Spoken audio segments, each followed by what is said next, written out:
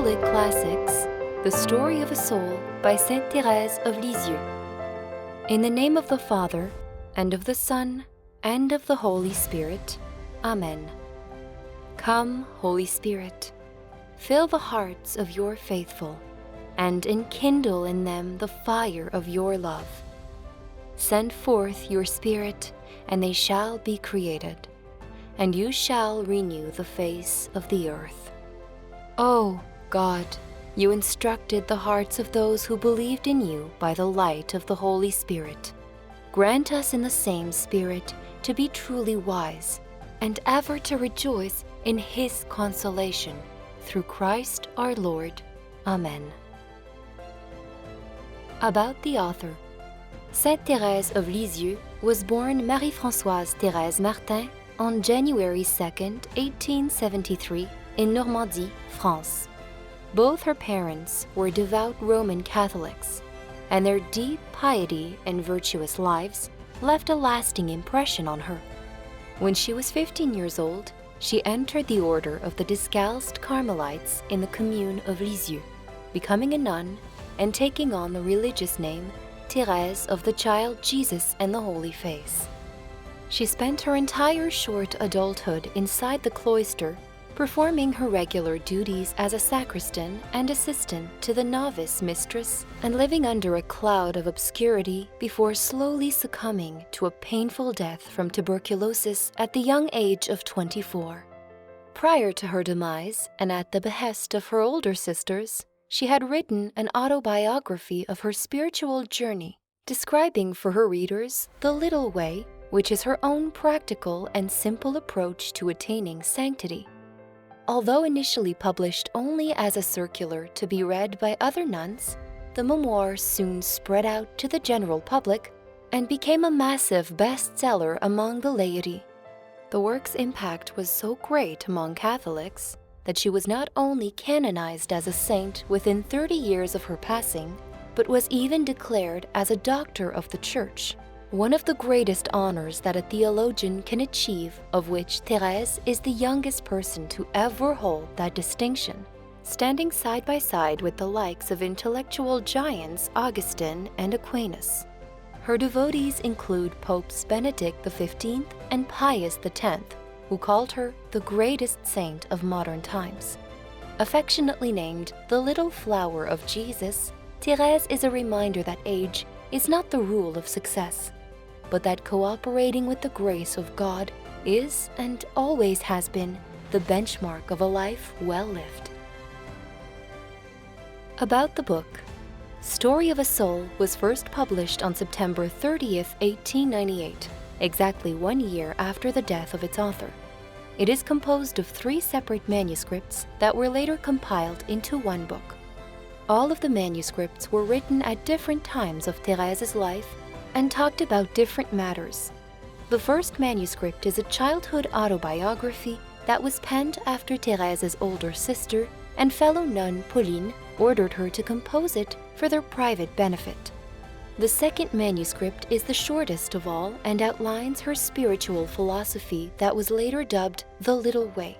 It was recorded while in the midst of great and intense physical suffering, when she was in the last stages of her tuberculosis, and was only undertaken at the behest of her other sister Marie, who was also a nun. Finally, the last manuscript is a continuation of her autobiography, this time detailing her entry into the Carmelite order and her vocation as a religious. It was completed 2 months before her death and was hastily done so that the prioress Marie de Gonzague might have something to say at her funeral. This reading utilizes the complete and unaltered copy of her memoir, combined with other passages from supplementary sources. It has been translated directly from the original French into English. As you listen to the autobiography composed by this great saint and doctor of the Church, may you gain the spiritual insight that Thérèse wanted each and every one of us to attain. Always remember that she was 24 years old when she died and completed this work and did not accomplish anything that the world might consider of great significance. And yet, here we are.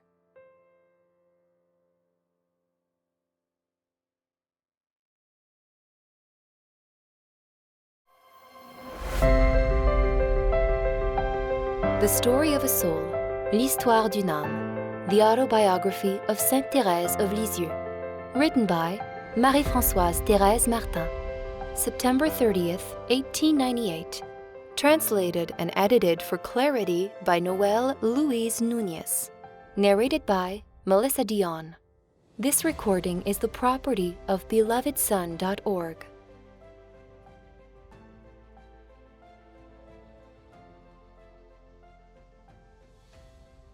Manuscript A.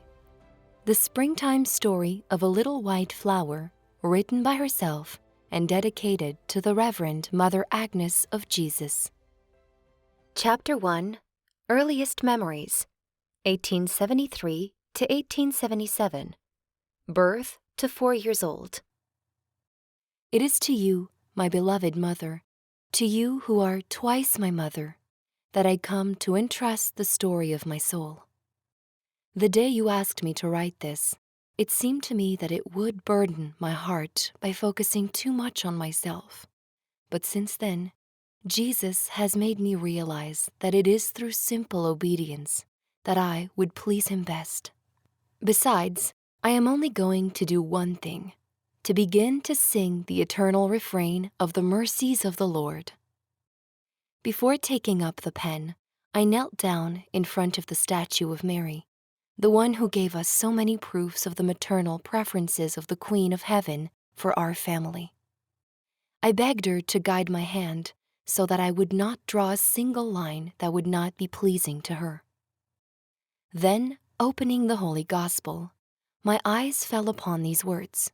Jesus went up on the mountain and called to him those whom he desired, and they came to him. St. Mark, chapter 3, verse 13.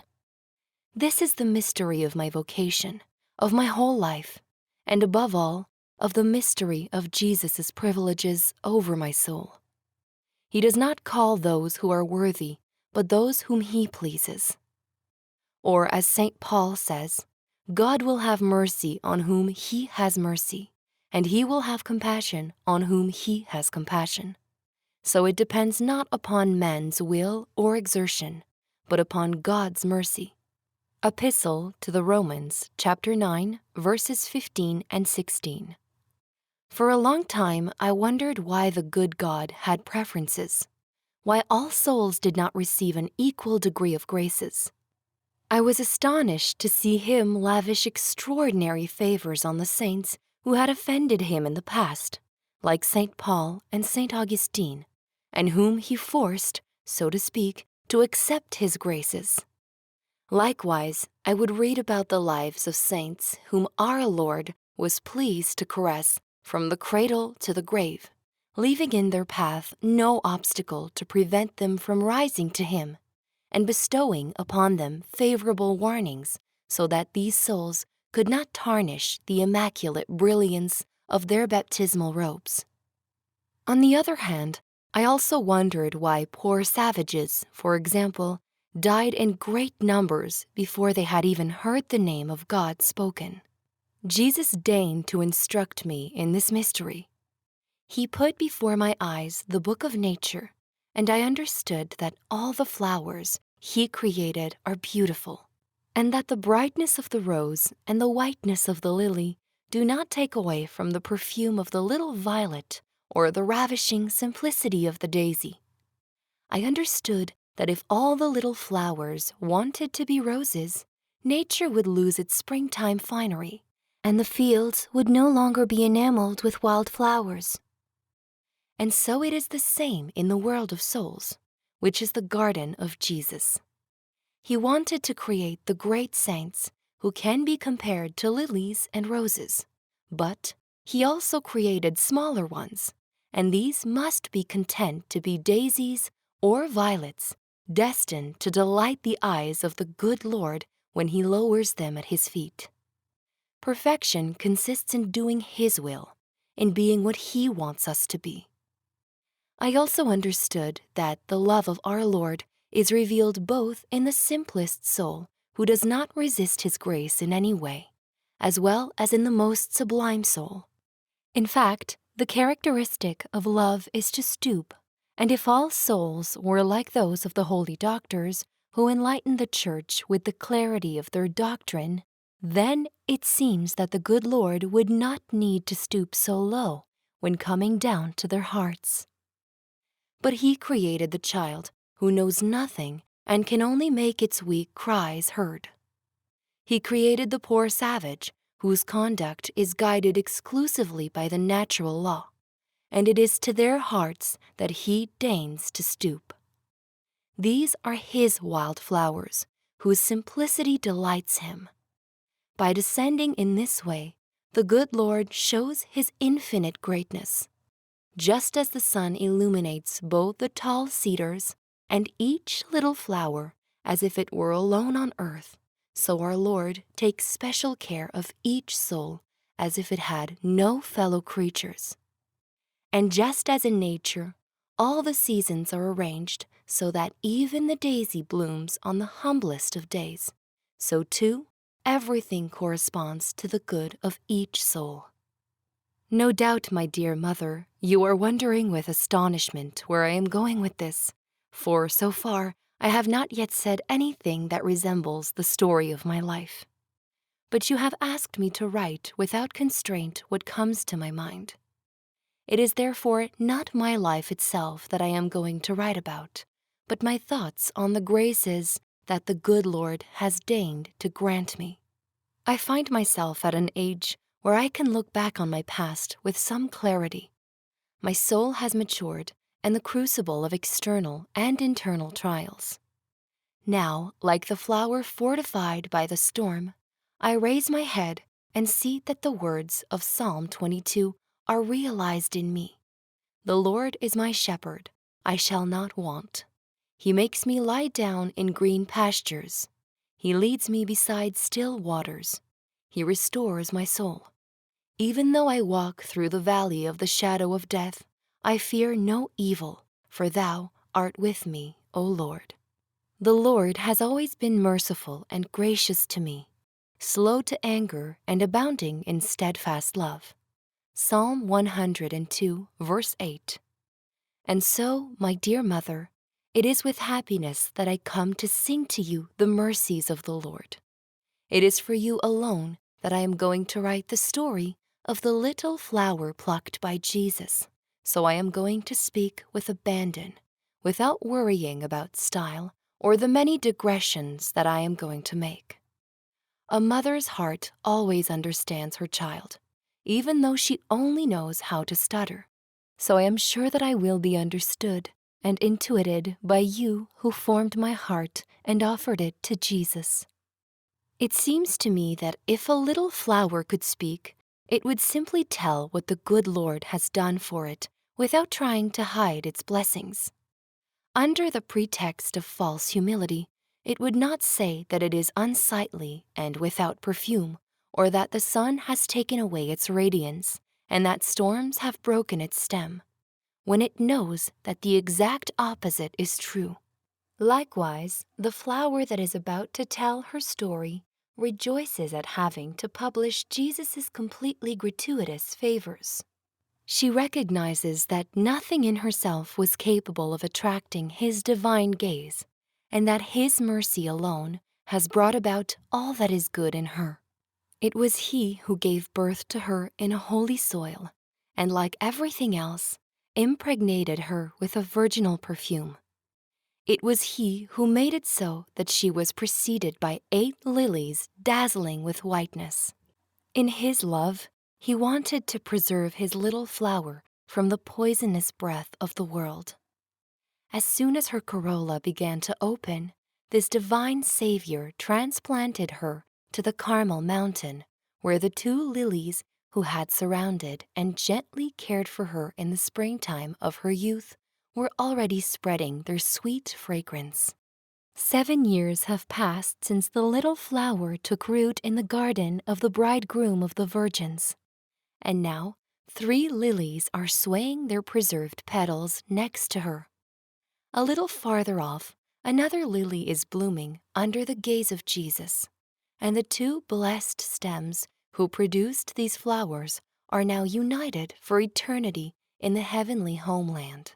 There, they found the 4 lilies that the earth did not get a chance to see blossoming. Oh, may Jesus deign not to leave for long the flowers that remained in exile on the foreign shore. May the lily plant soon be complete in heaven. I have just summed up in a few words, dear Mother, what the good Lord has done for me, and now I am going to go into the details of my early life. I know that where any other would see only a boring tale, your maternal heart will find recollections that are charming. Besides, the memories that I am going to evoke are also yours, since my childhood was spent next to you. I have the pleasure of belonging to parents without equal who surrounded us both with the same care and tenderness. Oh, may they deign to bless the littlest of their children and help her to sing the divine mercies. In the story of my soul, up until my entry into the Carmelite convent, I distinguish 3 separate periods. The first, despite its short duration, is not the least fruitful in terms of memories. It extends from the awakening of my reason to the departure of our beloved Mother for the fatherland of heaven.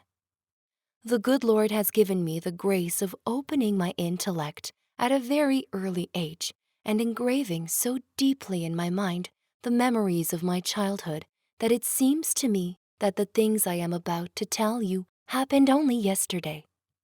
Without a doubt, Jesus wanted, in his love, to make me know the incomparable Mother he had given me, but whom his divine hand was eager to crown in heaven. All my life, the good Lord was pleased to surround me with love. My first memories are marked by the most tender smiles and caresses. But even though he had placed a lot of love outside of me, he also did not neglect to put some inside my little heart, creating it warm and sympathetic. I loved Papa and Mama very much and showed them my tenderness in 1,000 ways, because I was very expressive. The means that I used, however, were sometimes strange, as this passage from one of Mama's letters proves. The baby is an imp beyond compare. She comes to embrace me and at the same time wishes me death. Oh, how I wish you would die, my poor little mother. Whenever I would scold her for saying this, she would retort, "It is because I want you to go to heaven, and you say that we have to die in order to get there." She also wishes death on her father during her outbursts of affection. On June 25, 1874, when I was barely 18 months old, here is what Mama said about me. "Your father has just installed a swing. Céline's joy is boundless, but you have to see the little one. It's so funny. She stands on it acting like a big girl. There's no danger of her letting go of the rope, but when the swing doesn't go fast enough, she screams. We had to tie her up in front with another rope. Despite this precaution, I am still uneasy when I see her perched on it. I had a strange adventure lately with the little one. I am used to going to the 5:30 a.m. Mass. In the first few days, I didn't dare leave her alone, but seeing that she never woke up anyway, I finally decided to do it. I would put her down in my bed and push the cradle alongside it so that it would be impossible for her to fall. One day, I forgot to push the cradle. When I returned, the little one was no longer in my bed. At the same time, I heard a whimper. I looked, and I saw her sitting on a chair that was in front of the head of my bed. Her little head was reclining on the bolster, and there she was, sleeping fitfully because she was uncomfortable. I couldn't understand how she fell sitting down on that chair, since she was originally lying on the bed. I thanked the good Lord that nothing had happened to her. It's really providential. She could have dropped to the floor, but her good angel watched over her, and the souls in purgatory to whom I pray every day for the little one protected her. This is how I explain what happened. Explain it as you wish. At the end of the letter, Mama added, "Here is the little baby who comes to put her little hand on my face and give me a kiss. This poor little one does not want to leave me. She is always with me. She loves going to the garden, but if I am not there, then she does not want to stay, and cries until she is brought back to me. She will not even go upstairs alone without calling me at each step. "Mama, Mama!" And if I forget to answer, "Yes, darling," she waits where she is and will not move. Here is a passage from another letter. Little Therese asked me the other day if she would go to heaven. I told her yes, if she was very good. She answered, "Yes, but if I was not good, then I would go to hell. But I know what I would do. I would fly away to you in heaven. How could the good God bear to take me away then? Would you hold me tight in your arms?" I saw in her eyes that she absolutely believed that the good Lord could do nothing to her if she was in her mother's arms. Marie loves her little sister very much. She finds her very cute.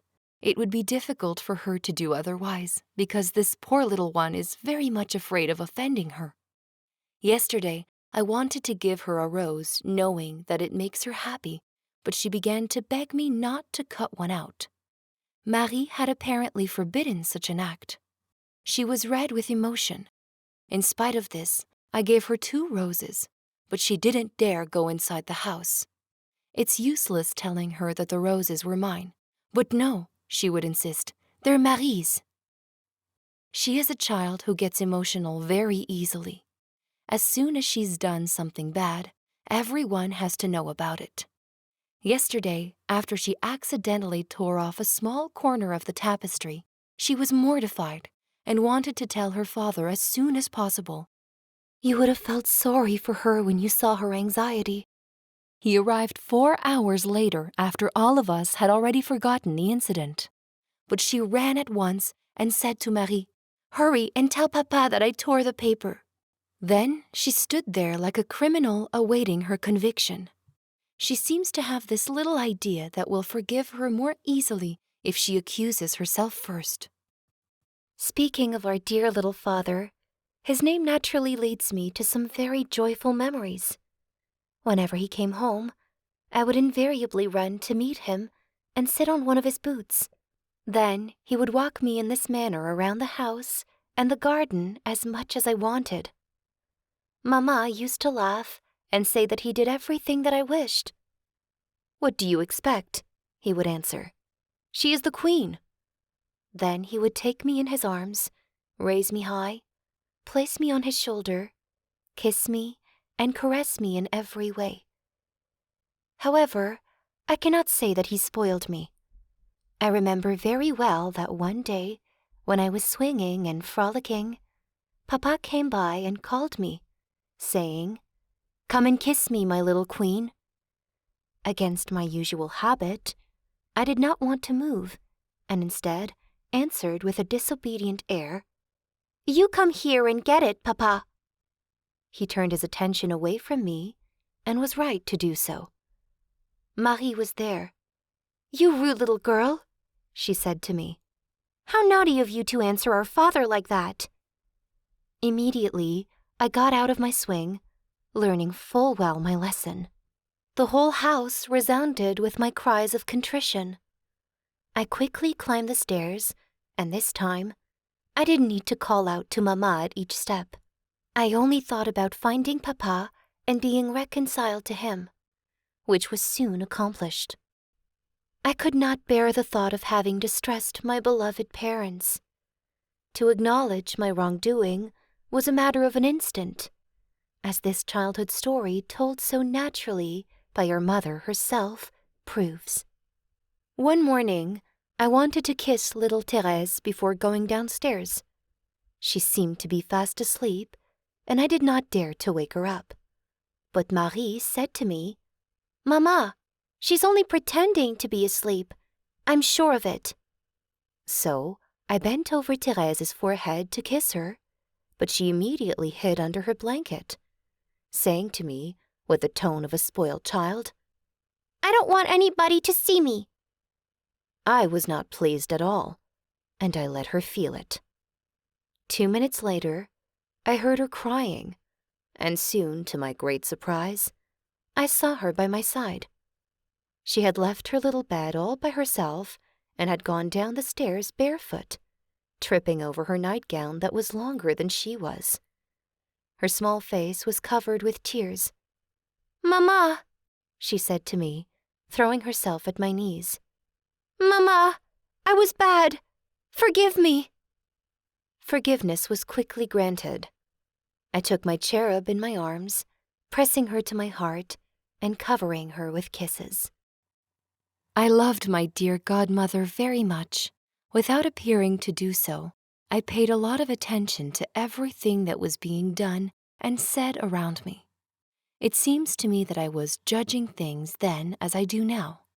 I listened very carefully to what Marie was teaching Céline in order to do what Céline did. After Marie came out to the visitation, I would act very amiable and do everything she wanted just so I would be allowed to stay inside her room during the lessons she gave Céline. She also showered me with gifts that, despite their little value, gave me great pleasure. I was very proud of my 2 older sisters, but the one who was my childhood ideal was Pauline. When I would start talking and Mama would ask me, "What are you thinking about?" the answer was invariably, "Pauline."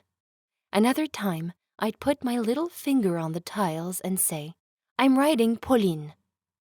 Oftentimes, I had heard it said that Pauline would become a nun, so without really knowing what that meant, I thought, I too will be a nun. That is one of my first memories, and since then, I have never changed my mind. It was through you, my dear mother, that Jesus chose to betroth me to himself. You were not with me then, but already a bond had been formed between our souls. You were my ideal. I wanted to be like you, and it was your example that, at the age of 2 years old, led me to the bridegroom of the virgins. Oh, what sweet reflections I would like to entrust to you. But I must continue the story of the little flower, her complete and general history, because if I were to talk in detail about my relationship with you, then I would have to leave everything else aside.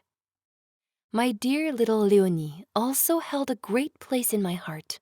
She loved me very much.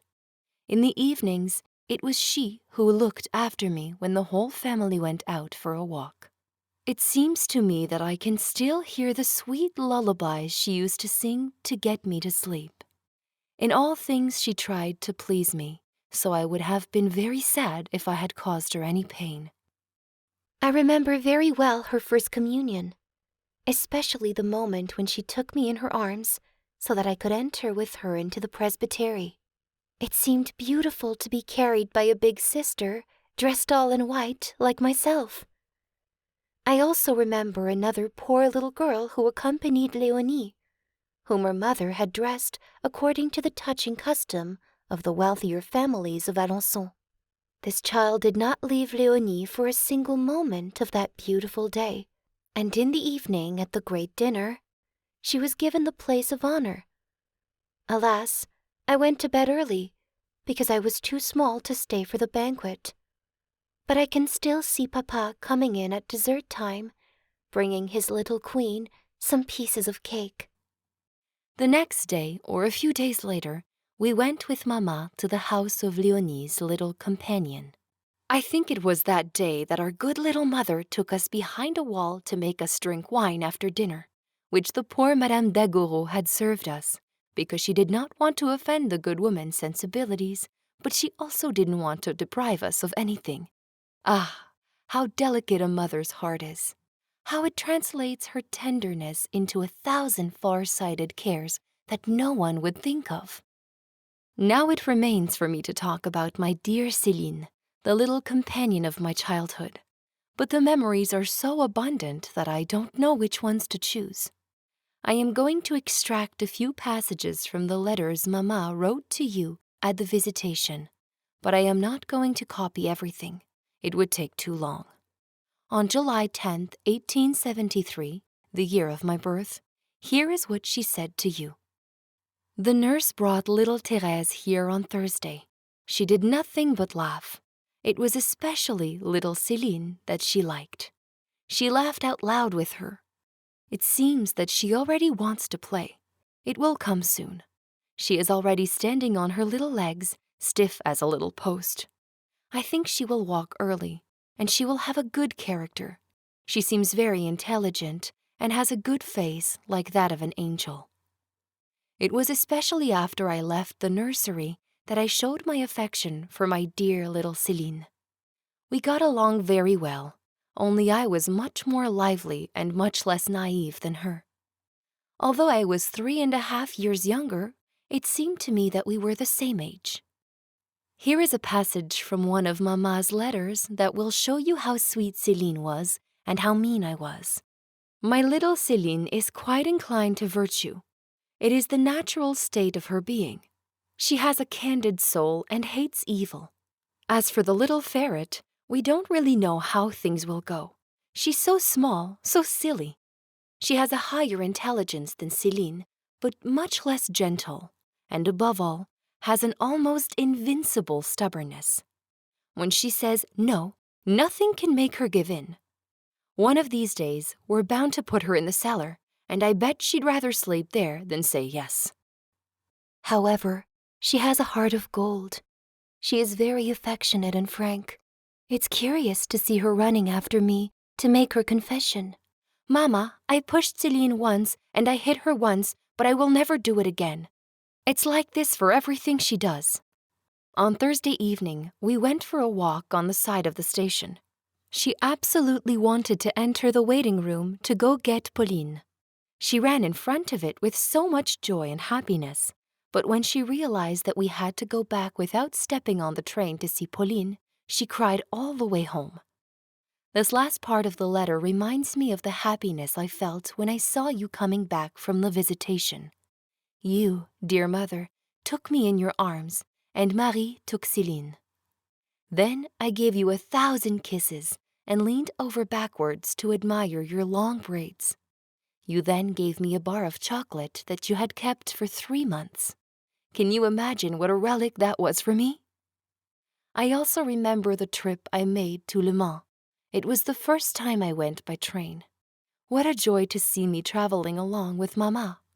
However, I don't know why, but I started to cry, and our poor little mother could only present to our aunt in Le Mans an ugly little girl all red with the tears she had shed on the way. I kept no memory of the visit itself, but only of the moment when my aunt passed me a small, white toy mouse and a small paper basket filled with sweets, on top of which were 2 pretty sugar rings, just the size of my finger. I immediately cried out, "How wonderful! There will be a ring for Céline also." But oh, what a tragedy. I took my basket by the handle, and then I gave my other hand to Mama as we left. After a few steps, I looked at my basket and I saw that my candies were almost all strewn out into the street like Tom Thumb's pebbles. I looked even closer and I saw that one of the precious rings had suffered the same awful fate as the rest of the sweets. I didn't have anything left to give to Céline, so I burst out in grief. I asked to go back and retrace my steps, but Mama didn't seem to be paying any attention to me. This was too much. My tears were followed by loud wails. I couldn't understand why she didn't share my pain, and this only increased my pain a whole lot more. Now I come back to the letters in which Mama talks to you about Céline and me. This is the best way that I know of to make you understand my character. Here is a passage where my faults shine brightly. Céline is playing a game of blocks with the little one. They argue from time to time, and Céline just surrenders and gives in so that she can gain a pearl for her crown in heaven. I am forced to correct this poor baby who gets into a terrible fury. When things don't go her way, she rolls around on the floor like a desperate woman believing that all is lost. There are even moments when the tantrum is so strong that she starts to suffocate. She is a very nervous child, but she is very cute and very intelligent. She remembers everything. You can see, dear mother, how far from being a flawless little girl I was. You couldn't even say that I was good when I slept, because I was even more restless at night than during the day. I would throw the blankets in every direction and then, while still asleep, would kick myself against the wood of my little bed. The pain woke me up, so I would cry out, "Mama, I hurt myself." Our poor little mother was obliged to get up and notice that I had bumps on my forehead, that I had hurt myself. She tucked me in, then went back to bed, but after a while, I started to kick again until they were finally forced to tie me down in my bed. Every evening, little Céline came to fasten the many cords intended to prevent the little elf from knocking herself and waking her mama. This method actually had a lot of success, and since then, I slept a lot better. There was another flaw that I had while I was awake that Mama does not mention in her letters, and it was great pride. I will only give you a couple examples so as not to make my story too long. One day, Mama said to me, "My little Thérèse, if you kiss the ground, I'll give you a sou." A sou was a huge fortune for me at that time, and I did not need to lower my dignity too much to earn it because my small stature meant that there wasn't that great of a distance between me and the earth. However, my pride revolted at the thought of kissing the ground, so I held myself upright, and I said to Mama, "Oh no, my little mother, I would rather not have a sou." Another time, we had to go to Grogny to Madame Monier's house. Mama told Marie to help me put on my pretty sky blue dress trimmed with lace, but not to leave me with bare arms so that the sun would not darken them. I let myself be clothed with the outward indifference that children of my age must have had, but deep inside, I thought that I would have looked much prettier with my little arms bare. With a nature like mine, if I had been raised by parents without virtue, or even if, like Céline, I had been spoiled by our maid Louise, I would have become very mean, and maybe I would have even lost my way. But Jesus was watching over his little fiancée. He wanted everything to turn out for her good, so that even her faults, which were corrected early on, helped her to grow in perfection. Since I had pride but also a love of virtue, as soon as I began to reason seriously, which I did even when I was a little girl, it was enough for me to be told that something I did was not right, and I would then have no desire to repeat it. I see with pleasure in Mama's letters that I gave her more consolation as I grew older. Having only good examples around me, I naturally wanted to follow them. Here is what she wrote in 1876. Even Thérèse wants to do acts of penance at times. But the most curious thing is to see Thérèse reach into her little pocket 100 times a day to pull a bead from her rosary every time she makes a sacrifice. She is a charming child. She is sharp as a shadow, very bright, but her heart is sensitive. Céline and she love each other very much. The other's presence is enough so that the two of them never get bored. Every day, as soon as they have had dinner, Céline goes to get her little rooster. She can also catch Thérèse's hen in one swoop, something I can never do, but she is so lively that all it takes is a single bound. Then they both arrive with their animals to sit by the fire and have fun for a long time. It was little Rose who gave me the hen and the rooster. I gave the rooster to Céline. The other day, Céline had slept with me, and Thérèse had slept in Céline's bed on the second floor. She had begged Louise to take her downstairs to get her dressed. Louise went upstairs to look for her, but she found the bed empty. It seems Thérèse had heard Céline and went to be with her. Louise found them both and said, "Don't you want to come downstairs and get dressed?" And Thérèse replied, "Oh no, my poor Louise, we're like two little chickens. We can't be separated." And while she was saying this, they both kissed and hugged each other. Then, in the evening, Louise, Céline, and Léonie went to the Catholic circle meeting and left poor Thérèse by herself. She understood that she was too small to go, and she said, "If only they would put me in bed with Céline." But no, they didn't want to, so she said nothing more and stayed alone with her little lamp and eventually fell into a deep sleep a quarter of an hour later. Another day, Mama wrote, "Céline and Thérèse are inseparable. You can't see two children loving each other better. When Marie comes to pick up Céline for her classes, poor Therese is in tears. Alas, what will become of her? Her girlfriend is leaving. Marie feels sorry for her, so she ends up taking her along as well, and this poor little girl has to sit on a chair for 2 or 3 hours. She is given beads to thread or a rag to sew, and she doesn't dare budge and often heaves deep sighs. When her needle gets unthreaded, she tries to thread it again, and it is curious to see her not being able to do so, but also not having the nerve to disturb Marie. Soon, we see 2 big tears running down her cheeks. Marie consoles her very quickly, threads the needle again, and the poor little angel smiles through her tears. I remember that I couldn't be without Céline.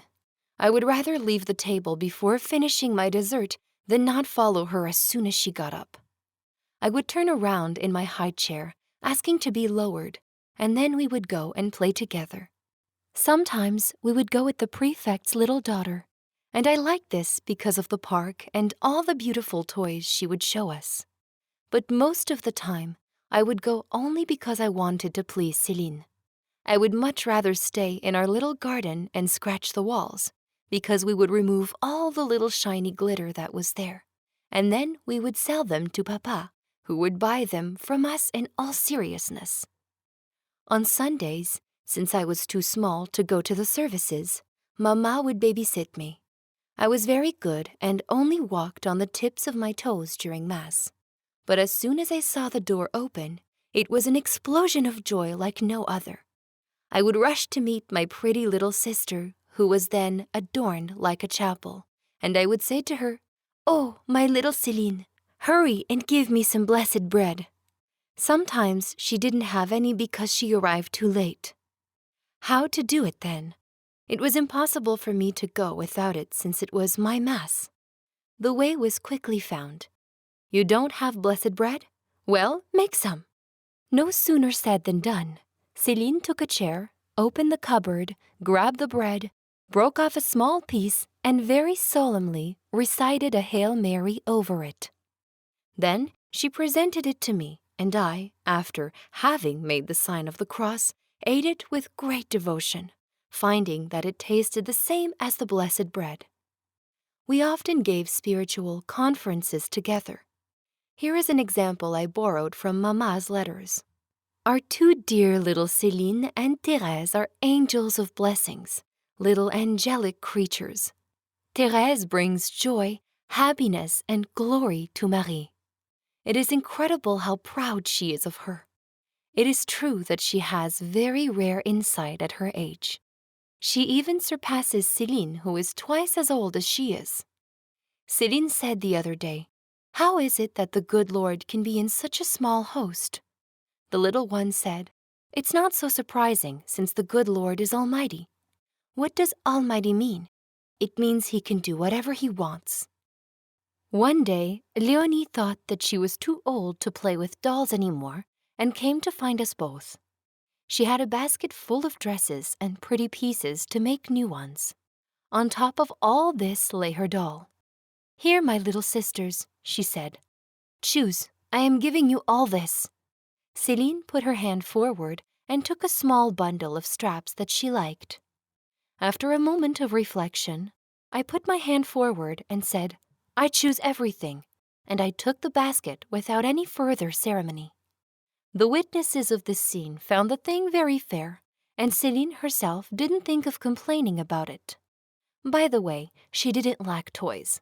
Her godfather showered her with gifts, and Louise always found a way to give her everything she wanted. This little incident of my childhood is the summary of my whole life. Later on, when perfection was set before me, I understood that to become a saint, it was necessary to suffer a lot, to always seek the most perfect path, and to forget oneself.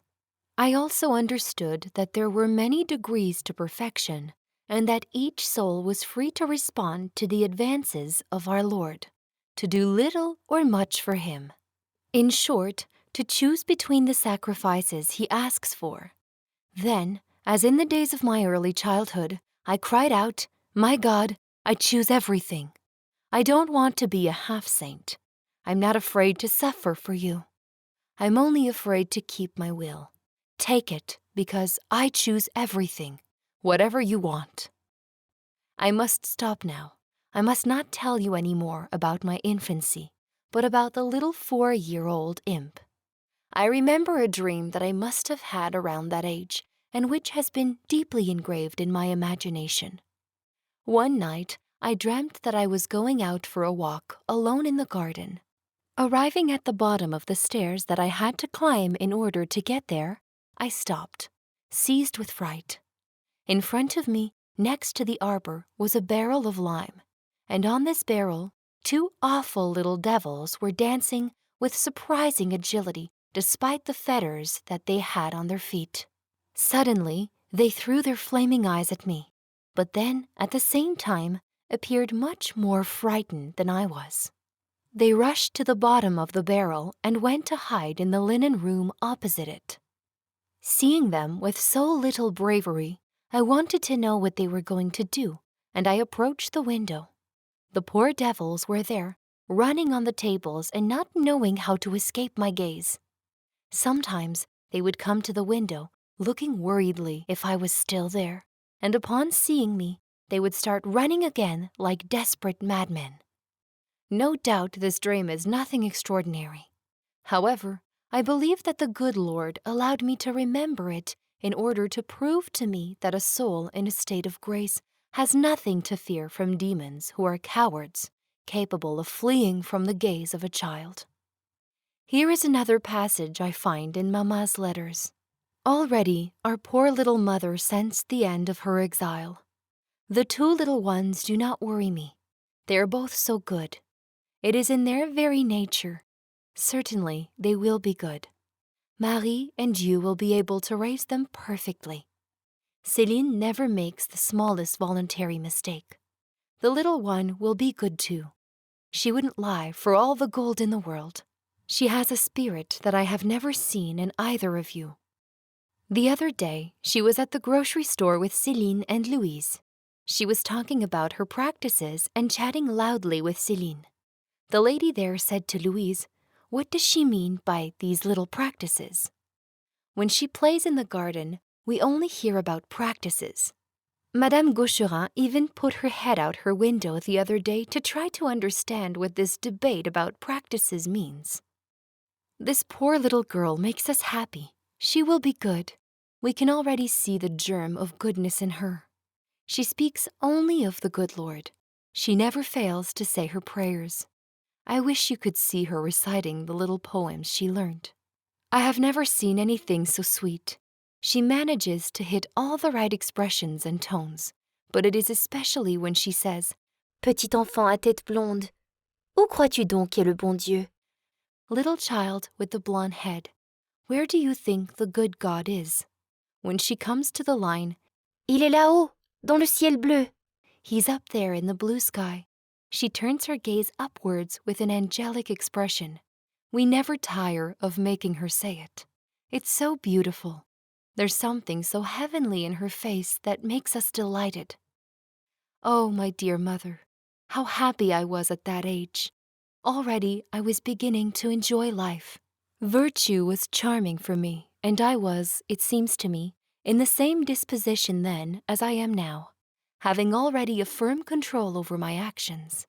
Ah, how quickly did the sunny years of my early childhood pass!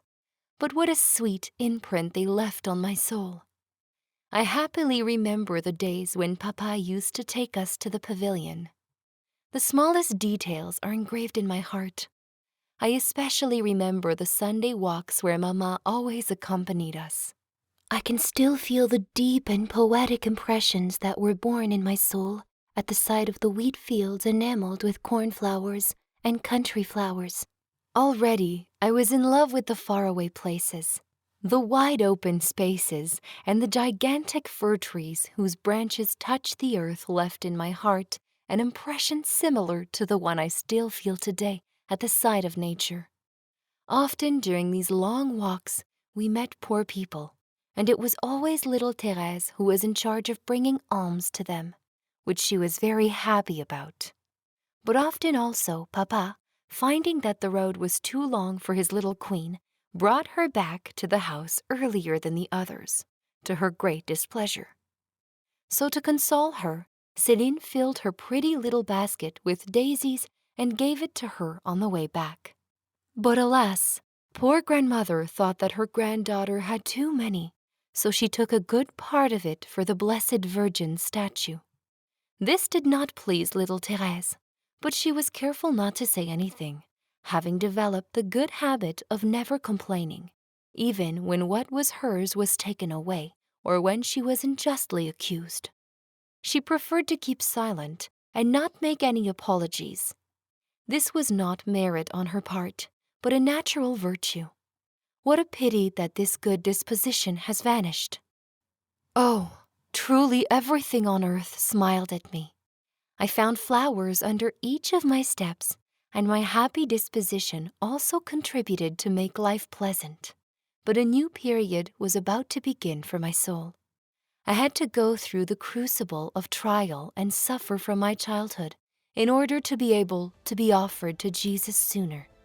Just as the flowers of spring begin to sprout under the snow and blossom in the first rays of the sun, so the little flower of which I am writing the memories had to pass through the winter of her ordeal.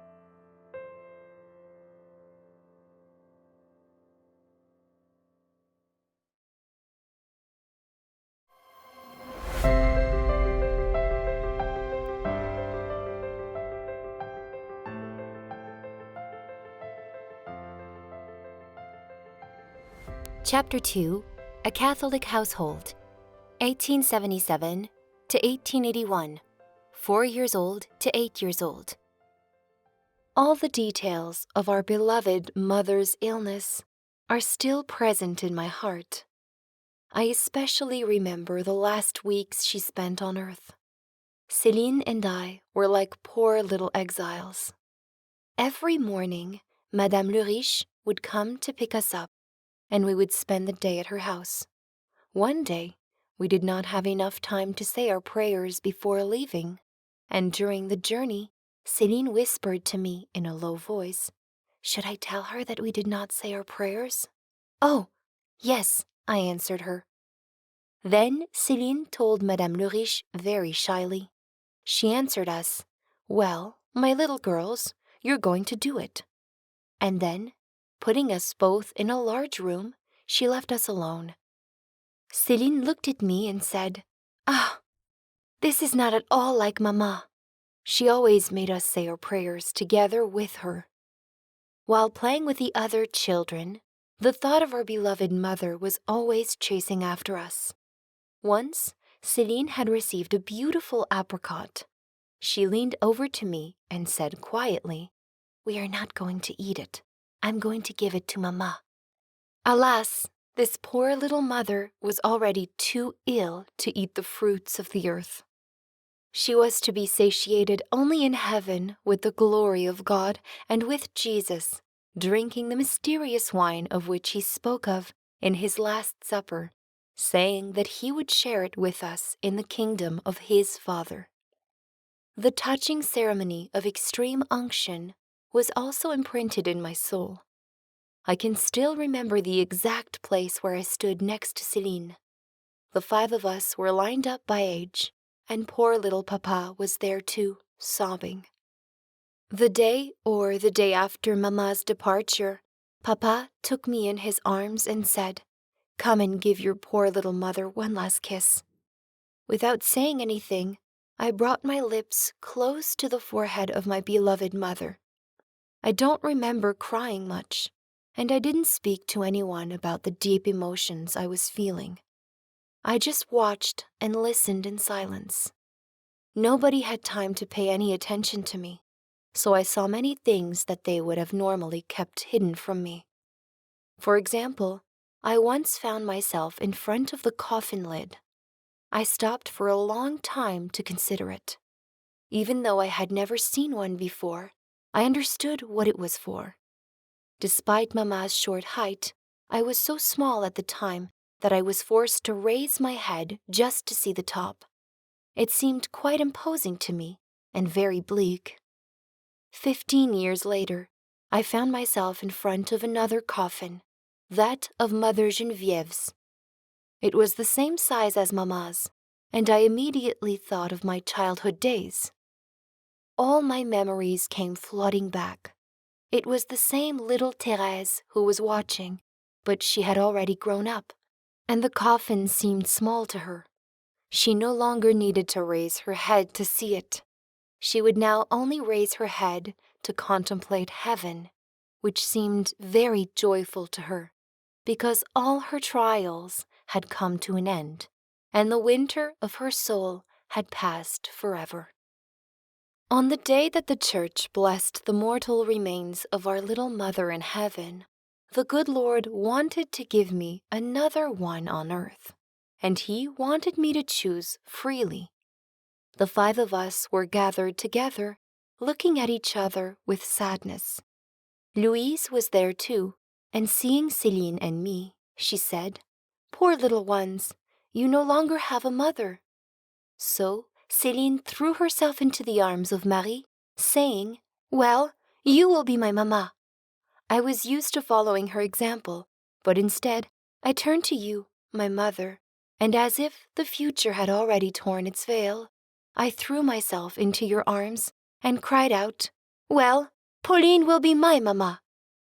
As I said before, it was from this time in my life that I had to enter the second period of my existence, the most painful of the 3, especially since the entry into Carmel of the one I had chosen to be my second mamma.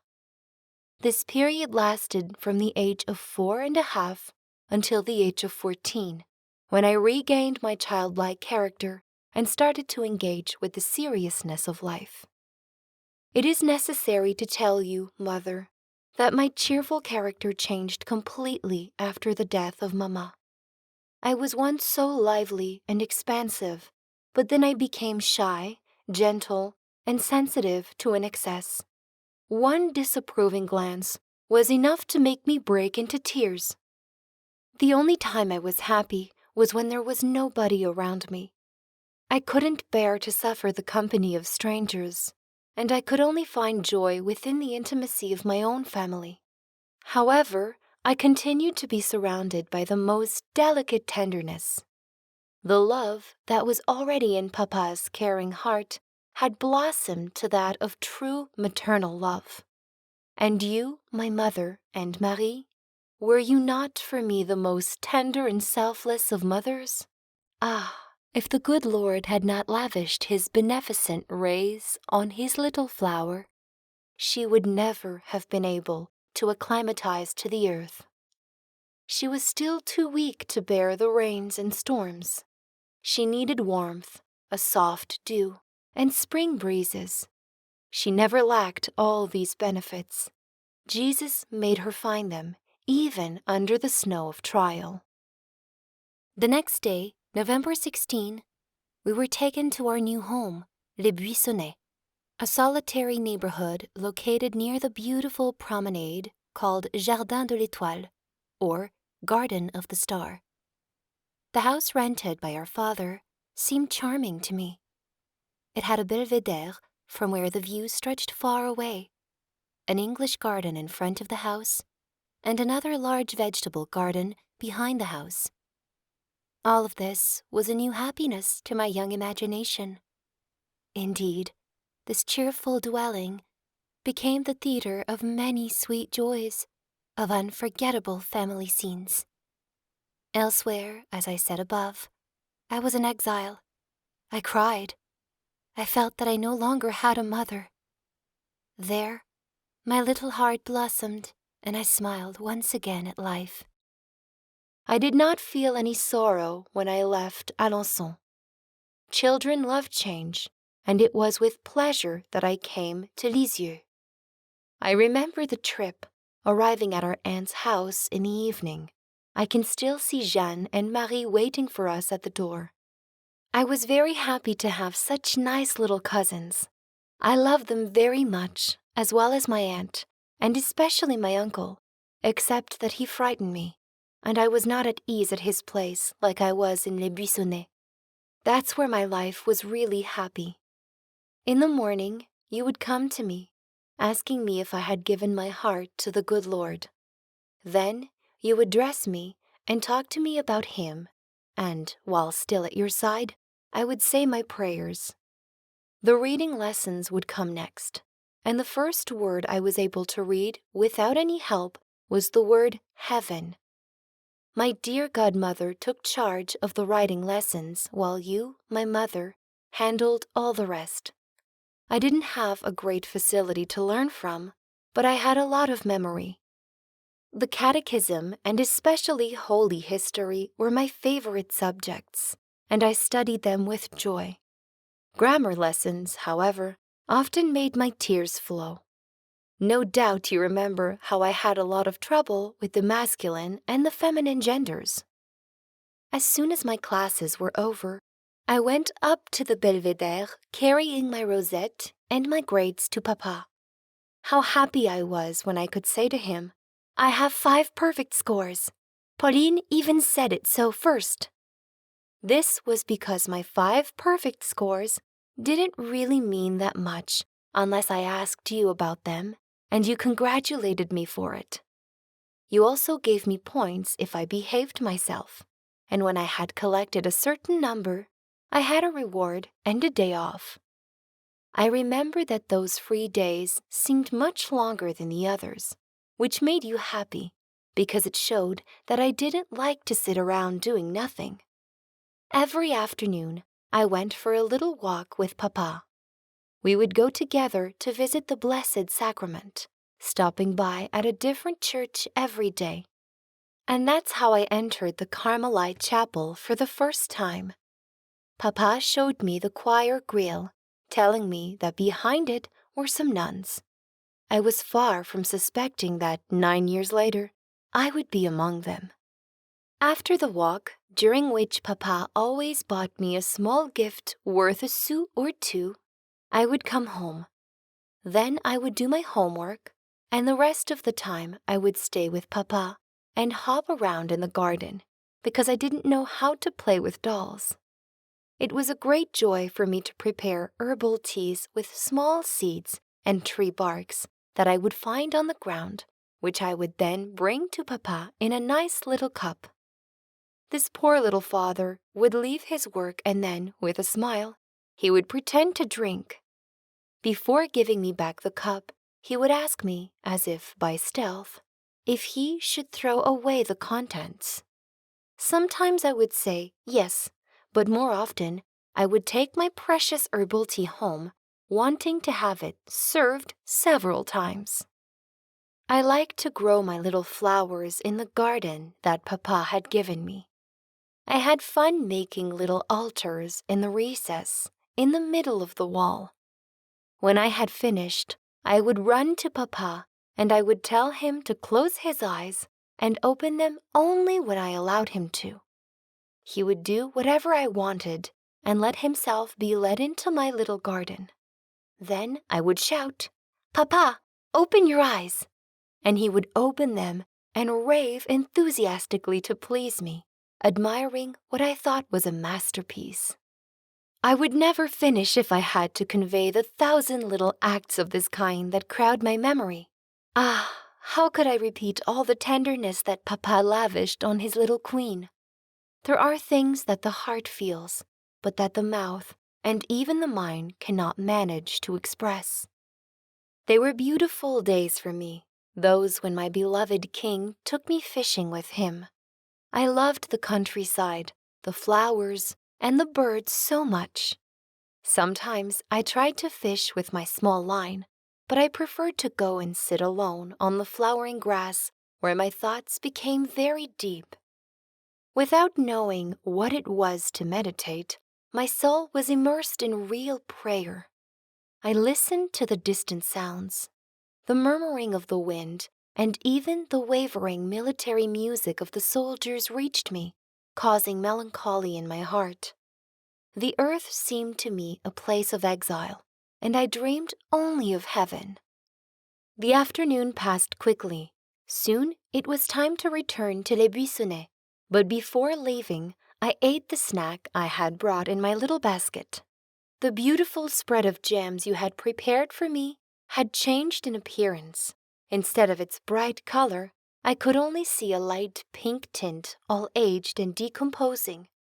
Then the earth seemed even sadder, and I understood that in heaven alone would joy be without any clouds.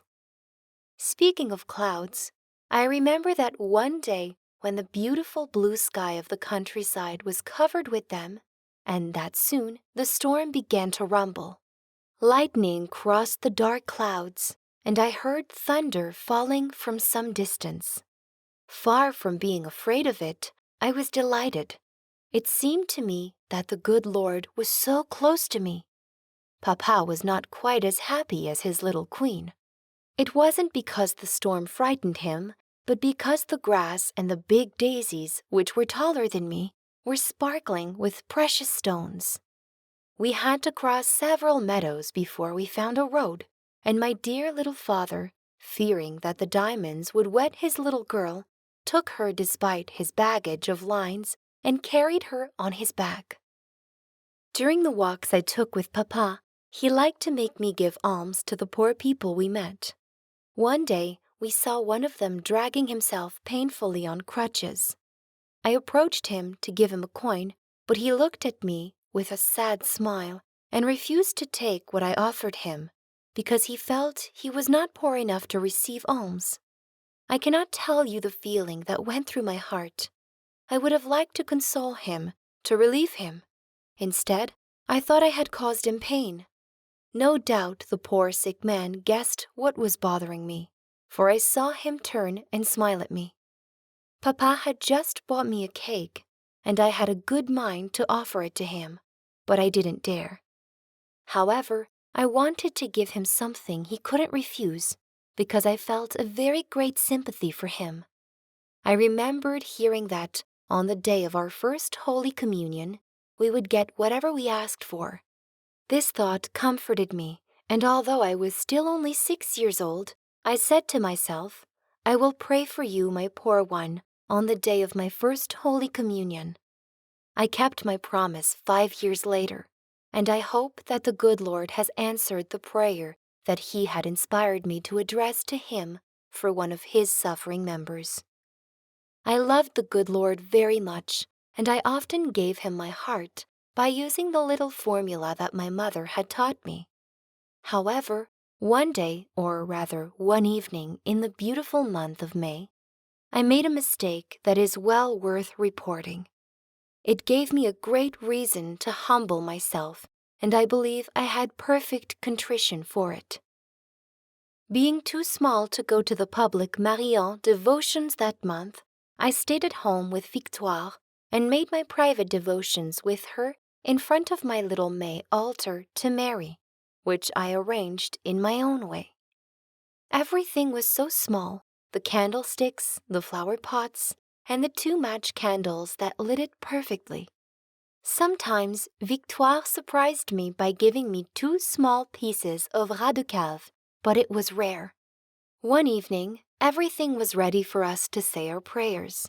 I said to her, Victoire, would you like to start the mémoire? I'll light the candles. She pretended to begin, but she said nothing and looked at me, laughing. I saw my precious candles burning away quickly, and I begged her to start the prayer, but she continued to keep silent. Then I got up. I told her out loud that she was wicked, and coming out of my usual sweetness, I struck my foot on the floor with all my might. This poor Victoire did not feel like laughing anymore. She looked at me with astonishment and showed me the ras de cave she had brought me. After having shed tears of anger, I shed tears of sincere repentance with the firm intention of never doing it again. Another time, I had a second adventure with Victoire, but there was no need of repentance for this one because I kept perfectly calm. I wanted to have an inkwell that was on the kitchen chimney. Being too small to take it, I asked Victoire very kindly to give it to me but she refused, telling me to get on a chair. I took a chair without saying anything, but thinking that she was not friendly, I wanted to make her feel it. I searched in my little head for words that offended me the most. Whenever she was annoyed with me, Victoire often called me a little brat, which humiliated me a lot. So, before I jumped to the bottom of my chair, I turned away with dignity and I said to her, "Victoire, you're a little brat." Then I saved myself and made my escape, letting her meditate on the profound words I had just spoken to her. The result was not long in coming. Soon I heard her shouting, "Mademoiselle Marie, Therese has just told me that I'm a little brat." Marie came and asked me to beg for forgiveness, but I did so without contrition, thinking that since Victoire had not wanted to extend her big arms to do me a small favor, then she deserved the title of little brat. However, she loved me very much, and I loved her too. One day, she pulled me out of a great peril when I had fallen through my own fault. Victoire was ironing clothes, having next to her a bucket with water in it. I was looking at her while I was swinging, as usual, on a chair. Suddenly, I missed the chair and I fell, not on the floor, but in the bottom of the bucket. My feet were touching my head, and I was filling the bucket like a little chicken fills its egg. This poor Victoire looked at me with extreme surprise, never having seen such a thing. I wanted to get out of my bucket as soon as possible, but I couldn't. My prison was so tight that I couldn't make a move. With a little pain, she saved me from my great peril, but not my dress and everything else. She was forced to change me because I was soaked like soup. Another time, I fell into the fireplace. Fortunately, the fire was not lit. Victoire only had the trouble of lifting me up and shaking off the ashes that I was covered in. It was on Wednesday, while you were having singing lessons with Marie, that all these adventures happened to me. It was also on a Wednesday that Father Dusselier came to visit. Victoire told him that there was no one at home except little Therese, and he went into the kitchen to see me and looked at my homework. I was very proud to receive my confessor, for shortly before that, I had made my first confession to him. What a sweet memory for me. Oh, my dear mother, with what care had you prepared me for my first confession, telling me that it was not to a man, but to the good God that I was going to confess my sins. I was really convinced of this, so I made my confession with a great spirit of faith, and I even asked you if I should tell Father Dusselier that I loved him with all my heart, since it was to the good God that I was going to speak to in his person. Well informed of everything I had to say and do, I entered the confessional and knelt down, but when I opened the grating, Father Dusselier saw no one. I was so small that my head was under the bench where one leans one's hands, so he told me to stay standing. Obeying at once, I stood up and turned right in front of him to see him well. I made my confession like a big girl, and I received his blessing with great devotion, because you told me that at that moment the tears of little Jesus would purify my soul. I remember that the first exhortation that was addressed to me invited me above all to be devoted to the Blessed Virgin, and I promised myself to redouble my tenderness for her. Finally, I handed over my little rosary to have it blessed. When I came out of the confessional, I was so happy and light-hearted that I had never felt so much joy in my soul.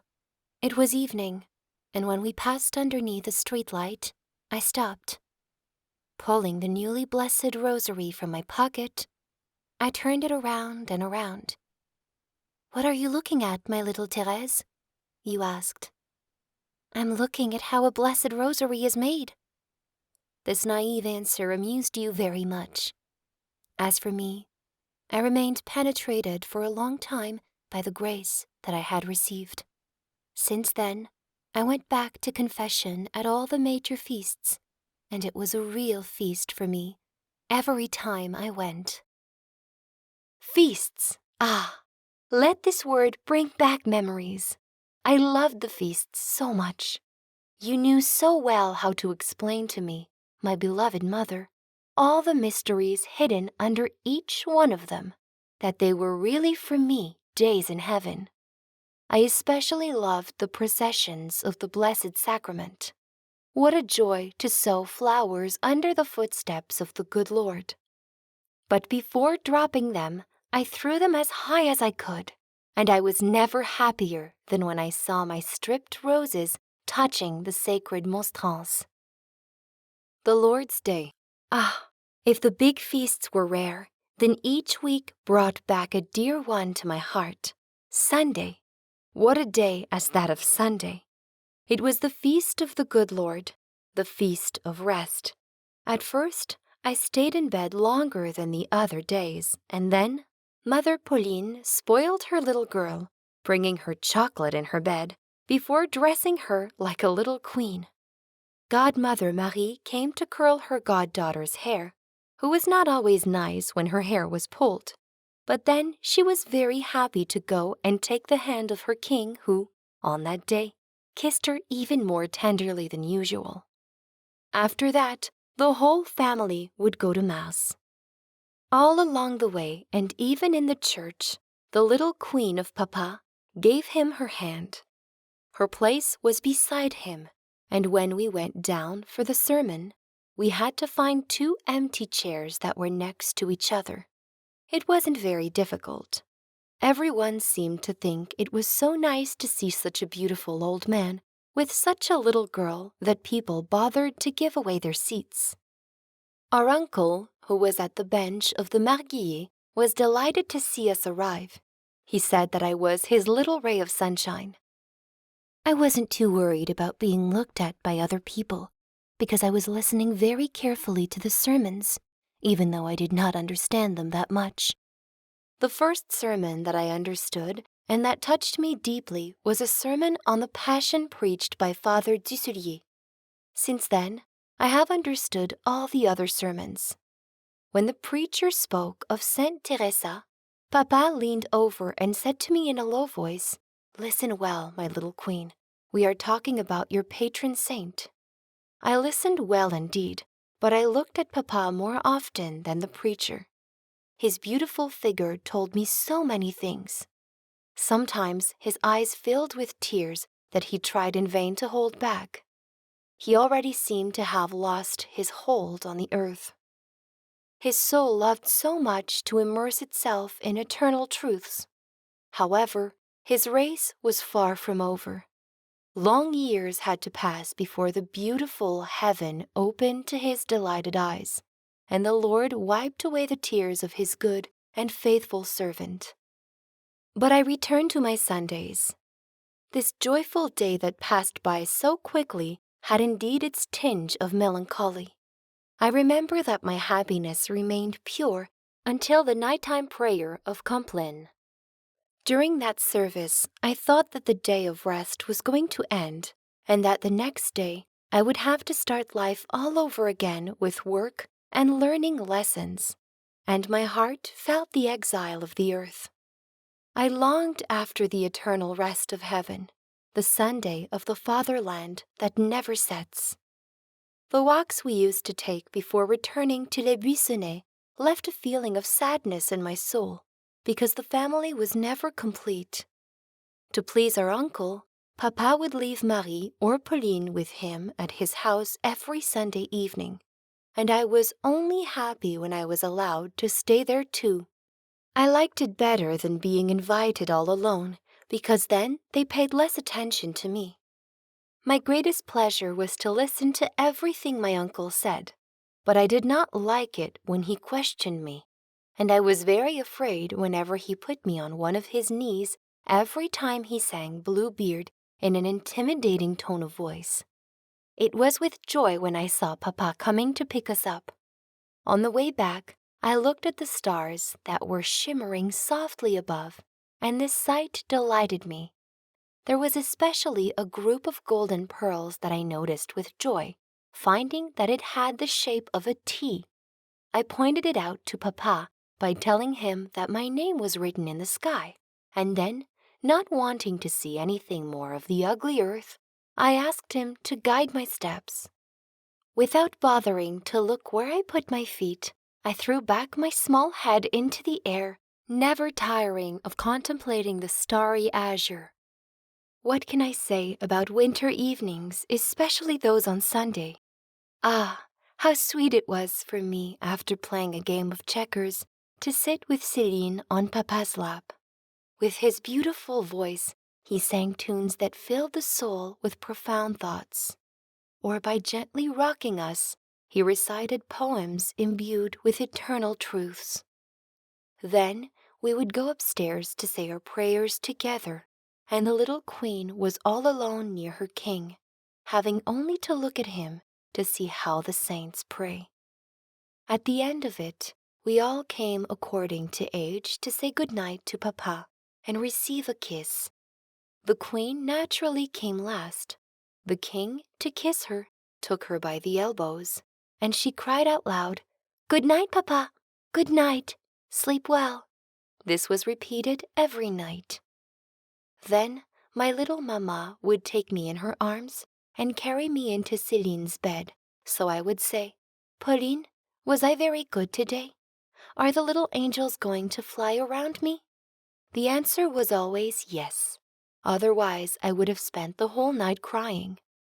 After kissing me and my dear godmother Marie, Pauline and her went back downstairs, and poor little Therese was left all alone in the darkness.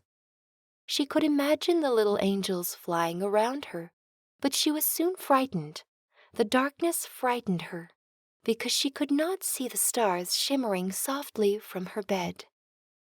I look at it as a real grace to have been accustomed by you, my dear mother, to overcome my fears. Sometimes you would send me alone in the evening to look for something in a distant room. If I had not been so well directed, I would have become very fearful. Instead, now I am really hard to frighten. I sometimes wonder how you were able to raise me with such love and delicacy without spoiling me, for it is true that you never allowed a single imperfection to pass. Never reproached me without a just cause, and never went back on anything once you had made a decision. I knew this so well that I could not have taken a step if you had forbidden me to do so, nor would I have wanted to. Papa himself was obliged to conform to your will. Without Pauline's consent, I would not go for a walk, and when Papa told me to come, I answered, "Pauline does not want me to." So he came to ask for your permission. Sometimes Pauline would say yes to please her, but little Therese could see from her look that she was not saying this with all her heart. So she would start crying and would not accept any consolation until Pauline said yes and kissed her with all her heart. When little Therese was sick, which happened to her every winter, it is not possible to explain with what maternal tenderness she was cared for. Pauline would make her lie down in her bed, an incomparable favor, and then she would give her everything she wanted. One day, Pauline pulled a pretty little knife that she owned from under the bolster and gave it to her little girl, leaving her in a state of rapture that cannot be described. "Oh, Pauline," she cried, "you love me so much that you are depriving yourself of your pretty little knife with a mother-of-pearl star. But since you love me so much, would you do well to sacrifice your watch to prevent me from dying?" I would give you my watch not only to prevent you from dying, but I would sacrifice it immediately, even if it's only to see you get healthy soon. Listening to Pauline's words, my astonishment and my gratitude were so great that I cannot express them. In the summertime, I was sometimes sick at heart. Pauline was still treating me with tenderness. To amuse me, which was the best of all remedies, she would drive me around the garden in a wheelbarrow, and then, taking me down, she would put in my place a pretty little daisy plant that she would drive very carefully to my own little garden, where it would take its place with great pomp. It was Pauline who received all my intimate confidences, who cleared up all my doubts. Once I was astonished that the good Lord does not give equal glory in heaven to all the chosen ones, and I was afraid that not everyone would be happy. So Pauline told me to go and get Papa's big glass and put it next to my tiny little thimble, and then fill them with water. Then she asked me which one was the fullest. I told her that they were both as full as each other, and that it was impossible to put more water in them than they could hold. My beloved mother then made me understand that in heaven, the good Lord would give his chosen ones as much glory as they could carry, and that the last would have nothing to envy the first. It was in this way that you put the most sublime secrets within my reach. You knew, my mother, how to give my soul the nourishment it needed. With what joy I saw the distribution of prizes arriving each year. As always, justice there was strictly guarded, and I only received the rewards that I deserved. All alone, standing in the middle of the noble assembly, I listened to my sentence being read by the King of France and Navarre. My heart was beating wildly as I received my prizes and my crown. It was for me like an image of the final judgment. Immediately after the distribution, the little queen took off her white dress, and then everyone hurried to disguise her so that she could take part in the grand pageant that followed. Ah, how happy these family celebrations were! How far away I was then, upon seeing my beloved king so radiant, from predicting the trials that were to visit him. One day, however, the good Lord showed me in a truly extraordinary vision the living image of the ordeal that he liked to prepare for us in advance. Papa had been out of town for several days, and it was still 2 days away from his return. It could have been 2 or 3 o'clock in the afternoon. The sun was shining brightly, and all of nature seemed to be celebrating. I was alone beside an attic window facing the large garden. I was looking out in front of me, my mind busy with joyful thoughts, when I saw, in front of the laundry room just opposite me, a man dressed absolutely like Papa, having the same size and the same walk, only he was much more curved. His head was covered with a kind of apron of indecisive color, so that I could not see his face. He was wearing a hat similar to Papa's. I saw him walking with a regular pace along my small garden. Immediately, a feeling of supernatural fright invaded my soul, but in an instant, I thought that Papa was probably back and that he was hiding in order to surprise me.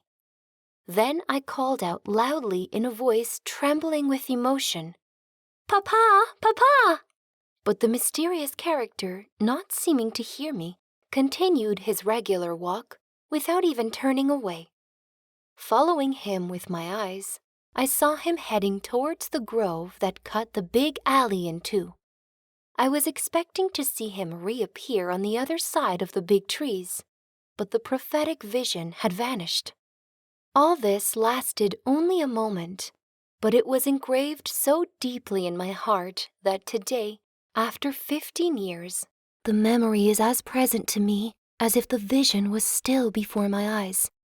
Marie was with you, my mother, in a room adjoining the one I was in. Hearing me call Papa, she felt a fright, sensing, she told me since then, that something extraordinary must be happening. Without letting me see her emotion, she ran up to me, asking me what was the matter with calling Papa, who was in Alençon. I told her what I had just seen. To reassure me, Marie told me that it was probably Victoire who had hidden her head with her apron to frighten me. But when questioned, Victoire assured me that she had not left her kitchen. Moreover, I was quite sure that I had seen a man, and that this man had the look of Papa, so the three of us went behind the tree line. But having found no mark indicating the passage of someone, you told me not to think about it any more.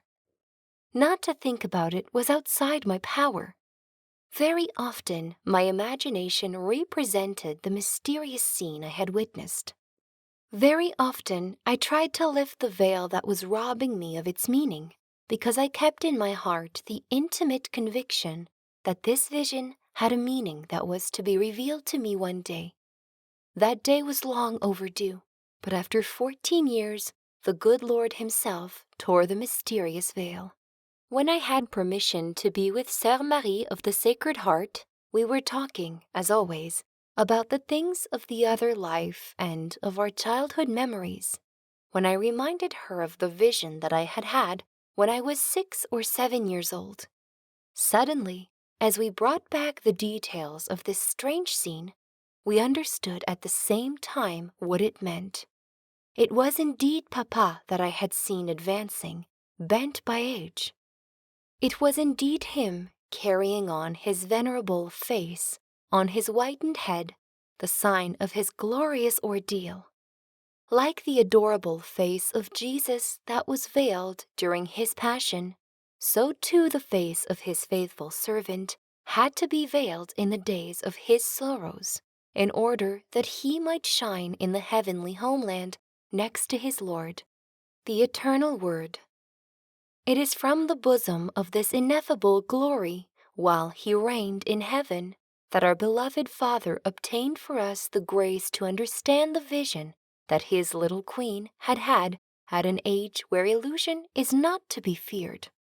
It is from the bosom of glory that he obtained for us the sweet consolation of understanding, 10 years before our great trial, what the good Lord was already showing to us. He did this as a father who makes his children glimpse the glorious future he is preparing for them, and delights in considering in advance the priceless riches that must be theirs to share. Ah, why did the good Lord give this light to me? Why did he show a child so small a thing that she could not understand, a thing that, if she had understood, would have made her die of pain? Why? This is one of those mysteries that no doubt we will understand in heaven, and that we shall eternally admire. How good God is! How he proportions the trials to the strengths he gives us. Never, as I have just said, could I have borne even the thought of the bitter sorrows that the future had in store for me. I could not even think without shuddering that Papa might die. Once he had climbed to the top of a ladder, and as I stood right below him, he shouted at me, "Get away from me, little one. If I fall, I'll crush you." Hearing this, I felt an inner revolt. Instead of moving away, I stood against the ladder, thinking, at least, if Papa falls, I won't have the pain of seeing him die, because I'm going to die with him. I cannot say what I loved best about Papa, because everything about him caused me admiration. When he explained his thoughts to me as though I were a big girl, I naively told him that, of course, if he said all this to the great men of the government, they would take him and crown him king, and that France would then be happy as it had never been before. But deep down, I was delighted that it was only I who knew Papa well, and I reproached myself for it as a thought of selfishness. Because if he had become king of France and Navarre, I knew that he would have been miserable, since it is the fate of all monarchs, but most especially, he would no longer be my king alone. I was 6 or 7 years old when Papa took us to Trouville. I will never forget the impression that the sea made on me. I could not help but look at it unceasingly. Its majesty, the roar of its waves, everything about it spoke to my soul of the greatness and the power of the good God. I remember that while we were walking on the beach, a monsieur and a madame looked at me running merrily around Papa, and coming closer, they asked him if I was his, and said that I was a pretty little girl. Papa told them that I was, but I noticed that he motioned to them not to compliment me. It was the first time I heard that I was a pretty girl, and I was very pleased, because I didn't believe that I was. You were so careful, my dear mother, not to allow anything in me that could tarnish my innocence, and above all, not to let me hear any words that could make vanity slip into my heart. Since I was only paying attention to your words and those of Marie's, and you never paid me a single compliment, I did not attach much importance to the words and admiring looks of the Madame. In the evening, when the sun seems to be bathing in the immensity of the waves, leaving a luminous furrow in front of it, I went to sit alone on a rock with Pauline. Then I remembered the touching story du Sillon d'Or, or the Golden Trail. I contemplated for a long time this luminous furrow, an image of the grace illuminating the path that the small vessel with the graceful white sail must travel. Close to Pauline, I made the resolution to never take my soul away from the gaze of Jesus, so that it may sail in peace towards the fatherland of heaven. My life was passing by quietly and happily.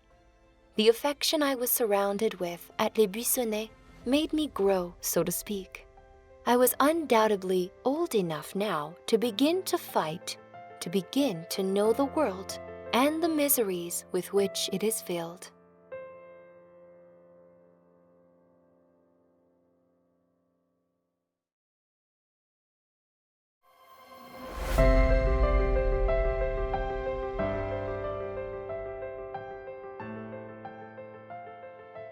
Chapter 3, Pauline enters the Carmel, 1881 to 1883, 8 years old to 10 years old. I was 8.5 years old when Léonie came out of boarding school and I replaced her at the Abbey. I have often heard it said that the time spent at boarding school is the best and sweetest in life, but it was not so for me. The 5 years that I spent there were the saddest time in my life. If I had not had my beloved Céline with me, I could not have stayed there for a single month without falling ill. The poor little flower had been accustomed to burying her fragile roots in a chosen soil made especially for her, so it seemed very hard for her to see herself in the middle of flowers of all kinds with roots that were often very indelicate. And she was obliged to find in a common soil the nutrients necessary for her sustenance. You had taught me so well, my dear mother, that when I arrived at boarding school, I was the most advanced of the children of my age. I was placed in a class of students all taller than me. There was one of them who was about 13 or 14 years old, but she was not very intelligent. Nevertheless, she knew how to impose her will on the other pupils and even on the teachers. When she saw that I was so young, almost always the first in my class, and beloved by all the nuns, she no doubt felt a jealousy that was forgivable for a teenager. She made me pay for my little successes in 1,000 different ways. With my shy and delicate nature, I did not know how to defend myself, and I was content to cry without saying anything, not even complaining to you about what I was suffering. I did not have enough virtue, however, to rise above these miseries of life, and my poor little heart was in a lot of pain. Luckily, every evening I was back with Papa at home again, so my heart blossomed. I jumped onto my king's lap, telling him the grades that I had received, and his kiss made me forget all my sorrows. With what joy I announced the result of my first composition, a composition in sacred history, where I missed getting the maximum score by only 1 point, since I didn't know the name of Moses' father. So I was the first in my class, and I wore a beautiful silver medal. To reward me, Papa gave me a nice little coin worth 4 sous. I placed it in a box, and I would put in another new coin almost every Thursday, always of the same size. It was from this box that I would draw my offerings when there were certain big feasts or when I wanted to give donations from my own purse to special collections for the propagation of the faith or other similar works. Pauline, delighted with the success of her little student, gave her a pretty hoop to encourage her to continue to be good in her studies. The poor little girl had a real need for these family joys, because without them, life at boarding school would have been too hard for her. Every Thursday afternoon was a holiday, but it wasn't like Pauline's holidays. I wasn't in the Belvedere with Papa. Rather, I was forced to play, not with my Céline, whom I always enjoyed being alone with, but with my little cousins and the little Modelonde. It was a real pain for me, because I did not know how to play like the other children, and so I was not a pleasant companion to be with. I did my best, however, to imitate them, but without much success. As a result, I became very bored by it all, especially when I had to spend a whole afternoon dancing quadrilles. The only thing I liked was to go to the park, the Garden of the Star. I was the first in everything there, picking flowers in great profusion, and since I knew how to find the prettiest ones, I excited the envy of my little companions. What pleased me was when I was alone by chance with little Marie, and since Céline Modelonde wasn't there to force her into playing ordinary games, she gave me the freedom to choose what I wanted to play, and I would choose a game that was completely new. Marie and Therese became two lonely hermits, with only a poor hut, a small wheat field, and a few vegetables to cultivate. Their lives were spent in continual contemplation, that is, one of the hermits replaced the other in prayer when it was her turn to take care of the necessities of active life. Everything was done with such an understanding, silence, and religious reverence that it was perfect. When my aunt would pick us up for a walk, our play would continue even in the street. The two hermits recited the rosary together, using their fingers so as not to expose their devotion to public curiosity. One day, however, the youngest hermit forgot herself. Having received a cake for her snack, she made a big sign of the cross before eating it, which made all the laymen of the century laugh. Cousin Marie and I always agreed. We had such similar tastes that one time our union of wills crossed the line. Coming back one evening from the abbey, I said to Marie, "Lead me. I will close my eyes." "I want to close mine too," she answered. No sooner said than done. Without any discussion, each of us followed her own will. We were on a sidewalk, so there was no danger from vehicles. After a pleasant stroll of a few minutes, having savored the delights of walking without seeing, the two little dizzy ones fell together on top of crates that were placed at the door of a store. Or rather, they tipped them over.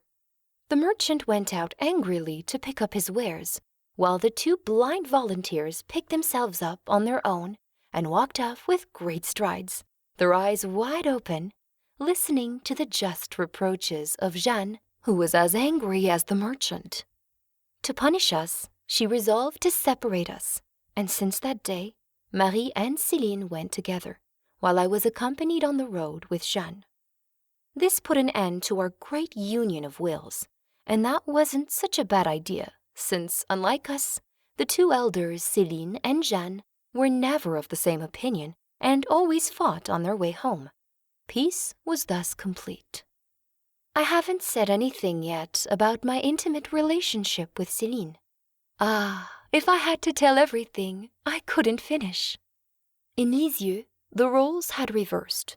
It was now Céline who had become a clever little elf, and Thérèse was no longer a sweet little girl, but prone to excessive crying. This did not prevent Céline and Thérèse from loving each other more and more. Sometimes there were little arguments, but they were not serious, and in the end, the two girls were always of the same mind. I can say that my dear little sister never caused me any trouble, but that she was like a ray of sunshine for me, always cheering me up and comforting me. Who can say with what dauntlessness she defended me at the Abbey whenever I was accused of something? She took such great care of my health that I was bothered with her at times. What did not bother me, though, was to watch her having fun. She tidied up the whole troop of our little dolls and taught them like a skillful teacher, making sure that her daughters were always good while mine were often put out of the room because of their bad behavior. She would tell me all the new things she had just learned in her class, which amused me a lot, and I looked at her as a fountain of knowledge. I had been given the title of Céline's little girl, so whenever she was angry with me, her biggest sign of dissatisfaction was to say, "You are no longer my little girl. It's over. I will always remember it." Then, all I had to do was cry like a Madeleine, begging her to look at me again as her little girl. Soon, she would kiss me and promise me not to remember anything. To console me, she would take one of her dolls and say, "My darling, kiss your aunt." One time, the doll was so eager to kiss me tenderly that her two small arms went up my nose. Céline, who had not done it on purpose, looked at me in amazement. With the doll hanging on her nose, the aunt was not long in pushing away the too tender embraces of her niece and laughing with all her heart at such a bizarre adventure. The most amusing thing was to see us buying our New Year's presents together at the bazaar. We carefully hid ourselves from each other. Having 10 sous to spend, we needed at least 5 or 6 different objects, and the contest was to see who could buy the most beautiful things. Delighted with our shopping, we looked forward to the first day of the new year so that we could give each other our magnificent presents. The one who woke up before the other would hasten to wish her a happy new year, and then we would give each other the New Year's gifts, and each of us would rave about the treasures acquired for 10 sous. These little gifts gave us almost as much pleasure as my uncle's beautiful presents. Moreover, this was only the beginning of these joys. That day, we were quickly dressed, and each one of us stood on the lookout to jump on Papa's neck. As soon as he came out of his room, there were shrieks of laughter throughout the house, and this poor little father seemed happy to see us so content. The gifts that Marie and Pauline gave to their little girls were not of great value, but they still caused them great delight. At that age, we were not blasés. Our soul in all its freshness blossomed like a flower, happy to receive the morning dew. The same breeze made our petals sway, and what gave one joy or sorrow did exactly the same to the other. Yes, our joys were held in common. I felt it well on the beautiful day of the first communion of my beloved Céline. I couldn't go to the Abbey yet because I was only 7 years old, but I kept in my heart the very sweet memory of the preparation that you, my dear mother, had Céline make. Every evening you took her on your lap and spoke to her about the great action she was about to perform. I listened eagerly to prepare myself as well, but very often you would tell me to go away because I was too little, so my heart became very heavy, and I thought that 4 years was not too long in order to prepare myself to receive the good Lord. One evening, I heard you say that from the first communion onwards, it was necessary to start a new life, and I immediately resolved not to wait for that day, but to start one at the same time as Céline. Never before had I felt as much love for her as I had felt during her 3-day retreat. For the first time in my life, I was far from her, and I was not sleeping in her bed. On that first day, having forgotten that she wasn't coming home, I had kept a small bunch of cherries that Papa had bought for me so that I might eat them with her. But when I didn't see her returning, I was very sad. Papa consoled me by telling me that he would take me to the Abbey the next day to see my Céline, and that I would give her another bunch of cherries. The day of Céline's first communion left an impression similar to mine. Waking up in the morning alone in the big bed, I felt flooded with joy. It's today! The big day has arrived! I never got tired of repeating those words. It seemed to me as if I were the one who was going to make my first communion. I believe that I received great graces that day, and I consider it one of the most beautiful days of my life. I have fallen behind a little in order to recall this delicious and sweet memory, and now I must speak of the painful ordeal that broke little Therese's heart when Jesus took away her dear mamma, her beloved Pauline. One day I had told Pauline that I would like to be a hermit, to go with her alone to a faraway desert. She answered that my desire was also hers, and that she would wait until I was old enough to leave. No doubt this was not said seriously, but little Therese had taken it seriously. So imagine how painful it was for her to hear her dear Pauline speaking with Marie one day about her upcoming entry into the Carmelite convent. I did not know what Carmel was, but I knew that Pauline was going to leave me to enter a convent. I realized that she would not wait for me, and that I was going to lose my second mother. Ah! How can I express the anguish of my heart? In an instant, I understood what life was.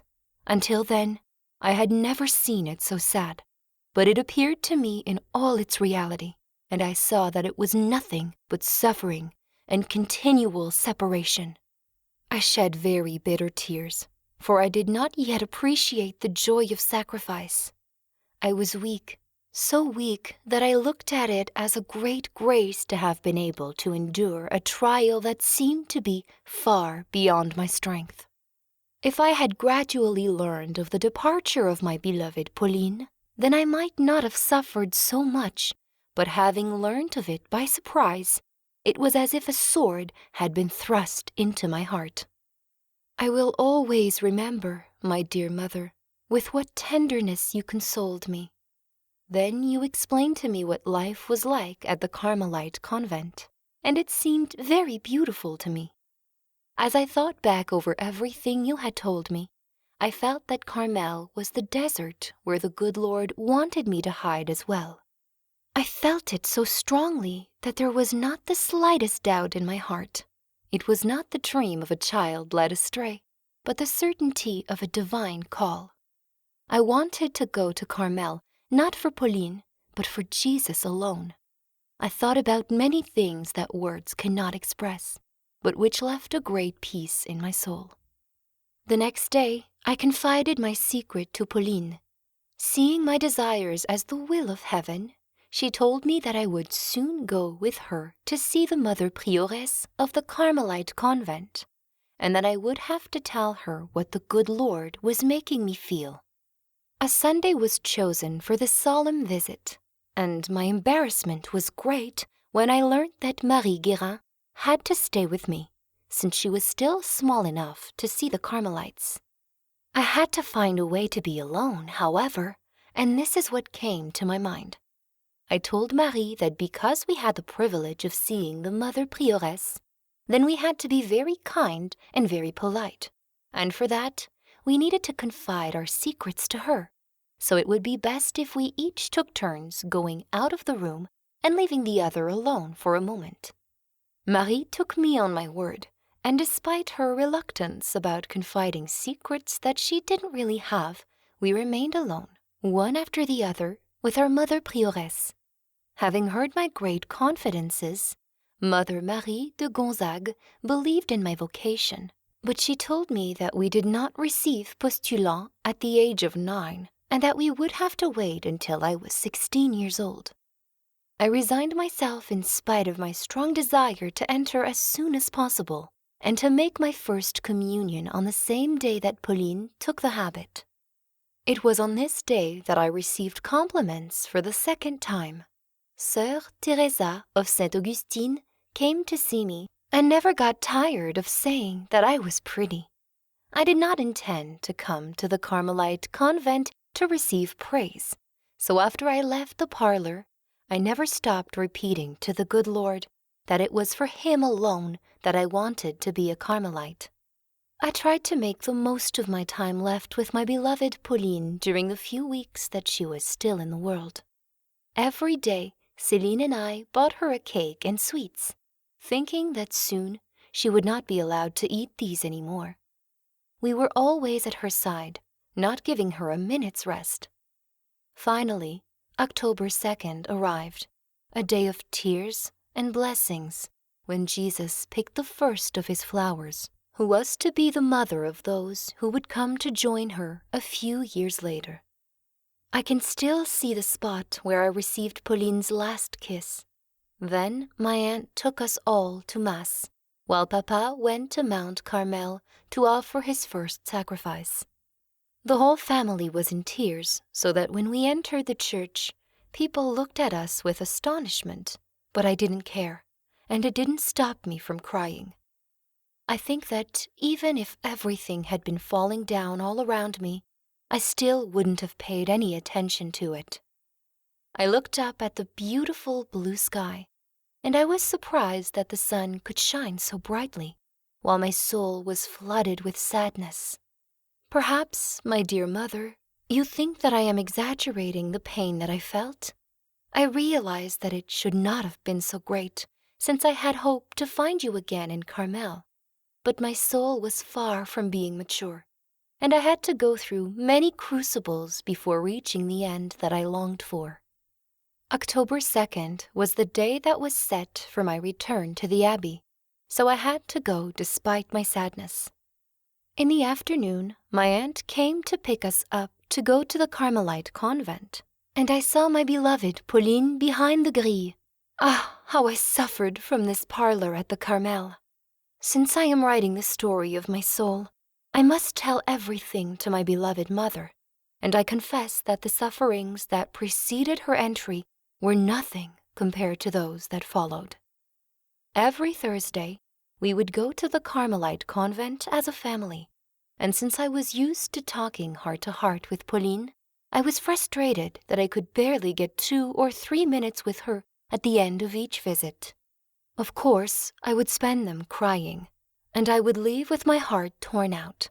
I did not understand that it was out of respect for my aunt that you directed your words towards Jeanne and Marie instead of talking to your little girls. I did not understand, and I said in the depths of my heart, "Pauline is lost to me." It's surprising to see how my spirit developed in the midst of suffering. It developed to such an extent that it was not long before I became ill.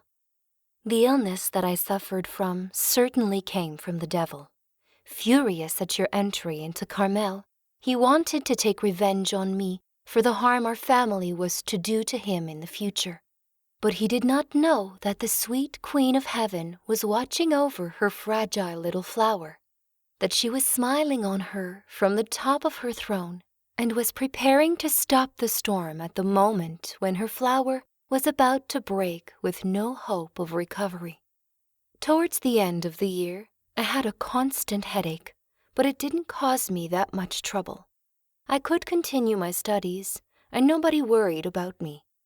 This lasted until the Easter feast of 1883.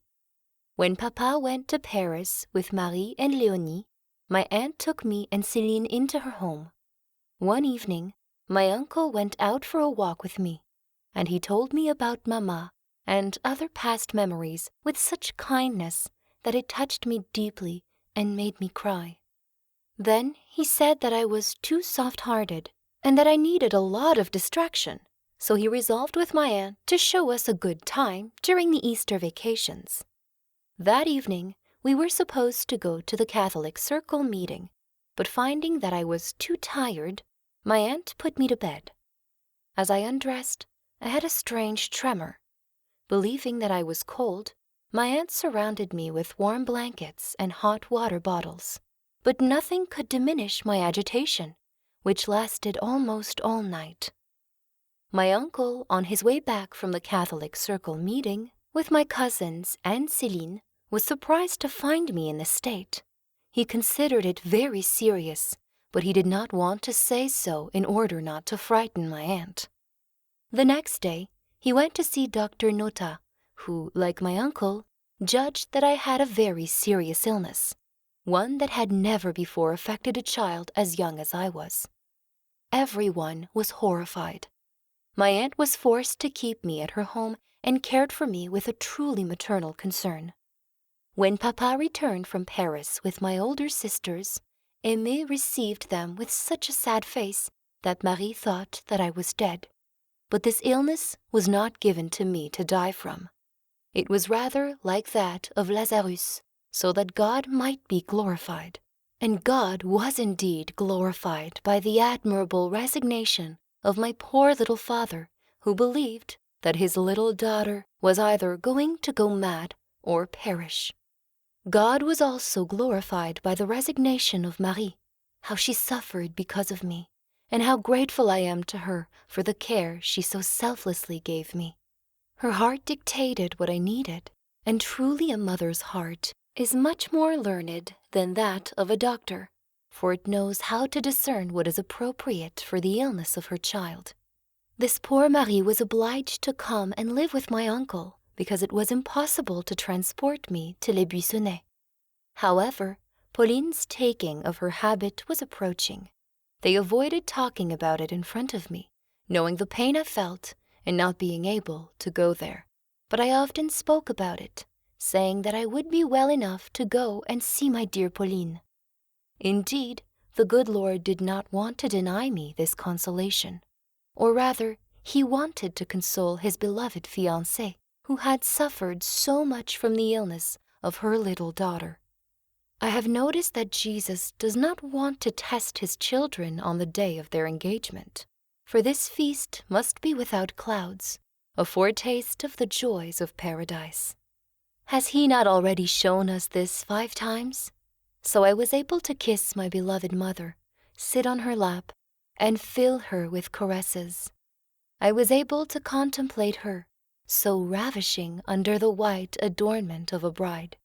Ah, it was a beautiful day in the middle of my dark ordeal, but this day passed quickly.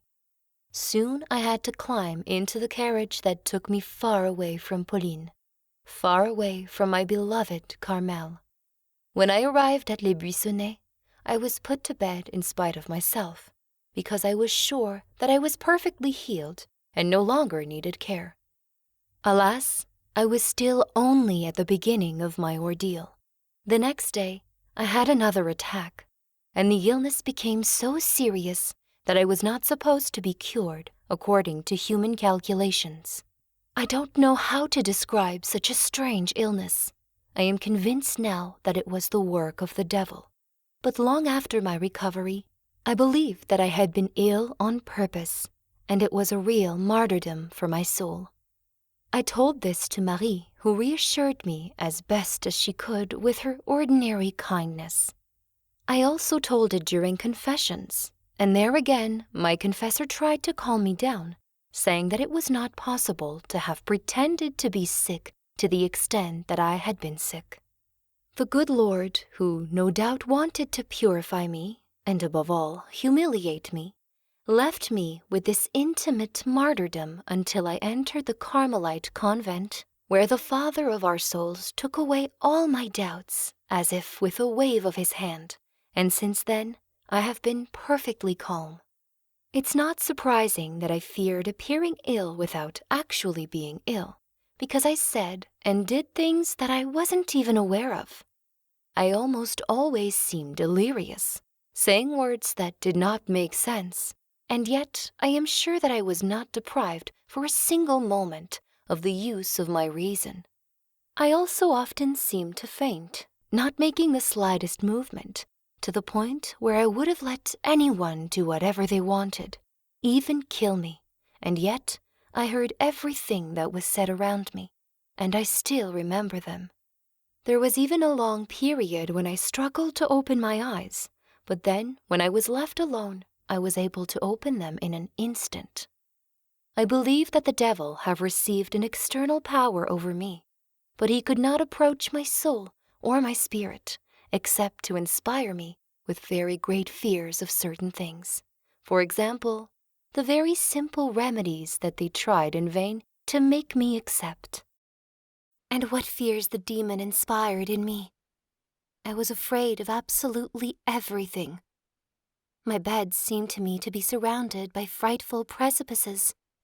Certain nails fixed to the wall of the room, took in my eyes the terrifying image of big black charred fingers and made me throw cries of terror. One day, while Papa was looking at me in silence, his hat that he was holding in his hand suddenly changed into an indescribably horrible shape, and I showed such great fear that poor Papa left sobbing. But even though the good God allowed the devil to come near me, he also sent me visible angels. Marie was always by my bed, nursing and consoling me with the tenderness of a mother. She never gave witness to the slightest boredom, and yet I gave her a lot of trouble, not allowing her to leave my sight. Even when she had to go and eat her meals with Papa, I still kept calling for her all the time she was gone. Victoire, who also looked after me, was sometimes obliged to go and fetch my dear Mama, as I used to call her. When Marie wanted to leave the house, it had to be either to attend Mass or to go see Pauline, and only then would I remain quiet. My uncle and aunt were good to me as well. My dear little aunt came to see me every day and brought me 1,000 treats. Other friends of the family also came to visit me, but I begged Marie to tell them that I didn't want any visitors. I didn't like to see people sitting around my bed like a row of onions and looking at me as though I were a strange beast. The only visit I liked was from my uncle and aunt.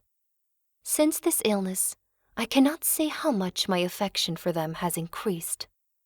I understood better than ever before that they were not just ordinary relatives to us. Ah, that poor little father was quite right when he often repeated the words that I have just written. Later on, he was to experience that he had not been mistaken, and so now from heaven he ought to protect and bless those who gave him such devoted care. I am still exiled on earth and do not know how to show my gratitude. I have only one way to ease my heart. Pray for the relatives whom I love, who were and still remain so good to me. Léonie was good to me as well. She tried to amuse me as much as she could. I sometimes made her feel bad because she could see that Marie could not be replaced by anyone. And my beloved Céline, what did she not do for her Therese? On Sundays, instead of going out for a walk, she would come and lock herself up for hours on end with a poor little girl who was like an idiot. She really must have loved me so as to not run away from me. Ah, my dear little sisters, how I made all of you suffer. No one had ever caused you as much pain as I, and no one had ever received as much love as you gave me. Fortunately, I will have heaven to avenge myself. My husband is very rich, and I will draw from his treasures of love in order to return to you 100 times all that you have suffered because of me. My greatest consolation while I was sick was to receive a letter from Pauline. I read and reread it until I knew it by heart. Once, my dear mother, you sent me an hourglass and one of my dolls dressed as a Carmelite. My joy was boundless, but Uncle wasn't happy. He said that instead of making me think of Carmel, it would be better if it was taken out of my mind. On the contrary, I am convinced that it was the hope of one day being a Carmelite that kept me alive. My pleasure was to work for Pauline. I made small works for her out of Bristol paper, and my biggest occupation was to make daisy and forget-me-not crowns for the Blessed Virgin. It was the beautiful month of May, and all of nature was adorned with flowers and exuded gaiety. Only the little flower languished and seemed to wither forever. However, she had a son near her.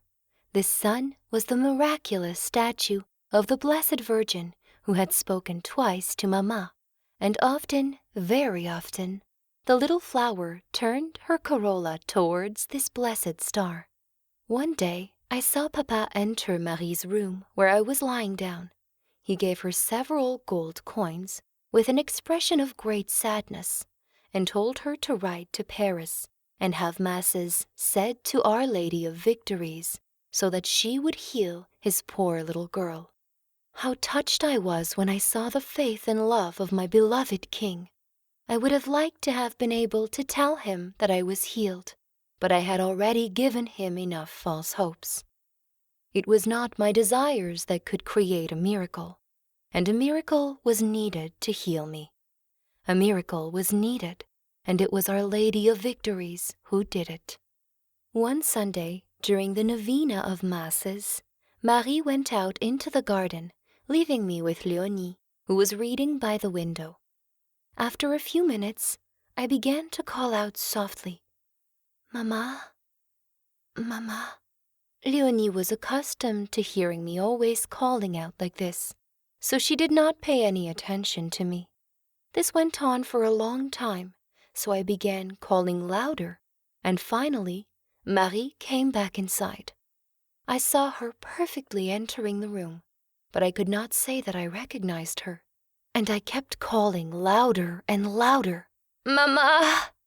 I was suffering a lot from this forced and inexplicable struggle, and perhaps Marie suffered even more than I did. After several futile attempts to show me that she was by my side, she turned to Léonie, said a word to her, and disappeared pale and trembling. My little Léonie soon carried me to the window. There, I saw Marie in the garden, but I still did not recognize her. She was walking slowly, holding out her arms to me, smiling at me, and calling to me in her most tender voice, "Thérèse, my little Thérèse." This last attempt did not succeed. My beloved sister knelt down near my bed with Léonie and Céline.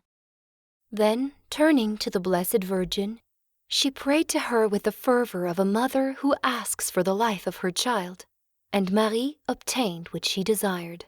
Finding no help on earth, poor little Thérèse had also turned to her mother in heaven. She prayed with all her heart that she might have mercy on her at last. Suddenly, the Blessed Virgin appeared beautiful to me, so beautiful that never had I seen anything so attractive. Her face breathed an ineffable kindness and tenderness, but what penetrated me to the depths of my soul was the ravishing smile of the Blessed Virgin. Then all my sorrows vanished. 2 big tears gushed from my eyelids and flowed silently down my cheeks. But they were tears of pure joy. Ah, I thought, the Blessed Virgin smiled at me. How happy I am! But I will never tell anyone, because then my happiness would disappear. Without any effort, I lowered my eyes, and I saw Marie looking at me with love. She seemed moved, and must have suspected the favor that the Blessed Virgin had granted me. Ah, it was indeed to her and to her touching prayers that I owed the grace of the Queen of Heaven's smile. Seeing my gaze fixed on the Blessed Virgin, she cried out to herself, "Thérèse is healed!" Yes, the little flower was going to be reborn to life. The luminous ray that had warmed her up was not to stop its favors.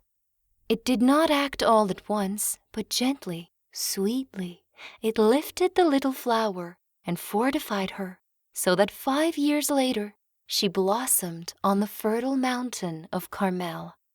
As I said, Marie had guessed that the Blessed Virgin had granted me some hidden grace, so when I was alone with her, she wondered what I had seen, and I couldn't resist her questions that were so tender and pressing.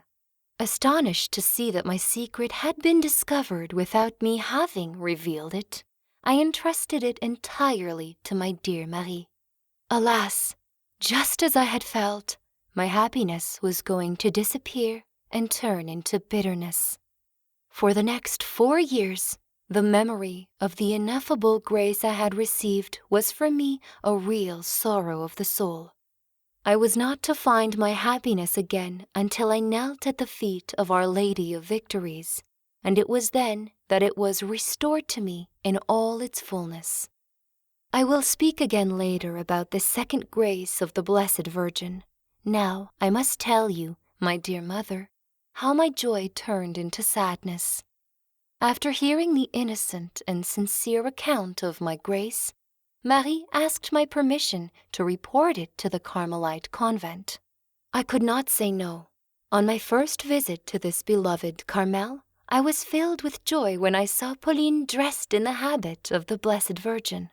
It was a very sweet moment for both of us. There were so many things to say to each other that I couldn't say anything at all. My heart was too full. The good Mother Marie de Gonzague was there too, giving me 1,000 signs of affection. I saw the other sisters, and before them, I was questioned about the grace that I had received.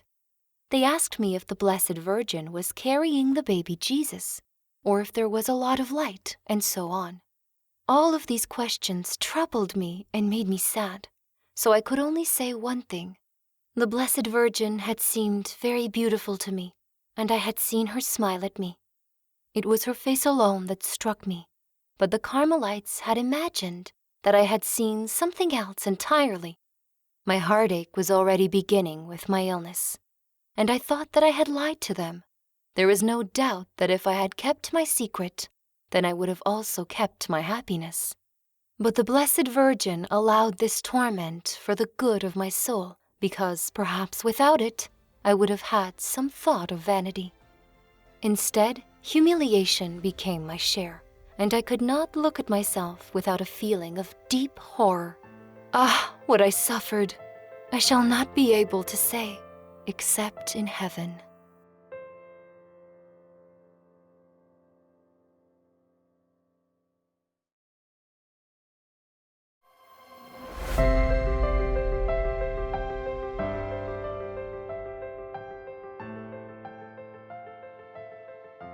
Chapter 4, First Communion and Confirmation, 1883 to 1886, 10 years old to 13 years old.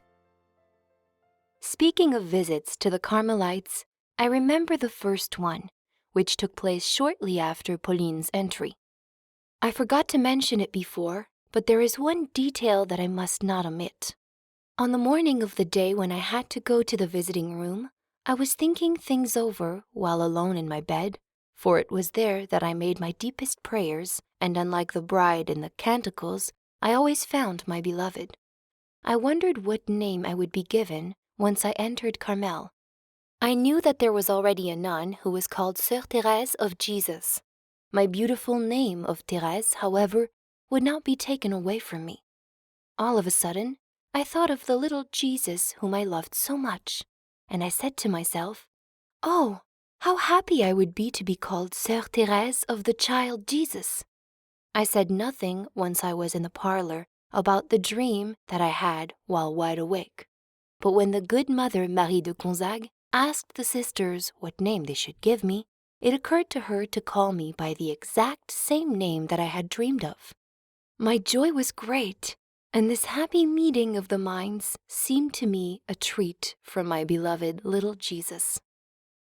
I have forgotten some small details of my childhood that happened before you entered the Carmelite convent. I have not told you, for instance, about my love for sacred images and reading. And yet, my dear mother, I owe one of the sweetest joys and strongest impressions that excited me to the practice of virtue to the beautiful sacred images that you showed me as a reward. I would forget the hours as I looked at them. For example, the little flower of the divine prisoner told me so many things that I ended up becoming deeply immersed in it. Seeing that Pauline's name was written at the bottom of the little flower, I wished that Therese's name was there as well, and I offered myself to Jesus to be his own little flower. I didn't know how to play games, but I loved reading, and I would have spent my life doing it. Fortunately, I had angels of the earth to guide me, and they were the ones who chose books for me that, while entertaining, also nourished my heart and mind. And then, I could only spend a certain amount of time reading, which was the cause of great sacrifices, since I was often interrupted while in the middle of the most enticing passage. This attraction to reading lasted until I entered Carmel, To say how many books passed through my hands would not be possible, but the good Lord never allowed me to read a single one that could hurt me. It's true that when I read some of the stories of chivalry, I didn't always understand at that moment the realities of life, but soon the good Lord made me feel that true glory is that which will last forever, and in order to achieve it, it was not necessary to do glorious works, but rather to hide oneself and practice virtue, so that the left hand would not know what the right hand was doing. Thus, when reading the accounts of the patriotic actions of the French heroines, especially those of Venerable Joan of Arc, I had a great desire to imitate them. It seemed that I felt in me the same ardor with which they were animated, the same celestial inspiration. Then I received a grace that I have always considered as one of the greatest of my life, because at that age I did not yet have the lights that I am now flooded with. I thought I was born for glory, and looking for the way to achieve it. The good Lord inspired the feelings I have just written. He also made me understand that my own glory would not be visible to mortal eyes, that it would consist in becoming a great saint. This desire might seem foolhardy considering how weak and imperfect I was then, and how weak and imperfect I still am right now, even after 7 years in the religious life. Yet, I still feel the same bold confidence to become a great saint, for I do not count on my own merits since I have none, but rather I put my hopes in Him, who is virtue and holiness itself. Only He, who is satisfied with my feeble efforts, will raise me up to Himself, and covering me with His infinite merits, will make me a saint. I didn't think then that I would have to suffer much to reach holiness, but the good Lord soon showed me that this was the case by sending me the trials that I have told you about before. Now I have to take up my story again from the point where I left it. 3 months after my recovery, Papa took us on a trip to Alençon. It was the first time I went back there, and my joy was great when I saw once again the places where I had spent my childhood, and especially when I was able to pray at Mama's grave and ask her to protect me always. The good Lord gave me the grace of knowing the world just enough for me to despise it and separate myself from it. I would say that it was during my stay in Alençon that I made my first entrance into the world. Everything was joy and happiness around me. I was celebrated, pampered, and admired.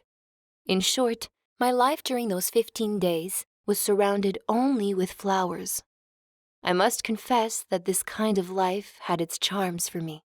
Wisdom is quite right when she said that the fascination of wickedness obscures what is good, and roving desire perverts the innocent mind. At the age of 10, the heart is easily dazzled, so I see it as a great grace not to have stayed in Alençon. The friends that we had there were too worldly. They knew too well how to combine the joys of the earth with the service of the good Lord. They did not think enough about death, and yet death came to collect many people whom I knew, the young, the rich, and the happy. Sometimes I like to revisit in my mind all those enchanting places where they used to live, and I ask myself, where are those people now? What happened to the castles and parks that they owned where I once saw them enjoying the luxuries of life? And I see that all was vanity and a chasing after the wind, and there was nothing to be gained under the sun, and that the only good is to love God with all your heart and to be poor in spirit here below. Perhaps Jesus wanted to show me the world before He would make His first visit to me, so that I would choose freely the path I was to promise Him to follow. The time of my first communion has remained engraved in my heart like a memory without clouds. It seems to me that I could not have been better disposed to receive Him than I was, and all my heartache left me for almost a year. Jesus wanted to make me taste as perfect a joy as is possible in this valley of tears. Do you remember, my dear mother, the lovely little book that you made for me 3 months before my first communion? It helped me prepare my heart in a sustained and thorough way. I had already been preparing my heart for a long time, but I had to give it a new impulse, to fill it with new flowers, so that Jesus could rest in it with pleasure. Every day, I did a great number of practices that formed so many flowers. I even did more than the daily aspirations that you had written in my little book, and these acts of love formed the flower buds. Every week, you wrote me a nice little letter, which filled my soul with deep thoughts and helped me to practice virtue. It was a consolation for your little girl, who had made such a great sacrifice by accepting the reality that she was not going to be prepared every night on your lap, as her dear Céline had been. It was Marie who replaced Pauline for me. I would sit on her lap, and there I would listen eagerly to what she was telling me. It seemed to me that all her heart, so big, so generous, was passing through me. As illustrious warriors teach their children the profession of arms, so Marie spoke to me of the battles of life, of the prize given to the victorious. Marie also spoke to me of the immortal riches that is easy to amass each day, and the misfortune of passing by without wanting to take the trouble of reaching out your hand to receive them. Then she showed me the way to be holy by fidelity to the smallest things. She also gave me a little leaflet called Of Renunciation that I meditated on with delight. Ah, how eloquent she was, my dear godmother! I would have loved not to be alone when hearing her profound teachings. I felt so touched that, in my naivety, I believed that the greatest sinners would have been touched just like me, and that they would have left all their perishable riches behind and would have wanted to gain only those of heaven. At that time, no one had yet taught me how to pray mentally. I wanted to learn, but Marie, finding me rather pious, would only let me say my prayers orally. One day, one of my mistresses at the abbey asked me what I did on my vacation days when I was alone. I told her that I went to an empty space behind my bed, which was easy for me to seal off with the curtain, and that it was there where I thought. "But what are you thinking about?" she said. "I'm thinking about God, about life, about eternity." "Well, I'm thinking." The good nun laughed a lot at me. Later on, she liked to remind me of the time when I thought, and she wondered if I was still thinking. I understand now that I was praying mentally without knowing it, and that already the good Lord was teaching me in secret. The 3 months of preparation passed quickly, and soon I had to go on retreat. For this, I had to become a boarder sleeping at the abbey. I cannot express what a sweet memory this retreat left me with. If I suffered a lot during my time at boarding school, then I was largely repaid by the ineffable happiness of those few days spent waiting for Jesus. I don't think one can taste this joy anywhere else other than in religious communities. The number of children was small, so it was easy to give each child particular attention, and our mistresses were really providing us with their maternal care at that time. They took even more care of me than the others. Every evening, the first mistress would come with her little lantern to kiss me in my bed and show me great affection. One night, touched by her kindness, I told her that I was going to confide a secret to her. Mysteriously pulling out my precious little book that was under my pillow, I showed it to her, my eyes shining with joy. In the morning, I thought it was very nice to see all the students waking up together so early, and we all did the same routine. However, I wasn't used to washing myself. Marie was not there to curl my hair, so I was obliged to go timidly to the mistress in charge of the dressing room and present my comb to her. She laughed when she saw a big girl of 11 years old not knowing how to take care of herself. She combed me, nevertheless, but not as gently as Marie.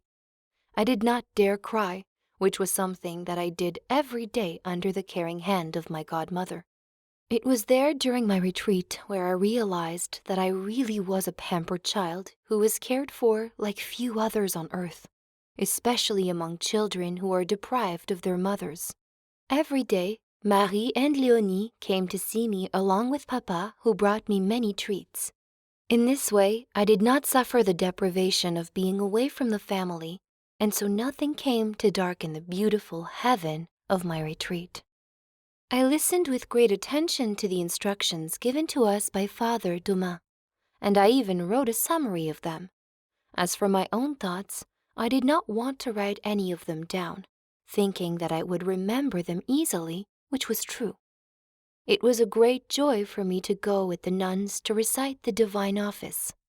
I stood out in the midst of my companions because of a large crucifix that Léonie had given me, which I held in my cincture like a missionary. This crucifix was the envy of the nuns, who thought that I wanted to imitate my Carmelite sister by wearing it. Ah, it was indeed towards her that my thoughts went. I knew that my Pauline was also in retreat like me, not so that Jesus would give himself to her, but so that she could give herself to Jesus. The solitude spent in waiting for him was doubly dear to me for this reason. I remember that one morning when I was sent to the infirmary because I was coughing a lot. Since my illness, my mistresses paid a lot more attention to me, and if they noticed that I had a slight headache, or if they saw me paler than usual, then they sent me to the infirmary to get some fresh air or rest. I saw my beloved Céline enter the abbey. She had obtained permission to come and see me, in spite of the retreat, to give me a sacred image that pleased me very much. It was the little flower of the divine prisoner. Oh, how sweet it was for me to receive this souvenir from Céline's hand. How many thoughts of love have I not experienced because of her? On the eve of the great day, I received absolution for the second time. My general confession left a great peace in my soul, and the good Lord did not allow the slightest cloud to disturb it. In the afternoon, I asked forgiveness from the whole family who came to see me, but I could only speak through my tears. I was too moved. Pauline was not there. However, I felt that she was close to me in my heart. She had sent me a beautiful sacred image through Marie. I never got tired of admiring it and making everyone else admire it. I had written to the good Father Pichon to recommend me to his prayers, also telling him that soon I would be a Carmelite and that he would then be my director. This is indeed what happened 4 years later, since it was in the Carmelite convent that I opened my soul to him.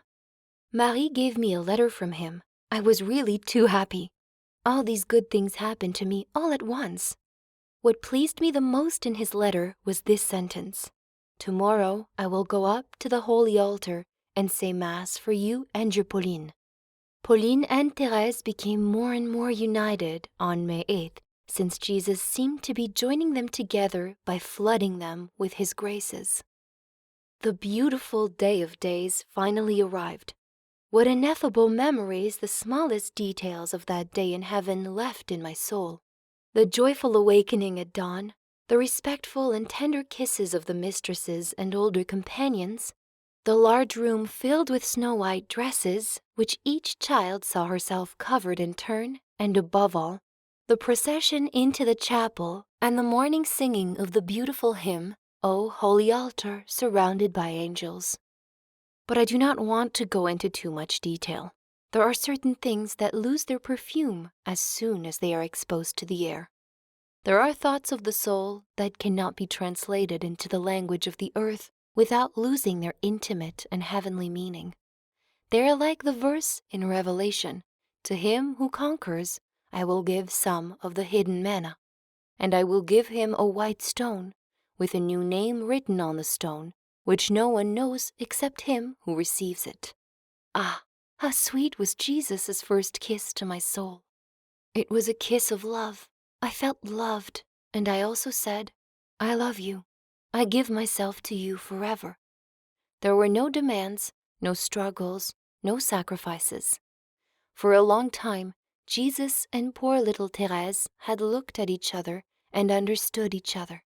That day, it was no longer a look, but a fusion. They were no longer two.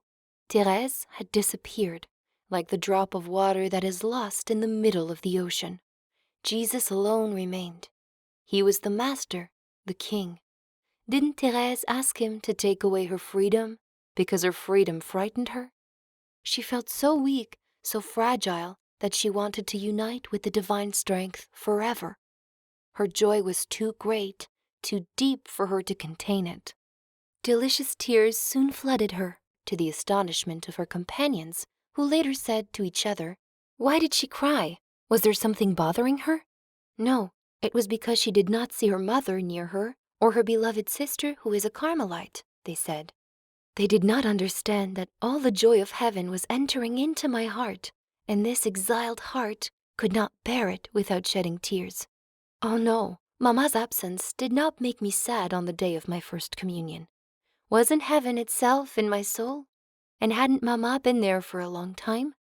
So when I received the visit of Jesus, I also received the visit of my beloved mother, who blessed me and rejoiced in my happiness. I did not mourn Pauline's absence.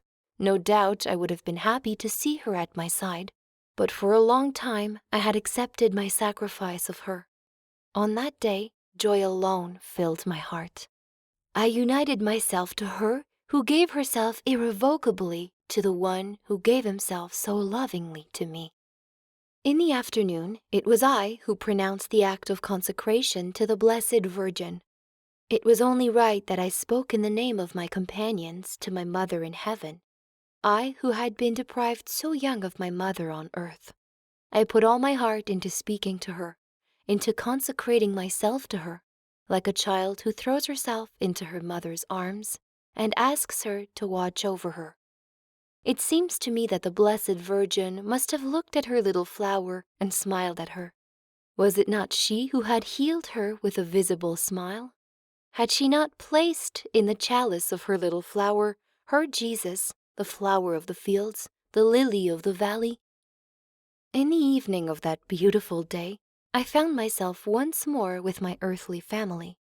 Already in the morning after the Mass, I had embraced Papa and all my dear relatives, but now this was the real reunion, and Papa took the hand of his little queen and brought her to Carmel. Then I saw my Pauline, who had become the bride of Jesus. I saw her with her veil as white as mine and her crown of roses. Ah, my joy was without any bitterness. I hoped to join her soon and await heaven with her. I was not indifferent to the family feast that took place on the evening of my first communion. The beautiful watch that my king gave me was a great pleasure, but my joy was quiet, and nothing disturbed my intimate peace. Marie took me with her into her room on the night following that beautiful day, for the most radiant days are followed by darkness. Only the day of the first, the unique, the eternal communion of heaven will be endless. The day after my first communion was another beautiful day, but it was full of melancholy. The beautiful dress that Marie had brought me, all the gifts that I had received, did not fill my heart. Only Jesus could satisfy me, and I yearned for the moment when I could receive him a second time. About a month after my first communion, I went to confession for the Feast of the Ascension, and I dared to ask permission to receive Holy Communion again. Against all hope, the abbot allowed me to do so, and I had the joy of kneeling at the holy table between Papa and Marie. What sweet memories I have of this second visit of Jesus! My tears still flowed with an ineffable sweetness. I kept repeating to myself these words of St. Paul, "It is no longer I who live, it is Jesus who lives in me." Since that communion, my desire to receive the good Lord became greater and greater, and I obtained permission to do so at all the major feasts. On the eve of those happy days, Marie would take me on her knees and prepare me, as she had done for my first communion.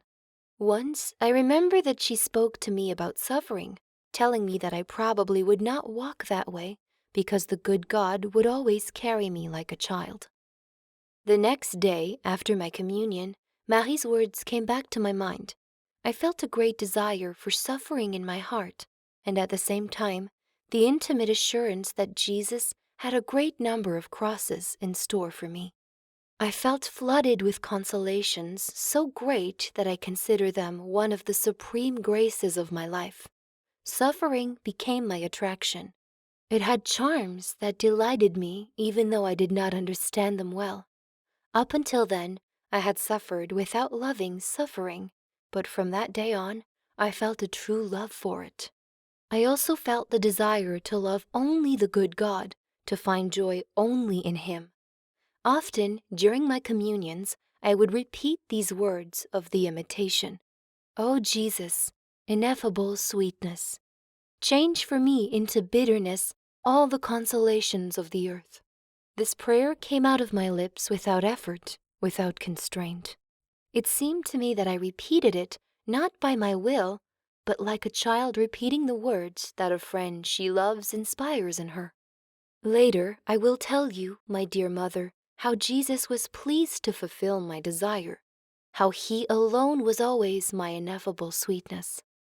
If I told you about it right now, then I would be obliged to anticipate the time of my life as a young girl, but I still have many details to give about my life as a child. Shortly after my first communion, I entered again into another retreat for my confirmation. I had prepared myself with great care to receive the visit of the Holy Spirit. I did not understand why one does not pay great attention to the reception of this sacrament of love. Ordinarily, there was only 1 day's retreat for confirmation, but since the bishop could not come on the appointed day, I had the consolation of 2 days of solitude.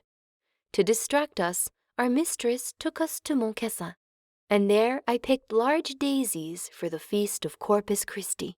Ah, how joyful my soul was! Like the apostles, I waited with happiness the visit of the Holy Spirit.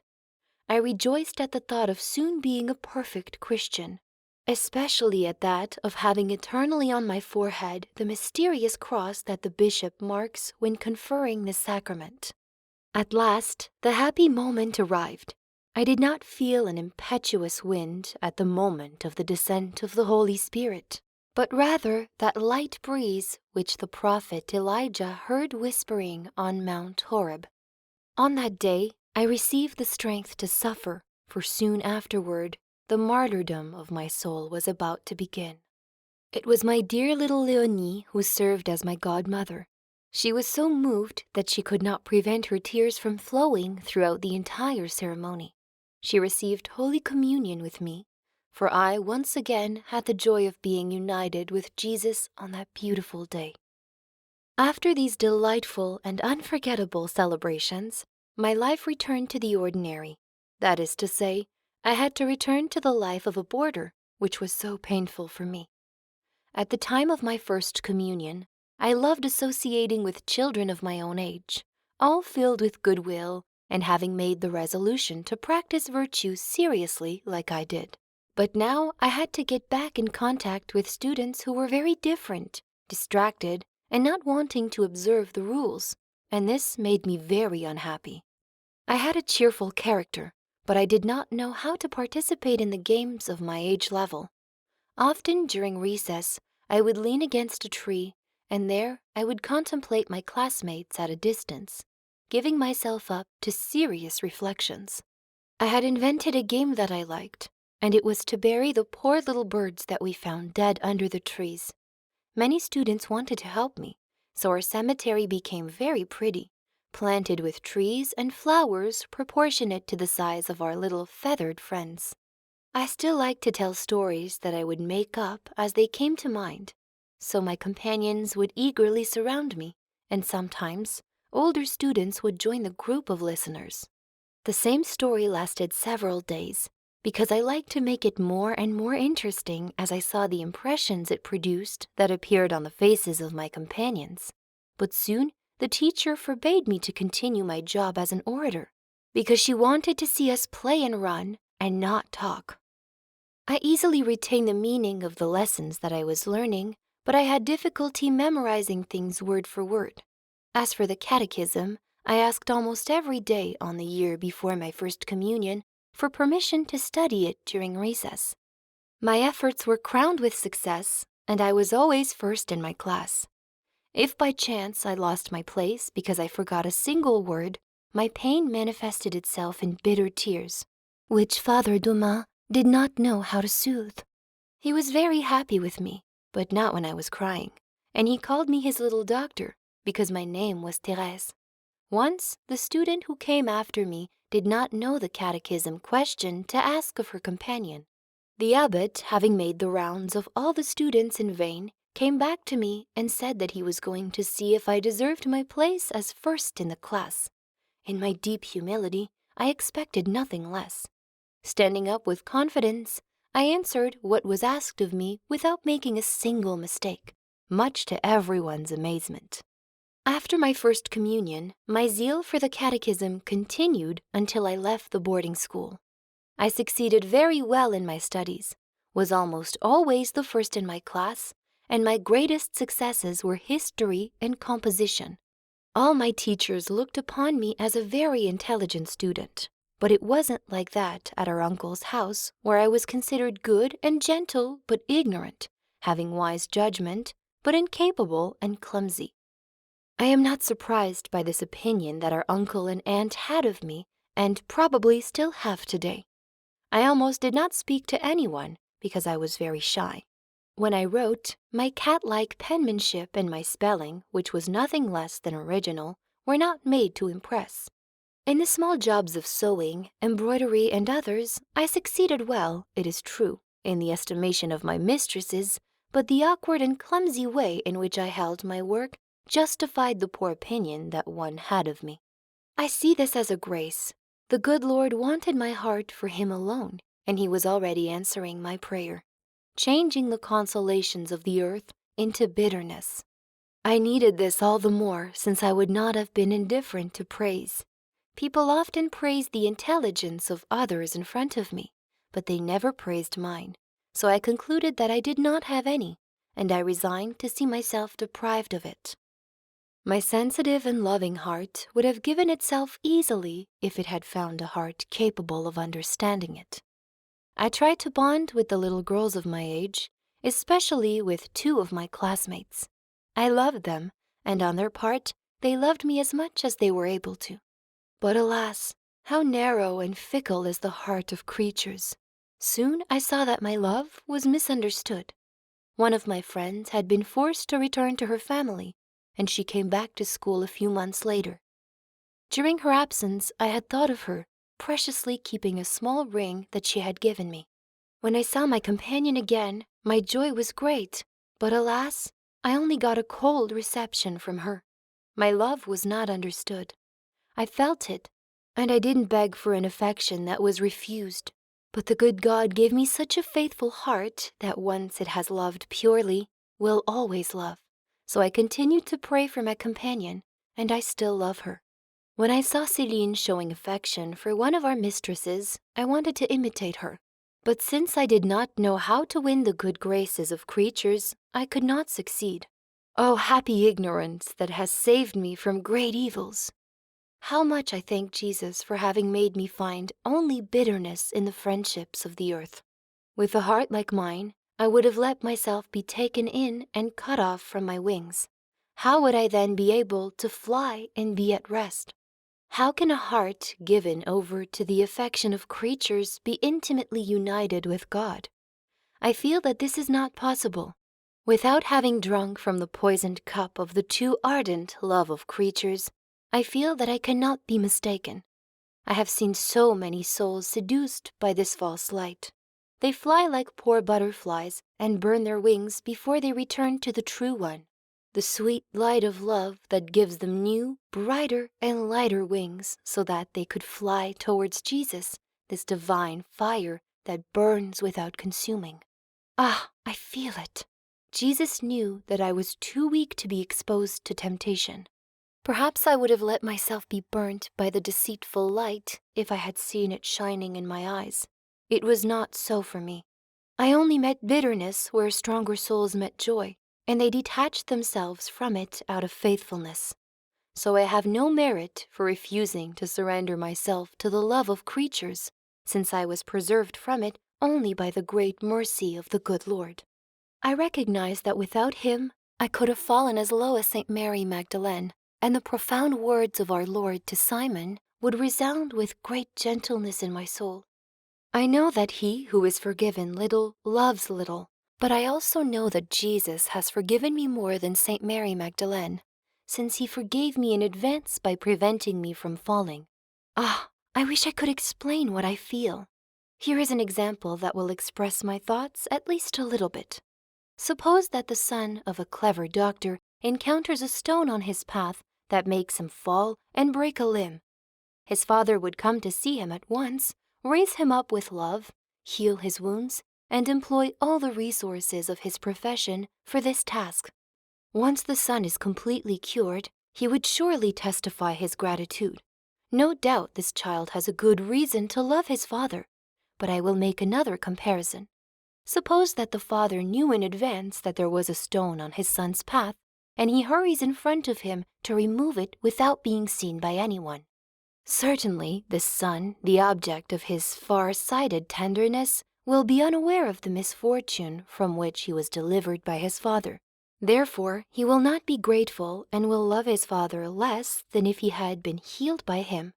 However, if the son later finds out about the danger from which his father helped him escape, will he not love him even more? Well, I am this son. I am the object of the far-sighted love of a father who did not send his word to redeem the righteous, but the sinners. He wants me to love him because he has forgiven me not much but all. He did not expect me to love him like Saint Mary Magdalene, but rather he wanted me to know how much he loves me with a love of ineffable foresight, so that now I will love him unto folly. I have heard it said that there doesn't exist a pure soul who loves more than a repentant soul. Ah, how I wish to demonstrate that this statement is a lie. I realize that I have wandered very far from the subject, so I will hasten to get back to it. The year that followed my first communion passed almost entirely without any inner trial for my soul. It was during my second communion retreat, however, that I was assailed by the terrible disease of scruples. One has to go through this martyrdom in order to understand it well. To express how much I suffered for a year and a half would be impossible for me. All my simplest thoughts and actions became for me a subject of trouble. I had no rest until I told Marie, which cost me a lot, because I thought I was obliged to tell her the absurd thoughts that I had even about herself. As soon as my burden was laid down, I tasted a moment of peace, but this peace passed like a flash of lightning, and soon my martyrdom began again. How much patience did it take my dear Marie to listen to me without ever showing any annoyance? No sooner had I returned from the abbey when she would begin to curl my hair in preparation for the next day, because every day, in order to please Papa, the little queen needed to have curly hair, much to the great surprise of her companions, and especially the mistresses, who were not used to seeing children so pampered by their parents. During the sessions with Marie, I never stopped crying while telling her all my scruples. At the end of the year, Céline, having finished her studies, came back home, and poor Therese was forced to go to school all alone. She soon fell ill, because the only charm that kept her in boarding school was to be with her inseparable Céline. Without Céline, her little girl could never stay there. So I left the abbey at the age of 13 and continued my education with Madame Papineau. She was a very good and well-educated person, but she looked a bit like an old maid. She lived with her mother, and it was charming to see the little household they made together, all three of them, because the cat was considered a member of their family, and I had to put up with its purring on my notebooks and even admiring its pretty face. I had the advantage of living within the intimacy of the family. Since Le Buissonnet was too far away for the slightly old legs of my mistress, she had asked me to come and take my lessons at her place. When I arrived, I usually found only the old lady Cochin, who looked at me with her big, clear eyes, and then called out in a calm and sentimental voice, "Madame Papineau, Mademoiselle Therese is here." Her daughter answered promptly in a childish voice, "Here I am, Mama." And soon the lesson began.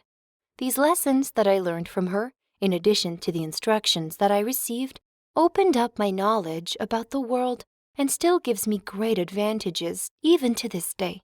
Who would have believed it? In this antique furnished room, surrounded by books and notebooks, I was often present at the visits of all kinds of people, priests, ladies, young girls, etc. Madame Cochin did as much as possible to take on the burden of the conversation in order to let her daughter teach me the lesson without any interruptions, but on those days I didn't learn very much.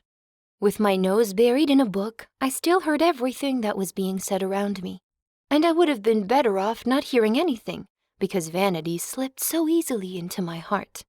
One lady said that I had beautiful hair. Another, who was in the process of leaving, thought that she was out of earshot and asked who the pretty girl was. These words, all the more flattering since they were not said in front of me, left in my soul an impression of pleasure that clearly showed me how full of self-love I was. Oh, how I feel compassion for souls who are lost.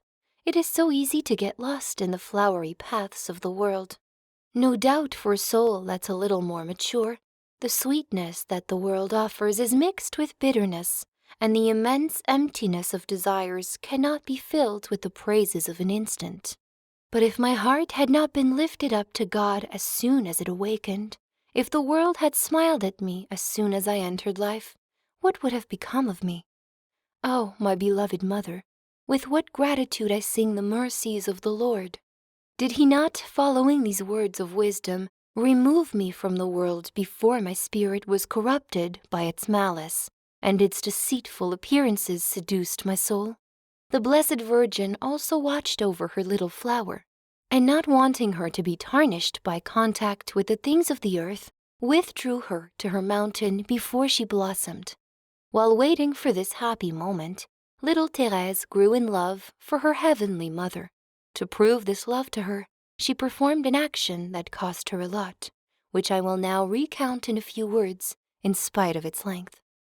Almost as soon as I entered the abbey, I was received into the association of the holy angels. I very much liked the devotional practices that it imposed on me, since I had a special attraction to pray to the blessed spirits of heaven, especially to the one whom the good Lord gave to be the companion of my exile. Some time after my first communion, the ribbon of the aspirant to the children of Mary replaced that of the holy angels, but I left the abbey without being received into the association of the Blessed Virgin. Because I had departed before completing my studies, I was not allowed to enter as a former pupil. I confess that this privilege did not excite my desire, but thinking that all my sisters had been children of Mary, I feared that I would be less a child of my heavenly mother than they were. So I humbly, in spite of what it cost me, asked permission to be received into the association of the Blessed Virgin at the abbey. The first mistress did not want to refuse me, but she made it a condition that I would return 2 days a week in the afternoon to show that I was worthy of admission. Far from pleasing me, this permission cost me a great deal. Like the other former students, I did not have a mistress with whom I was on friendly terms and could go and spend several hours with. Instead, I was content to go and greet her and then work in silence until the end of the lesson. No one paid any attention to me, so I went up to the chapel's gallery and remained in front of the Blessed Sacrament until the moment when Papa came to pick me up. That was my only consolation. Wasn't Jesus my only friend? I knew how to speak only to him. Conversations with creatures, even pious conversations, tired my soul. I felt that it was better to talk to God than to talk about God, because there is so much self-love mixed in spiritual conversations. It was really for the Blessed Virgin alone that I came to the abbey. Sometimes I felt lonely, very lonely. As in the days of my life as a boarder, when I walked sad and sick in the big courtyard, I repeated these words that always revived peace and strength in my heart. Life is your ship and not your home. When I was a child, these words gave me courage. Even now, despite the years that have passed that made so many impressions of childlike piety disappear, the image of the ship still charms my soul and helps it to bear the exile. Doesn't wisdom also say that life is like a ship that splits the restless waves and leaves no trace of its rapid passage? When I think of these things, my soul plunges into the infinite. It seems to me that it has already touched the eternal shore, and I am receiving the embraces of Jesus. I think I see my Heavenly Mother coming to meet me with Papa, Mama, and the 4 little angels. I believe I am finally enjoying a true and eternal family life forever. Before seeing the family reunited in the Father's home in heaven, however, I had to go through many separations. The year I was received as a child of the Blessed Virgin, she took my dear Marie, the only support of my soul. It was Marie who guided me, comforted me, and helped me to practice virtue. She was my only oracle. No doubt, Pauline had remained long before in my heart, but Pauline was far, far away from me. I had suffered martyrdom getting accustomed to living without her, to see impassable walls between her and myself. But finally, I had to recognize the sad reality. Pauline was lost to me, almost as if she had died. She still loved me and prayed for me, but in my eyes, my beloved Pauline had become a saint who could no longer understand the things of the earth. And if she had known the miseries of her poor Therese, then they would have astonished her and prevented her from loving Therese as much as she did. Moreover, even though I would have liked to entrust my thoughts to her as I had at Les Buissonnets, I could not have done so, because the visits to Carmel were only for Marie. Céline and I were only allowed to come at the end, just to have enough time to hold our broken hearts together. So I really only had Marie. She was, so to speak, indispensable to me. I only told her my scruples, and I was so obedient that my confessor never knew about my ugly illness. I only told him the number of sins that Marie had allowed me to confess, not one more, so that I could have passed for being the least scrupulous soul on earth, even though I was scrupulous to the highest degree. So Marie knew everything that was going on in my soul. She also knew about my desires to be a Carmelite, and I loved her so much that I could not have lived without her. Our aunt invited us every year to come one after the other to her house in Trouville. I would have loved to go there, but only with Marie. When I didn't have her with me, I was very bored. Once, however, I did have fun in Trouville. It was the year of Papa's trip to Constantinople. To distract us a little, because we were very sad to know that Papa was so far away, Marie sent Céline and me to spend 15 days by the sea. I had a lot of fun there because I had my Céline.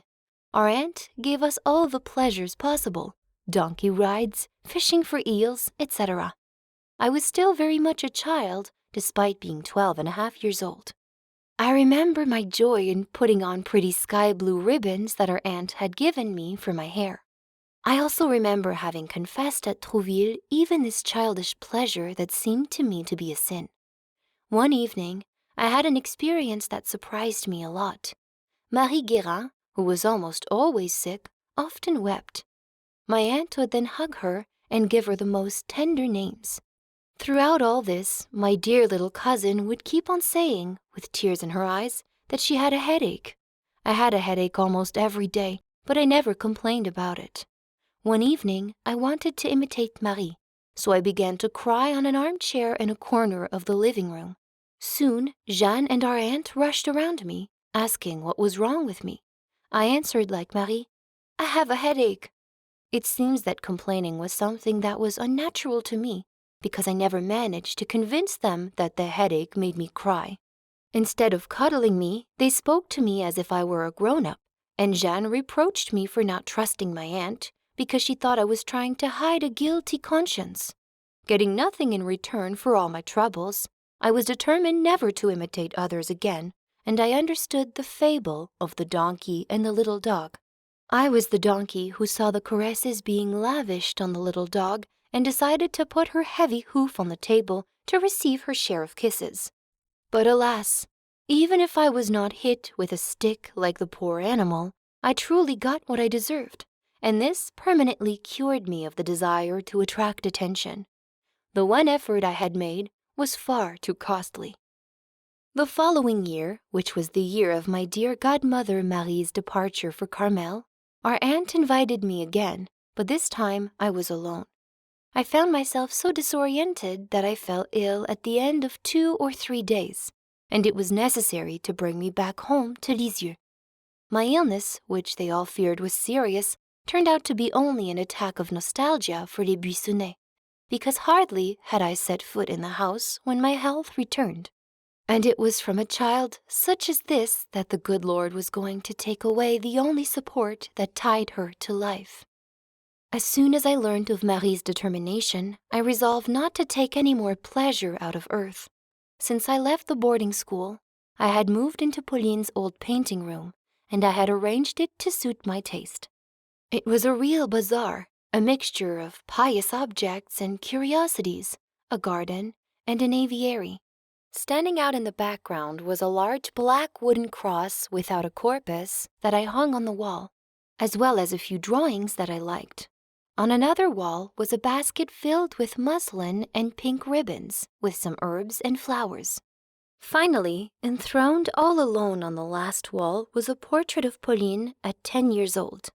Below this portrait, I had a table on top of which a large cage was placed that contained a great number of birds, whose melodious twittering split the heads of visitors, but not that of their little mistress, who cherished them very much. There was also the small white piece of furniture filled with my study books, notebooks, etc. On this piece of furniture was placed a statue of the Blessed Virgin, along with vases that were always filled with natural flowers and candles. Around this statue was a number of smaller statues of the saints, little baskets made out of shells, Bristol paper boxes, etc. Finally, my garden was suspended in front of the window where I cultivated pots of flowers, the rarest ones I could find. I also had in the interior of my museum a flower stand wherein I placed my favorite plant. In front of the window was a table covered with a green cloth, and on the middle of this cloth I had placed an hourglass, a small statue of Saint Joseph, a watch case, baskets of flowers, an inkwell, etc. A few rickety chairs and a ravishing doll crib that once belonged to Pauline completed all my furnishings. Really, this poor attic was an entire world to me, and like Monsieur de Maistre, I could compose a book entitled A Walk Around My Room. It was in this room that I liked to stay alone for hours on end to study and meditate in front of the beautiful view that stretched out before my eyes. When I learned of Marie's departure, my room lost all its charm for me. I did not want to leave for a single moment the beloved sister who was soon to fly away. How many acts of patience I made her practice!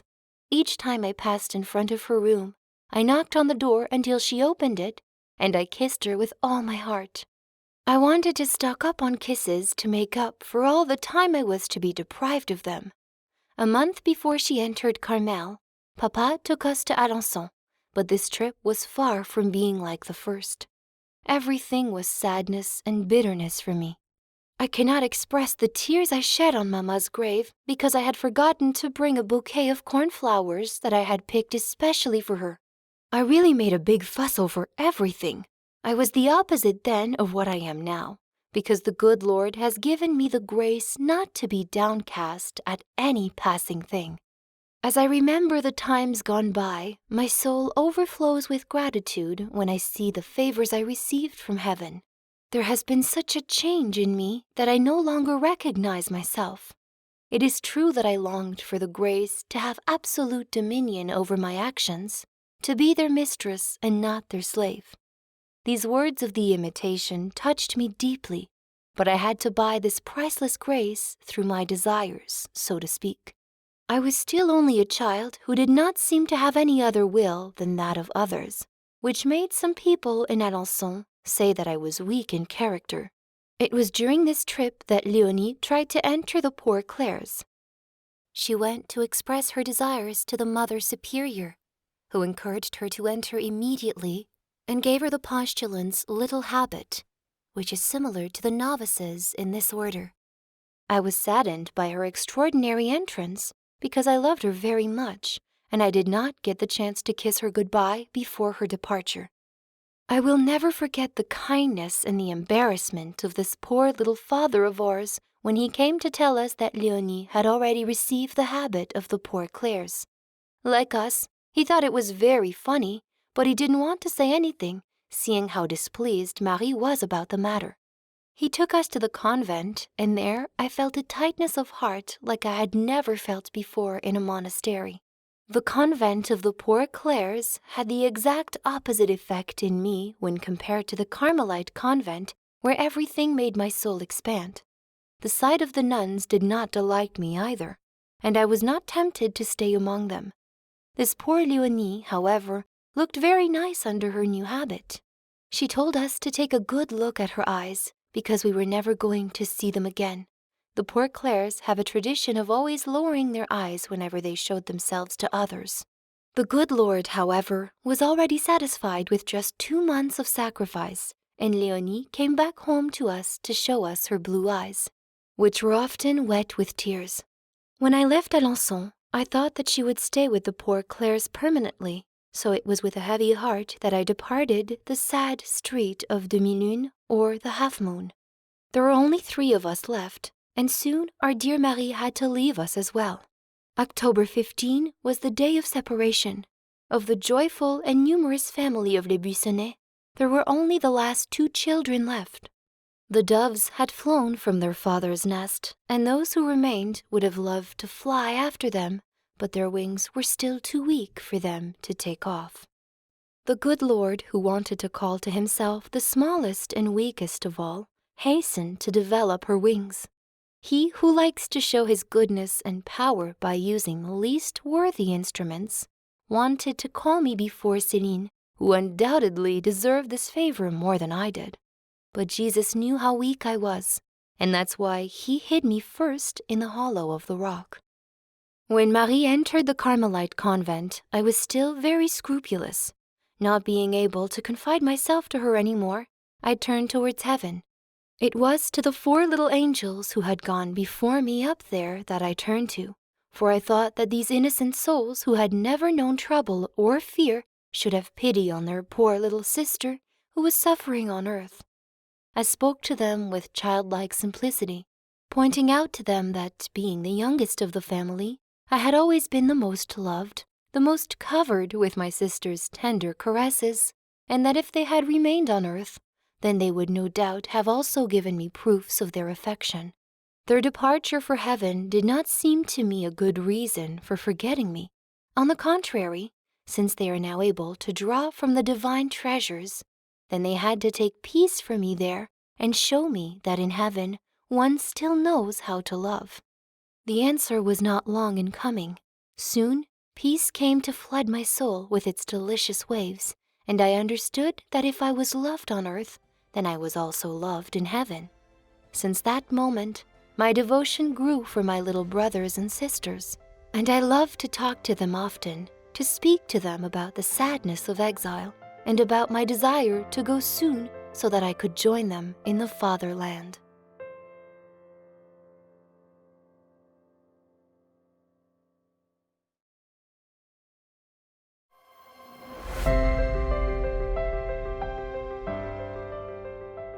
Chapter 5, Vocation of Therese, 1886 to 1887, 13 years old to 14 years old. If heaven showered me with graces, it was not because I deserved them. I was still quite imperfect. I had, it is true, a great desire to practice virtue, but I did it in a strange way. Here's an example. Being the youngest in the family, I was not used to helping myself. Céline tidied up the room where we slept together, and I myself never did any housework whatsoever. After Marie entered Carmel, I sometimes tried to please God by making the bed or bringing in Céline's flower pots in the evening when she was away. Like I said, it was for the good Lord alone that I was doing these things, so I shouldn't have expected any thanks from creatures. Alas, it was just the opposite. If Céline was unfortunate enough not to display any gratitude or act surprised by my little services, I became very upset and proved it to her by my tears. I was really unbearable because of my oversensitivity. Thus, If I happened to cause anyone whom I loved some small pain or inconvenience, even accidentally, instead of brushing it aside and not crying about it, which only made my fault worse rather than making it better, I cried like a Madeleine, and then, when I had finally cheered up after some time had passed, I would cry again for having cried. All reasoning was useless, and I could not correct myself of this ugly defect. I don't know how I was able to entertain the sweet thought of entering Carmel when I was still in the swaddling clothes of childhood. It was necessary for the good God to make a small miracle in order to force me to grow up in an instant, and He made this miracle on the unforgettable day of Christmas. On that luminous night that brightens up the delights of the Holy Trinity, Jesus, the gentle, small child of only 1 hour, changed the night of my soul into torrents of light. On that night, when He made Himself weak and suffered for my love, He made me strong and courageous. He armed me with His weapons, and since that blessed night, I was never again defeated in any battle, but on the contrary, I marched from victory to victory and began, so to speak, to run as a giant. The source of my tears was dried up, and from then on has opened only rarely and with difficulty, which justified the words that had often been said to me, "You cry so much in your childhood that later on you will have no more tears to shed." It was on December 25th, 1886, that I received the grace of leaving childhood. In a word, it was the grace of my complete conversion. We had just returned from the midnight mass, where I had the joy of receiving the strong and powerful God. When I arrived at Les Buissonnets, I was looking forward to taking my shoes off from the fireplace and examining the presents inside them. This old custom had caused us so much joy during our childhood that Céline wanted to continue treating me like a baby, since I was the youngest in the family. Papa loved to see my happiness and hear my cries of delight as I pulled out each surprise from the enchanted shoes. And the cheerfulness of my beloved King increased my own contentment a lot. But Jesus wanted to show me that I had to get rid of the defects of childhood. So He took away the innocent pleasures from me. He allowed Papa, tired from the midnight mass, to experience annoyance when he saw my shoes in the chimney. And he said these words that pierced my heart. "Fortunately, this will be the last year, finally." I then climbed the staircase to go untie my hat. Céline, knowing my sensitivity and seeing the tears shining in my eyes, also had a good desire to shed some, because she loved me a lot and understood my sorrow. "Oh, Therese," she said to me, "don't go back downstairs. It would cause you too much sadness to look at your shoes right now." But Therese was no longer the same. Jesus had changed her heart. Fighting back my tears, I quickly descended the stairs and controlled the beatings of my heart. I took my shoes and put them in front of Papa. Then I joyfully pulled out all the objects, looking as happy as a queen. Papa was laughing as well, having regained his usual cheerfulness. Céline thought that she was dreaming. Fortunately, it was a sweet reality. The little Therese had found once again the strength of soul that she had lost at 4.5 years old, and she was to keep it forever. On that night of light, the third period of my life began, the most beautiful of them all, the one most filled with the graces of heaven. In one instant, Jesus accomplished all the work that I had not been able to do in 10 years, satisfying Himself with my good will that was never lacking. Like His apostles, I could say to Him, "Lord, I have fished all night and caught nothing." Even more merciful to me than He was to His disciples, Jesus Himself took the net, threw it down, and pulled it up full of fish. He made me a fisher of souls. I felt a great desire to work for the conversion of sinners, a desire I had not felt so keenly before. In a word, I felt charity enter my heart, the need to forget myself in order to please others, and from then on, I was happy. One Sunday, while looking at a picture of our Lord on the cross, I was struck by the blood that was falling from one of his divine hands. I felt great sorrow when I thought that this blood was falling to the ground without anyone hastening to collect it, and I resolved to stand in spirit at the foot of the cross to receive the divine dew that flowed from it, understanding that I would then have to pour it out upon souls. The cry of Jesus on the cross also resounded continually in my heart. I thirst!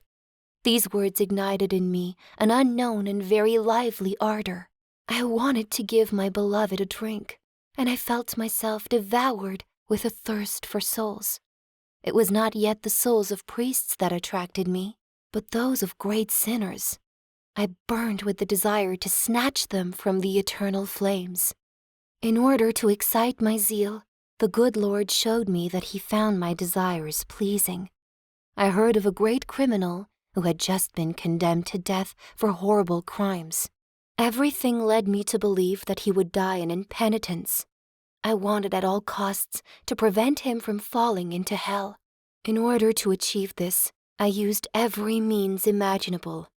Feeling that I could do nothing myself, I offered to God all the infinite merits of our Lord and the treasures of the Holy Church. Finally, I asked Céline to have a mass said for my intentions, not daring to ask for it myself, for fear of being obliged to confess that it was for Pranzini, the great criminal. I didn't want to tell Céline either, but she asked me so tenderly and urgently that I confided my secret to her. Far from laughing at me, she asked if she could help convert my sinner. I accepted with gratitude, because I would have liked all creatures to unite with me to implore the grace of the guilty. I felt in the bottom of my heart the certainty that our desires would be satisfied. But in order to obtain courage to continue praying for sinners, I told the good God that I was very sure that he would forgive the poor unfortunate Pranzini, that I would believe it even if he didn't confess and didn't give any sign of repentance. I trusted so much in the infinite mercy of Jesus, but I nevertheless asked him for a sign of repentance, only for my own simple consolation. My prayer was answered to the letter. In spite of Papa's prohibition against us reading newspapers, I didn't think I was disobeying his orders by reading the passages that spoke about Pranzini. The day after his execution, I found the newspaper La Croix in my hand. I opened it with eagerness, and what did I see? Ah, my tears betrayed my emotion, and I was obliged to hide. Pranzini had not confessed. He had climbed onto the scaffold and was about to pass his head into the gloomy hole when suddenly, seized by a sudden inspiration, he turned around, grabbed a crucifix presented to him by the priest, and kissed 3 times the sacred wounds. Then his soul went to receive the merciful sentence of the one who declares that in heaven there will be more joy for a single sinner who does penance than for 99 righteous people who do not need penance. I had obtained the sign I had asked for, and this sign was the faithful reproduction of the grace that Jesus had given me when he attracted me to pray for sinners. Was it not before the wounds of Jesus, seeing his divine blood flowing, that the thirst for souls had entered my heart? I wanted to give them this immaculate blood to drink, which was to purify them from their defilements, and the lips of my first child went to press themselves on the sacred wounds. What an ineffably sweet answer! Ah! Since this unique grace, my desire to save souls grew every day.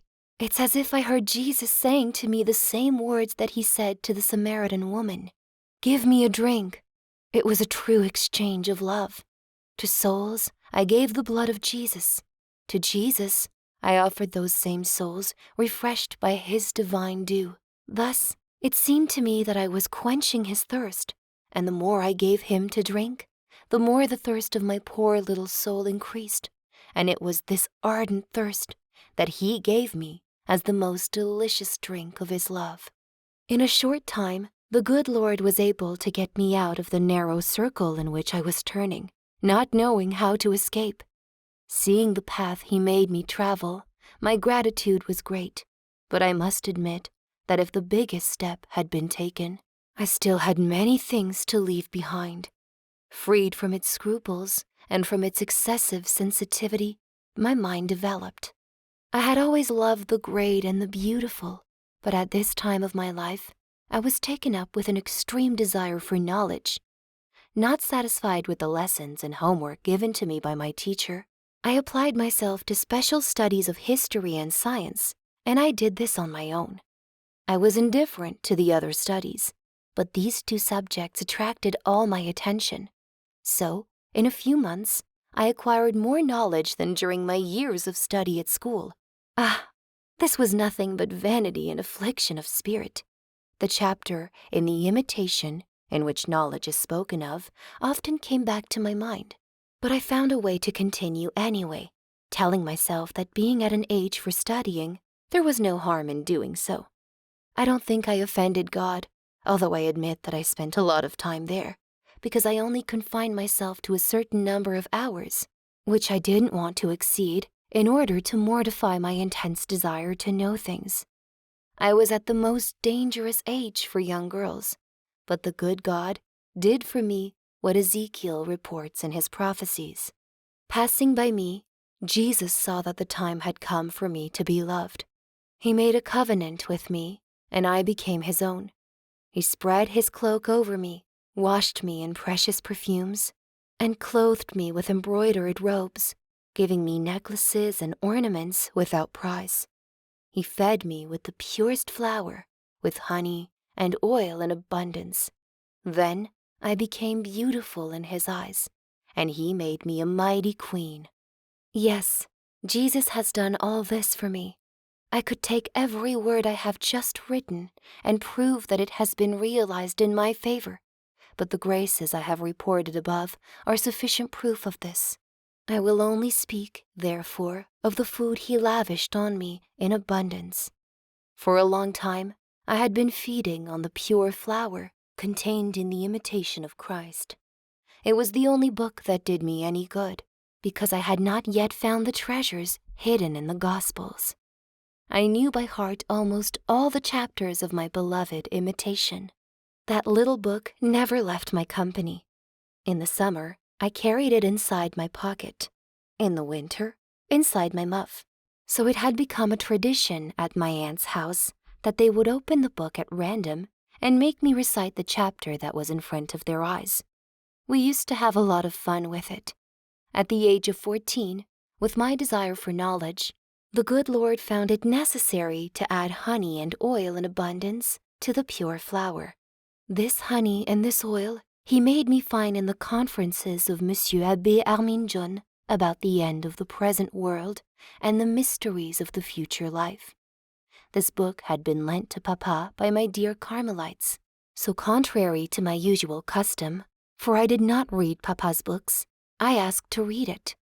This reading remains one of the greatest graces of my life. I read it at the window of my study room, and the impressions that I felt from it are too intimate and too sweet for me to express in words. All the great truths of religion, the mysteries of eternity, plunged my soul into a state of happiness that was not of this earth.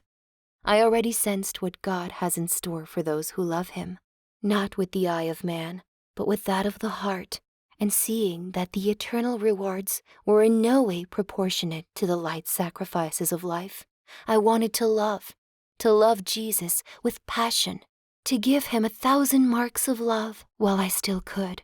I copied several passages on perfect love and on the reception that the good Lord must give to his chosen ones at the moment when he himself will become their great and eternal reward. I repeated unceasingly the words of love that had set my heart on fire. Céline had become the intimate confidant of my thoughts. Ever since Christmas, we could understand each other. The distance of age did not exist anymore, because I had grown in size, and especially in grace. Before that time, I often complained that I didn't know Céline's secrets. She used to tell me that I was too small, that I would have to grow to the height of a stool so that she could have confidence in me. I liked to climb on top of this precious stool when I was next to her, and I told her to speak to me intimately, but my efforts were useless. A distance still separated us. Jesus, who wanted to make us move forward together, formed in our hearts bonds stronger than those of blood. He made us become sisters of souls. In us were realized these words of the Canticle of St. John of the Cross. Speaking to the bridegroom, the bride cries out, "Following your footsteps, the maidens travel lightly along the path. The touch of a spark, the spiced wine, make them produce divinely embalmed aspirations." Yes, it was very lightly that we followed the footsteps of Jesus. The sparks of love that he sowed in our souls, the delicious and strong wine that he gave us to drink, made the passing things disappear in our eyes, and from our lips came aspirations of love inspired only by him. How sweet were the conversations we had every evening in the Belvedere. With our gaze plunged into the distance, we considered the white moon rising softly behind the tall trees, the silvery reflections that it spread on sleeping nature, the brilliant stars twinkling in the deep blue skies, and the light breath of the evening breeze making the snowy clouds float easily along. Everything raised our souls towards heaven, the beautiful heaven of which we were still contemplating only the limpid reverse. I don't know if I am mistaken, but it seems to me that the outpouring of our souls resembled that of Saint Monica with her son when at the port of Ostia they remained lost in ecstasy at the sight of the wonders of the Creator. It seemed to me that we were receiving graces of as high an order as those granted to the great saints. As the Imitation says, the good God sometimes communicates himself in the midst of a vivid splendor, or softly veiled under shadows and figures. It was in this way that he deigned to manifest himself to our souls, but how transparent and light was the veil that concealed Jesus from our eyes. Doubt was not possible. Already, faith and hope were no longer necessary. Love made us find on earth the one we were looking for. Having found him alone, he had given us his kiss, so that in the future no one could despise us. Such great graces were not to remain without fruit, and they were abundant. The practice of virtue became sweet and natural to us. At first, my face often betrayed the struggle, but little by little, this impression disappeared, and renunciation became easy for me, even at the first moment. Jesus has said, "To him who has, more will be given, and he will have abundance." For one grace faithfully received, he granted me a multitude of others. He gave himself to me in Holy Communion more often than I would have dared to hope. I had made it a rule of conduct to take all the communions my confessor gave me without missing a single one, but to also let him decide the number of communions without ever asking him for any. I did not have at that time the audacity that I possess now. Otherwise, I would have acted differently, because I am very sure that a soul must tell her confessor the attraction that she feels to receive her God. It is not to remain in the golden ciborium that he descends every day from heaven. It is in order to find another heaven that is infinitely more dear to him than the first one, the heaven of our soul, made in his image, the living temple of the adorable Trinity. Jesus, who saw my desire and the uprightness of my heart, allowed my confessor to tell me during the month of May to receive Holy Communion 4 times a week. And after this beautiful month had passed, he added a 5th one every time there was a feast. Sweet tears flowed from my eyes as I left the confessional. It seemed to me that it was Jesus himself who wanted to give himself to me, for I was only in confession for a short time, and I never said a word about my inner feelings. The path by which I was walking was so straight, so luminous, that I needed no other guide than Jesus. I compared the directors to faithful mirrors that reflected Jesus in souls, and I said that, for me, the good Lord did not use an intermediary, but acted directly. When a gardener surrounds with care a fruit that he wants to ripen before the season, it is never to leave it hanging on the tree, but in order to present it on a brilliantly served table. It was with a similar intention that Jesus lavished his graces on his little flower. He who cried out in the days of his mortal life in a joyful transport, "Father, I thank you for having hidden these things from the wise and prudent and revealed them to the little ones," wanted to make his mercy burst forth in me because I was small and weak. He stooped down to me. He instructed me in secret about the things of his love. Ah, if scholars who had spent their lives in study had come to question me, they would undoubtedly have been astonished to see a child of 14 understand the secrets of perfection, secrets that all their knowledge cannot discover, since in order to possess them, one must be poor in spirit. As St. John of the Cross says in his hymn, "On that glad night, in secret, for no one saw me, nor did I look at anything, with no other light or guide than the one that burned in my heart. This guided me, more surely than the light of noon, to where he was awaiting me. Him I knew so well, there in a place where no one appeared." That place was Carmel. Before resting in the shadow of him whom I desired, I had to pass through many trials, but the divine call was so pressing that even if I had to pass through flames, I would have done so to be faithful to Jesus. To encourage me in my vocation, I found only one soul. It was that of my beloved mother. My heart found in hers a faithful echo, and without her, I would undoubtedly not have arrived at the blessed shore that had received her 5 years before on its soil impregnated with the celestial dew. Yes, for 5 years I was far from you, my beloved mother. I thought I had lost you, but at the moment of trial, it was your hand that showed me the road I had to follow. I needed this relief because my visits to Carmel had become more and more painful. I could not speak of my desire to enter without feeling rejected. Marie, finding that I was too young, did everything possible to prevent my entry. You yourself, mother, in order to test me, sometimes tried to slow down my ardor. Finally, if I had not really had a vocation, I would have stopped at the very beginning, for I met with obstacles as soon as I began to respond to the call of Jesus. I did not want to tell Céline about my desire to enter Carmel at such a young age, and this made me suffer even more, because it was very difficult for me to hide something from her. The suffering did not last long. Soon my little sister learned of my determination, and far from trying to divert me, she accepted with admirable courage the sacrifice that the good Lord was asking of her. To understand how great it was, one should know to what extent we were united. It was, so to speak, the same soul that made us live. For a few months, we had been enjoying together the sweetest life that young girls could dream of. Everything around us corresponded with our tastes. The greatest freedom was given to us. I could say that our life on earth was the ideal of happiness. Hardly had we the time to taste this ideal of happiness when we had to turn away from it freely, and my beloved Céline did not rebel for a moment.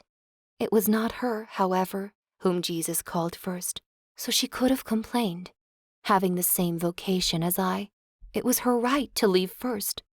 But as in the time of the martyrs, those who remained in the prison joyfully gave the kiss of peace to their brothers who were leaving first to fight in the arena, consoling themselves with the thought that perhaps they were reserved for even greater battles. So Céline let her Therese go and remained alone for the glorious and bloody battle to which Jesus destined her as the privileged one of his love. Céline thus became the confidant of my struggles and my sufferings. She took the same part in them as if it had been her own vocation. From her, I had no need to fear any opposition, but I did not know how to announce it to Papa. How could I talk to him about leaving his queen, he who had just sacrificed his 3 eldest daughters? Ah, what intimate struggles did I suffer, before I felt the courage to speak. However, I had to decide. I was going to be 14.5 years old. Only 6 months separated us from the beautiful night of Christmas, the day I was determined to enter at the very hour when I had received my grace the year before. I chose the feast of Pentecost to make my great announcement. All day long, I begged the holy apostles to pray for me, to inspire me with the words that I was going to have to say. Was it not they who were to help the timid child whom God had destined to become the apostle of the apostles through her prayers and sacrifices in Carmel? It was only in the afternoon when I returned from Vespers that I found the opportunity to speak to my little beloved father. He had gone to sit at the edge of the cistern, and there, with folded hands, he was contemplating the marvels of nature. The sun, whose fires had lost their ardor, was gilding the tops of the tall trees where the little birds were joyfully singing their evening prayer. The beautiful face of Papa had a celestial expression. I felt that peace flooded his heart. Without saying a single word, I went to sit beside him, my eyes already wet with tears. He looked at me with tenderness, and taking my head, he leaned it on his heart, saying to me, "What's the matter, my little queen? Tell me."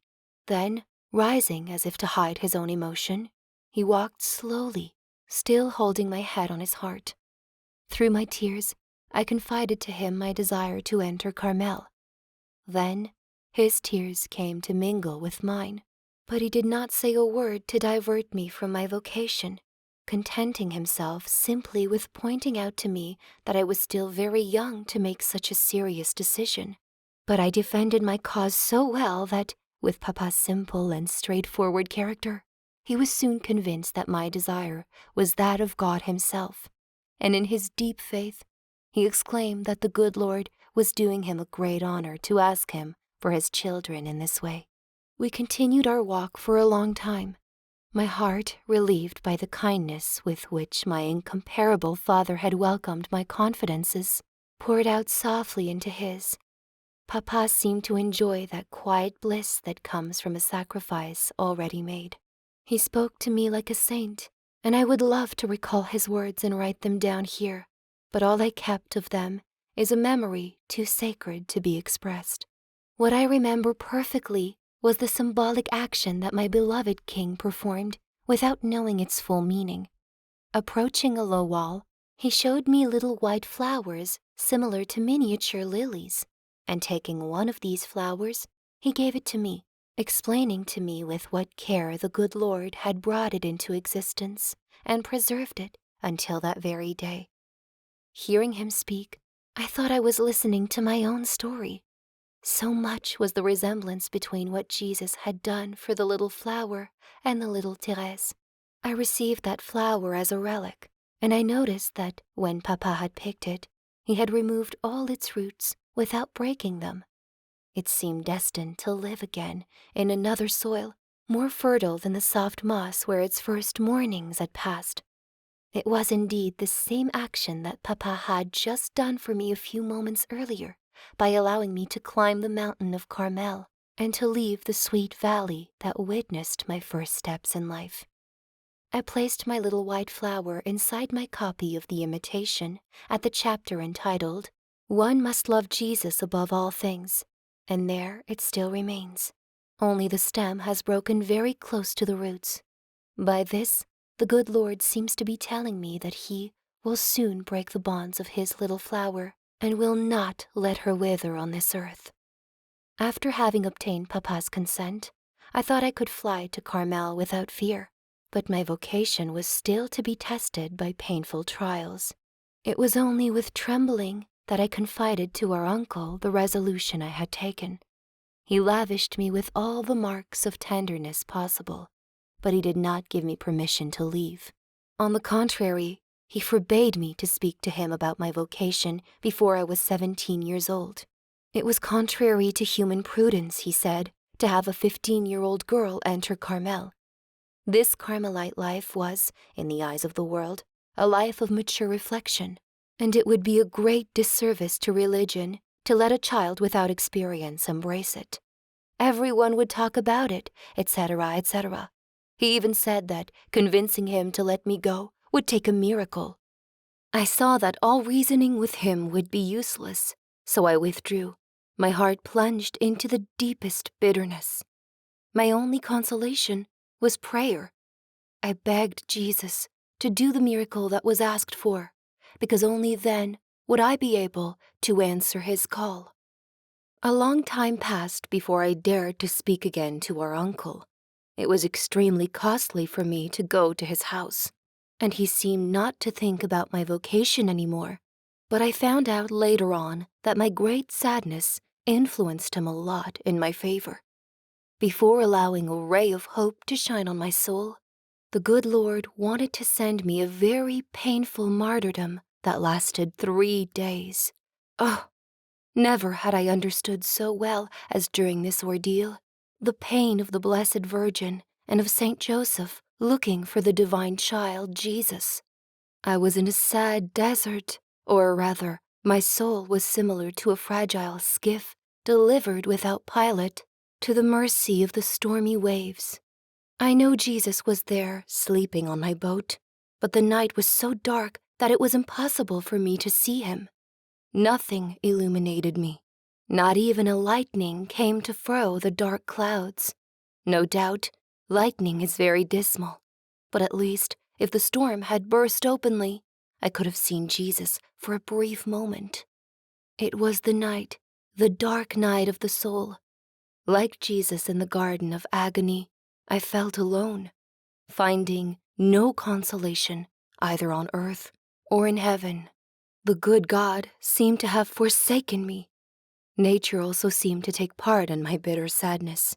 During these 3 days, the sun did not shine a single one of its rays, and the rain fell in torrents. I noticed that in all the serious circumstances of my life, nature was the image of my soul. On days of tears, heaven wept with me. On days of joy, the sun sent its cheerful rays in profusion, and the blue sky was not obscured by any cloud. Finally, on the 4th day, which happened to be a Saturday, a day dedicated to the sweet Queen of Heaven, I went to see our uncle. How surprised I was to see him looking at me and letting me into his study without my having expressed any desire to do so.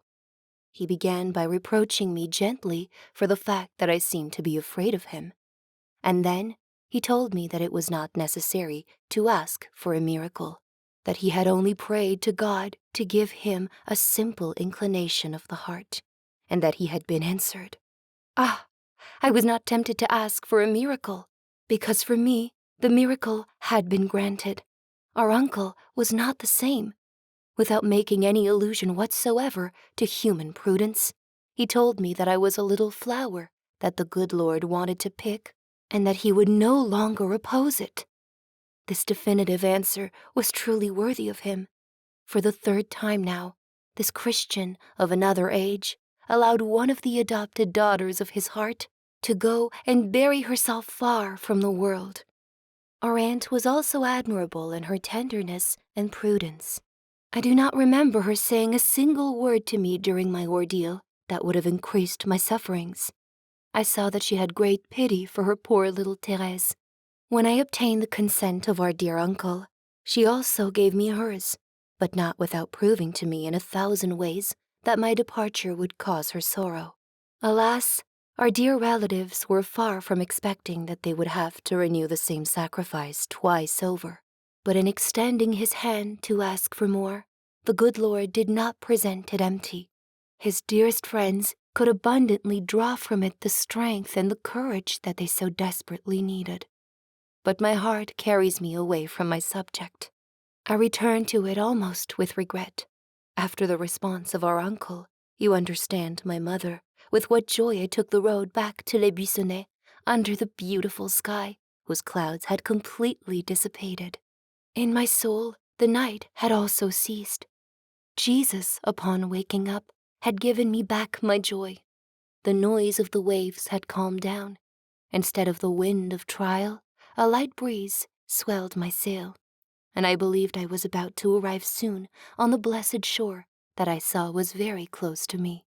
It was indeed very close to my boat, but more than one storm was still to arise.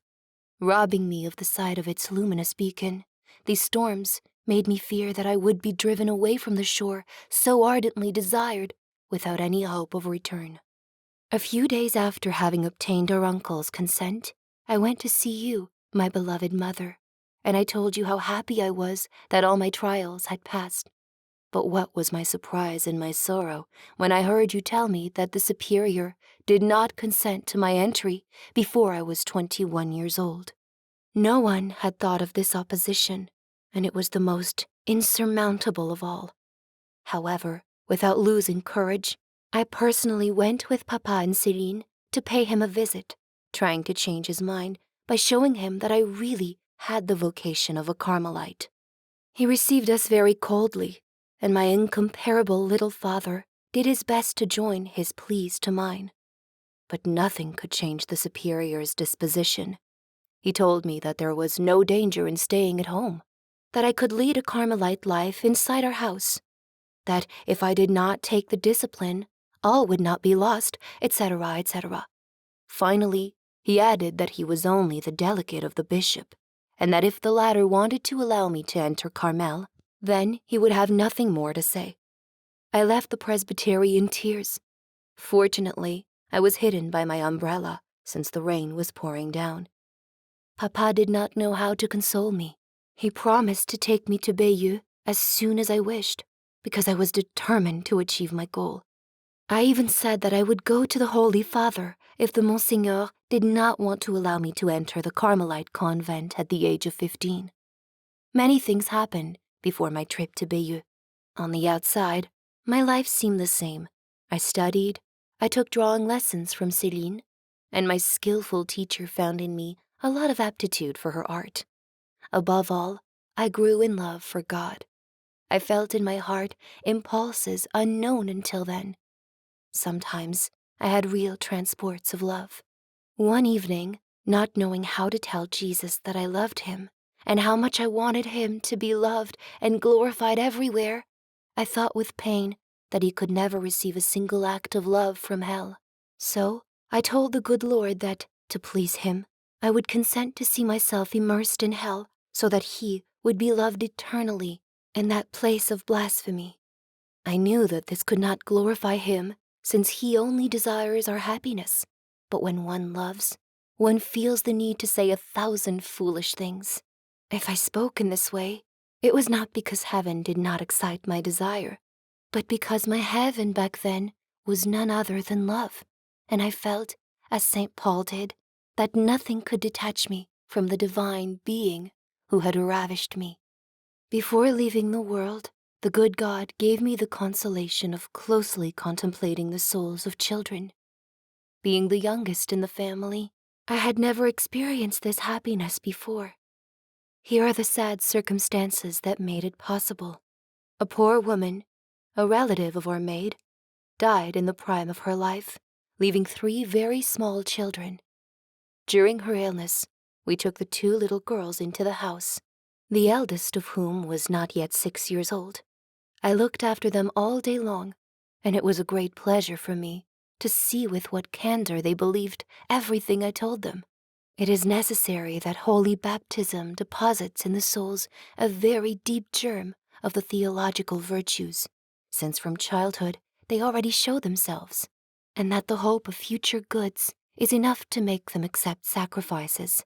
When I wanted to see my 2 little girls being conciliatory towards each other, instead of promising toys and sweets to the one who had given to her sister, I spoke to them of the eternal rewards that little Jesus would give in heaven to the wise little children.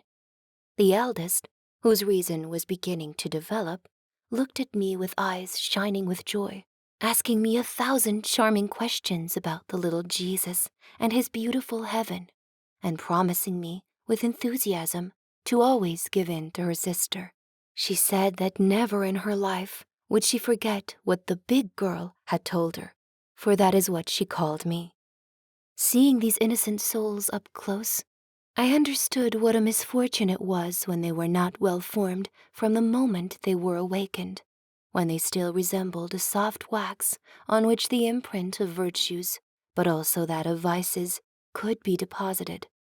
I understood, too, what Jesus said in the Gospel, that it would be better to be thrown into the sea than to scandalize a single one of these little children. Ah, how many souls would have reached holiness if they had been well directed! I know that the good Lord does not need anyone to do his work, but just as he allows a skillful gardener to raise rare and delicate plants, and gives him the necessary knowledge, reserving for himself the care of fertilizing, so Jesus wants to be helped in his divine cultivation of souls. What would happen if a clumsy gardener did not graft his shrubs properly? If he did not know how to recognize the nature of each one and wanted to make roses bloom on a peach tree, he would cause the tree to die, even if it was good and capable of producing fruits.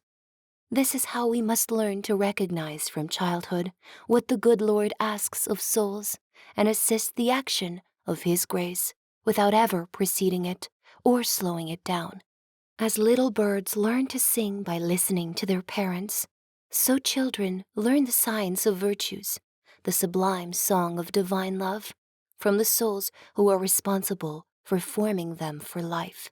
I remember having among my birds a Soeur who sang delightfully. I also had a small linnet, to which I lavished maternal care, having adopted it before it could enjoy the happiness of its freedom. This poor little prisoner had no parents to teach it to sing, but hearing its companion, the Soeur, make joyful rolls from morning to night, the linnet wanted to imitate it. This was a difficult undertaking for a linnet, so its sweet voice had a hard time matching the vibrant voice of its musical master. It was charming to see the efforts of the poor little one, but they were finally crowned with success, because the linnet's song, while preserving a much greater sweetness, was absolutely the same as that of the Soeur. Oh, my beloved mother, it is you who taught me to sing. It is your voice that charmed me from childhood. And now I have the consolation of hearing it said that I resemble you. I know how far I am from it, but I hope, in spite of my weakness, to sing eternally the same hymn as you do.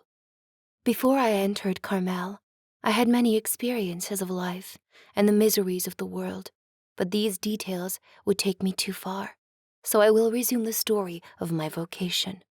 October 31st was the day set for my trip to Bayeux.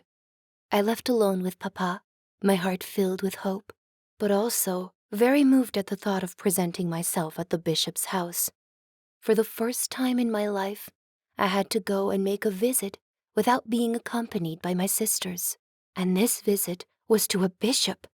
I, who had never before needed to speak except to answer questions addressed to me, now had to explain by myself the purpose of my visit and develop the reasons that made me ask to enter Carmel. In a word, I had to show the firmness of my vocation. Ah, how much it cost me to make this journey! The good Lord had to grant me a very special grace so that I could overcome my great shyness. It is also very true that love never finds impossibilities, because it believes everything is possible and everything is permitted. It was really only love of Jesus that could make me overcome these difficulties and those that followed, because he liked to make me by my vocation through great trials. Today, whenever I am enjoying the solitude of Carmel, resting in the shadow of the one I so ardently desired, I find that I have bought my happiness at very little cost, and I would be ready to bear much greater pain to acquire it if I did not have it yet. It was pouring rain when we arrived at Bayeux, and Papa, who did not want to see his little queen enter the bishop's palace with her beautiful dress all soaked, made her get on an omnibus and drive to the cathedral. There my miseries began. The Monsignor and all his clergy were attending a great funeral. The church was filled with mourning ladies, and I was stared at by everyone because of my light dress and my white hat. I would have liked to leave the church, but this was unthinkable because of the rain, and to humiliate me even more, the good God allowed Papa, with his fatherly simplicity, to make me sit at the front row of the cathedral. Not wanting to make him feel sorry, I complied with good grace, and provided this distraction to the good inhabitants of Bayeux, whom I would have wished to have never known. Finally, I could breathe at ease in a chapel that was behind the high altar, and I stayed there for a long time, praying fervently while waiting for the rain to stop and allow us to leave. On the way back down, Papa made me admire the beauty of the building, which seemed to me much larger when deserted. But one thought occupied my mind, and I could not take pleasure in anything. We went directly to Father Révérony, who was informed of our arrival, he himself having fixed the day of the trip, but he was absent. We thus had to wander through the streets, which seemed very sad to me. Finally, we came back near the bishop's palace, and Papa made me enter a beautiful hotel where I did not honor the skillful cook. This poor little father was almost unbelievably tender towards me. He told me not to worry, that of course the bishop would grant my request. After having rested, we returned to Father Révérony's place. A gentleman arrived at the same time, but the Grand Vicar politely asked him to wait and made us enter his office first. The poor gentleman had time to get bored because the visit was long. Father Révérony was very kind, but I believe that the reason for our trip surprised him a lot. After having looked at me with a smile and asking some questions, he said to us, "I am going to present you to Monseigneur. Would you be so kind as to follow me?" Seeing tears beading in my eyes, he added, "Ah, I see diamonds. You must not show them to Monseigneur." He led us through several very large rooms decorated with portraits of bishops. When I saw myself in these large rooms, I felt like a poor little ant and wondered what I would dare say to the Monseigneur. The bishop was walking between two priests on a gallery. I saw Father Révérony say a few words to him and return with him, where we were waiting in his study. There, 3 enormous armchairs were placed in front of the fireplace, where a blazing fire was sparkling. When he saw His Excellency enter, Papa knelt down beside me to receive his blessing. Then, the Monseigneur had Papa placed in one of the armchairs, and Father Révérony wanted me to take the middle one.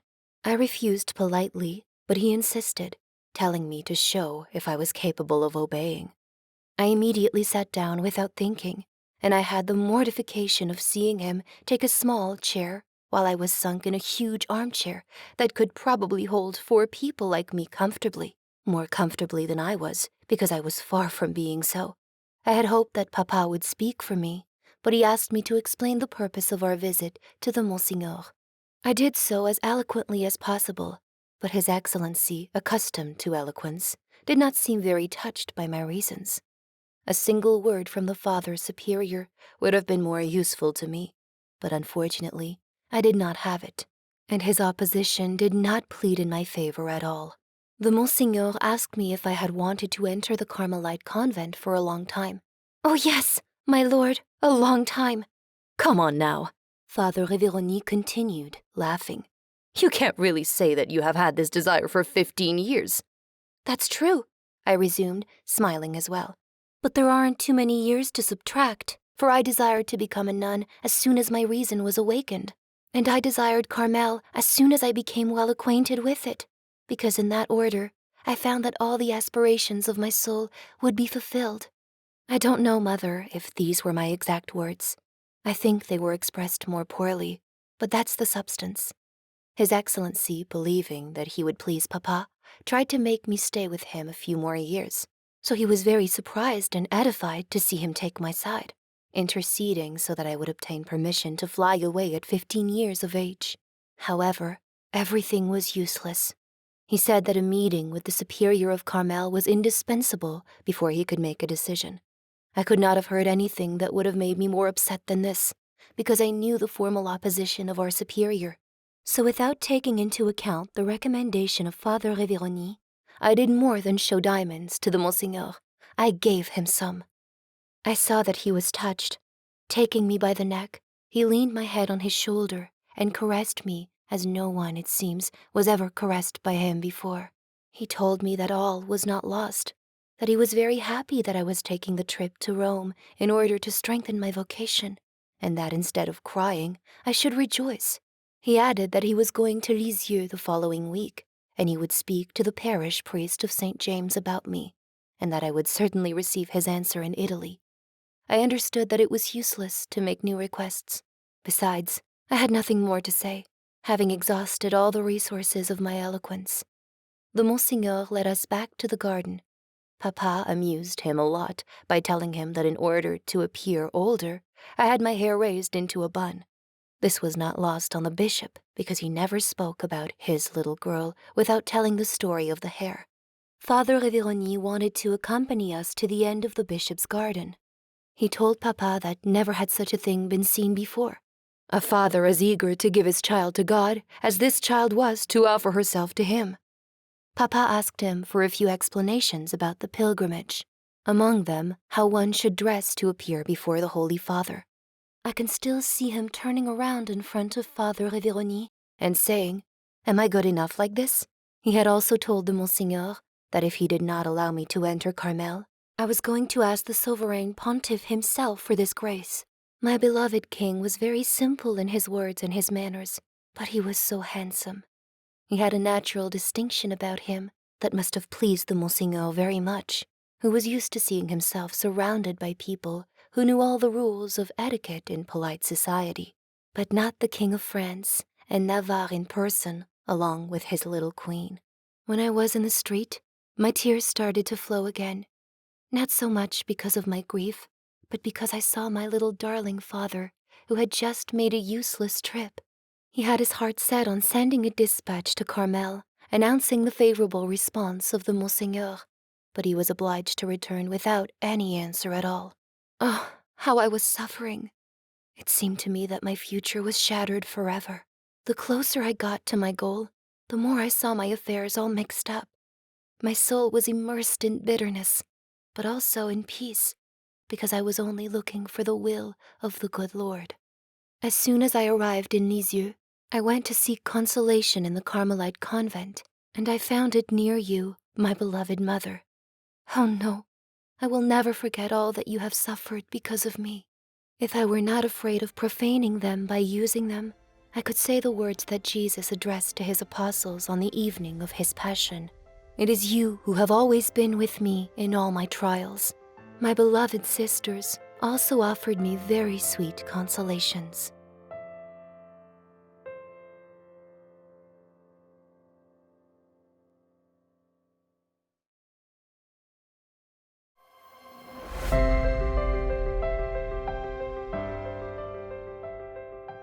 Chapter 6. A Pilgrimage to Rome, 1887, 14 years old. 3 days after the trip to Bayeux, I had to make a much longer one, that to the Eternal City. Ah, what a trip it was! It alone taught me more than long years of study. It showed me the vanity of all that passes, and that everything is affliction of spirit under the sun. However, I saw many beautiful things. I contemplated all the marvels of art and religion. Above all, I walked the same soil as did the holy apostles, the soil sprinkled with the blood of the martyrs, and my soul was enlarged through contact with holy things.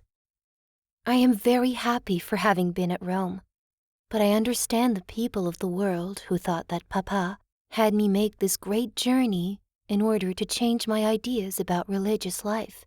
There was indeed something about it that could shake a vocation that was not very strong. Having never lived among the great of this world, Céline and I found ourselves in the midst of the nobility who almost exclusively made up the pilgrimage.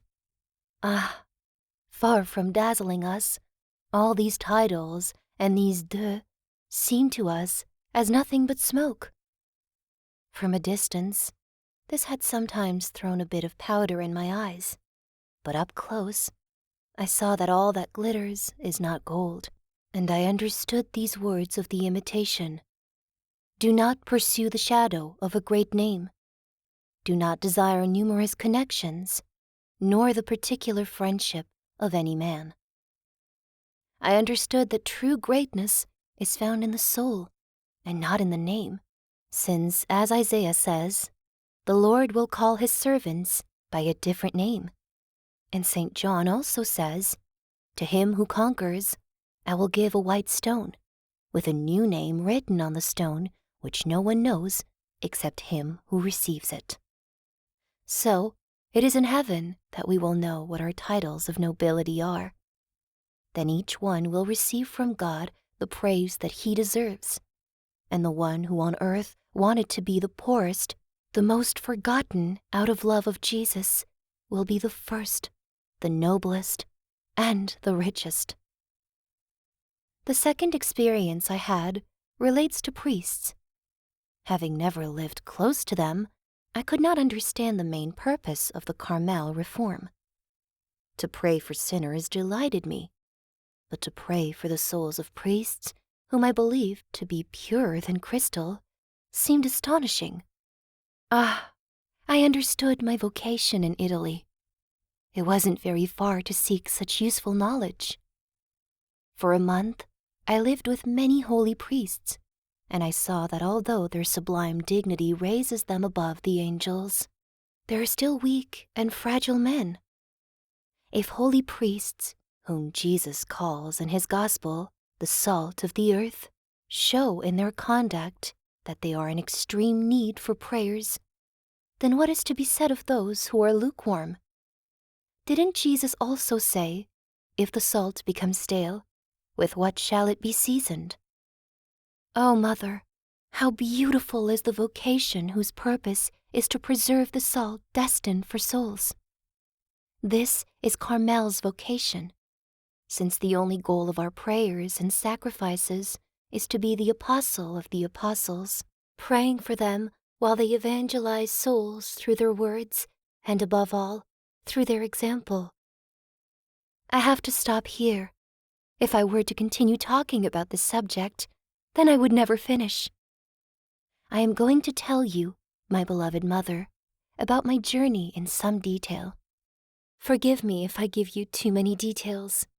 I don't have the luxury to think before I write, because I have so little free time, and I have to write at so many different moments of the day. Because of that, my account will perhaps seem boring to you. What consoles me is the thought that, in heaven, I will be able to speak to you again about the graces that I had received, and I will be able to do so in pleasant and charming terms. Nothing will interrupt our intimate outpourings any longer, and in a single glance you will have understood everything. Alas, since I still have to use the language of the sad earth, I will try to do it with the simplicity of a little child who knows the love of her mother. It was on November 7th that the pilgrimage left Paris, but Papa took us there a few days earlier to show us around the capital. At 3 o'clock in the morning, I crossed the city of Lisieux, which was still asleep. Many impressions passed through my soul at that moment.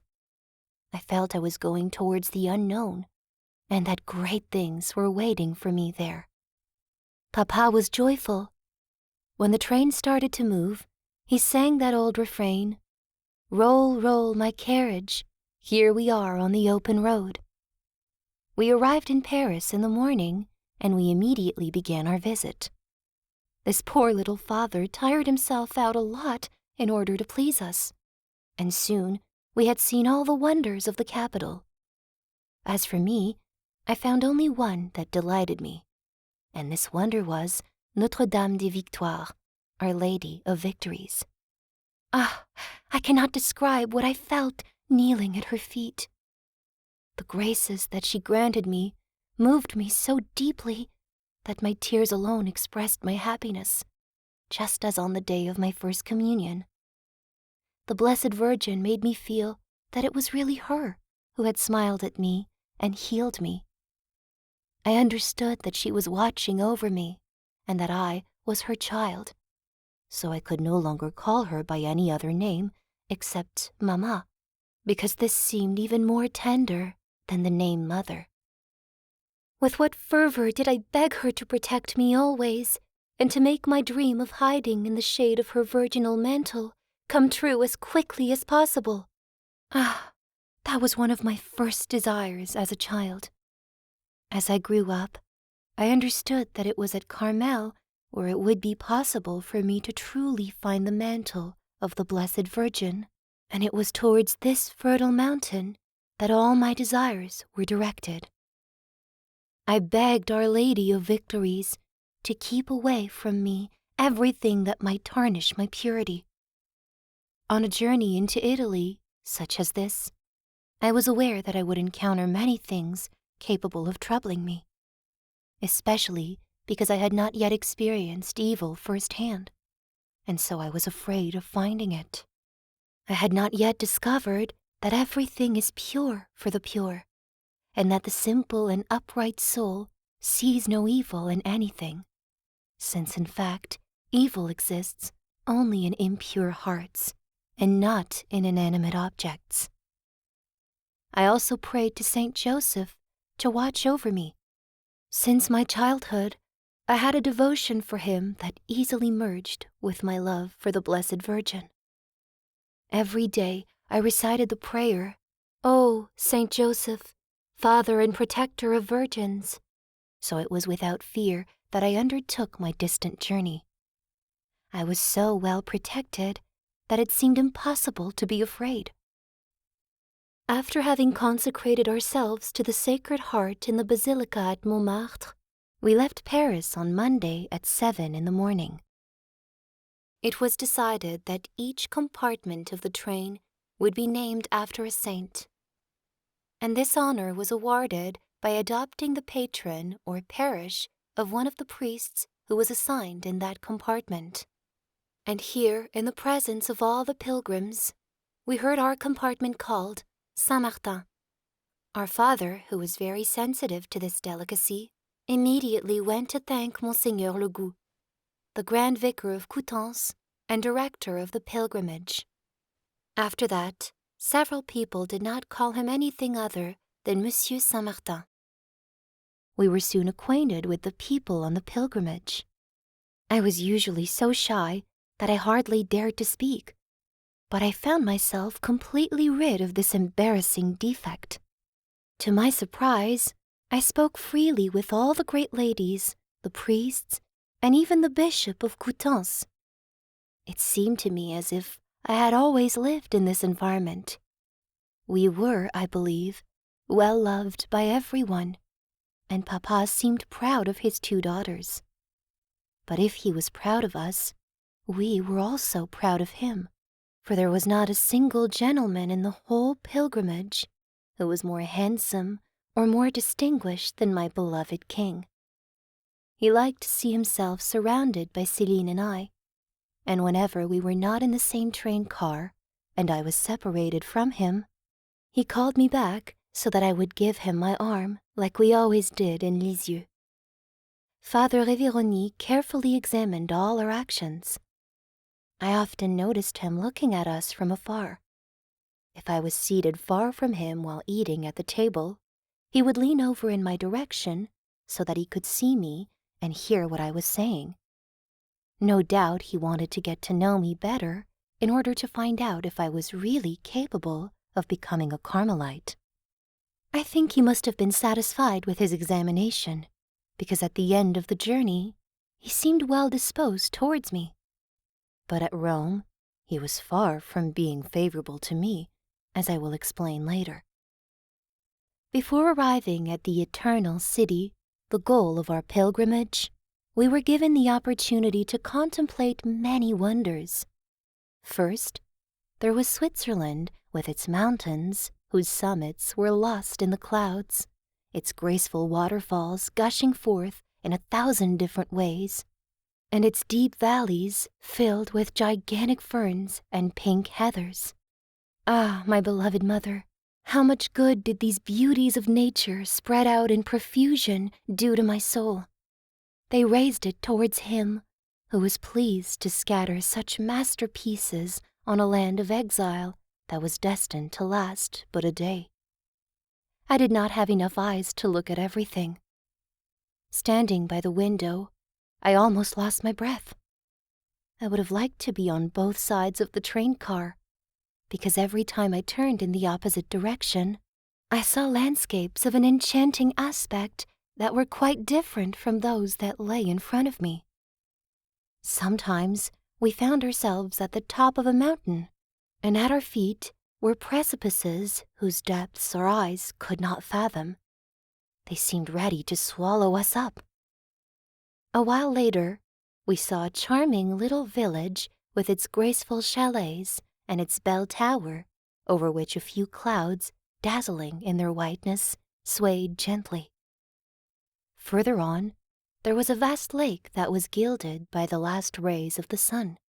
The calm and pure waves, borrowing the azure hue of the sky that mingled with the fires of the sunset, presented to our amazed eyes the most poetic and enchanting spectacle that could ever be seen.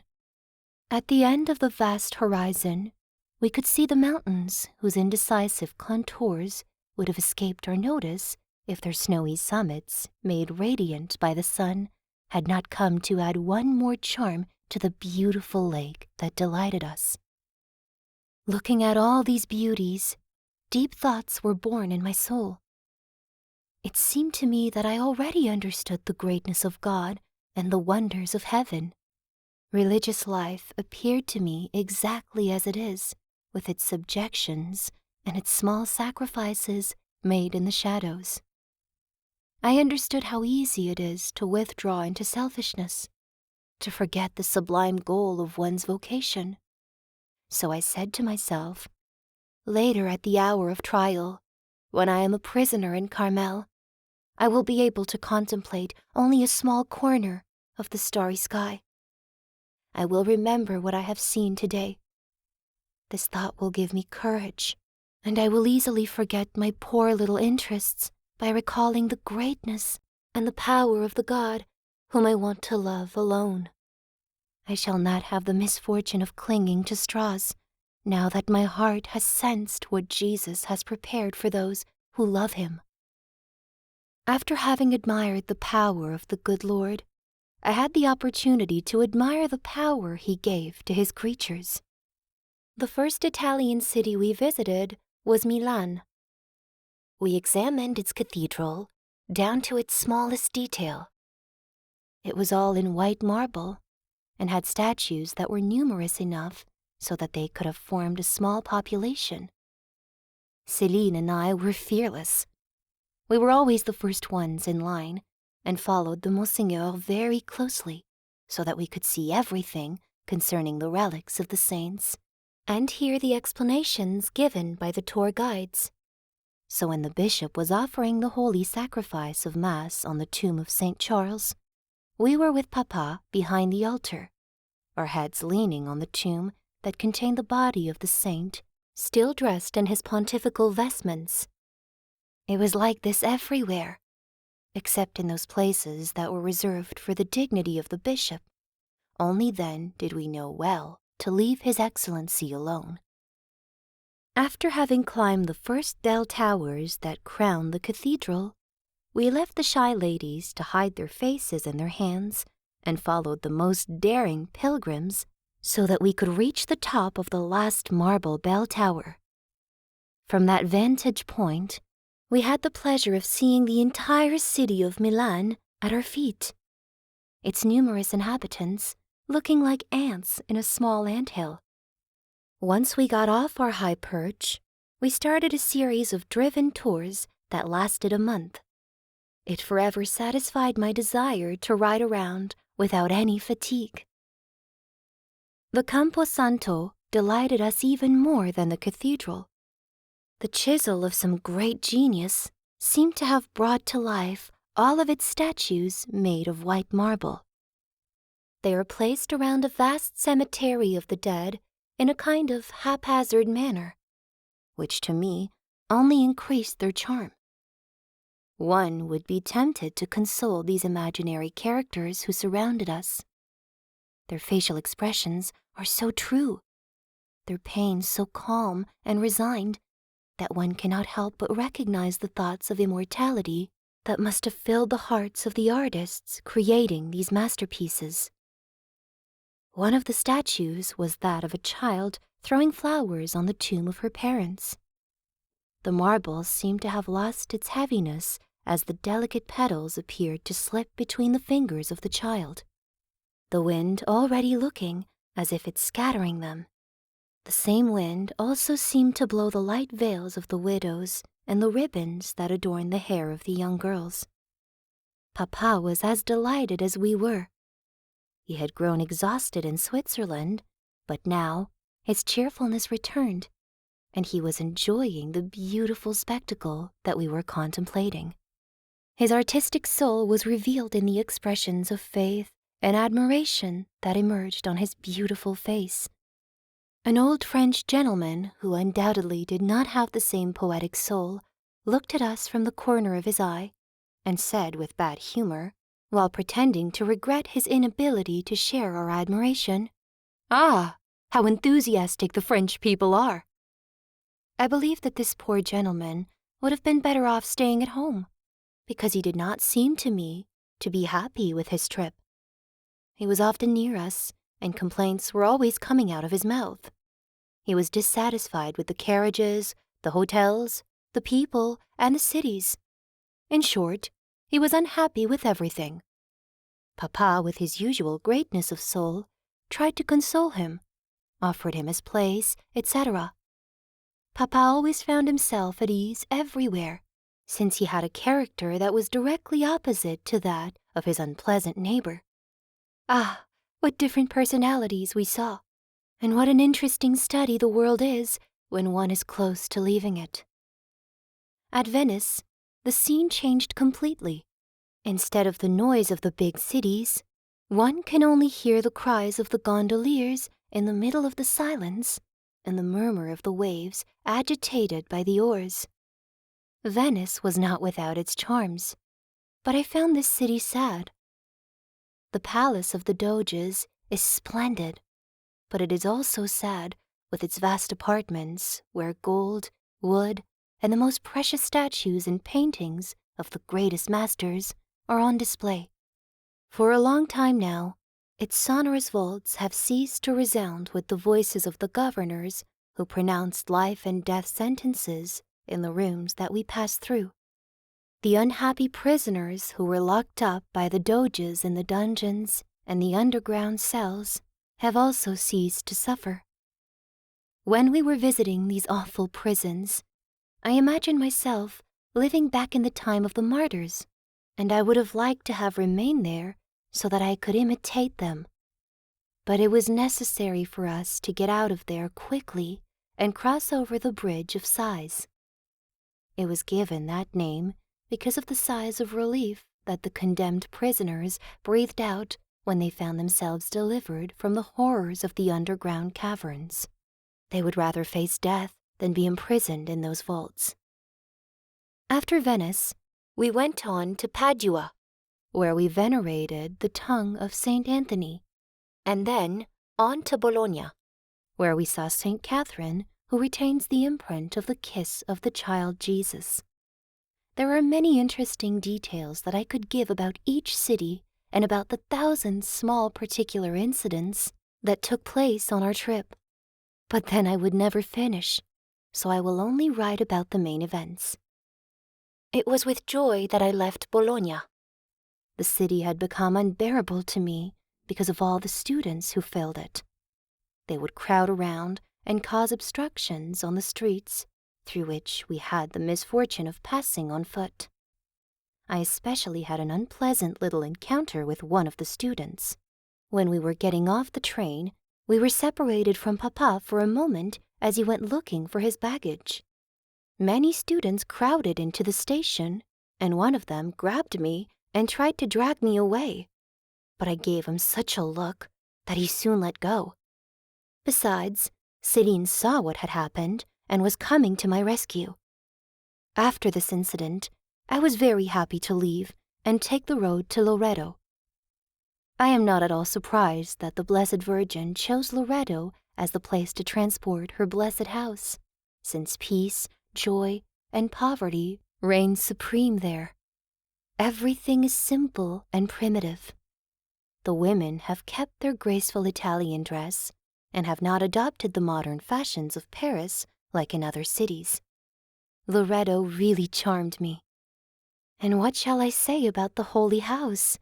Ah, I experienced such a profound emotion when I found myself under the same roof as the Holy Family, contemplating the walls on which Jesus had fixed his divine gaze, treading the earth that Saint Joseph had watered with his sweat, the same roof where Mary had carried Jesus in her arms after having carried him in her virginal womb. I saw the little room where the angel came down and appeared to the Holy Virgin. I placed my rosary inside the little bowl of the child Jesus. How delightful are these memories! But our greatest consolation was to receive Jesus himself in his own house and to be his living temple in the very place he had honored with his presence. According to an Italian custom, the Blessed Sacrament is kept on only one altar in the churches, and there alone can one receive Holy Communion. This altar was in the very basilica where the Holy House is located, enclosed like a precious diamond in a white marble case. This did not make us happy. It was in the diamond itself and not in the case that we wanted to receive Holy Communion. Papa, with his usual sweetness, simply followed what everybody else did. But Céline and I went to find a priest who had accompanied us everywhere and who was preparing to celebrate his Mass in the Santa Casa by a special privilege. He asked for 2 small hosts, which he placed on his paten together with the large host. You can understand, my beloved mother, what our delight was to both be able to receive Holy Communion inside that blessed house. It was a heavenly happiness that words cannot express. And what do you think it will be like when we receive Holy Communion in the eternal home of the King of Heaven? Then we will see our joy never coming to an end. There will be no more sadness of departure, and it will no longer be necessary to take souvenirs for our memories or to secretly scratch the walls sanctified by the divine presence, since his house will be ours for eternity. He does not want to give us the holy house found on earth, but he is content to show it to us so as to make us love poverty and the hidden life. The holy house that he reserves for us is his palace of glory, where we will no longer see him hidden under the appearance of a child or a white host, but such as he really is, in the brightness of his infinite splendor. It is now about Rome that I still have to speak. Rome, the goal of our journey, where I thought I would find consolation, but instead I found the cross. It was night when we arrived, and we had fallen asleep, but were awakened by the station employees shouting, "Roma! Roma!" It was not a dream. I was in Rome. The first day was spent outside the walls, and it was perhaps the most delightful, because all of the monuments have kept their ancient prestige. It was quite the opposite in the center of Rome, where one could easily believe that one was in Paris, judging by the magnificence of the hotels and the stores. This trip through the Roman countryside left me with a very sweet memory. I will not speak about the places we visited, as there are enough guidebooks that describe them fully, but I will speak only about the main impressions that I felt. One of my sweetest memories was the one that made me tremble at the sight of the Colosseum. I saw it at last, this arena where so many martyrs had shed their blood for Jesus. I was already preparing to kiss the earth that they had sanctified, but what a disappointment! The center of the Colosseum is only a heap of rubble, and the pilgrims were expected to be satisfied with simply looking at it from a distance, because there was a fence that closed off the entrance. Moreover, nobody in our group was even tempted to try and enter the middle of these ruins. Was it really possible to come all the way to Rome and not go down into the Colosseum? For me, it seemed impossible. I did not listen any more to the explanations of the tour guide. Only one thought occupied my mind: to get down into the arena. I saw a worker pass by with a ladder, and I was about to ask him to let me borrow it, but fortunately, I didn't put my idea into action. If I did, then he would have taken me for a crazy person. It is said in the Gospel that Mary Magdalene always remained near the tomb and bent down several times to look inside it until she finally saw 2 angels. I was just like her as I continued to look toward the ruins where I wanted to descend, even while I recognized that it was impossible to see my desires fulfilled. In the end, I did not see any angels, but I did see what I was looking for. I gave a cry of joy and said to Céline, "Come quickly! We will be able to pass!" There was a gap in the fence, and we immediately crossed the barrier. The rubble reached all the way up to that place, and as we climbed down into the ruins, it crumbled underneath our steps. Papa looked at us both, astonished at our audacity. He hurriedly told us to return, but the 2 fugitives did not hear anything anymore. Just as warriors feel their courage increasing in the middle of peril, so too did our joy increase in proportion to the trouble that we had to go through in order to reach the object of our desires. Céline, who was more farsighted than me, had listened to the tour guide and remembered that he had pointed out a certain small section of the pavement that was marked with a cross. This was the exact place where the martyrs fought, and we started to look for it. We soon found it, and we knelt down on the sacred ground, our souls united in the same prayer. My heart was beating fast when my lips kissed the dust stained with the blood of the first Christians. I asked for the grace to be a martyr for Jesus, and I felt in my heart that my prayer was answered. All this was accomplished in a very short period of time. After taking some stones as souvenirs, we returned to the ruined walls to start our perilous ascent again.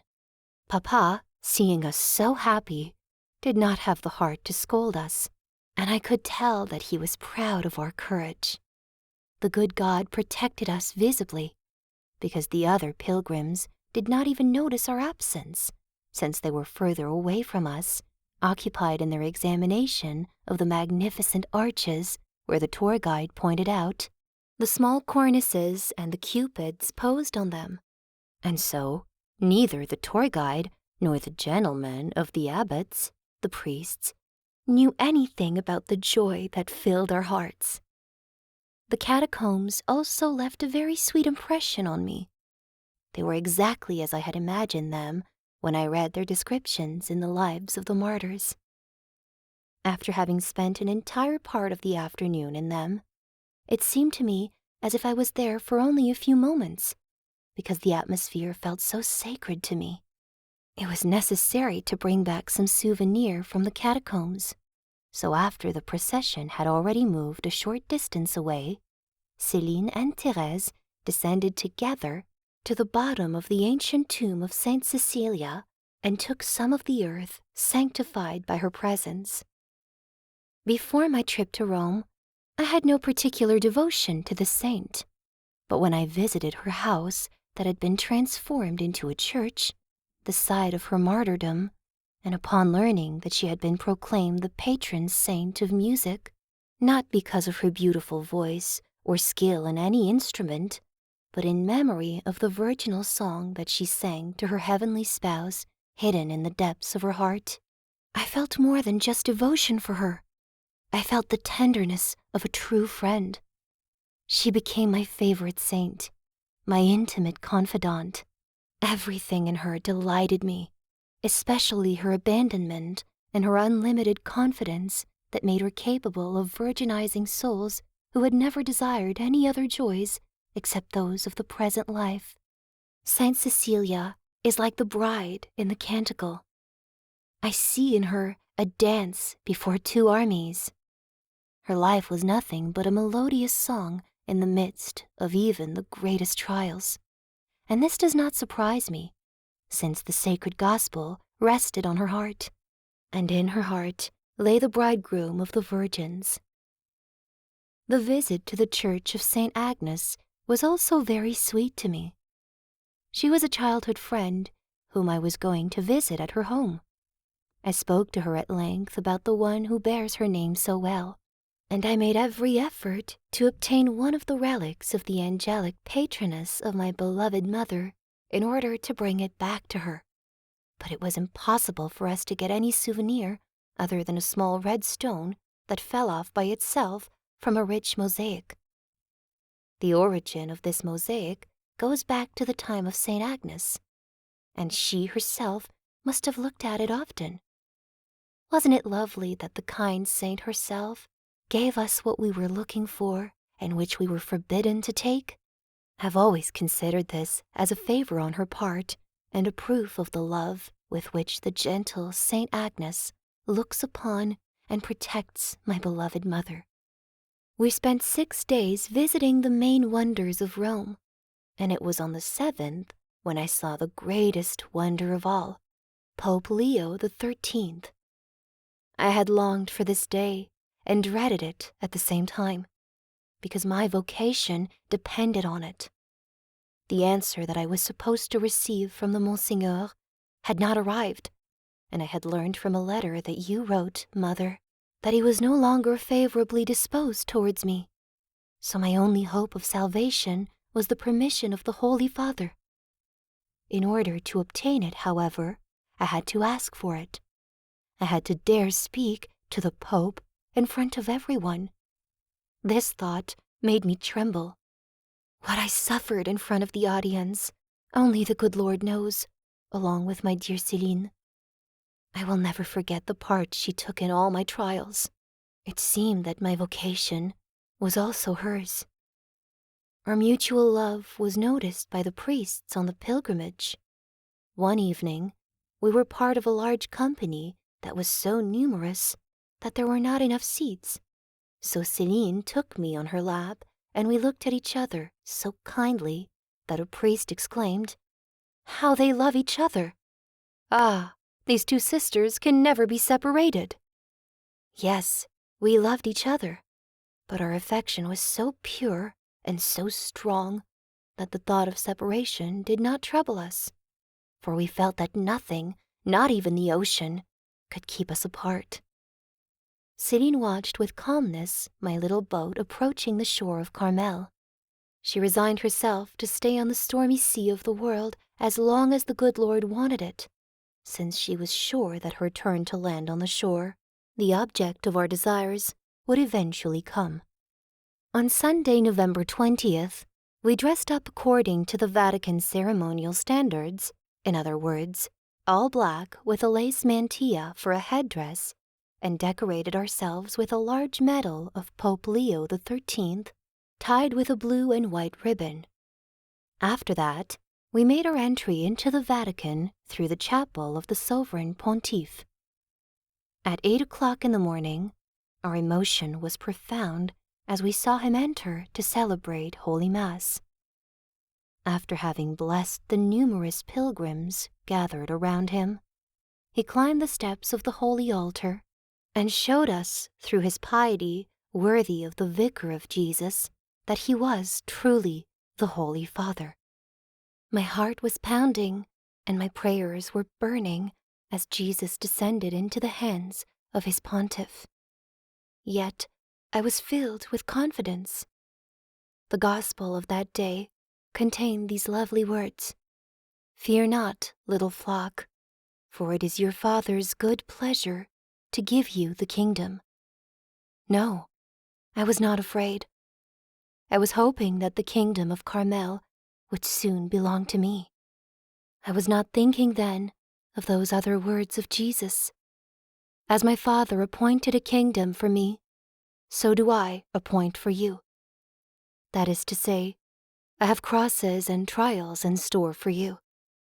They are the way through which you will be judged worthy of possessing this kingdom after which you long. Since it was necessary for Christ to suffer and thereby enter into his glory, And if you desire to have a place at his side, then you must drink the chalice that he himself drank. This chalice was presented to me by the Holy Father, and my tears mixed with the bitter drink that was offered to me. After the Mass of Thanksgiving, following that of His Holiness, the reception began. Pope Leo XIII was seated in a large armchair, dressed simply in a white cassock and a camail of the same color, and wearing only a small skull cap on his head. Around him stood cardinals, archbishops, and bishops, but I only saw them in general, because I was occupied with the Holy Father. We passed in front of him in procession. Each pilgrim knelt when it was his turn, kissed the foot and the hand of Pope Leo XIII, and received his blessing. Then 2 noble guards touched him ceremoniously, which was a signal for him to get up. Touch the pilgrim? I mean, not the Pope. I explained myself so badly that one would think it was the other. Before entering the pontifical apartment, I was quite determined to speak, but I felt my courage weaken when I saw who was standing by the Holy Father's right side. It was Father Révérony. Almost at the same moment, he told us that he did not want us to speak to Pope Leo XIII, as the reception was already dragging on for too long. I turned to my beloved Céline in order to find out her opinion. "Speak," she said to me. A moment later, I was at the feet of the Holy Father. Once I kissed his mule, he presented me with his hand, but instead of kissing it, I joined it with my own, and raising my eyes bathed in tears to his face, I cried out, "Most Holy Father, I have a great grace to ask of you." Then the Supreme Pontiff lowered his head towards me so that my face almost touched his, and I saw his deep black eyes fixed on me, which seemed to penetrate to the bottom of my soul. "Most Holy Father," I said to him, "in honor of your Jubilee, allow me to enter Carmel at the age of 15. My emotion had undoubtedly made my voice tremble. Father Révérony looked at me with astonishment and displeasure. The Holy Father turned to him and said, "I do not understand very well." If the good Lord had allowed it, it would have been easy for Father Révérony to obtain for me what I desired, but it was the cross and not the consolation that God wanted to give me. "Most Holy Father," replied the Vicar General, "she is a child who wishes to enter Carmel at 15 years of age, but the superiors are examining the question at this moment." "Well, my child," the Holy Father continued, looking at me kindly, "do what the superiors tell you." Leaning my hands on his lap, I made one last effort and said in a pleading voice, "Oh, Most Holy Father, if you would say yes, everyone would agree." He looked at me intently and pronounced these words, stressing on each syllable. "Go. Go. You will enter if the good God wants it." His accent had something about it that was so penetrating and so convincing, it seems to me that I can still hear it. The kindness of the Holy Father encouraged me. I still wanted to speak to him, but the 2 noble guards touched me politely to make me stand up. Seeing that it was not enough, they took me by the arms, and Father Révérony helped them to lift me up, because I remained there without moving, leaning on the knees of Pope Leo XIII, with my hands still joined to his. It was with force that they tore me from his feet. At the exact moment when I was removed, the Holy Father put his hand on my lips, then raised it to bless me. Then my eyes filled with tears, and Father Révérony could contemplate at least as many diamonds as he had seen in Bayeux. The 2 noble guards literally carried me, so to speak, to the door, and there a third one gave me a medal of Pope Leo XIII. Céline, who was next to me in line, had witnessed the scene that had just taken place. Almost as moved as I was, she nevertheless had the courage to ask the Holy Father to bless the Carmel. Father Révérony answered in a displeased voice, "The Carmel is already blessed." The good Holy Father gently replied, "Oh yes, it is already blessed." Papa had already knelt at the feet of Pope Leo XIII before us, along with the other gentlemen. Father Révérony had been charming to him, introducing him as the father of 2 Carmelites. The sovereign pontiff, as a sign of particular benevolence, placed his hand on the venerable head of my beloved king, thus seeming to mark him with a mysterious seal in the name of him whose true vicar he is. Ah, now that he is in heaven, this father of 4 Carmelites, it is no longer the hand of the pontiff that rests on his forehead, prophesying martyrdom for him. It is now the hand of the spouse of the virgins, of the King of Glory, which makes the head of his faithful servant shine, and never again will this adored hand cease to rest on the forehead that it has glorified. My beloved Papa was very sad to find me all in tears at the end of the reception. He did everything he could to console me, but it was all in vain. In the bottom of my heart, I felt a great peace, since I had done absolutely everything that was in my power in order to answer what the good God asked of me. But this peace was only hidden in the depths. Bitterness filled my soul, because Jesus was silent.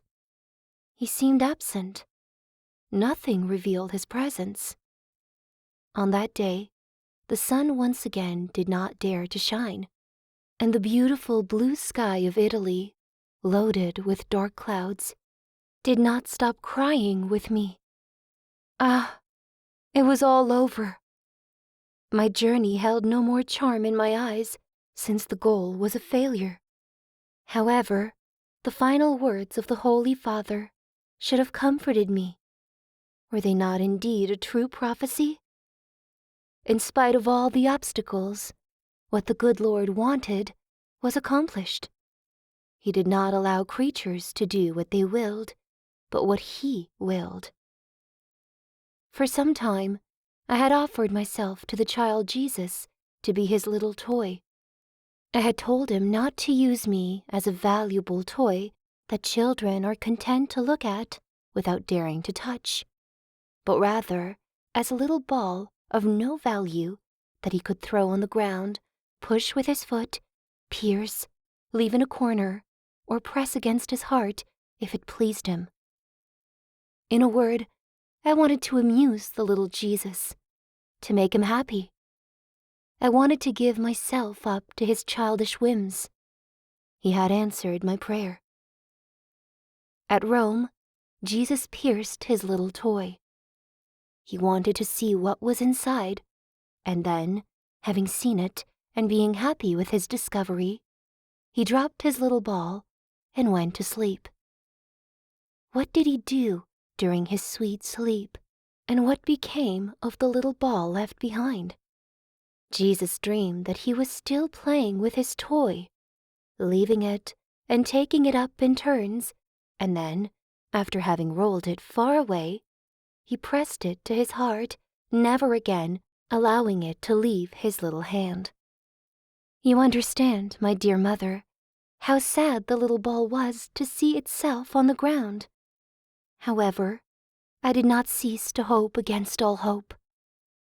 A few days after the audience with the Holy Father, Papa went to see the good brother Simeon and found Father Révérony at his place. Father Révérony was very kind to Papa, and Papa cheerfully scolded him for refusing to help me during my difficult undertaking.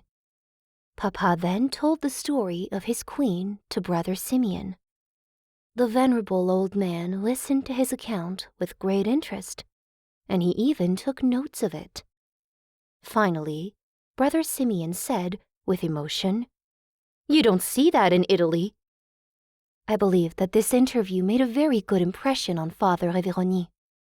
In the following years, he never ceased proving to me that he was finally convinced of my vocation.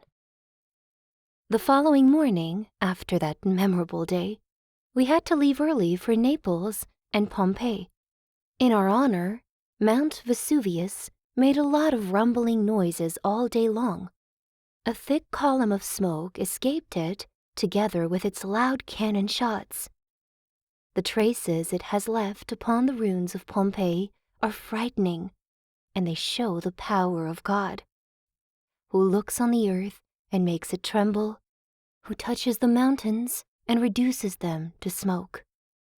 I would have liked to walk alone in the middle of the ruins, to dream about the fragility of human things, but the large number of tourists took away a big part of the melancholic charm of the destroyed city. At Naples, it was quite the opposite. Our trip to the monastery of San Martino, which was located on top of a high hill dominating all the city, was made magnificent by the great number of carriages drawn by 2 horses. Unfortunately, the horses that led us took the bit in their teeth, and more than once I thought that it was going to be my final hour. The coachman had to constantly repeat the magic words of the Italian drivers, "Abibao, abibao," to keep the poor horses under control since they wanted to overturn the carriage. Finally, thanks to the help of our guardian angels, we arrived at our magnificent hotel in one piece. During the course of our entire journey, we were lodged in princely hotels. I had never been surrounded by so much luxury. It is very true when they say that wealth does not bring happiness, because I would have been happier under a thatched roof with the hope of entering Carmel than live in a place with gilded paneling, white marble staircases, and silk carpets with bitterness in my heart. Ah, I felt it well. Joy is not found in the material objects that surround us. It is found in the most intimate depths of the soul. One can possess joy inside a prison as well as inside a palace. The proof of this is that I am happier in Carmel, even while in the midst of interior and exterior trials, than in the world surrounded by the conveniences of life, and especially the sweetness of our paternal home. My soul was plunged in sadness, but on the outside, I kept my usual demeanor, because I thought that the request I had made of the Holy Father remained hidden. Soon, however, I was convinced of the contrary. I was alone in the train car with Céline, since the other pilgrims had gone down to eat at the buffet during the few minutes of the routine stop. I saw Monseigneur Legout, the Vicar General of Coutances, open the door. He looked at me with a smile, and he said to me, "Well, how's our little Carmelite girl doing?" I understood then that the whole pilgrimage knew my secret. Fortunately, no one asked me about it, but I saw from their sympathetic gazes that my request had not caused any scandal. In fact, it had quite the opposite effect. At the little town of Assisi, I had the opportunity to ride in Father Révérony's carriage, a favor that was not granted to any other woman during the whole trip. Here is how I obtained this privilege. After having visited the places made sacred by the virtues of Saint Francis and Saint Clare, we ended up in the monastery of Saint Agnes, the sister of Saint Clare. I had contemplated Saint Clare's head at my leisure, and I was one of the last pilgrims to leave. Suddenly, I noticed that I had lost my belt. I looked for it in the middle of the crowd. A priest had pity on me and helped me. But after we found it, I saw him move away, leaving me alone to continue the search, because even though I had the belt, it was impossible for me to put it on, since the buckle was also missing. Finally, I saw the buckle shining in a corner. I seized it and adjusted it to the belt, which did not take long. Unfortunately, all the previous searching had cost me too much time, and my astonishment was great when I found myself alone in front of the church. All the numerous carriages had disappeared, and the only one left was that of Father Révéroni's. What was I to do? Should I run after the carriages that I could no longer see, thereby exposing myself to the danger of missing the train and causing anxiety to my dear papa? Or should I ask for a place in Father Révéroni's carriage? I decided to take the second option. With my most gracious manner, and pretending not to be embarrassed, even though I was extremely embarrassed, I explained my critical situation to him. I put Father Révérony in embarrassment as well, because his carriage was already filled with the most distinguished gentlemen of the pilgrimage, and there was no room for me to sit. However, a very gallant gentleman hastened to get off the carriage and made me take his place, while he himself modestly sat near the coachman. I looked like a squirrel caught in a trap, and I was far from being at ease, since I was surrounded by all these great characters, especially Father Révérony, the most formidable one of them all, in front of whom I was seated. However, he was very kind towards me, interrupting his conversation with the gentleman from time to tell me about Carmel.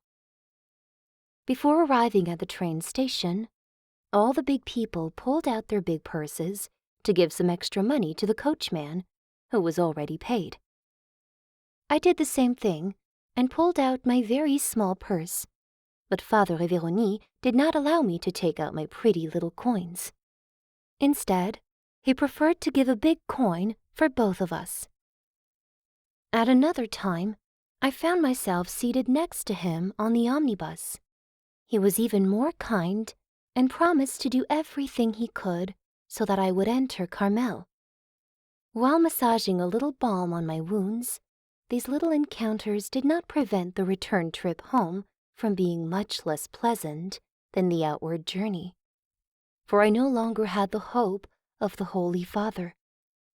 I found no help on earth, which seemed to me as an arid desert without water. All my hope was in the good God alone. I had just had the experience that it was better to have recourse to him than to his saints. The sadness of my soul did not prevent me from taking a great interest in the holy places that we visited. At Florence, I was happy to contemplate Saint Magdalene of Pazzi in the middle of the choir of the Carmelite nuns, who opened the big grille for us. We did not know that we would be enjoying this privilege, and many people wanted to have their rosaries touch the tomb of the saint. Since I was the only one who could pass my hand through the grating that separated us from it, everyone brought their rosaries to me, and I was very proud of my office. I always had to find a way to touch everything. When we were in Rome, at the Church of the Holy Cross in Jerusalem, we were able to venerate several pieces of the true cross, 2 thorns, and one of the sacred nails. The nail was enclosed in a magnificent golden reliquary, but there was no glass cover. So while venerating the precious relic, I found a way to sink my little finger in one of the openings of the reliquary, and I was able to touch the nail that was bathed in the blood of Jesus. I was really too audacious. Fortunately, the good God who sees the depths of hearts knows that my intention was pure, and that I would never have wanted to displease him for anything in this world. I was acting toward him like a child who thinks that she can do anything in his presence and looks at the treasures of her father as her own. I still can't understand why women are so easily excommunicated in Italy. At every moment, we were told, "Don't come in here. Don't go in there. You will be excommunicated." Ah, the poor women, how they are despised. However, They love God in much greater numbers than men do. And during the Passion of our Lord, women had more courage than the apostles, since they braved the insults of the soldiers and dared to wipe the adorable face of Jesus. This is probably why he allows them to be despised on earth, since he chose it for himself. In heaven, he will show that his thoughts are not men's thoughts, for then the last will be first. More than once during the journey, I did not have the patience to wait for heaven to be the first. One day, when we were visiting a monastery of Carmelites, I was not content to simply follow the pilgrims in the outer galleries, so I went forward under the inner cloisters. All of a sudden, I saw a good old Carmelite friar from a distance, and he motioned for me to go away. But instead of going away, I approached him and pointed to the paintings in the cloister. I made signs with my hands, telling him that they were pretty. He probably recognized by the way my hair fell and by my youthful appearance that I was only a child, so he smiled kindly at me and walked away, seeing that he did not have an enemy in front of him. If I had been able to speak Italian to him, I would have told him that I was a future Carmelite nun, but because of the builders of the Tower of Babel, this was impossible. After visiting Pisa and Genoa, we returned to France. On the way home, the view was magnificent. Sometimes we traveled alongside the sea, and the railroad was so close to it that it seemed to me as if the waves were going to reach us. The spectacle was caused by a storm, and since it was evening, it made the scene even more imposing. At other times, we passed through plains covered with orange trees that bore ripe fruits, green olive trees with their light foliage, and graceful palm trees. At dusk, we saw the numerous small seaports brighten with a multitude of lights, while in the sky the first stars were twinkling. Ah, what poetry filled my soul at the sight of all these things as I looked at them for the first and the last time in my life. It was without regret that I saw them fading away. However, Papa still proposed that we take a trip to Jerusalem, but in spite of my natural attraction to visit the places sanctified by the passage of our Lord, I was tired of earthly pilgrimages. My heart aspired for other wonders. It had contemplated the beauties of the earth long enough. Those of heaven were the object of its desires, and in order to give them to souls, I wanted to become a prisoner. But before the doors of the blessed prison, after which I longed for, were to open before me, I was still to struggle and suffer. I had felt this when I returned to France, but my confidence was so great that I did not cease to hope that I would be allowed to enter on December 25th. As soon as we arrived at Lisieux, our first visit was to the Carmel. What an interview that was! We had so many things to say to each other after a month of separation. A month that seemed much longer to me, and during which I learned more than in several years.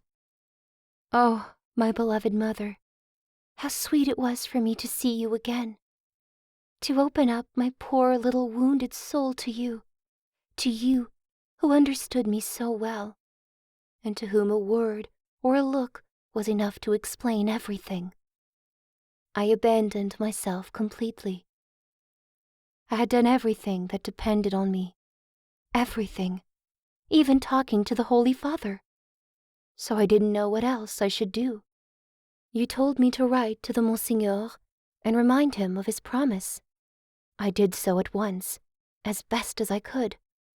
But our uncle found my words a little too simple, so he rewrote my letter. Just as I was about to send it, I received one from you, telling me not to write and to wait for a few days. I obeyed at once, for I was sure that this was the best way to avoid making a mistake. Finally, 10 days before Christmas, my letter was sent. Convinced that the answer would not be long in coming, I went every morning after Mass to the post office with Papa, believing that I would be given permission to fly away, but each morning brought with it a new disappointment. However, it did not shake my faith. I asked Jesus to break my bonds. He broke them, but in a way that was quite different from what I expected. The beautiful Christmas feast arrived, and Jesus did not wake up. He left his little ball on the ground without even glancing at it. My heart was broken on my way to midnight Mass. I was so looking forward to attending it behind the grilles of Carmel. This trial was very great for my faith, but he whose heart watches even while he sleeps made me understand that he grants miracles and makes the mountains change places for those whose faith is like that of a mustard seed, so that he can strengthen this faith that is so small. But for his intimate friends, for his mother, he does not do miracles before having tested their faith. Did he not let Lazarus die, even though Martha and Mary told him that he was sick? At the wedding of Cana, the Blessed Virgin asked Jesus to help the master of the house, but did he not answer that his hour had not yet come? But after the ordeal, what a reward!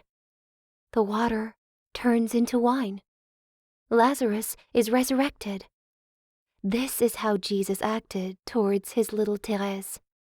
After having tested her for a long time, he fulfilled all the desires of her heart. I spent the afternoon of the radiant feast in tears. Then I went to see the Carmelites. My surprise was great when I noticed that the grille was open, and I saw a delightful little Jesus holding in his hand a ball that had my name written on it.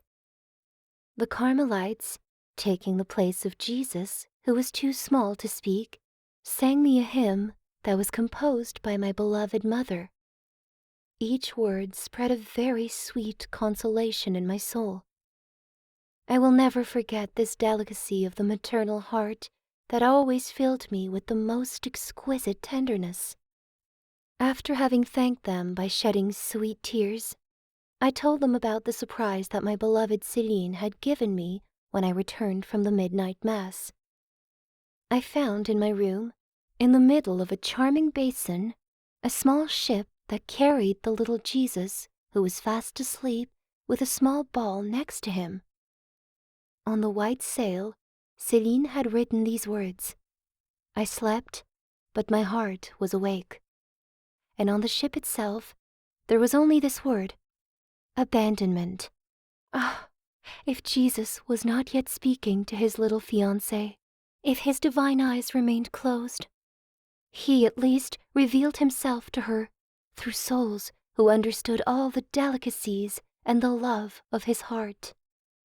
On New Year's Day of the year 1888, Jesus again presented me with his cross, but this time I was alone in carrying it, and it was all the more painful because I did not understand it. I received a letter from Mother Marie de Gonzague, and it said that the bishop's reply had arrived on December 28th, the feast of the Holy Innocents, but she did not tell me about it because it was decided that my entrance would only take place after Lent. I could not hold back my tears at the thought of such a long delay. This test had for me a very particular characteristic. I saw all my bonds broken as far as the world was concerned. But this time, it was the Holy Ark itself that refused entrance to the poor little dove. I want to believe that I appeared unreasonable by not accepting my 3 months of exile with joy. But I also believe that this trial was very great, even though it didn't seem to be, and it made me grow a lot in abandonment and in the other virtues. How did those 3 months pass? Those months so rich in graces for my soul. At first, it occurred to me not to bother leading a life as well regulated as I had been used to. But soon I understood the value of the time that was being offered to me, and I resolved to give myself up more than ever to a serious and mortified life. When I say mortified, this is not in order to make people believe that I was doing acts of penance. Alas, I never did any. Far from resembling the beautiful souls who practiced all sorts of mortification from their childhood, I felt no attraction for this. No doubt this came from my cowardice, for I could have, like Céline, found 1,000 little ways of making myself suffer. Instead, I always let myself be pampered in cotton sheets and fattened up like a little bird that does not need to do any penance. My mortifications consisted in breaking my will, which was always ready to impose itself on others, in holding back from speaking words of retaliation, in rendering small services without receiving anything in return, in sitting up straight and not leaning backwards when I was seated, etc., etc. It was through the practice of these little things that I prepared myself to become the bride of Jesus, and I cannot express how many sweet memories this period of expectation has left me. 3 months passed very quickly, and the moment so ardently desired finally arrived.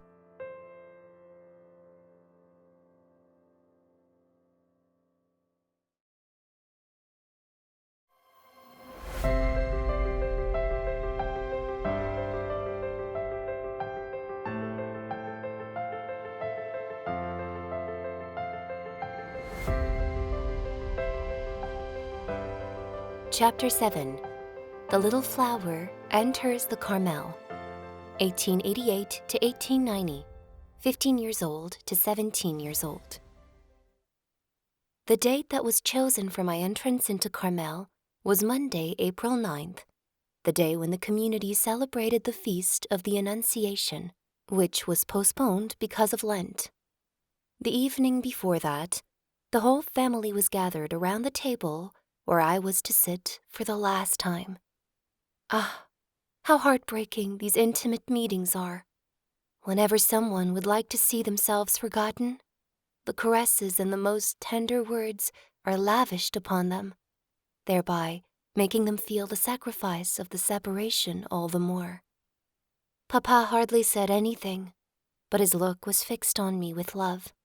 Our aunt cried from time to time, and our uncle gave me 1,000 affectionate compliments. Jeanne and Marie were also full of kindness towards me, especially Marie, who took me aside and asked me to forgive the pains she thought she had caused me. Finally, my dear little Léonie, who returned from the Visitation Convent a few months prior, showered me with even more kisses and caresses. There is only Céline, of whom I have not spoken, but you can guess, my dear mother, how the last night we spent together went. On the morning of the big day, after having cast one last glance at Les Buissonnets, that graceful nest of my childhood that I was never to see again, I left on the arm of my beloved king to climb the mountain of Carmel. As on the previous evening, the whole family was gathered to hear Holy Mass and to receive communion. As soon as Jesus had descended into the hearts of my beloved relatives, I heard nothing around me but sobs. I was the only one who did not shed any tears, but I felt my heart beating so violently that it seemed impossible for me to walk forward when they came to signal for us to come to the convent door. I proceeded to advance, all the while wondering if I was not going to die by the force of the beating of my heart. Ah, what a moment that was! One would need to pass through the same experience in order to find out how it really is. My emotion did not show on the outside. After having embraced all the members of my beloved family, I knelt before my incomparable Father, asking him for his blessing. To give it to me, he himself knelt and blessed me while crying. It was a spectacle that must have made the angels smile. the spectacle of this old man presenting to the Lord his child, who was still in the springtime of her life. A few moments later, the doors of the Holy Ark closed upon me, and there I received the embraces of my dear sisters who had served me as mothers, and whom I was henceforth going to take as models for my actions. Finally, my desires were fulfilled. My soul felt a peace so sweet and so deep that it would be impossible for me to express it. And for 7.5 years, this intimate peace has remained with me. It has not abandoned me, even in the midst of the greatest trials. Like all the postulants, I was led to the choir immediately after my entrance. The choir was dark because the Blessed Sacrament was exposed, and what struck me first were the eyes of our Holy Mother Geneviève, which were fixed on me. I remained for a moment, kneeling at her feet, thanking the good God for granting me the grace of knowing a saint. And then I followed Mother Marie de Gonzague into the different parts of the community. Everything seemed delightful to me. I thought I was transported into a desert. Our little cell especially charmed me, but the joy I felt was calm. The lightest zephyr did not ripple the quiet waters on which my little boat was sailing, and no clouds obscured my azure sky.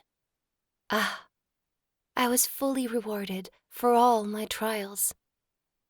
With what deep joy I repeated these words, "It is forever, forever that I am here." This happiness was not fleeting. It did not disappear with the illusions of the first days. In fact, God granted me the grace not to have any illusions when I entered Carmel. I found religious life exactly as I had imagined it. No sacrifice surprised me. And yet, as you know, my dear mother, my first steps met with more thorns than roses. Yes, suffering held out its arms to me, and I threw myself into it with love. In the examination that preceded my profession, I declared at the feet of Jesus, the victim, what I came to do in Carmel. I have come to save souls, and above all, to pray for priests. When one wants to reach a goal, one must take the means. Jesus made me understand that it was through the cross that he wanted to give me souls, and my attraction to suffering grew as the suffering increased. For 5 years, this was my way.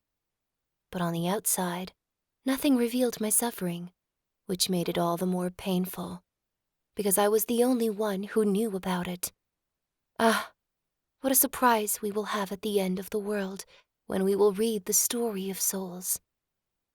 How many people will be astonished when they see the way through which mine was led.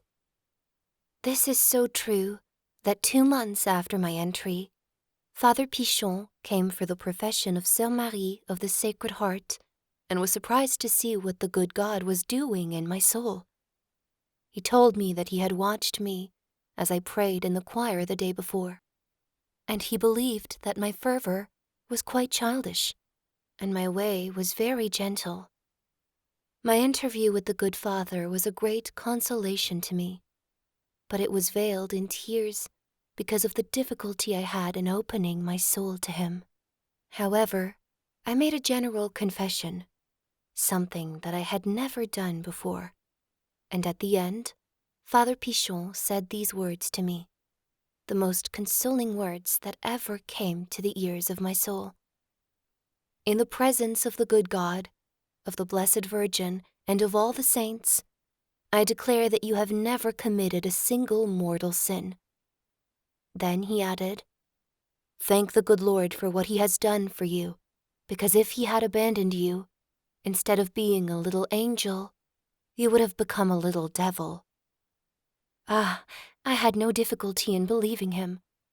I felt how weak and imperfect I was, and gratitude filled my soul. I had such a great fear of tarnishing my baptismal robes that this assurance, which came from the mouth of a spiritual director, such as our Holy Mother Teresa desired, that is to say, one who united both knowledge and virtue, seemed to me to have come from the very mouth of Jesus himself. The good Father said to me again these words that were gently engraved in my heart. My child, may our Lord always be your superior and your master of novices. He was indeed, and also my director. By this, I don't mean that I closed my soul to my superiors. Ah, far from it. I always tried to make it an open book to them. But our mother prioress, who was often ill, had little time to care for me. I know that she loved me very much and said every good thing about me, but God allowed her to be very strict without her knowing it. I could not meet her without kissing the ground, which was the custom when we had made a mistake. Once I remember having left a spider's web in the cloister. She said to me in front of the whole community, "We can see that our cloisters are being swept by a 15-year-old child. It is a pity. Go and remove that spider's web, and be more careful in the future." The same was true in the rare moments of spiritual direction that I had with her. What pained me the most was that I could not understand how to correct my faults. For example, my slowness and my lack of devotion in the services. One day, I said to myself that Mother Prioress would undoubtedly wish to see me work during the hours of free time that I normally devoted to prayer. So I plied my little needle without looking up, since I wanted to be faithful and to act only under the gaze of Jesus. No one ever knew about it. During this time of my postulancy, our novice mistress sent me out at 4:30 in the afternoon to pull weeds in the garden. This cost me a lot, especially because I was almost sure to meet Mother Marie de Gonzague on the way. She said to me on one of these occasions, "But this child does absolutely nothing. What kind of a novice is she who has to be sent out for a walk every day?" In all things, she acted in this way towards me. Oh, my beloved mother, how I thank you for having given me such a strong and precious education. What an invaluable grace. How visibly the good Lord was acting in the one who held his place. What would I have become if I had been the pet of the community, as some of the sisters believed? Perhaps instead of seeing our Lord in my superiors, I would have considered them only as ordinary persons, and my heart, so well guarded, while I was in the world, would have become humanly attached to the cloister. Fortunately, I was saved from this misfortune. Without a doubt, I loved our Mother Prioress very much, but it was a pure affection that raised me to the spouse of my soul. Our novice mistress was a true saint, the perfect type of the first Carmelite nuns. All day long I was with her, for she taught me how to work. Her kindness towards me was boundless, and yet my soul did not expand. It was only with great effort that it became possible for me to take spiritual direction, because I was not accustomed to speaking about my soul, and I did not know how to express what was happening within it. A good old mother understood one day what I was feeling, and she laughingly said to me during recess, "My little girl, it seems to me that you must not have much to say to your superiors." "Why do you say that, mother?" "Because your soul is extremely simple. But when you are perfect, you will be even simpler. The closer one gets to the good Lord, the more simplified one becomes." The good mother was right. The difficulty I had in opening up my soul while coming from my simplicity, however, was a real test. I recognize it now, because without ceasing to be simple, I can express my thoughts with great ease.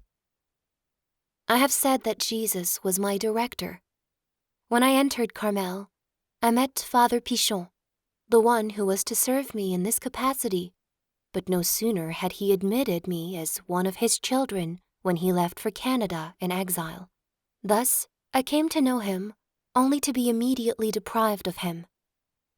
Reduced to receiving from Father Pichon 1 letter a year out of the 12 letters that I wrote, my heart soon turned to the Director of Directors, and it was he who instructed me in that science hidden from the learned and the wise, which he deigned to reveal to the least. The little flower transplanted on the mountain of Carmel was to blossom in the shadow of the cross. The tears and blood of Jesus became her dew, and her Son was his adorable face veiled in tears. Until then, I had not fathomed the depths of the treasures hidden in the holy face. It was through you, my beloved mother, that I learnt about these treasures. Just as you had preceded us all into Carmel, so too were you the first to penetrate the mysteries of love hidden in the face of our spouse. Then you called me, and I understood. I understood what true glory is. He whose kingdom is not of this world showed me that true wisdom consists in wanting to be ignored and counted as nothing, in putting one's joy in the contempt of oneself. Ah, like Jesus' face, I wanted that. My face be truly hidden, that no one on earth would recognize me. I was thirsty to suffer and to be forgotten. How merciful is the way in which the good Lord has always led me. He has never made me desire something without giving it to me, so even his bitter cup seemed delicious to me. After those radiant celebrations of the month of May, namely, the profession and the taking of the veil of our dear Marie, the eldest in the family, whom the youngest had the happiness of crowning on the day of her wedding, it was necessary that a trial come to visit us. The previous year in May, Papa was seized with an attack of paralysis in the limbs. Our concern was very great then, but the strong temperament of my dear king soon took control of the situation, and our fears disappeared.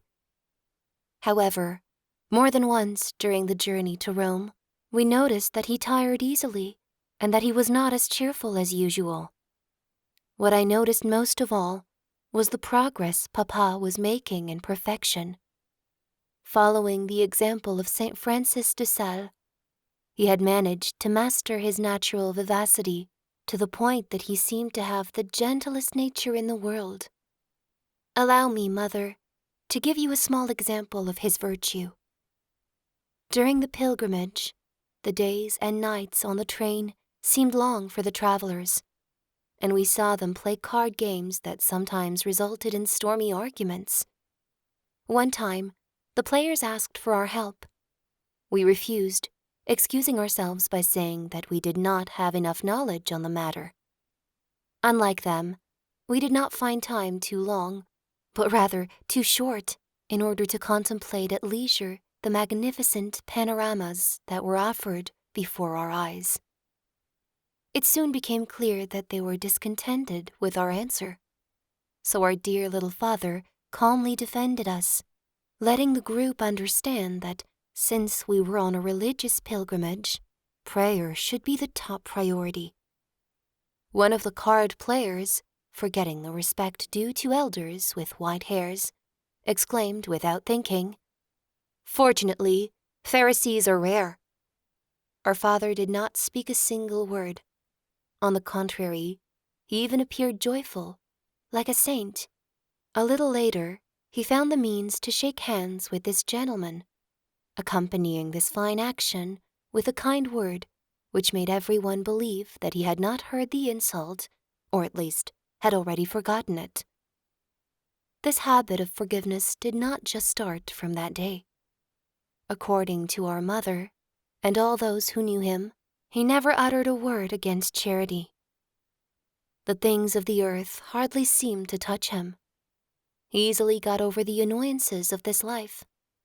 Finally, the good God flooded him with consolations. During his daily visits to the Blessed Sacrament, his eyes were often filled with tears, and his face breathed forth a celestial beatitude. When Léonie left the Visitation Convent, he did not grieve, nor did he reproach God for failing to answer the prayers that he had made to him in order to obtain the vocation of his dear daughter. It was even with a certain joy that he went to look for her and bring her home. Here is the faith with which Papa accepted the separation of his little queen. He announced it in these terms to his friends in Alençon. My dear friends, Therese, my little queen, entered Carmel yesterday. Only God could demand such a sacrifice. Do not pity me, for my heart overflows with joy. It was time for such a faithful servant to receive the reward of his labors, and it was right that his wages should resemble those given by God to the King of Heaven, his only Son. Papa had just offered God an altar, and he was the victim chosen to be sacrificed there with the spotless lamb. Oh, my mother, do you remember that day in the parlor when our father said to us, "My children, I have just returned from Alençon, where I received such great graces, such consolations in the church of Notre Dame, that I prayed, 'My God, this is too much. Yes, I am too happy. It is not possible to go to heaven like this. I want to suffer something for you.' And I offered myself." The word victim expired on his lips. He did not dare to pronounce it in front of us, but we had understood. You know, my beloved mother, of our bitterness during the month of June, and especially on the 24th of the year 1888. Papa disappeared without notifying anyone. Céline and our uncle found him at Le Havre on June 27th. These memories are too well engraved in the depths of our hearts for it to be necessary to write them down. Oh, Mother, how we suffered! And this was only the beginning of our ordeal. However, the time for my reception of the habit had arrived. I was accepted by the conventual chapter, but how could I dream of doing a ceremony?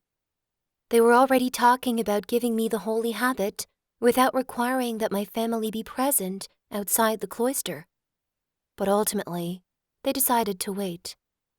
Against all hope, our beloved father recovered from his second attack, and the bishop fixed the ceremony for January 10th.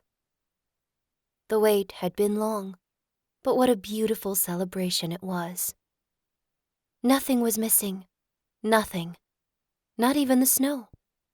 I don't know if I've already told you about my love for the snow. When I was a little girl, its whiteness delighted me. One of my greatest pleasures was to walk under the snowy flakes.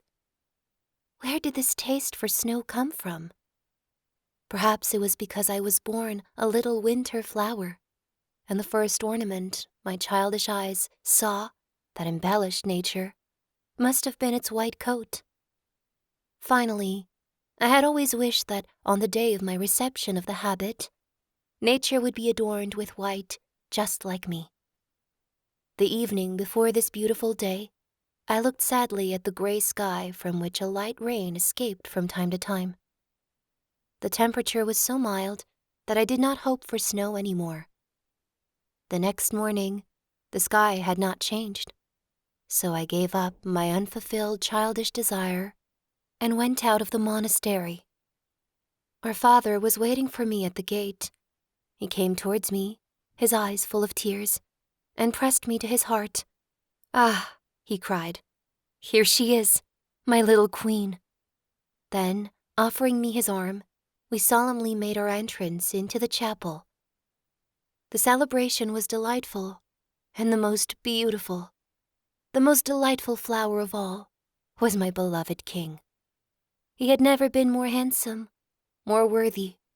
He was admired by everyone. It was his day of triumph, his last celebration on earth. He had given all his children to God, because Céline had also entrusted him with her vocation. He had wept with joy and had gone with her to thank the one who did him the honor of taking all his children. "Come," he said, "let us go together before the Blessed Sacrament, to thank the Lord for the graces he is granting to our family, and for the honor he is doing me of choosing spouses in my house. Yes, The good Lord does me a great honor by asking me for my children. If I had anything better, I would hasten to offer it to him. This better thing was himself, and the Lord received him like a burnt offering. He tested him like gold in the furnace, and found him worthy of himself. At the end of the ceremony, the Monseigneur intoned the Te Deum. A priest tried to point out that this hymn was only sung at the professions, but once it began, the hymn of thanksgiving continued until the end. Wasn't it fitting that the feast be completed in this way, since in it were united all the others? After having kissed my beloved king one last time, I re-entered the cloister. The first thing that I saw there was my little pink Jesus smiling at me in the midst of the flowers and lights, and then, immediately, my gaze went to the snowflakes. The courtyard was white like me. What a treat from Jesus! Predicting the desires of his little fiancée, he gave her snow. Snow! What mortal, however powerful, could make snow fall from heaven to charm his beloved? Perhaps the people of the world ask themselves this question, but what is certain is that the snow that fell on the day when I received the habit seemed to them a small miracle, and the whole town was astonished. They thought I had a strange taste for snow. So much the better. This event brought out even more the incomprehensible condescension of the spouse of the virgins, of him who cherishes the lilies as white as snow. The bishop entered the cloister after the ceremony. He showed a very paternal kindness towards me. He reminded me, in front of all the priests who surrounded him, of my visit to Bayeux and of my trip to Rome, without forgetting to mention that I had put up my hair in order to appear older than 15.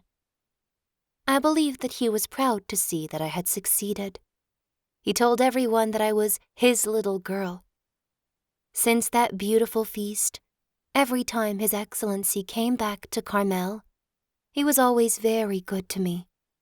I remember especially his visit on the occasion of the centenary of our Father St. John of the Cross. He took my head in his hands and caressed me 1,000 times.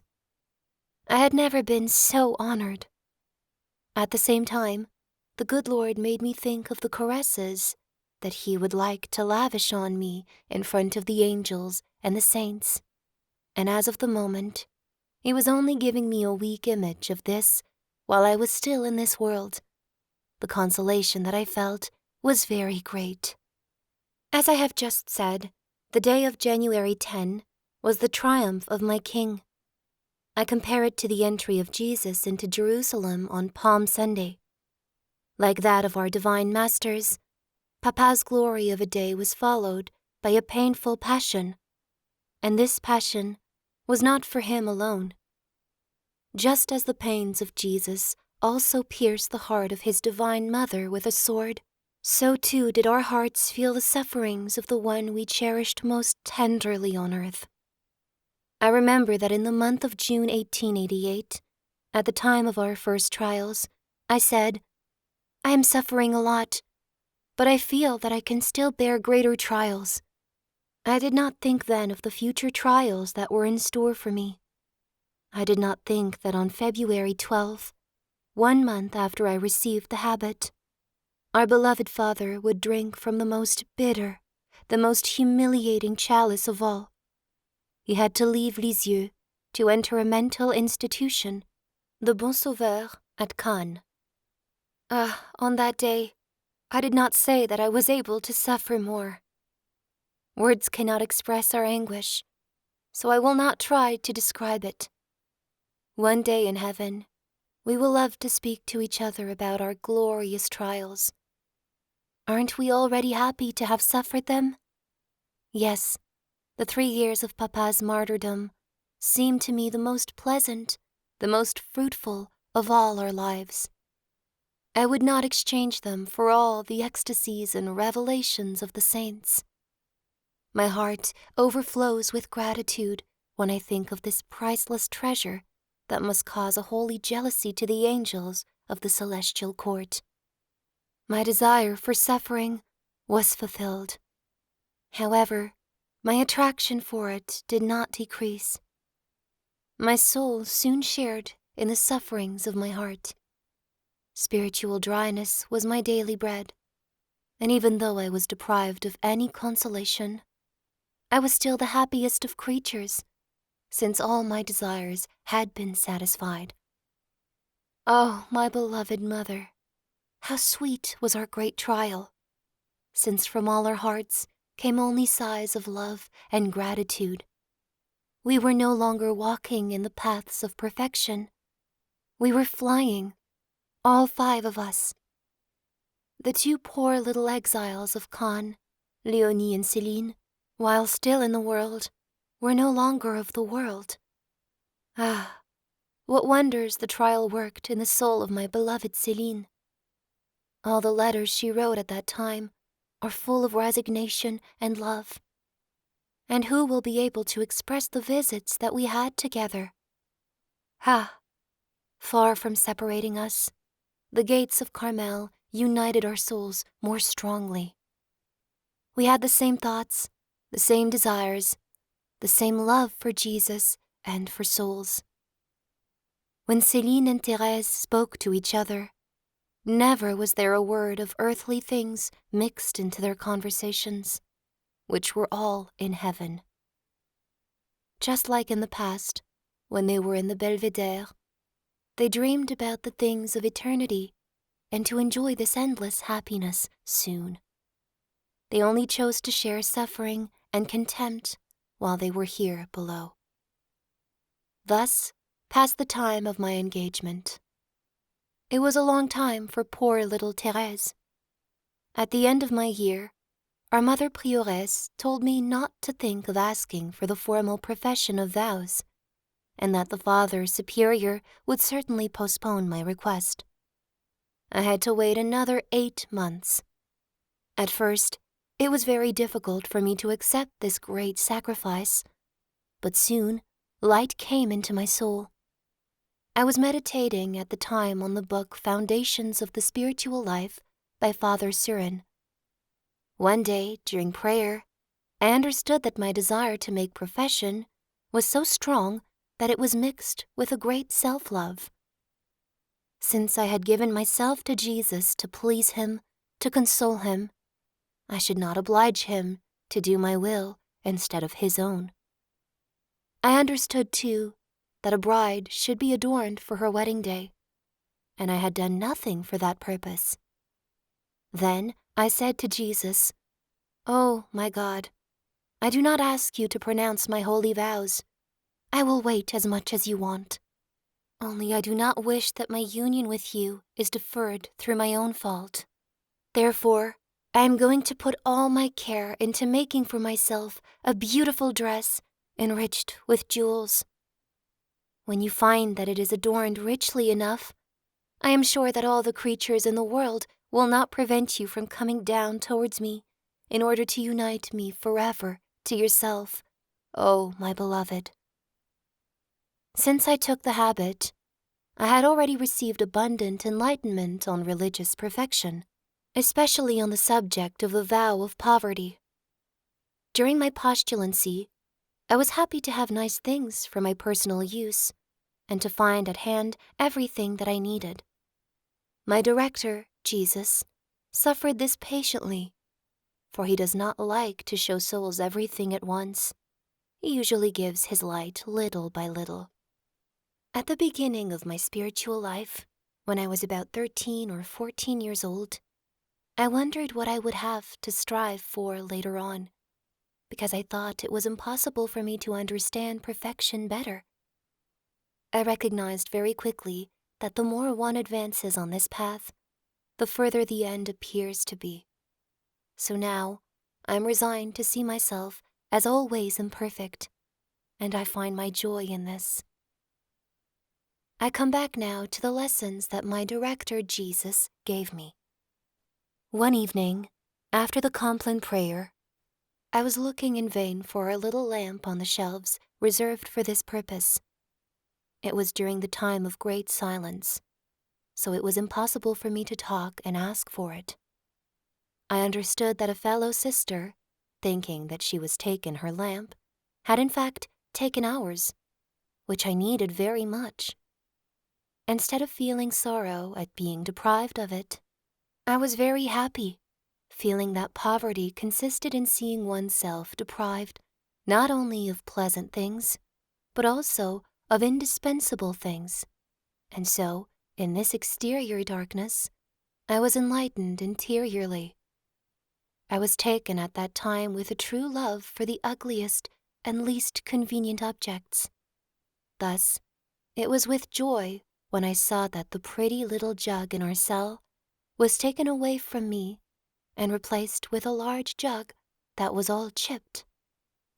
I also made a lot of effort not to apologize and make excuses for myself, which seemed very difficult for me, especially with our novice mistress, from whom I did not want to hide anything.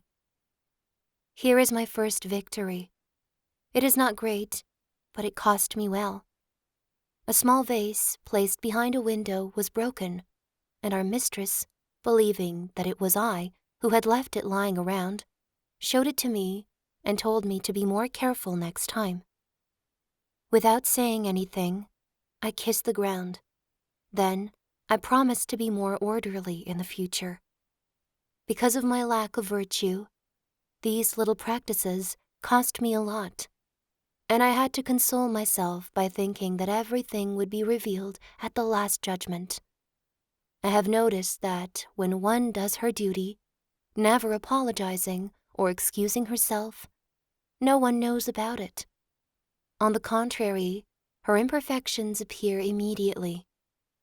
I applied myself, especially to practicing the small virtues, since I did not have the capability of practicing the big ones. For example, I like to fold up the mantles forgotten by the sisters, and to render them all the little services that I could. The love for mortification was also given to me, and this love was made greater because I was allowed nothing in order to satisfy it. The only small mortification that I was doing while I was still in the world consisted in not leaning my back against any support while I was seated. But even this was forbidden me because of my propensity to slouch. Alas, my ardor for many penances would probably not have lasted long if the superiors had allowed them. The penances that were allowed, even though I did not ask for them, consisted in mortifying my self-love, which did me much more good than the corporeal penances. The refectory, which I was immediately given charge of after I received the habit, gave me more than one opportunity to put my self-love in its proper place, that is to say, under my feet. It is true that it was a great consolation to have the same job as you, my beloved mother, and to be able to contemplate your virtues closely, but this closeness was a source of suffering. I did not feel like I did in the past when I was free to tell you everything. There was the rule of silence to observe. I could not open my soul to you. In short, I was in Carmel, and no longer at Les Buissonnets under our Father's roof. However, the Blessed Virgin was helping me to prepare the dress of my soul. As soon as this dress was finished, the obstacles went away by themselves. The bishop sent me the permission I had requested. The community was willing to receive me, and my final profession of vows was fixed for September 8, 1890. Everything that I have just written in so few words would require many pages of details, but these pages will never be read on earth. Soon, my beloved mother, I will speak to you about all these things in our Father's house, in that beautiful heaven towards which the sighs of our hearts rise. My wedding dress was finally ready. It was enriched with the old jewels that my fiancé had given to me, but this was not enough for his generosity. He wanted to give me a new diamond with countless reflections. The trial of Papa with all its painful circumstances, was the old Jules, and the new one was another trial that seemed very small in appearance, but made me suffer much. For some time, our poor little father, finding himself feeling somewhat better, was allowed to go out of the asylum in a carriage, and there was even talk of having him travel by train in order to come and see us. Naturally, Céline at once thought that the day of his visit should be the same day as my reception of the veil. She said, "In order to prevent Papa from getting too tired, I will not make him attend the whole ceremony, but only the end.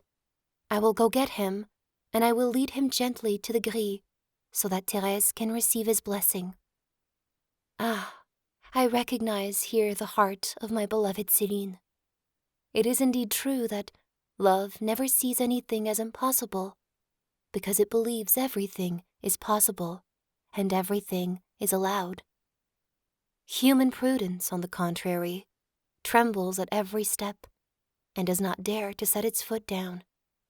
So the good God, who wanted to test me, used her as a docile instrument, and on my wedding day, I was truly an orphan, no longer having a father on earth, but being able to look to heaven with confidence and say, in all truth, "Our Father, who art in heaven."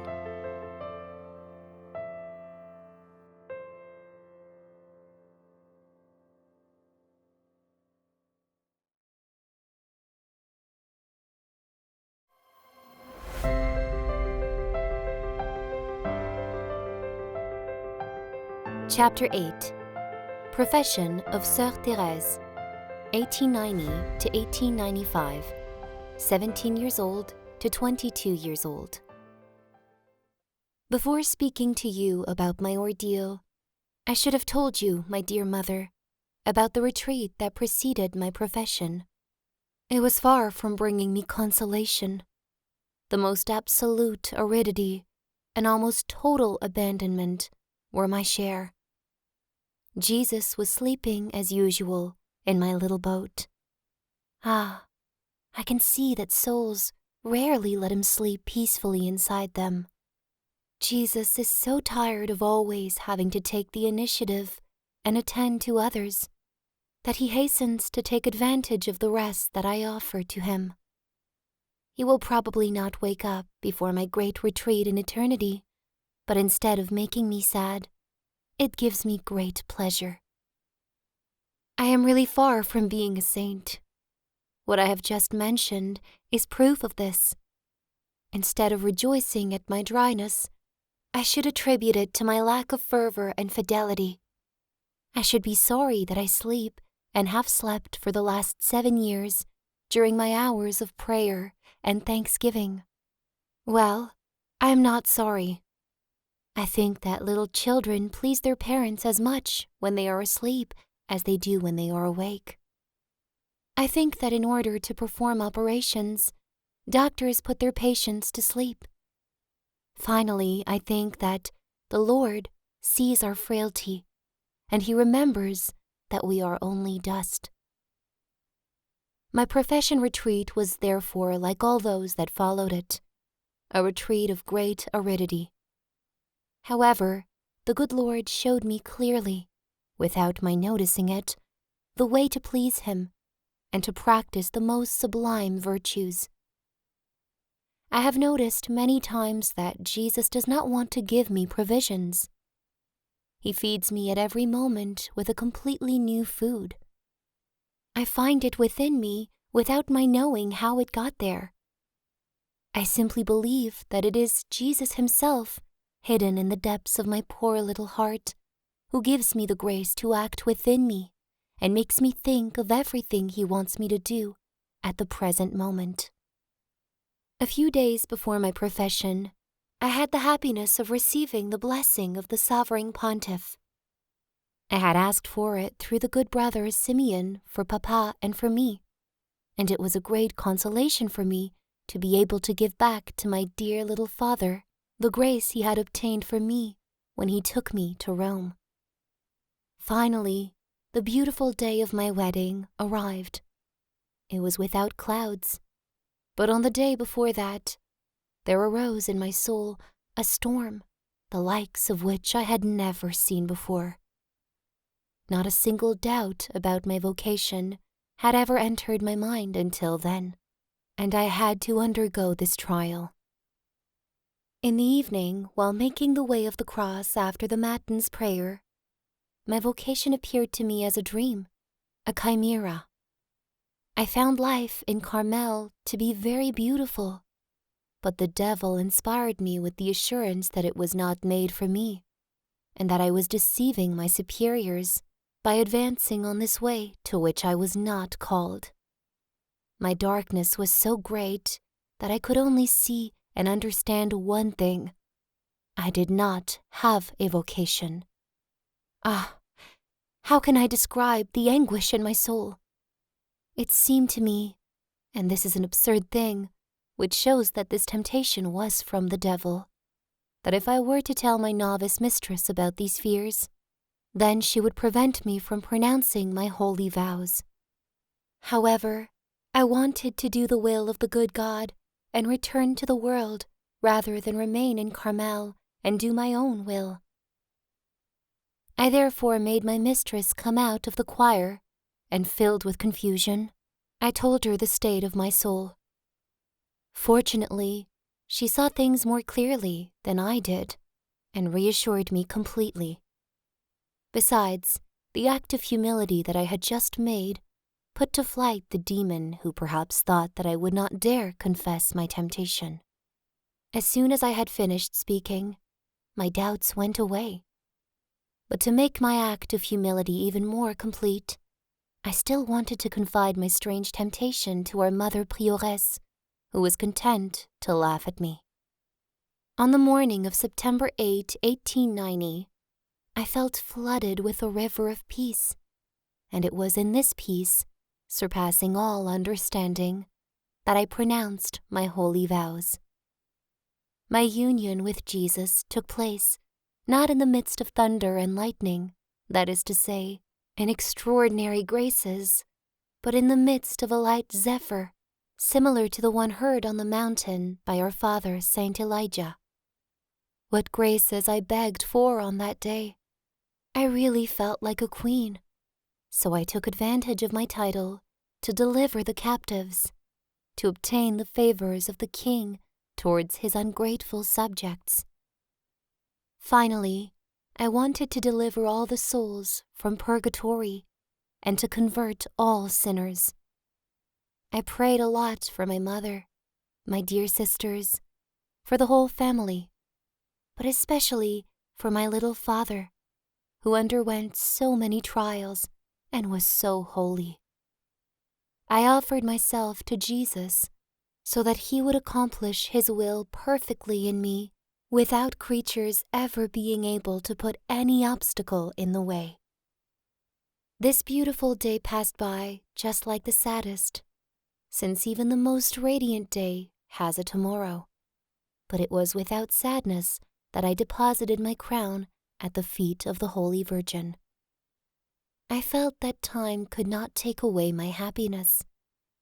How beautiful it was that I became the bride of Jesus on the feast of the Nativity of Mary. It was the one-day-old little Virgin who presented her little flower to the little Jesus. On that day, everything was little except for the graces and the peace that I received, including the peaceful joy that I felt in the evening, watching the stars twinkling in the firmament, thinking that soon the beautiful heaven would open up to my delighted eyes, and that I would be able to unite myself to my spouse in the bosom of an eternal joy. The ceremony of my reception of the veil took place on September 24. The day was all veiled in tears. Papa was not there to bless his queen. Father Pichon was in Canada. The bishop who was supposed to come and dine with our uncle found himself ill and did not come either. In a word, everything was sadness and bitterness. However, peace, always peace, was at the bottom of the chalice. On that day, Jesus allowed me not to hold back my tears, and my tears were not understood. In fact, I had endured much greater trials before that without crying. But this was because I was helped by a powerful grace. On the contrary, Jesus left me to my own strength on September 24, and I quickly showed how weak my own strength was. 8 days after I received the veil, our cousin Jeanne's wedding took place. It would be impossible for me to tell you, my beloved mother, how much her example taught me about the delicacies that a wife must lavish on her spouse. I listened avidly to all that I could learn from her, for I did not want to do less for my beloved Jesus than Jeanne did for her Francis, a creature who was undoubtedly quite perfect, but still a creature after all. I even had fun composing a letter of invitation in order to compare it to hers, and this is what I wrote. Letter of invitation to the wedding of Soeur Therese of the Child Jesus and the Holy Face. Almighty God, Creator of heaven and earth, Sovereign Dominator of the world, and the most glorious Virgin Mary, Queen of the heavenly court, wish to inform you of the marriage of their august Son, Jesus, King of kings and Lord of lords, with Mademoiselle Therese Martin, now Lady and Princess of the Kingdoms, bought in dowry by her divine spouse, namely, the infancy of Jesus and his passion, her titles of nobility being of the child Jesus and of the Holy Face. Monsieur Louis Martin, owner and master of the lordships of suffering and humiliation, and Madame Martin, Princess and Lady of Honor of the Celestial Court, also wish to inform you of the marriage of their daughter Therese with Jesus, the Word of God, the second person of the adorable Trinity, who by the operation of the Holy Spirit became man and Son of Mary, the Queen of Heaven. Being unable to invite you to the nuptial blessing that was given to them on the mountain of Carmel on September 8, 1890, only the Celestial Court was admitted, you are nevertheless requested to be present at the return from the wedding, which will take place tomorrow, the day of eternity, on which day Jesus, the Son of God, will come on the clouds of heaven in the brightness of his majesty, to judge the living and the dead. As the time is still uncertain, you are invited to stand ready and to watch. Now, my beloved mother, what more is left for me to tell you? Ah, I thought I was finished, but I haven't yet told you anything about my happiness at having known our Holy Mother Geneviève. This was an invaluable grace. Well, the good God, who had already granted me so many graces, wanted me to live with a saint. Not a saint who was inimitable, but a saint who was sanctified by the practice of hidden and ordinary virtues. More than once, I received great consolations from her, but most especially on one particular Sunday. Going as usual to pay her a short visit, I found 2 other sisters with Mother Geneviève. I looked at her with a smile and was about to leave, since it was the custom of the monastery that no more than 2 people can visit a sick person at the same time. But she looked at me with an inspired air and said, "Wait, my little girl. I am only going to tell you a little word. Every time you come, you ask me to give you a spiritual bouquet. Well, today, I am going to give you this one. Serve God with peace and with joy. Remember, my child, that our God is the God of peace." After having simply thanked her, I left moved to tears, and convinced that the good God had revealed to her the state of my soul. That day, I was extremely tested, almost sad, and I was in such a night that I no longer knew if I was loved by the good God. You can guess, my beloved mother, the joy and consolation that I then felt. The following Sunday, I wanted to know what revelation Mother Geneviève had received. She assured me that she had received none at all, so my admiration was even greater, seeing to what eminent degree Jesus was living within her and making her act and speak. Ah, this sanctity seems to me the truest, the holiest, and it is this sanctity that I desire, for there is no deception in it. On the day of my profession, I was also comforted to learn from Mother Geneviève that she had gone through the same ordeal as I did before pronouncing her vows. Do you remember, my beloved mother, the consolations that we received from her at the time of our great sorrows? Finally, the memory that Mother Geneviève left in my heart is a sacred memory. The day of her departure for heaven, I felt particularly touched. It was the first time that I had assisted at a death. Really, the spectacle was ravishing. I was placed right at the foot of the bed of the dying saint. I could see her slightest movements perfectly. It seemed to me, during the 2 hours that I spent like that my soul should have been filled with fervor. On the contrary, a kind of insensitivity had seized me. But at the very moment of our Holy Mother Geneviève's birth in heaven, my interior disposition changed. In the twinkling of an eye, I felt filled with an unspeakable joy and fervor. It was as if Mother Geneviève had given me a part of the happiness that she was enjoying, for I was quite convinced that she went straight to heaven. When she was still alive, I said to her one day, "Oh, my mother, you will not go to purgatory." "I hope so," she answered me with sweetness. Ah, of course, the good God could not deceive a hope so filled with humility. All the favors we have received since then are the proof of this.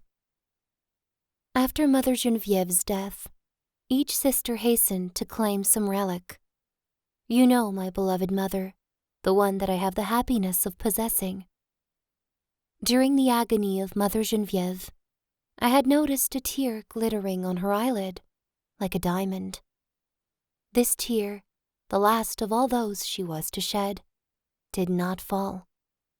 When she was laid out in the choir, I saw it still shining there, without anyone thinking of collecting it.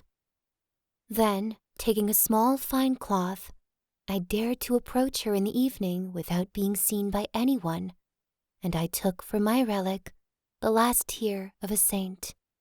Since then, I have always carried it in the little bag where my vows are enclosed. I don't attach any importance to my dreams. Besides, I have rarely had any symbolic dreams, and I even wonder how it is that I think all day long about the good God, and yet I don't care about him during my sleep. Usually I dream about woods, flowers, streams, and the sea.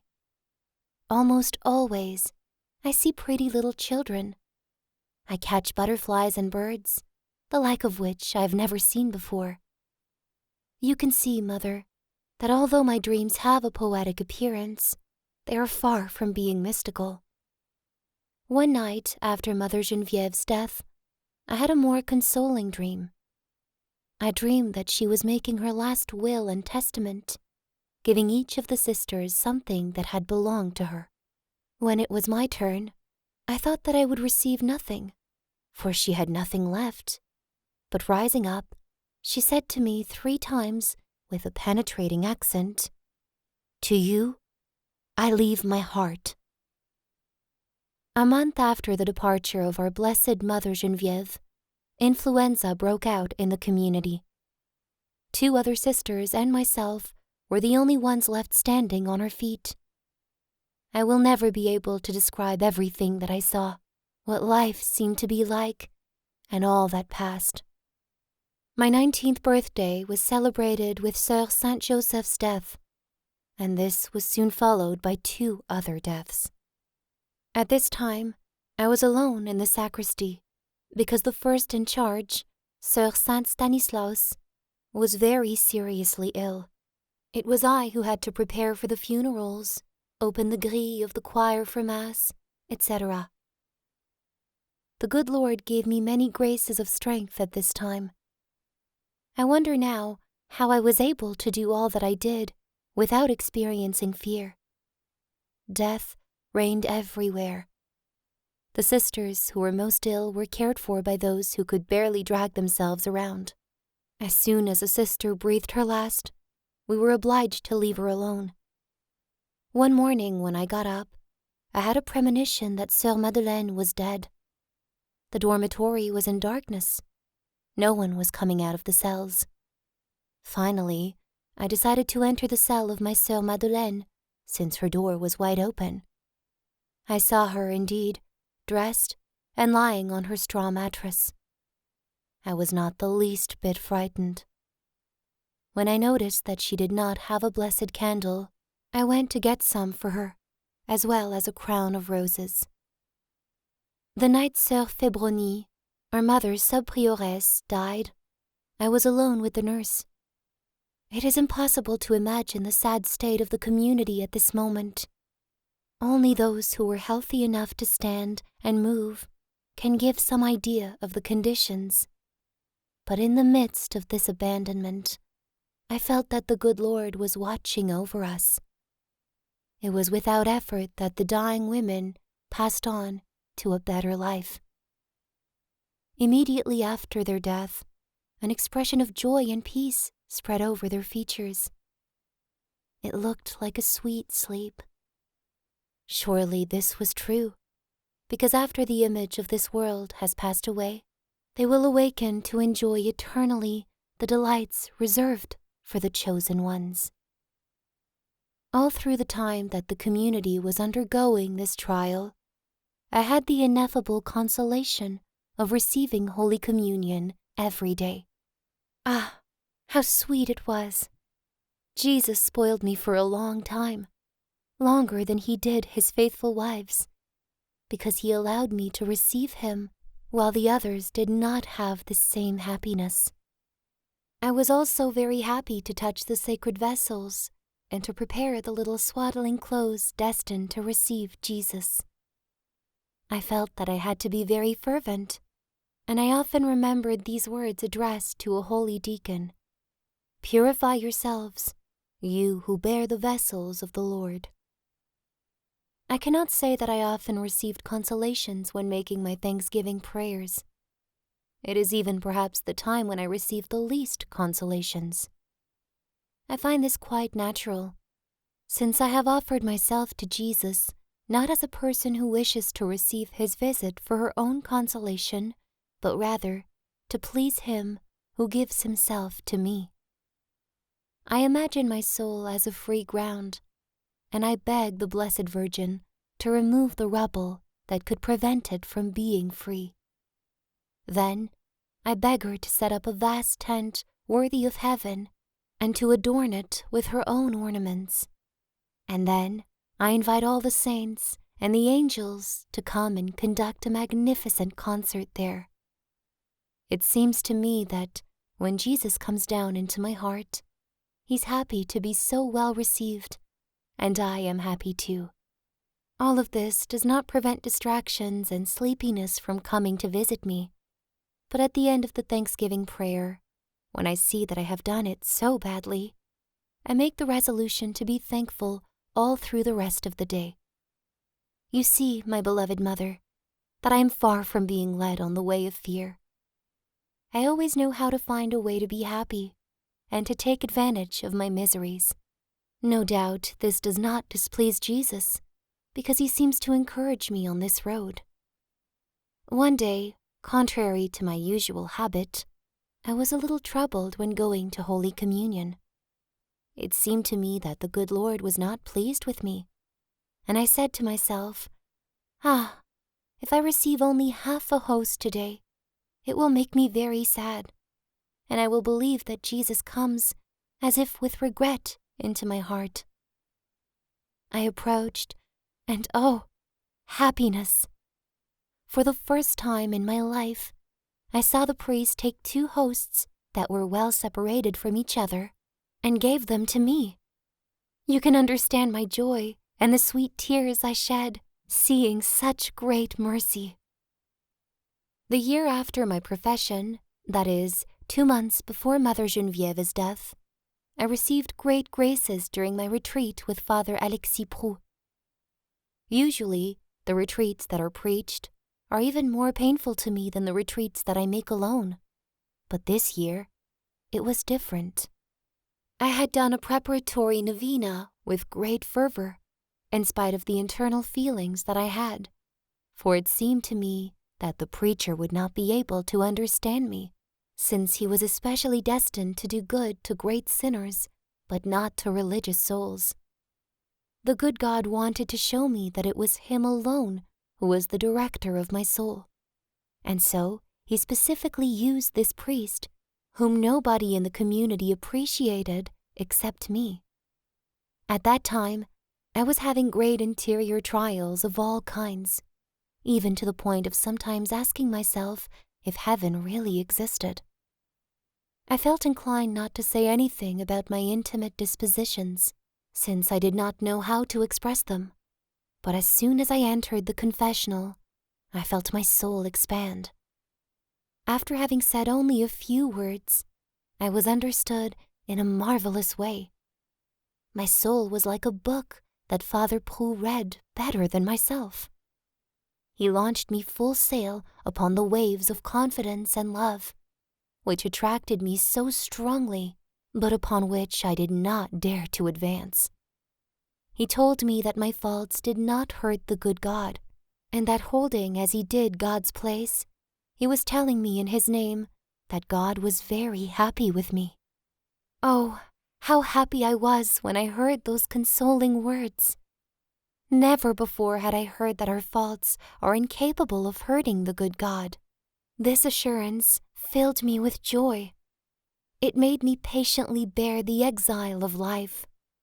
I felt in my heart that it was true, for the good Lord is more tender than a mother.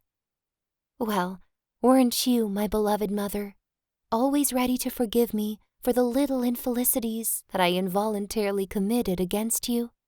How many times did I experience the sweetness of it? No reproach would have touched me as much as one of your caresses did. My nature was such that fear made me recoil, but with love, not only did I advance, but I flew. Oh, my mother, it was especially since the blessed day of your election as prioress that I have flown in the ways of love. On that day, Pauline became my living Jesus. For a long time now, I have had the happiness of contemplating the marvels that Jesus is working through my beloved mother. I see that suffering alone can give birth to souls, and more than ever before, these sublime words of Jesus reveal their depths to me. Truly, truly, I say to you, unless a grain of wheat falls into the earth and dies, it remains alone. But if it dies, it bears much fruit. What an abundant harvest you have reaped! You have sown in tears, but soon you will see the fruit of your labors. You will return filled with joy, carrying sheaves in your hands. Oh, my mother, among these flowering sheaves, the little white flower is hidden, but in heaven she will have a voice with which to sing of your sweetness and the virtues that she sees you practicing every day in the shadow and silence of life as exile. Yes, for the last 2 years I've understood many mysteries that were previously hidden from me. The good Lord showed me the same mercy that He showed to King Solomon. He did not want me to have a single desire that was not fulfilled. Not only my desires for perfection, but also those whose vanity I have understood without having experienced it. As I have always looked upon you, my beloved mother, as my ideal, I desired to resemble you in everything. When I saw you make beautiful paintings and ravishing poems, I said to myself, "Ah, How happy I would be if I were able to paint, if I knew how to express my thoughts in verse, and thus do good to souls. I would not have wanted to ask for these natural gifts, and my desires remained hidden in the depths of my heart. Jesus, who was also hidden in this poor little heart, was pleased to show it that everything is vanity and affliction of spirit under the sun. To the great astonishment of the sisters, I was told to paint, and the good Lord allowed me to take advantage of the lessons that my dear mother gave me. He also wanted me to follow her example, to write poetry and to compose pieces that were considered beautiful. And just as Solomon turned to the works of his hands, in which he had placed such useless toil, and saw that all is vanity and affliction of spirit, so too did I recognize from experience that happiness consists only in hiding oneself, in remaining ignorant of created things. I have understood that without love, all works are nothing, even the most brilliant ones, such as raising the dead to life or converting people. Instead of hurting me, instead of leading me to vanity, the gifts that the good Lord lavished upon me, without my having asked for them, led me to Him. I saw that He alone was unchangeable, that He alone can fulfill my immense desires. There are also other desires of another kind that Jesus was pleased to fulfill, childish desires similar to the snow that fell when I received the habit. You know, my dear mother, how much I love flowers. When I was made a prisoner at the age of 15, I forever gave up the joy of running through the countryside glittering with the treasures of spring. Well, never in my life did I possess so many flowers than after I entered Carmel. It is customary for fiancés to offer bouquets to their fiancés, and Jesus did not forget this. He sent me sheaves of cornflowers, large daisies, poppies, etc. All the flowers that delighted me the most. There was even a little flower called the miel de blé, or corncockle, which I had not found since our stay in Lisieux. I longed to see it again, that flower of my childhood, picked by me in the countryside of Alençon. It was in Carmel that it came to smile at me again, and show me that in the smallest things, as well as the greatest, the good God gives 100-fold in this life to souls who leave everything for His love. But the most intimate of my desires, the greatest of them all, which I thought would never come true, was the entrance of my beloved Céline into the same Carmel as ours. This dream seemed unbelievable to me. To live under the same roof, to share the joys and sorrows of the companion of my childhood.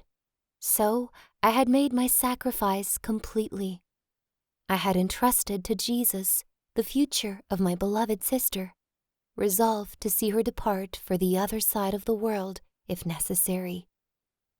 The only thing I could not accept was her not being the wife of Jesus, because loving her as much as I did, it was impossible for me to see her give her heart to a mortal. I had already suffered a great deal knowing that she was exposed to dangers in the world which were unknown to me. Since my entrance into the Carmelite order, I can say that my affection for Céline was that of a mother as well as a sister. One day, when I heard that she was attending the wedding reception of our relative Henri Maudelonde, I was so upset that I begged God to prevent her from dancing with another man, and against my usual habit, I even shed a torrent of tears. Jesus deigned to grant me my request, and did not allow His little fiancée to dance that evening, although she was not embarrassed to do so graciously when it was necessary. As it happened, she was invited to dance by her partner, and was unable to refuse the request. But her date found himself totally unable to make her dance. To her great confusion, He was condemned to simply walking back and forth on the dance floor in order to conduct her to her place. And then he made his escape and never again returned for the entire evening. This adventure, unique in its kind, made me grow in confidence and in love for the one who placed his seal upon my forehead and had it imprinted at the same time upon that of my beloved Céline. Last year, on July 29, 1894, the good God broke the bonds of his incomparable servant and called him to the eternal reward. During the 2 years before Papa's death, the paralysis had spread throughout his entire body, so our uncle kept him close, filling his painful old age with all kinds of brotherly cares.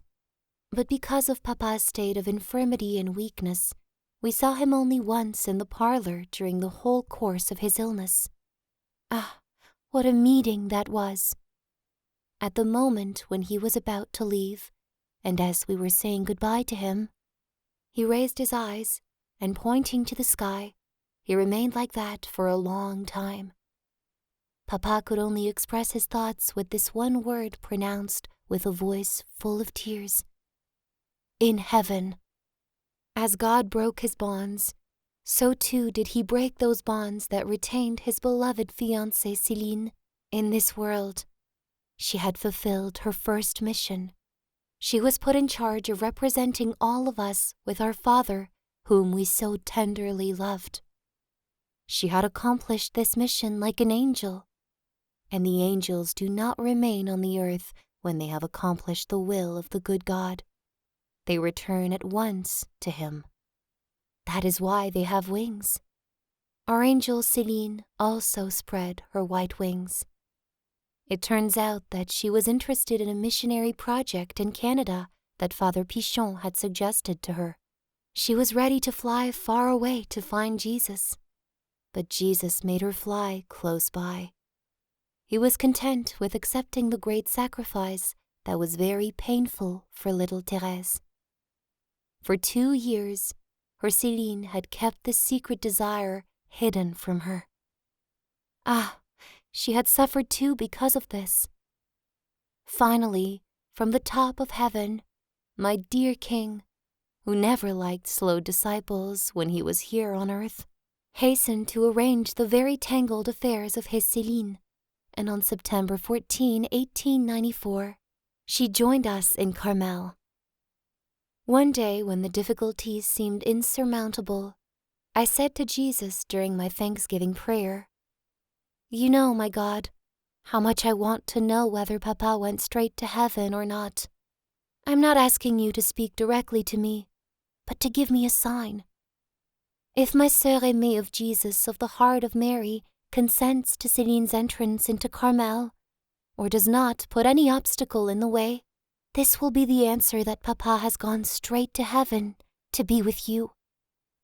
Soeur aimée, as you know, my beloved mother, thought that having 3 nuns who were biological sisters was already too much, and therefore she did not want to admit another member of our family into the convent. But the good God, who holds the hearts of creatures in his hand and inclines them to do his will, changed Soeur aimée's disposition. She was the first person I met after my Thanksgiving prayer, and she called me with a kindly air, told me to come up with her to your cell, and spoke to me with tears in her eyes about Céline. Ah, how many things I have to thank Jesus for! He knows how to fulfill all my desires. Now I have no more desires except to love Jesus madly. My childish desires are gone. No doubt I still like to adorn the altar of the little Jesus with flowers, but ever since he gave me the flower I desired, my beloved Céline, I no longer desire any other. She's the one that I offered to him as my most ravishing bouquet. I also no longer desire either suffering or death, even though I still love them both. Now, it is love alone that attracts me. For a long time I desired them. I possessed suffering, and I thought I had touched the shore of heaven. I believed that the little flower would be picked in the springtime of her life. Now it is abandonment alone that guides me. I have no other compass.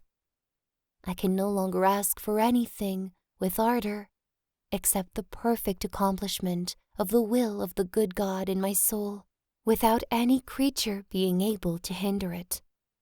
I can say these words of the spiritual canticle of our Father St. John of the Cross. In the inner wine cellar I drank of my beloved, and when I came out, through all this valley, I knew nothing more, and I lost the flock that I followed before. My soul has been employed, with all its resources, in His service. I no longer tend a herd. I have no other office, because now all my exercise is to love. Or again, since I have had the experience, love is so powerful in works that it knows how to take advantage of everything, of the good and the evil that it finds in me, and transform my soul into itself. Oh, my beloved mother, how sweet is the way of love! No doubt one can fall, one can commit infidelities, but love knows how to take advantage of everything, and it very quickly consumes everything that can be displeasing to Jesus, leaving only a humble and profound peace in the depths of the heart. Ah, how many lights have I not drawn from the works of our Father, St. John of the Cross? At the ages of 17 and 18, I had no other spiritual nourishment, but later on, all books left me in aridity, and I'm still in this state. If I open a book composed by a spiritual author, even the most beautiful, the most touching book, I immediately feel my heart tightening, and I read without understanding. Or if I do understand, my mind turns blank without the capacity to meditate. In this impotence, sacred scripture and the imitation of Christ come to my aid. In them, I find a solid and pure nourishment. But it is above all the gospel that sustains me during my prayers. In it, I find everything that is necessary for my poor little soul. In it, I always discover new lights, hidden and mysterious meanings. I understand, and I know from experience, that the kingdom of God is within us. Jesus does not need books or teachers to instruct souls. He, the teacher of teachers, teaches without the noise of words. I have never heard him speak, but I feel that he is within me at every moment. He guides me and inspires me with what I should say or do. I discover lights that I had not seen before, just when I need them. It is not often during my prayers that they are most abundant. It is rather in the middle of my regular activities during the day. Oh, my beloved mother, after so many graces, can I not sing with the psalmist, "How great is his steadfast love towards us! How the faithfulness of the Lord endures forever." It seems to me that if all creatures had received the same graces as I received, then the good God would be feared by no one, but would be loved to the point of madness, and that out of love, and not out of trembling, no soul would ever consent to do him any harm. I understand, however, that not all souls can be alike. There must be souls of different types in order to honor each of the good Lord's perfections in a particular way. To me, he has given his infinite mercy, and it is through it that I contemplate and adore the other divine perfections. Then all of these perfections appear to me radiant with love. Even divine justice, perhaps even more than any other, seems to me clothed in love. What a sweet joy it is to think that the good God is just, that is to say, that he takes into account our weaknesses, that he knows perfectly the fragility of our nature. What would I be afraid of then? Ah, the infinitely just God, who deigned to forgive with so much kindness all the faults of the prodigal son, must he not be just also towards me, who am always with him? This year on June 9, the feast of the Holy Trinity, I received the grace to understand more than ever before how much Jesus wants to be loved. I was thinking of the souls who offer themselves as victims to God's justice in order to divert and draw upon themselves the punishments reserved for the guilty. This offering seemed great and generous to me, but I was far from feeling inclined to making it. "Oh, my God," I cried from the depths of my heart, "will your justice alone receive souls willing to immolate themselves as victims? Doesn't your merciful love need them too? On every side this love is misunderstood, rejected. The hearts upon which you wish to lavish it turn to creatures, seeking happiness from them with their miserable affection, instead of throwing themselves into your arms and accepting your infinite love. Oh, my God, will your despised love remain in your heart? It seems to me that if you were to find souls willing to offer themselves as victims of holocausts to your love, you would quickly consume them. It seems to me that you would be happy not to suppress the streams of infinite tenderness that are within you. If your justice loves to be discharged, this justice which extends only over the earth, then how much more does your merciful love desire to set souls on fire, since your mercy rises up to heaven? Oh, my Jesus, let me be this happy victim. Consume your holocaust with the fire of your divine love. My beloved Mother, you allowed me to offer myself in this way to the good God, so you know the rivers, or rather the oceans of graces that came to flood my soul. Ah, since that happy day, it seems to me that love penetrates me and surrounds me. It seems to me that at every moment this merciful love renews me, purifies my soul, and leaves no trace of sin within. So I cannot fear purgatory. Left on my own, I know that I would not deserve to enter that place of atonement, since only holy souls can have access to it.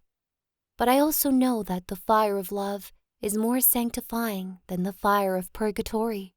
I know that Jesus cannot desire useless sufferings for us, and that he would not inspire the desires I feel if he did not want to fulfill them.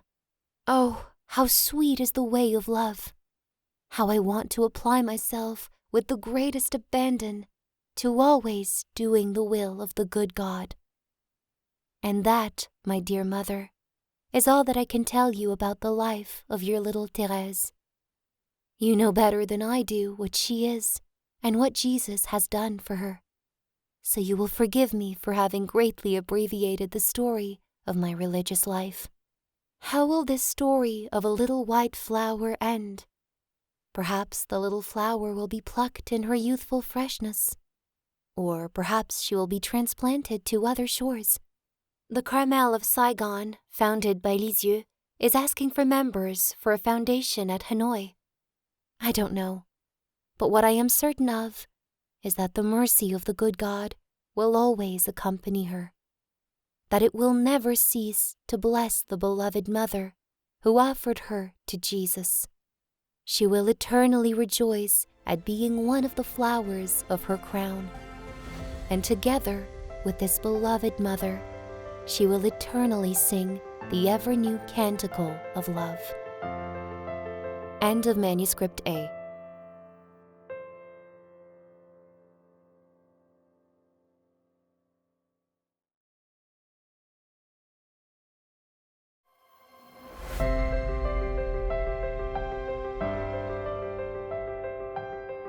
Manuscript B. Letter to my dear Soeur Marie of the Sacred Heart. Chapter 9. The Night of the Soul. 1896. 23 years old. Oh, my beloved sister, you ask me to give you a souvenir of my retreat, a retreat that will perhaps be my last.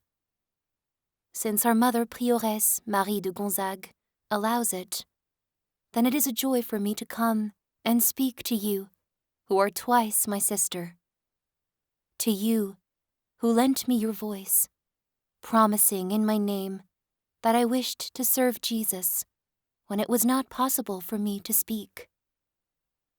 Dear little godmother, it is the child whom you offered to the Lord who speaks to you tonight.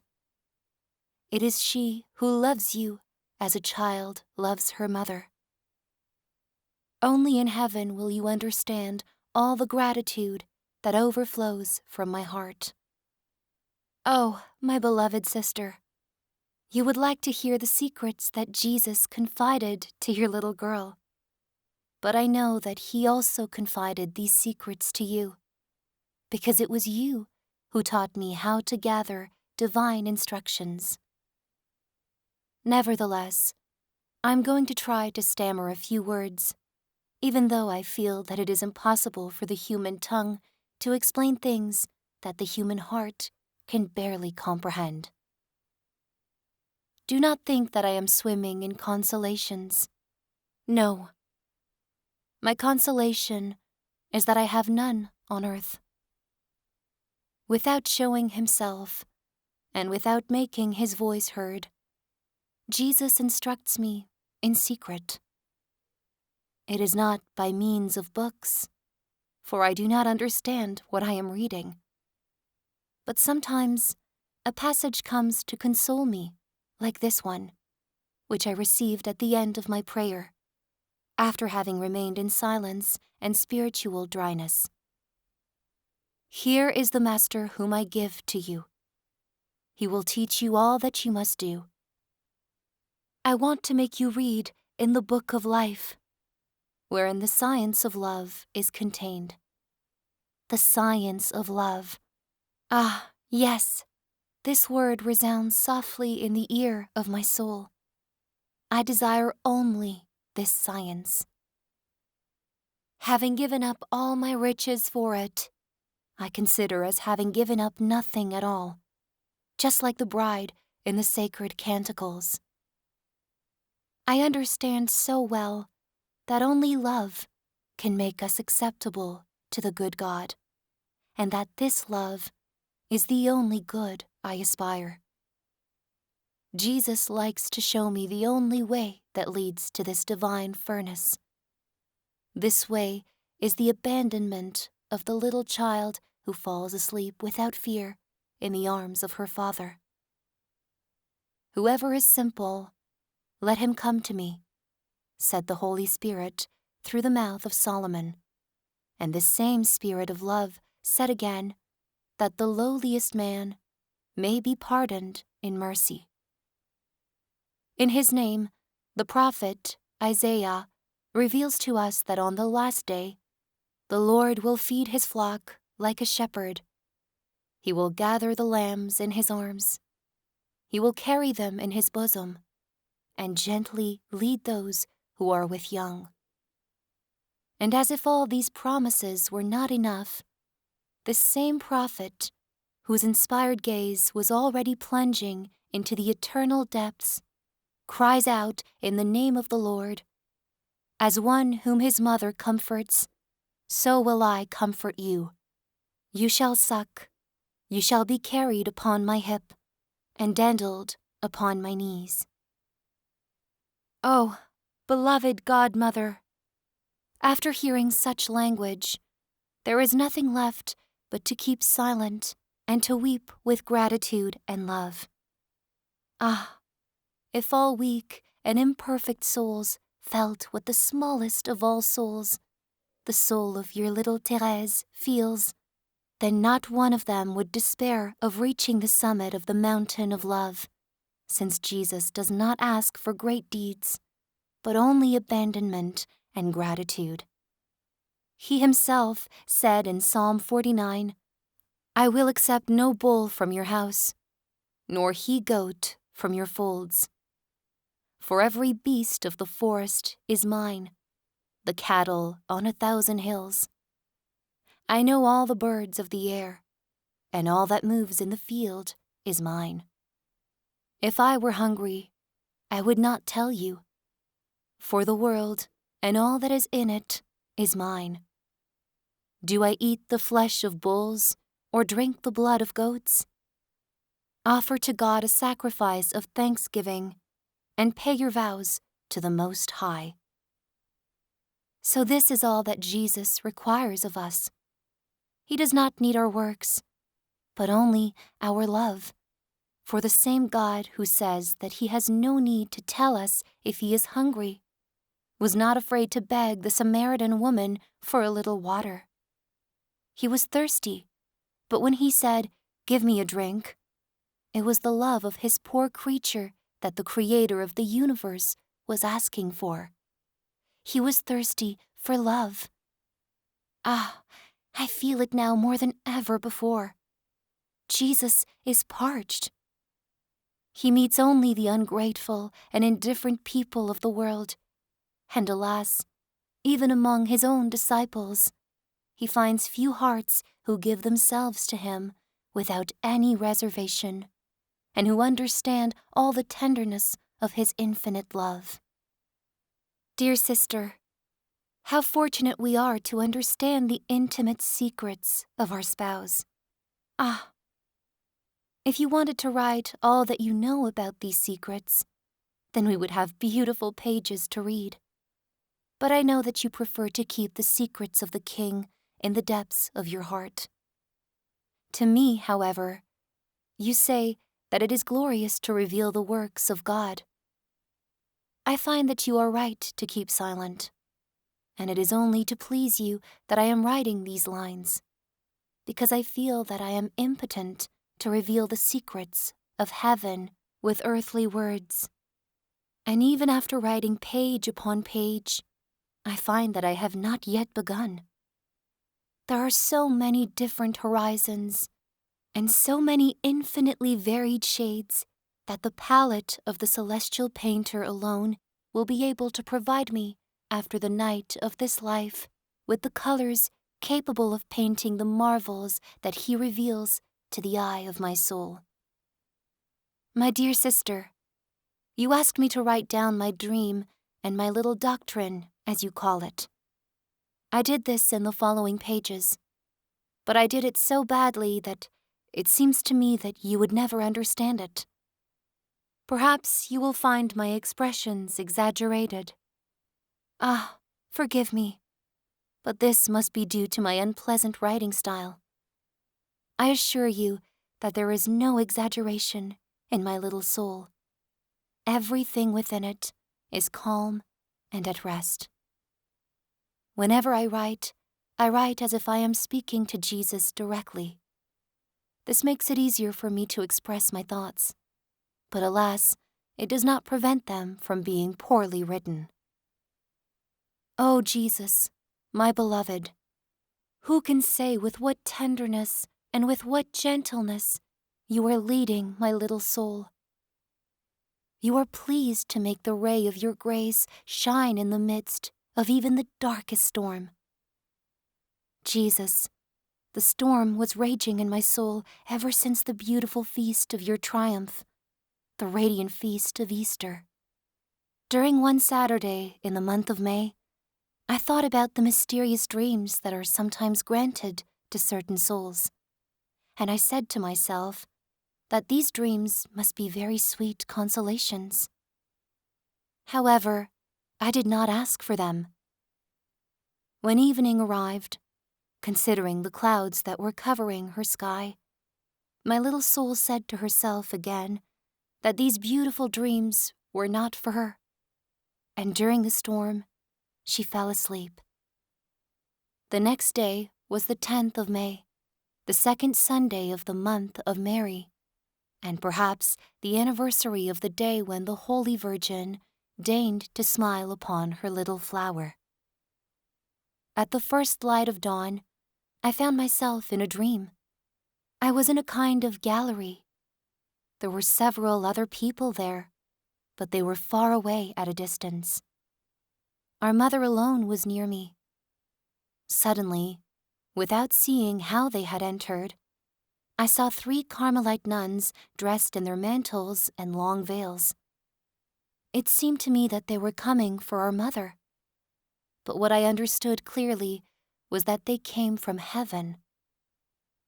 In the depths of my heart, I cried out, "Ah, how happy I would be if I could see the face of one of these Carmelites." Then, as if my prayer were heard by her, the tallest of the saints advanced towards me. Immediately, I fell to my knees. Oh, what happiness! The Carmelite raised her veil, or rather, she lifted it and covered me with it. Without any hesitation, I recognized Venerable Mother Anne of Jesus, the foundress of Carmel in France. Her face was beautiful, but with an immaterial beauty. Not a single ray of light escaped from it, and yet, despite the veil that enveloped us both, I saw her heavenly face illuminated by an ineffably sweet light, a light that was not received from the outside, but rather one that was produced from within. I cannot express the joy of my soul, because these things are experienced but cannot be put into words. Several months have passed since that sweet dream, but the memory it has left in my soul has lost nothing of its freshness and of its celestial charms. I still see the Venerable Mother's glance and her smile full of love. Even now, I believe I can still feel the caresses that she gave me. Seeing myself so tenderly loved, I dared to pronounce these words. "Oh, my mother, I beg you to tell me whether the good God will leave me on earth for a long time, or whether he will come soon to take me away." Smiling tenderly, the saint murmured, "Yes, soon, soon. I promise you." "Mother," I added, "tell me further if the good Lord is not asking something more of me than my poor little actions and desires. Is he pleased with me?" The face of the saint took on an expression incomparably more tender than the first time she spoke to me. Her look and her caresses were the sweetest of responses. However, she said to me, "The good Lord does not ask anything else from you. He is happy, very happy." After caressing me again, with more love than the most tender mother has ever given to her child, I saw her leave. My heart was filled with joy. Then I remembered my sisters, and I wanted to ask her some graces for them. But alas, I awoke. Oh, Jesus! The storm was no longer raging. The sky was calm and serene, I believed. I felt that there was a heaven, and that this heaven is populated by souls who cherish me, who look at me as their child. This impression remains in my heart, and all the more so because up until then, I was absolutely indifferent to Venerable Mother Anne of Jesus. I never invoked her in prayer, and the thought of her never came to my mind, except when I heard other people talk about her, which was rare. So when I understood how much she loved me and how indifferent I had been towards her, my heart melted with love and gratitude, not only for the saint who had visited me, but also for all the blessed inhabitants of heaven. Oh, my beloved, this grace was only the prelude to the greater graces you wanted to fill me with. Allow me, my only love, to remind you of them today. Today, which is the 6th anniversary of our union. Ah, forgive me, Jesus. if I am going astray in wanting to express my desires and my longings that reach even unto infinity. Forgive me, and heal my soul by giving it what it hopes for. To be your spouse, O Jesus, to be a Carmelite, and to be the mother of souls through my union with you. This should be enough for me. But it is not so. Without a doubt, these 3 privileges sum up my vocation: Carmelite, spouse, and mother. However, I feel within me other vocations. I feel the vocation of the warrior, the priest, the apostle, the doctor, and the martyr. Finally, I feel the need and the desire to accomplish for you, Jesus, all the most heroic works. I feel within my soul the courage of the crusader and the pontifical guard. I would like to die on the battlefield in defense of the Church. I feel in me the vocation of the priest. With what love, O Jesus, would I carry you in my hands when at my voice you would descend from heaven? With what love would I give you to souls?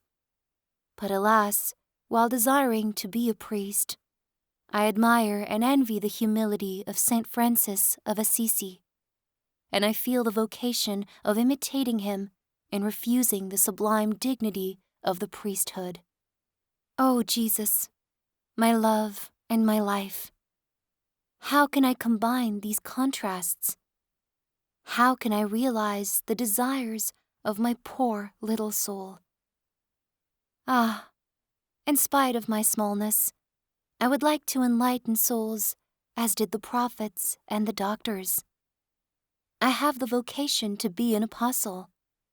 I would like to travel the earth, to preach your name, and to plant your glorious cross on unfaithful soil. But oh, my beloved, a single mission would not be enough for me. I would like to proclaim the gospel on the 5 continents of the world, and even on the most remote islands.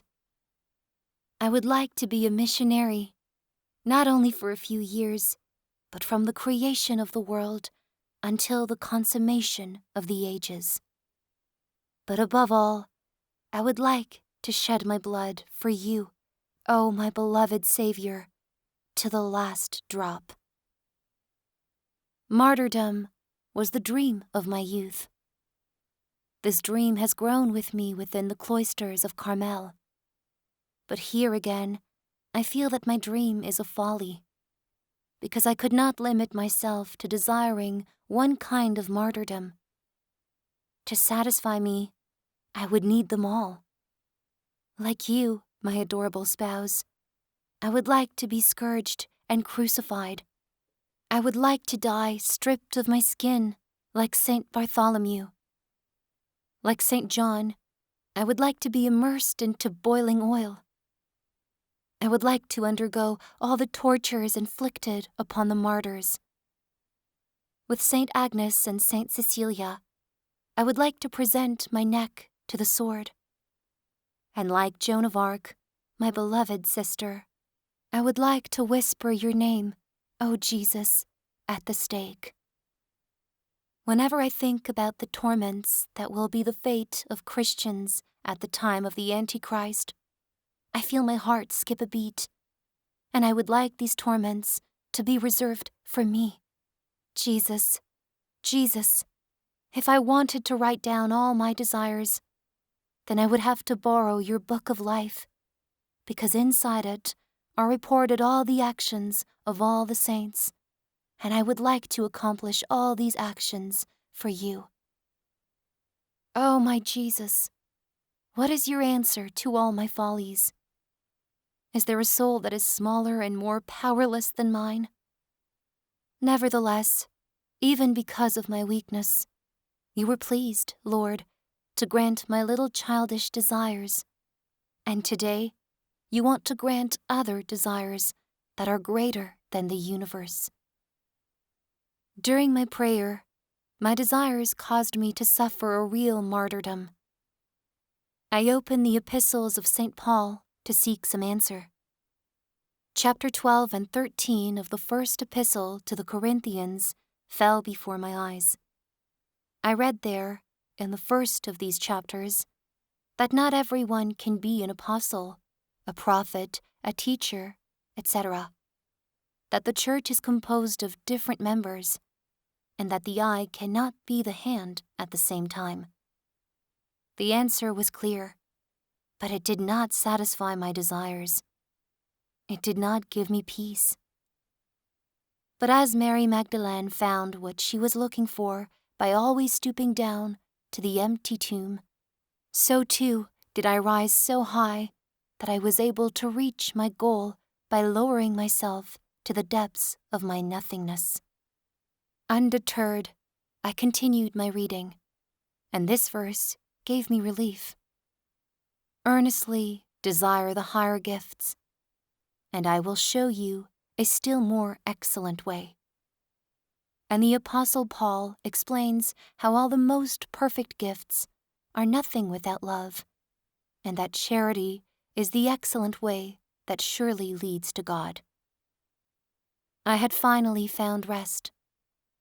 Considering the mystical body of the church, I had not recognized myself in any of the members described by St. Paul, or rather, I wanted to recognize myself in all of them. Charity gave me the key to my vocation. I understood that if the church had a body composed of different members, then the most necessary and the most noble of all could not be lacking in it. I understood that the church had a heart, and that this heart was burning with love. I understood that it was love alone that made the members of the church act, and that if love were ever to be extinguished, then the apostles would no longer announce the gospel, and the martyrs would refuse to shed their blood.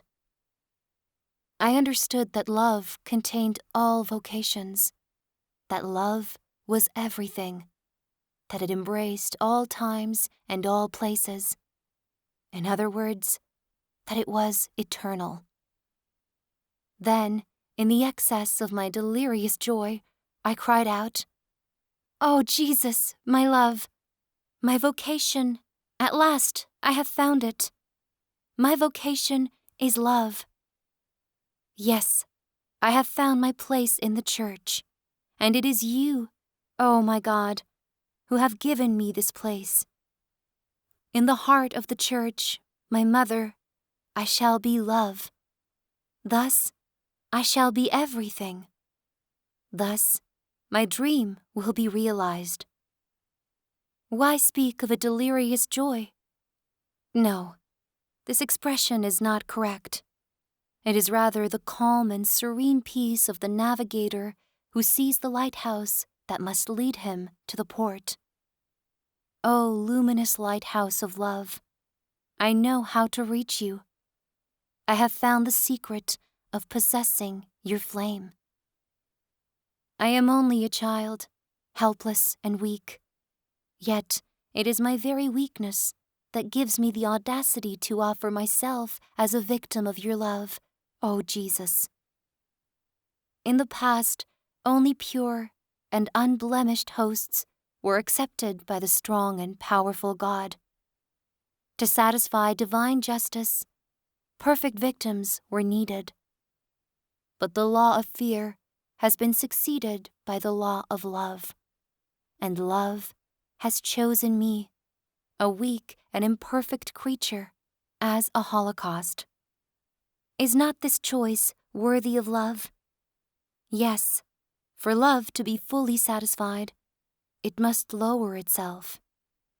It must lower itself to nothingness and transform this nothingness into fire. O Jesus, I know that love is repaid by love alone.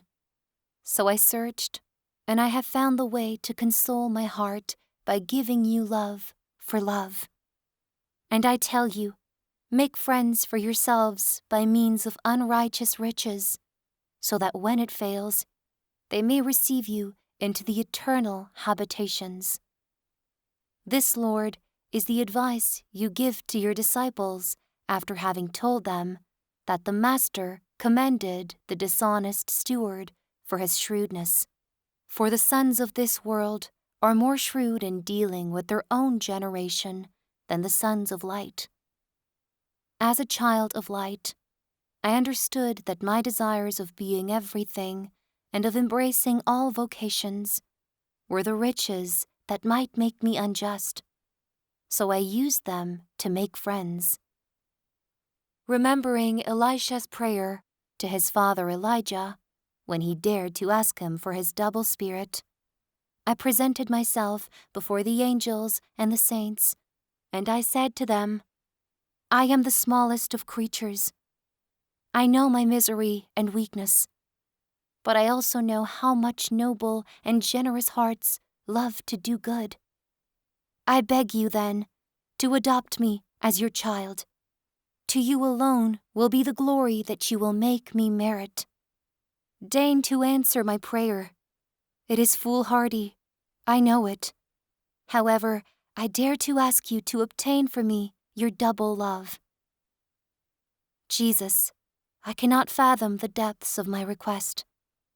I would be afraid of being overwhelmed under the weight of my audacious desires.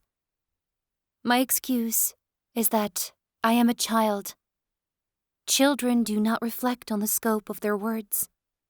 However, their parents, once they are placed upon a throne and possess immense treasures, do not hesitate to satisfy the desires of the little ones whom they cherish as much as they cherish themselves. In order to please them, they do crazy things. They even go so far as to become weak for them.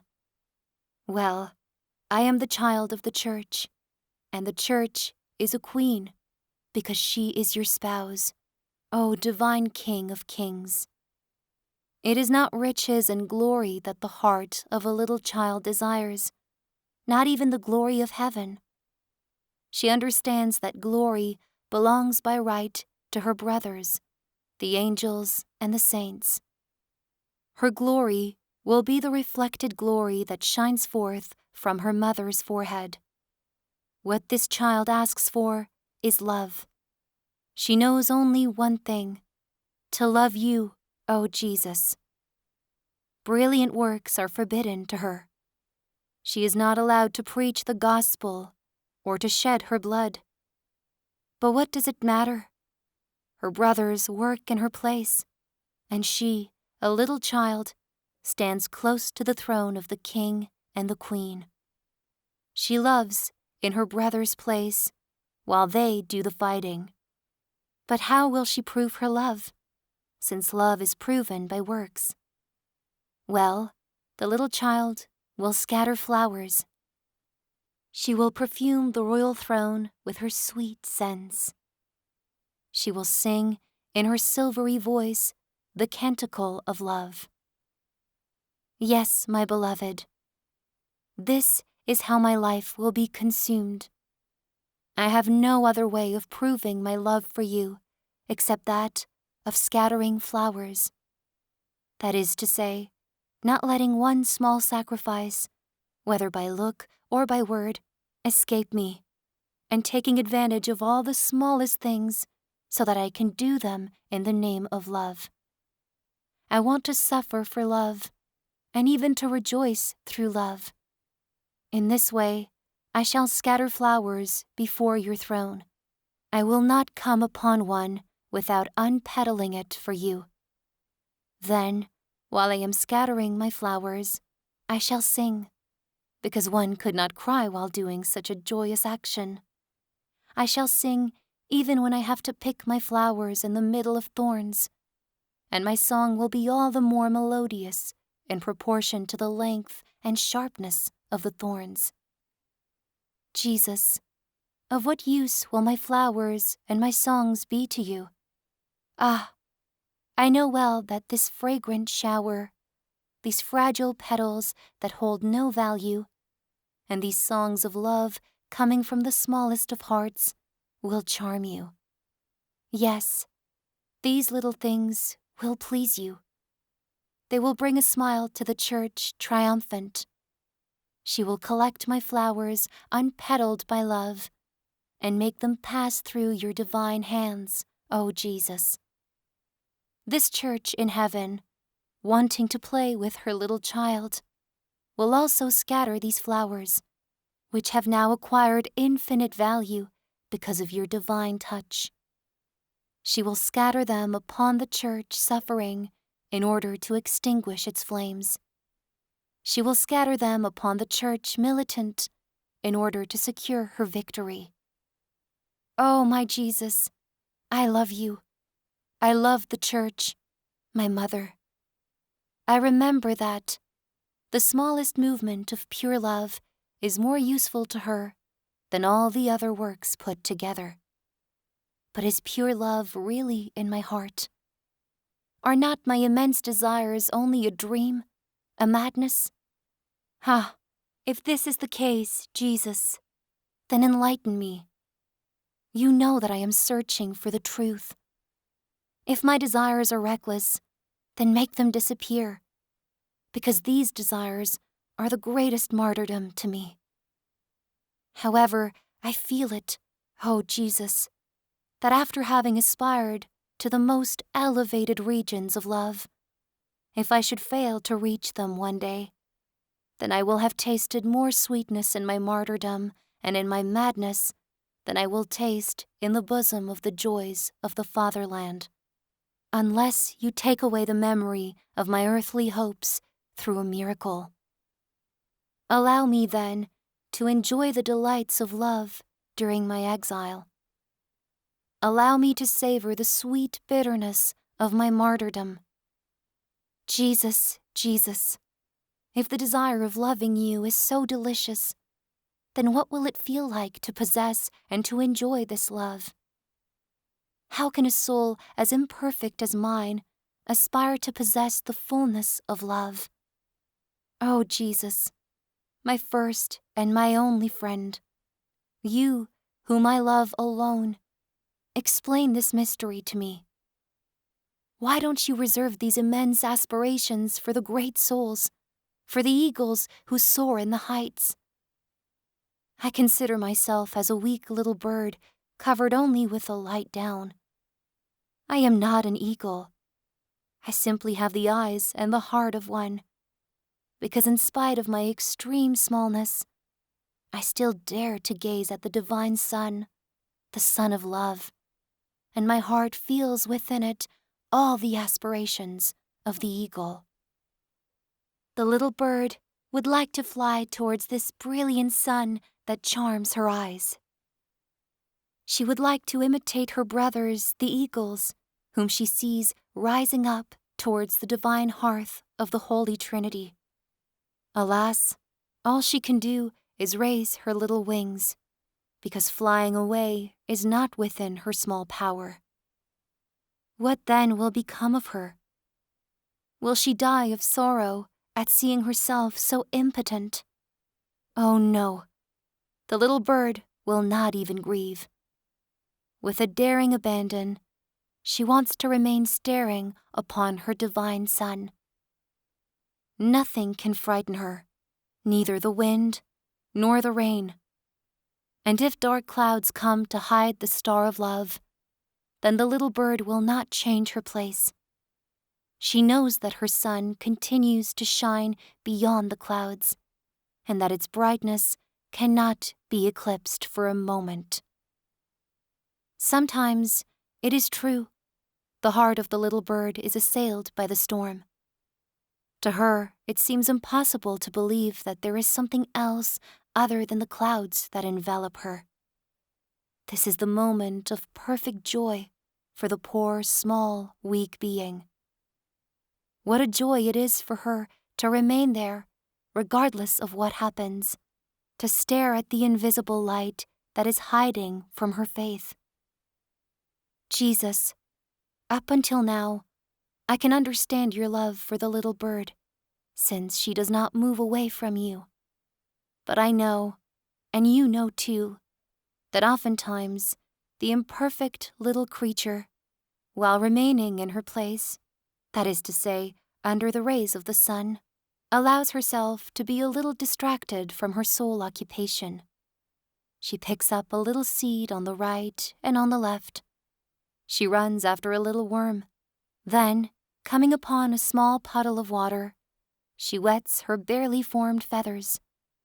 She sees a flower that pleases her, and her small spirit engages itself with this flower. Finally, since she is unable to soar like the eagles, the poor, small bird continues to occupy herself with the trifles of the earth.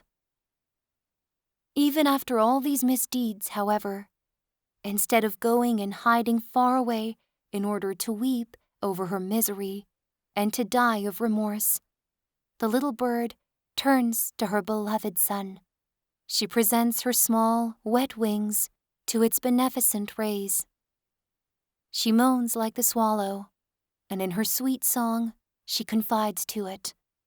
She recounts all her infidelities in detail, thinking that in her reckless abandon she might acquire more treasures and attract more fully the love of the One who came not to call the righteous, but the sinners. And even if the adorable star remains deaf to the plaintive chirping of his little creature, even if he remains hidden, well, then the little creature will remain wet. She will accept the chill of the cold and will rejoice again in the suffering that she knows she deserves. Oh, Jesus, how happy your little bird is to be weak and small. What would become of her if she were big? She would never have the audacity to appear in your presence, to slumber before you. Yes, this is another weakness of the little bird, that when she wants to stare upon the divine sun, and the clouds prevent her from seeing a single ray, then, in spite of herself, her little eyes close, her little head hides beneath her little wing, and the poor little being falls asleep, believing that she is still staring upon her beloved star. When she wakes up, she does not feel sorry. Her little heart remains at peace. She starts once more her service of love. She invokes the angels and the saints who rise like eagles towards the devouring home. And since this is the object of her envy, the eagles take pity on their little sister, protecting her, defending her, and putting to flight the vultures who would like to devour her. The little bird does not fear the vultures, who are images of the demons. She is not destined to become their prey, but rather the prey of the eagle whom she contemplates in the center of the sun of love. O divine word, you are the adored eagle whom I love and who attracts me. It is you who rushed towards this land of exile, willing to suffer and die in order to draw souls to the bosom of the eternal home of the Blessed Trinity. It is you who ascended towards the inaccessible light that will be your dwelling place from now on. It is you who still remain in this valley of tears, hidden under the appearance of a white host. Eternal eagle, you want to nourish me with your divine substance, me, a poor little being who would return to nothingness if your divine glands did not give me life from one moment to the next. Oh, Jesus, in the excess of my gratitude, let me tell you that your love reaches to the point of madness. In the presence of this madness, how can you not desire that my heart leap towards you? How can my confidence have any limits? Ah, I know it. The saints committed their follies for you. They did great things because they were eagles. Jesus, I am too small to do great things, and my folly is to hope that your love will accept me as a victim. My madness consists in begging the eagles, my brothers, to obtain for me the favor of flying towards the Son of Love with the wings of the divine eagle himself. As long as you desire it, O my beloved, your little bird will remain without strength and without wings. She will always stay with her eyes fixed upon you. She wants to be fascinated by your divine gaze. She wants to become the prey of your love. One day, I have the hope, adored eagle, that you will come to take back your little bird, and ascending with her to the home of love, you will plunge her for all eternity into the burning abyss of this love to which she has offered herself as a victim. Oh, Jesus, how can I tell all the little souls how ineffable your condescension is? I feel that if you found a soul weaker and smaller than mine, which is impossible, then you would be pleased to fill it with even greater favors, provided that it surrendered itself with complete confidence to your infinite mercy. But why do I wish to communicate your secrets of love, O Jesus? Was it not you alone who taught them to me, and can you not reveal them to others? Yes, I know it, and I beg you to do it. I beg you to lower your divine gaze upon a great number of little souls. I beg you to choose a legion of little victims worthy of your love. Written by the very little Soeur Therese of the Child Jesus and the Holy Face, unworthy Carmelite religious. End of Manuscript B.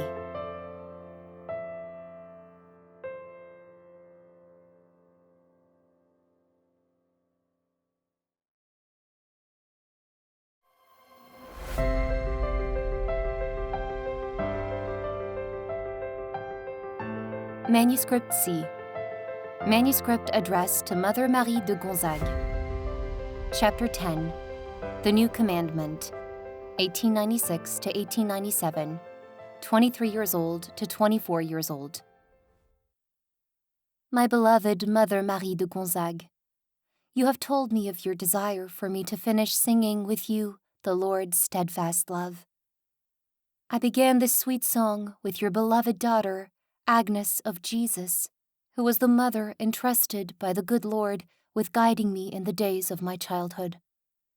It was therefore with her that I had to sing of the graces granted to the little flower of the Blessed Virgin when she was in the springtime of her life.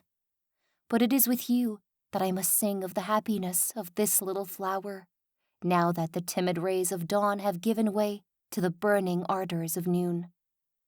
Yes, it is with you, beloved Mother, that I must try to respond to your desire for me to continue writing my memories, to repeat the feelings of my soul, my gratitude towards the good God, and towards you who represent him visibly to me. Was it not into your maternal hands that I gave myself entirely to him? Oh, my mother, do you remember that day of my profession of vows? Yes, I feel that your heart could not forget it. As for me, I must wait for the beautiful heaven, because I cannot find here below the words that are able to express what happened in my heart on that blessed day.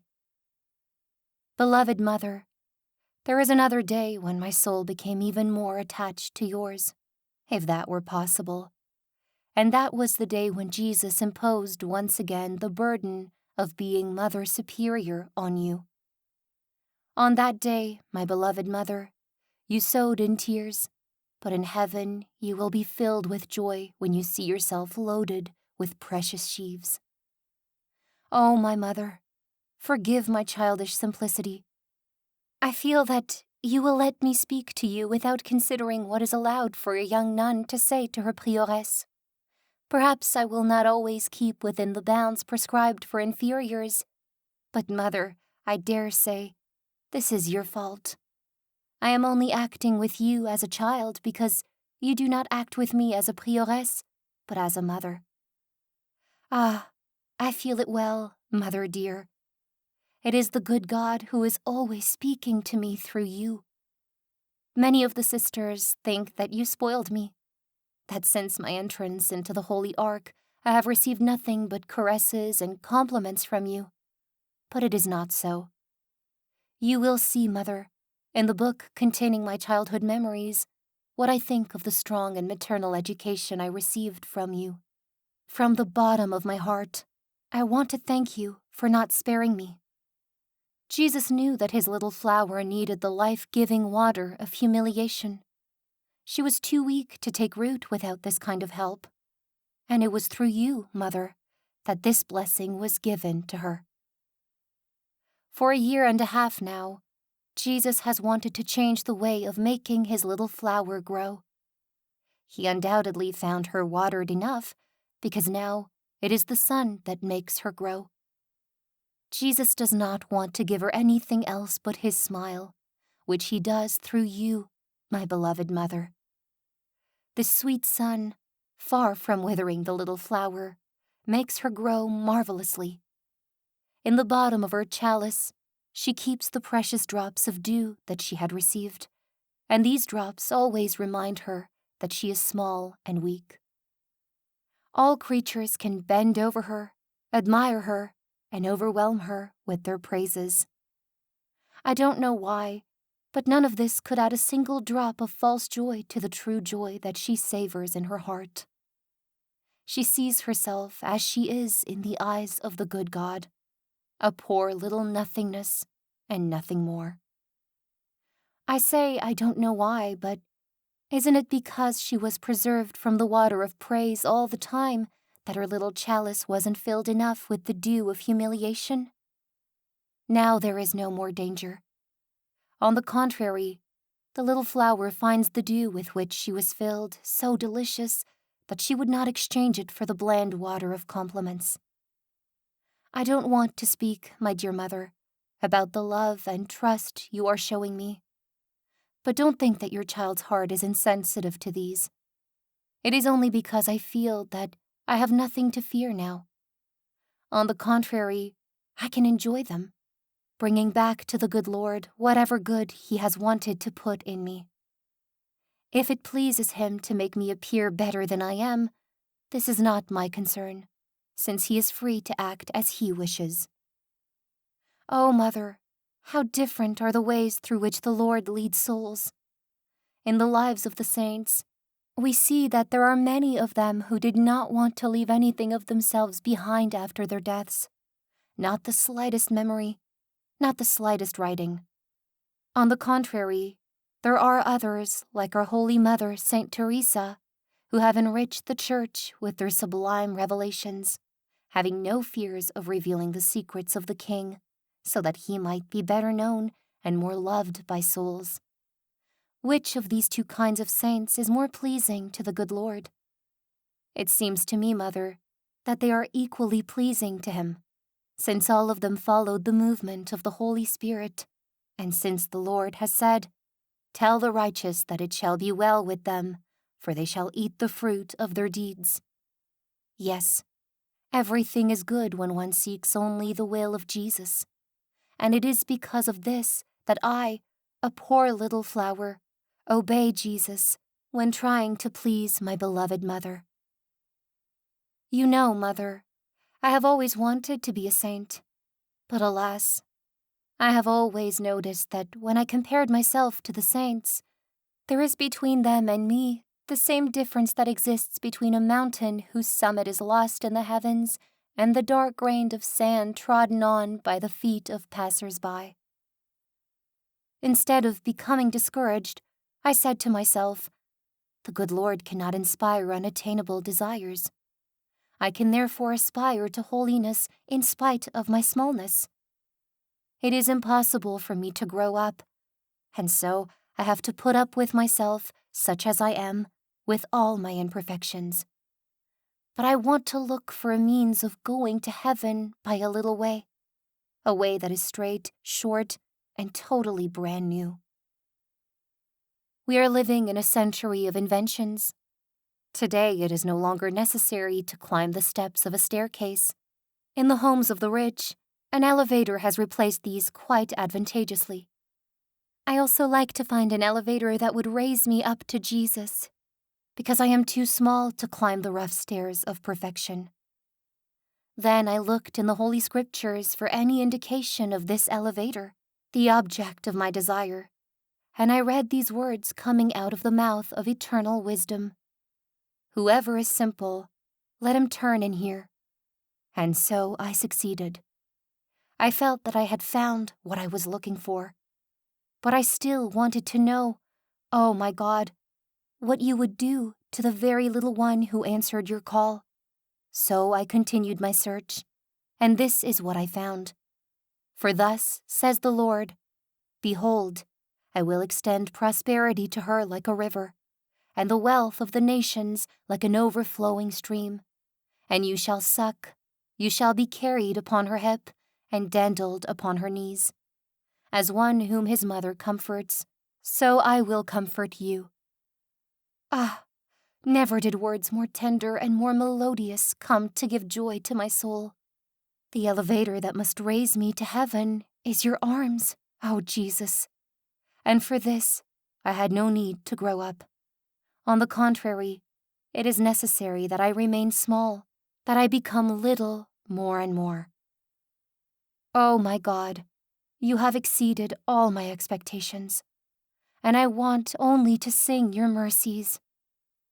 O God, from my youth you have taught me, and I still proclaim your wondrous deeds. So even to old age and gray hairs, O God, do not forsake me, until I proclaim your might to all the generations to come. Psalm 70, verses 17 to 18. When will this old age be for me? It seems this could be right now, because 2,000 years are no more in the eyes of the Lord than 20 years, than even a single day. Ah, do not believe, beloved mother, that your child wishes to leave you. Do not believe that she considers it a greater grace to die at dawn rather than at dusk. What she considers and what she desires only is to please Jesus. Now that he seems to be approaching her in order to draw her into the abode of his glory, your child is filled with joy. For a long time now, she has understood that the good Lord does not need anyone, much less her, to do good on earth. My mother, forgive me if I make you sad. Ah, I would like so much only to give you joy. But do you believe that if your prayers are not answered on earth, that if Jesus separates the child from her mother for a few days, then these prayers will be answered in heaven? I know that your desire is that I accomplish at your side a very sweet and very easy mission to help you train the novices ever since your election as prioress. But won't I be able to complete this mission from heaven? Just as Jesus said one day to St. Peter, you also said to your child, "Feed my lambs." I was astonished. I told you that I was too small.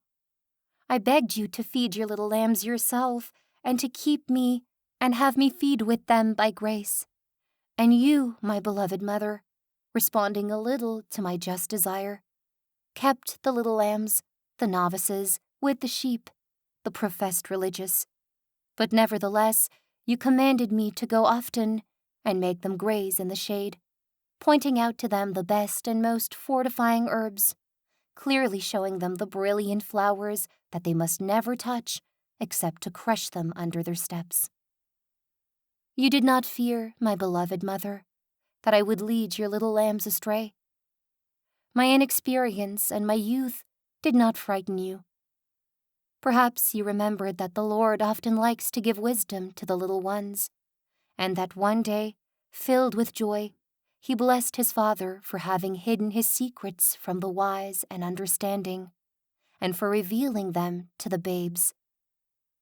Mother, you know that there are very few souls who do not measure the divine power according to their own narrow minds. People want exceptions everywhere on earth, but only the good God does not have the right to make any exceptions.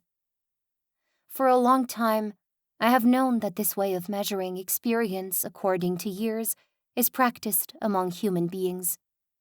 For example, in his adolescence, the holy King David sang to the Lord, "I am small and despised." In the same Psalm 118, however, he is also not afraid to add, "I understand more than the aged, for I keep your precepts. Your word is a lamp to my feet and a light to my path. I hasten and do not delay to keep your commandments, and I am not troubled by anything." Beloved Mother, you were not afraid to tell me one day that the good God was illuminating my soul, and that he was even giving me the experience of years. Oh, my mother, I am too small to have any vanity now, and I am still too little to compose beautiful sentences to make you believe that I have a lot of humility. I prefer to simply agree that the Almighty has done great things in the soul of the child of his divine mother, and the greatest thing is to have shown her how small she is, how impotent. Dear Mother, you know very well that the good God has deigned to make my soul go through many kinds of trials. I have suffered a lot since I was on earth. But if in my childhood I suffered with sadness, it is no longer in this way that I suffer now. Rather, it is with joy and peace. I am truly happy to suffer. Oh, my mother, you must know all the secrets of my soul in order not to smile as you read these lines. For is there a soul less tried than mine, if one judges by appearances? Ah, if the ordeal I am suffering for a year now, my temptation against faith, appeared to the eyes of anyone, what astonishment would be felt. Beloved Mother, you already know about this ordeal, but I am going to tell you about it again, because I consider it as a great grace that I received during your blessed office as prioress. Last year, the good Lord granted me the consolation of observing the Lenten fast in all its rigor. I had never felt so strong, and this strength remained with me until Easter.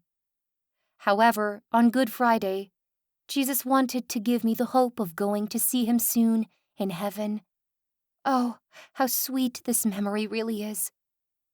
After having stayed at the tomb, the altar of reposition, until midnight, I returned to our cell, but I had hardly the time to lay my head upon the pillow when I felt as if a flood was rising inside me, bubbling up to my lips. I did not know what it was, but I thought that perhaps I was going to die, and my soul was flooded with joy. However, as our lamp was extinguished, I said to myself that it was necessary to wait until the morning to be assured of my happiness, because it seemed to me that it was blood that I had vomited. The morning was not long in coming. When I woke up, I thought at once of the joyful thing that I had to learn, and so I approached the window, and I was able to see that I was not mistaken. Ah, my soul was filled with a great consolation. I was intimately persuaded that Jesus, on the anniversary of his death, wanted to make me hear his first call. It was like a soft and distant whisper that announced to me the arrival of the bridegroom. It was with great fervor that I attended Prime and the chapter of pardons, wherein you gave the community an exhortation to greater charity, and then each of us begged pardon from our sisters. I was anxious to see my turn come, so that, when asking you for forgiveness, I could entrust to you, my beloved mother, my hope and my happiness. But I added that I was not suffering at all, which was quite true, and I begged you, Mother, not to give me anything special. Indeed, I had the consolation of spending Good Friday just as I wished. Never did the austerities of Carmel seem so delicious to me. The hope of going to heaven soon transported me with joy. When the evening of that blessed day arrived, it was necessary to rest, but just as on the previous night, the good Jesus gave me the same sign that my entrance into eternal life was not far off. At this time, I was enjoying a faith so lively, so clear, that the thought of heaven made up all my happiness. I could not believe that there were really impious people who had no faith. I believed that they were actually speaking against their own inner convictions by denying the existence of heaven, that beautiful heaven where God Himself wanted to be their eternal reward.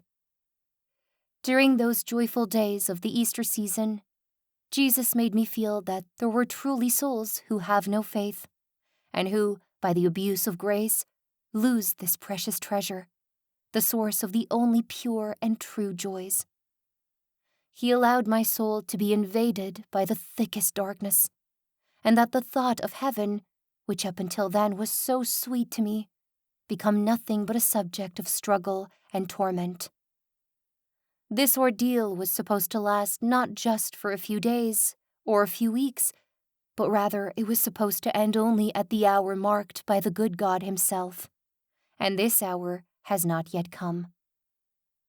I wish I could express what I feel, but alas, I think this is impossible. One would have to travel through this dark tunnel to understand its darkness. I will, however, try to explain it by a comparison. I imagine that I was born in a country surrounded by a thick fog. I never had the experience of contemplating the joyful aspect of nature flooded and transfigured by the brilliance of the sun. It is true that since childhood, I heard people speak about these wonders, and I know that the country where I am living in is not really my true fatherland, and that there is another country that I must aspire for unceasingly.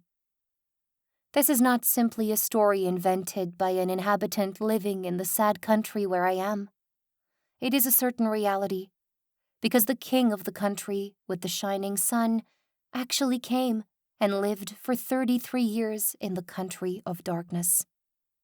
Alas, the darkness did not understand that this divine king was the light of the world.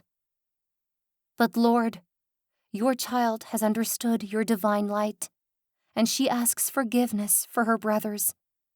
She accepts eating the bread of sorrow for as long as you want it, and does not wish to get up from this table filled with bitterness, at which poor sinners are eating until the day that you have marked.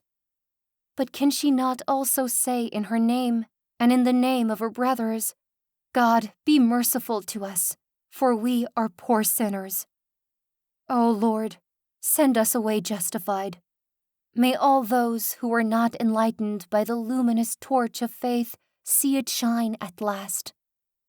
O Jesus, if the table soiled by them must be purified by a soul who loves you, then I am willing to eat this bread of trial alone at this table until it pleases you to introduce me into your luminous kingdom. The only grace that I ask of you is that I never offend you. My beloved mother, what I am writing to you has no continuity. My little story, which looked like a fairy tale, has suddenly changed into a prayer. I don't know what interest you could possibly have in reading all these confused and badly expressed thoughts.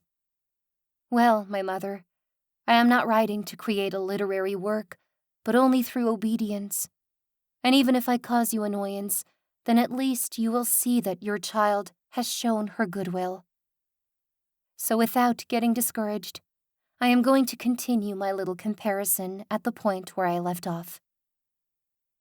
I was saying that the certainty of going away one day, far from the sad and dark country, had been given to me since my childhood. I did not believe this only because I heard it from people more knowledgeable than I, but I also felt in the depths of my heart real aspirations towards this most beautiful region. Just as the genius of Christopher Columbus made him sense that there was a new world when no one had even thought of such a thing, so also I felt that another land would one day serve as my stable home. But all of a sudden, the fog that surrounds me becomes thicker. It penetrates my soul and envelops it in such a way that it is no longer possible for me to find within it the most sweet image of my homeland. Everything is gone. when I want to rest my heart, tired by the darkness that surrounds it, tired by the memory of the luminous country towards which I aspire, my torment redoubles. It seems to me that the darkness, borrowing the voice of sinners, says to me, while mocking me, "You are dreaming about the light, about a country embalmed in the sweetest perfumes. You are dreaming about the eternal possession of the Creator of all these marvels. You believe that one day you will come out of this fog that surrounds you. Go forward, go forward. Rejoice in death that will give you not what you hope for, but a night still deeper, the night of nothingness." Beloved Mother, the image I wanted to give you of the darkness that obscures my soul is as imperfect as a draft is compared to the model. However, I do not want to write more about it. I fear I might blaspheme. I am even afraid that I have already said too much. Ah, may Jesus forgive me if I have hurt him, but he knows very well that even though I do not have the joy of faith, I am at least trying to do its works. I think I have done more acts of faith in this past year than all through my whole life. At each new occasion of combat, when my enemy comes to provoke me, I behave like a brave man. Knowing that it is cowardly to fight a duel, I turn my back on my adversary without deigning to look him in the face. Instead, I run to my Jesus. I tell him that I am ready to pour out my blood to the last drop just to confess that there is a heaven. I tell him that I am happy not to enjoy this beautiful heaven here on this earth, so that he will open it for all eternity to poor unbelievers. So in spite of this trial that has taken away all my joy, I can nevertheless cry out, "You, O Lord, have made me glad by your work. At the works of your hands I sing for joy." Psalm 91, verse 5. For is there any joy greater than that of suffering out of love for you? The more intimate the suffering is, and the less apparent it is to the eyes of creatures, the more it rejoices you, O my God. But even if you were to ignore my suffering, which is impossible, then I would still be happy to possess it, if through it I could prevent or repair a single fault committed against faith. My beloved Mother, I may perhaps seem to you to be exaggerating my trial. Indeed, if you are judging according to the feelings I express in the little poems I composed this year, then I must seem to you as a soul filled with consolation, and one for whom the veil of faith is almost torn aside. And yet, it is no longer a veil for me. It is a wall that rises to the heavens and covers the starry firmament. When I sing of the happiness of heaven and of the eternal possession of God, I feel no joy in this, for I am simply singing what I want to believe. Sometimes, it is true, a tiny ray of sunshine comes to illumine my darkness, and then the trial ceases for a moment, but afterward the memory of this ray, instead of causing me joy, makes my darkness even thicker. Oh, my Mother, never have I felt before this how sweet and merciful the Lord really is. He sent me this trial only at the moment when I had the strength to bear it. A little earlier, and I believe it would have plunged me into discouragement. But now, it is taking away everything that could be a natural satisfaction in the desire that I have for heaven. Beloved Mother, it seems to me now that nothing could prevent me from flying away, because I no longer have any great desires except that of loving until I die of love. What I desire is to be broken by love. Written on June 9th, 1896, the commemoration of the second anniversary of Therese's act of oblation to merciful love. I am totally surprised, dear Mother, when I see what I wrote yesterday. What scribbling! My hand was trembling so much that I found it impossible to continue, and I even regret having tried to write. I hope that today I will write more legibly, for I am no longer in bed, but in a pretty little white armchair. I feel that everything I said has no continuity to it, but I feel, too, the necessity of telling you my present feelings before speaking to you about the past. Perhaps later on I will have completely forgotten about them. I wish, first of all, to tell you how much I am touched by all your maternal attention. Ah, believe it, Mother, the heart of your child is filled with gratitude, and never will she forget what she owes you. Mother, what touches me above all else is the novena you are making at Our Lady of Victories. I mean, the masses you are having offered up to obtain my cure. I feel all these spiritual treasures do great good to my soul.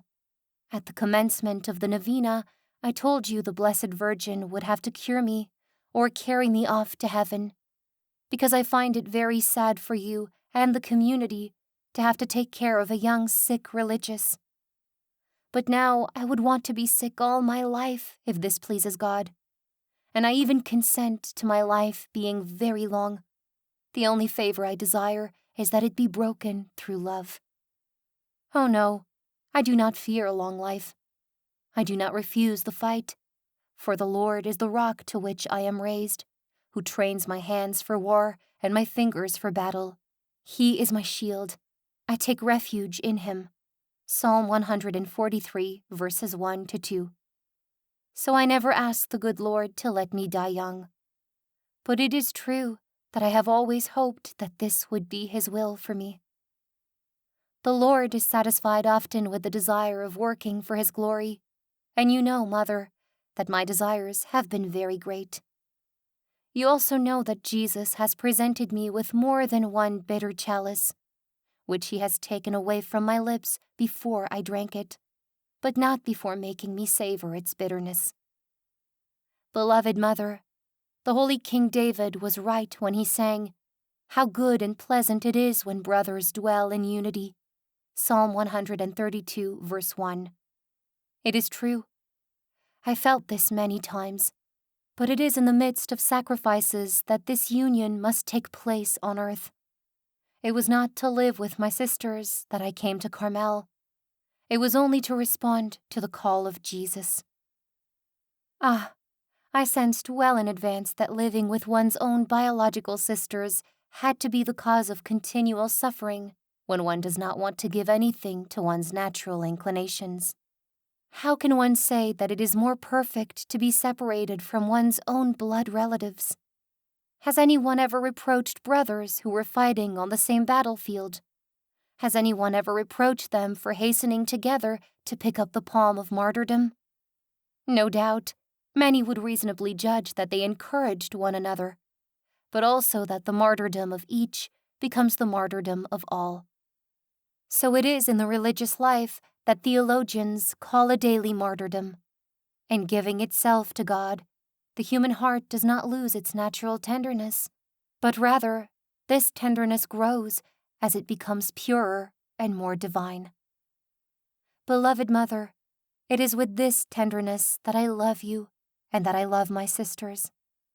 I am happy to fight as a family for the glory of the King of Heaven, but I am also ready to fly on to another battlefield if the divine general expresses his desire. A command would not be necessary, but only a look, a simple sign. Ever since I entered the blessed ark, I have always thought that if Jesus did not take me to heaven soon, then my fate would be like that of Noah's little dove.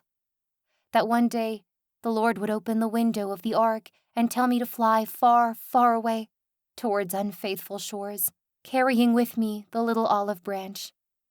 Mother, this thought has made my soul mature. It made me soar higher than any created thing. I understood that even in Carmel there could still be separations, and that only in heaven will the union be complete and eternal. So I wanted my soul to live in heaven and to look at the things of the earth only from afar. I accepted not only to be exiled in the midst of an unknown people, but also, and this was much more bitter for me, I accepted to be exiled for my sisters. I will never forget August 2nd, 1896. That was the day when Father Rouland, my spiritual brother, departed from Marseille to China, accompanied by 2 other missionaries. It was also on that day when it was seriously discussed whether or not my sister, Mother Agnes of Jesus, would go with them. Ah, I would not have wanted to make a move to prevent her from leaving. However, I felt a great sadness in my heart. I thought that her soul, which was so sensitive, so delicate, was not made to live in the midst of souls who could not understand her. 1,000 other thoughts crowded into my mind, and Jesus was silent. He did not command the storm, and I said to him, "My God, I accept everything out of love for you. If you want it, I am willing to suffer until I die of sorrow." Jesus was content with this acceptance, but a few months later, the departure of Sister Geneviève and Sister Marie of the Trinity was also discussed. I then experienced another kind of suffering, one that was very intimate, very deep. I imagined all the trials and the disappointments that they would suffer. My sky was full of clouds. Calm and peace remained only at the bottom of my heart. My beloved Mother, your prudence was able to discover the will of the good God, and on His behalf, you forbade your novices to think of leaving the cradle of their religious childhood. But you understood their aspirations, since you yourself, Mother, had asked in your youth to go to Saigon, and so the desires of mothers often find an echo in the souls of their children. Oh, my beloved Mother, your apostolic desire finds in my soul, as you know, a very faithful echo. Let me confide to you why I desired, and still desire, if the Blessed Virgin heals me, to leave the delightful oasis where I have lived so happily under your maternal glance, and go into a foreign land. As you told me, Mother, it takes a very special vocation to live in foreign Carmelite orders. Many souls believe that they are called to it without actually being called. You also told me that I had this vocation, and that my poor health was the only obstacle. I know very well that this obstacle would disappear if the good Lord was calling me away to the missions, and so I live without any anxiety. If I have to leave my dear Carmel someday, it would not be without pain. Jesus did not give me an insensitive heart, and it is precisely because it is capable of suffering that I wanted to give Jesus all that it can give. Here, beloved Mother, I live without any burdens from the cares of this miserable earth, and have only to fulfill the sweet and easy missions that you have entrusted to me. Here I am filled with your maternal kindness. I do not feel poverty since I never lack anything. But here, above all, I am loved by you and by all the sisters, and this affection is very sweet to me. This is why I dream of a monastery where I shall be unknown, where I would suffer from poverty, the lack of affection, and finally, the exile of the heart. My intention of leaving all that is dear to me is not so that I can render services to the Carmelite order that would like to receive me. I would undoubtedly do my best in everything that depended on me, but I know my incapacity, and I know that in doing my best, I would not succeed in doing well. As I said earlier, I have no knowledge of the things of earth. My only intention, then, would be to do the good Lord's will, to sacrifice myself for Him in the way He would like. I feel that I would not be disappointed, because when one expects pure and unadulterated suffering, the smallest joy becomes an unexpected surprise. And then, you know, Mother, suffering itself becomes the greatest of joys when it is sought like the most precious of treasures. Oh no, I would not want to leave with the intention of enjoying the fruits of my labors. If that were my goal, then I would not feel the sweet peace that inundates me, and I would even suffer at not being able to fulfill my vocation for the foreign missions. For a long time, I have no longer belonged to myself. I belong totally to Jesus, so He is free to do with me as He pleases. He has given me the attraction for a complete exile, and He has made me understand all the sufferings that I would meet there, asking me if I would want to drink this chalice to the dregs. Immediately, I wanted to seize this cup that Jesus presented to me, but He withdrew His hand and made me understand that my acceptance already satisfied Him. Oh, Mother, what anxieties one is freed from by taking a vow of obedience. How happy the simple nuns are. They are always sure of being on the right path, since their only compass is the will of their superiors.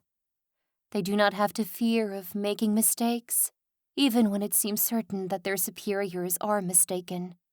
But when one stops looking upon the infallible compass, when one deviates from the path it says to follow under the pretext of doing the will of God, which is unclear even to those who represent Him, then immediately the soul goes astray into arid paths where the water of grace soon fails to appear.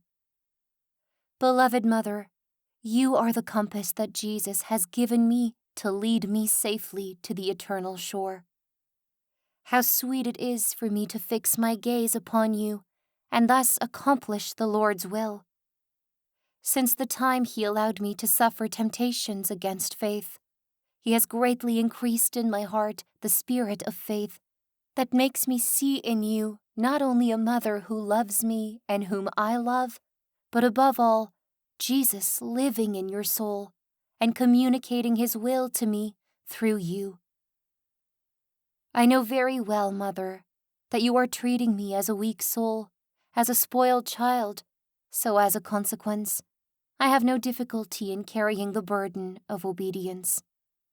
But it seems to me, from what I feel in the depths of my heart, that I would not change my conduct towards you, nor would my love for you diminish, if it pleased you to treat me severely, for I would still see that it was Jesus' will that you were acting in this way for the greater good of my soul.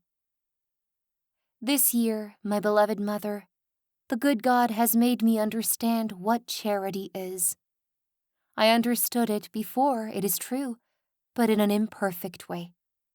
I had never fathomed these words of Jesus, and the second commandment is like the first, you shall love your neighbor as yourself.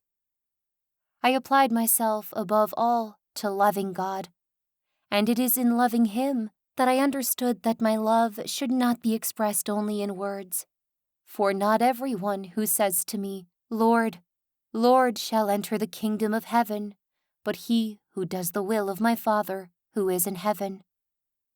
Jesus made known this will several times, or should I say, on almost every page of His gospel. But at the Last Supper, when He knew that the hearts of His disciples were burning with a more ardent love for Him, who had just given Himself to them in the ineffable mystery of His Eucharist, this sweet Savior wanted to give them a new commandment.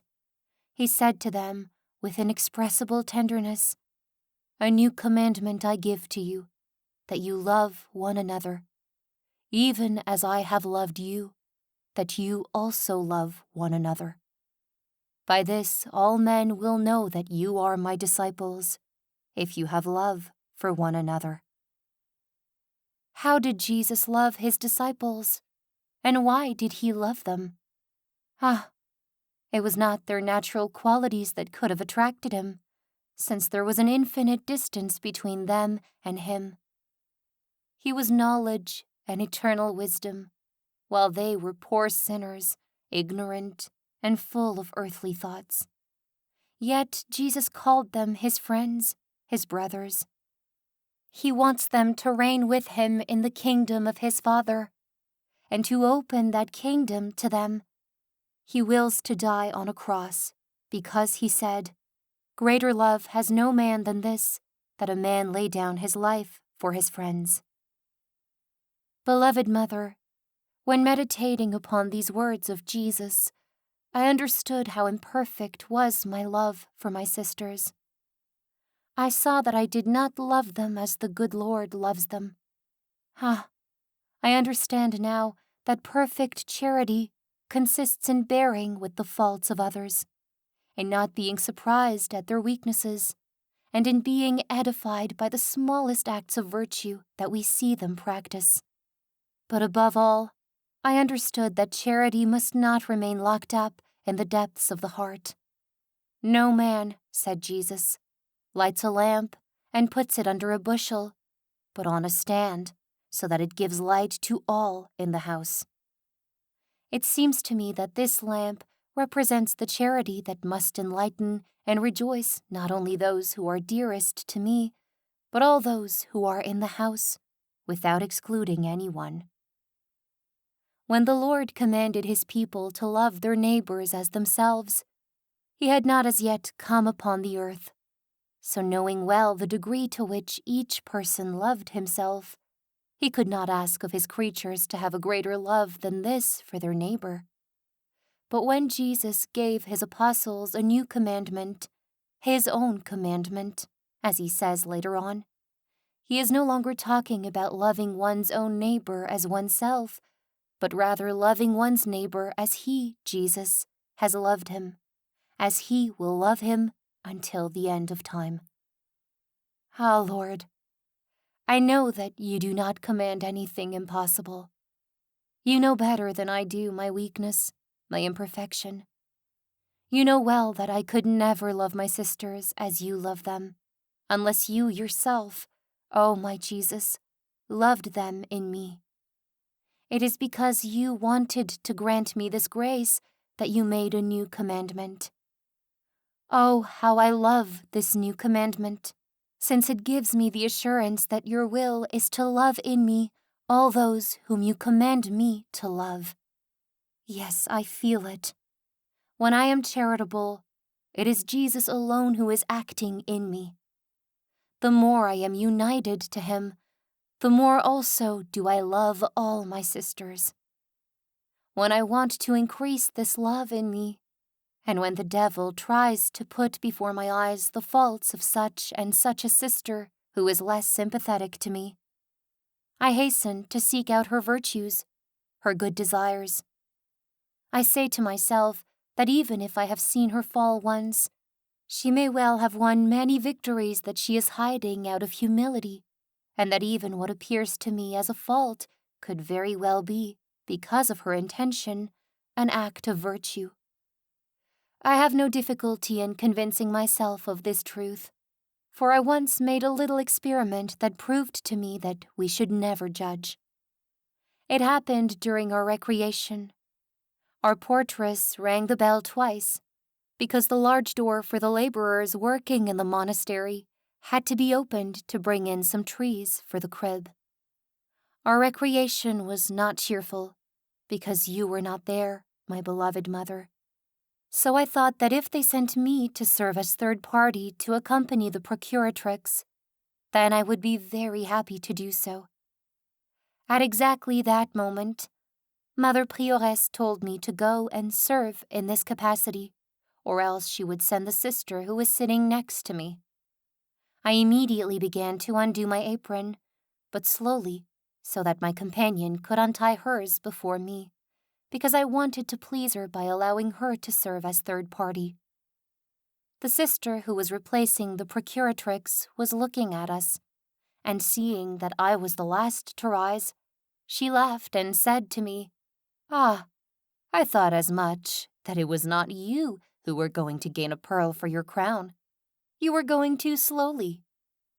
Certainly, the whole community believed that I had acted through selfishness, and I cannot say how much good such a small thing did to my soul, making me indulgent towards the weaknesses of others.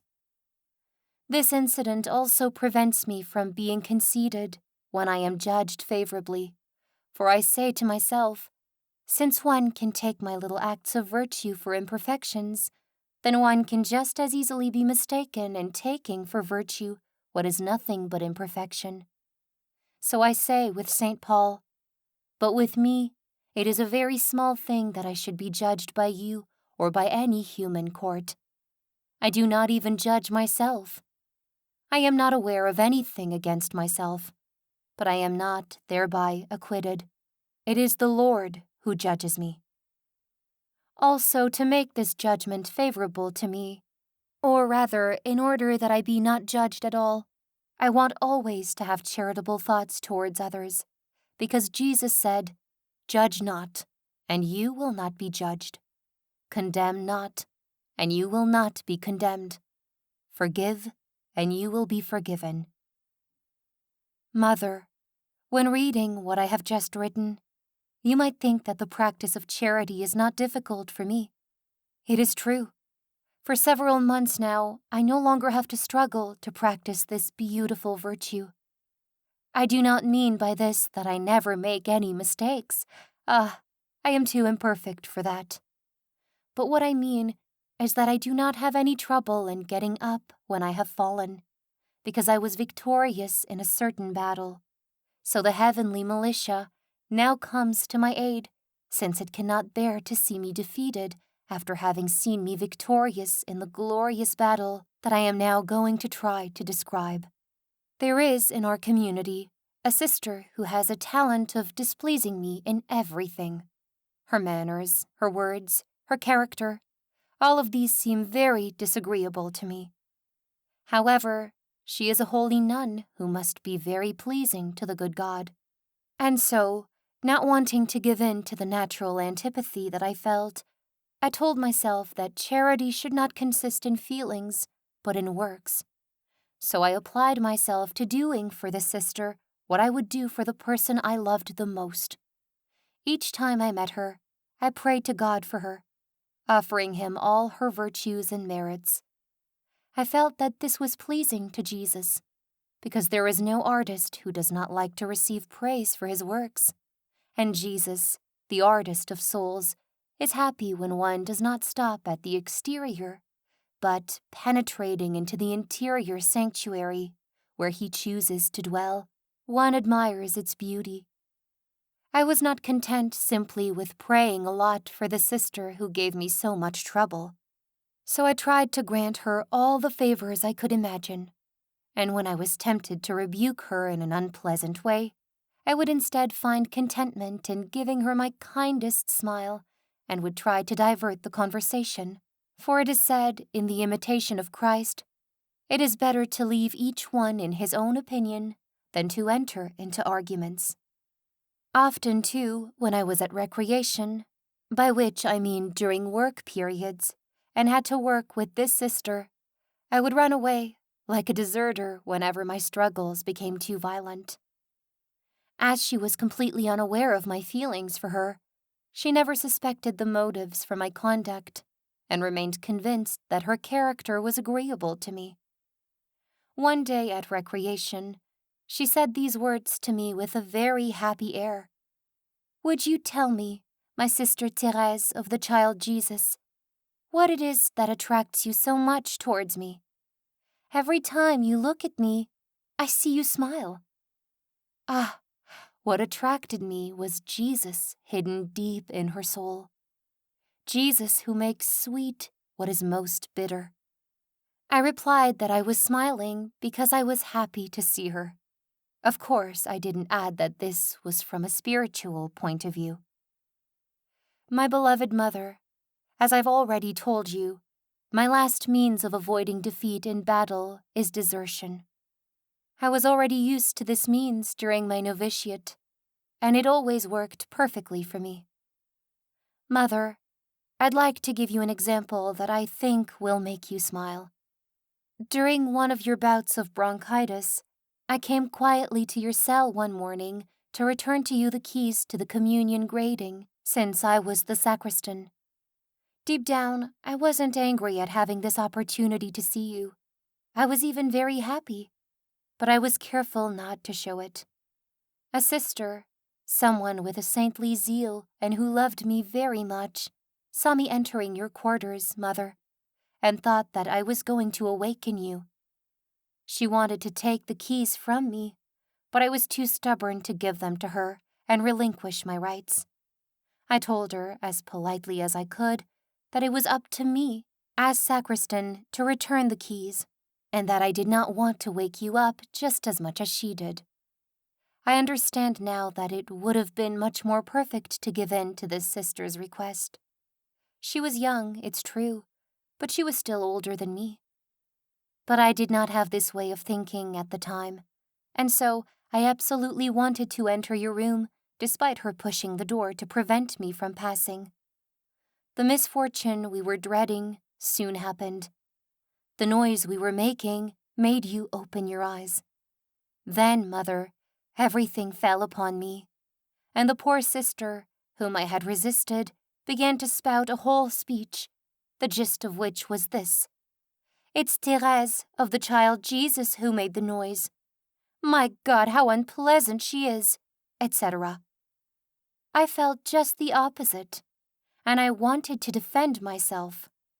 Fortunately, I had a bright idea. I told myself that if I started to justify myself, I wouldn't be able to keep the peace of my soul. I also felt that I didn't have enough virtue to let myself be accused without saying anything. So my last hope of salvation was to flee. No sooner thought than done, and I went away without fanfare, leaving the sister to continue her speech, which sounded like Camillus' imprecations against the city of Rome. My heart was beating so fast that I couldn't go far, and I sat down on the stairs to enjoy the fruits of my victory in peace. It wasn't bravery, was it, Mother dear? But I still think it's better not to expose oneself to combat when defeat is certain. Alas, when I look back to the time of my novitiate, I see how imperfect I was. I made such a fuss over such little things that it makes me laugh now. Ah, how good the Lord is in having made my soul mature and having given it wings. All the nets of the hunters would not be able to frighten me, for, in vain, is a net spread in the sight of any bird. Proverbs chapter 1, verse 17. Later on, no doubt, the time in which I now live will still seem full of imperfections, but now I'm no longer surprised by anything. I don't worry when I see that I am weakness itself. On the contrary, it's in weakness that I boast, and I expect every day to discover new imperfections in myself, remembering that hatred stirs up strife, but love covers all offenses. I draw from this fertile mind that Jesus has opened up before me. In the Gospel, the Lord explains what his new commandment is all about. He says in St. Matthew, "You have heard that it was said, 'You shall love your neighbor and hate your enemy.' But I say to you, love your enemies and pray for those who persecute you." No doubt we don't meet any enemies in Carmel, but there are feelings. We feel drawn to such and such a sister, whereas another would make us take a long detour to avoid meeting her. So without even knowing it, she becomes the subject of persecution. Well then, Jesus is telling me that it is this sister who must be loved, and that I must pray for her, even if her behavior would lead me to believe that she doesn't love me. If you love those who love you, what credit is that to you? For even sinners love those who love them. Luke chapter 6, verse 32. And it's not enough to love. We have to prove it. We're naturally happy to give a present to a friend. We especially like to give surprises. But this is not charity, because sinners do this too. Here's what Jesus teaches me again. Give to everyone who begs from you, and of him who takes away your goods, do not ask them again. Giving to all those who ask is less sweet than offering oneself by the movement of one's own heart. Again, when they ask for something politely, it doesn't cost so much to give. But if by misfortune they don't use enough delicate words, the soul immediately revolts if it is not established in charity. It finds 1,000 reasons to refuse what is asked of it, and it is only after having convinced the asker of their tactlessness that it will finally give them what they are asking for, but only as a favor, or else it will render them a light service that could have been performed in 1/20th of the time that it took to assert its imaginary rights. If it's hard to give to anyone who asks, it's even harder to let them take what belongs to you without asking it back. Oh, Mother, I say it's hard. I should rather have said that it seems hard, for the Lord's yoke is easy and his burden is light. When we accept it, we immediately feel its gentleness and cry out with the psalmist, "I will run in the way of your commandments when you enlarge my understanding." It is only charity that can enlarge my heart. Oh, Jesus, ever since this sweet flame consumed it, I have been running with joy in the path of your new commandment. I want to run in it until that blessed day when, joining the virginal procession, I shall be able to follow you into infinite spaces, singing your new canticle, which must be love. I was saying, Jesus doesn't want me to claim what's mine. This should seem easy and natural to me, since nothing is mine. I have renounced earthly possessions through my vow of poverty, so I have no right to complain if something that doesn't belong to me is taken away. On the contrary, I should rejoice when it happens so that I feel the sting of poverty. In the past, it seemed to me that I wasn't attached to anything, but ever since I've understood the words of Jesus, I now see that I'm quite imperfect occasionally. For example, when it comes to painting, nothing is mine. I know that. But if, when I am about to get to work, I find that the brushes and paints are all in disorder, or if a ruler or a penknife has disappeared, patience is very close to abandoning me, and I have to take courage in both hands so as not to be bitter when I ask for the things that I lack.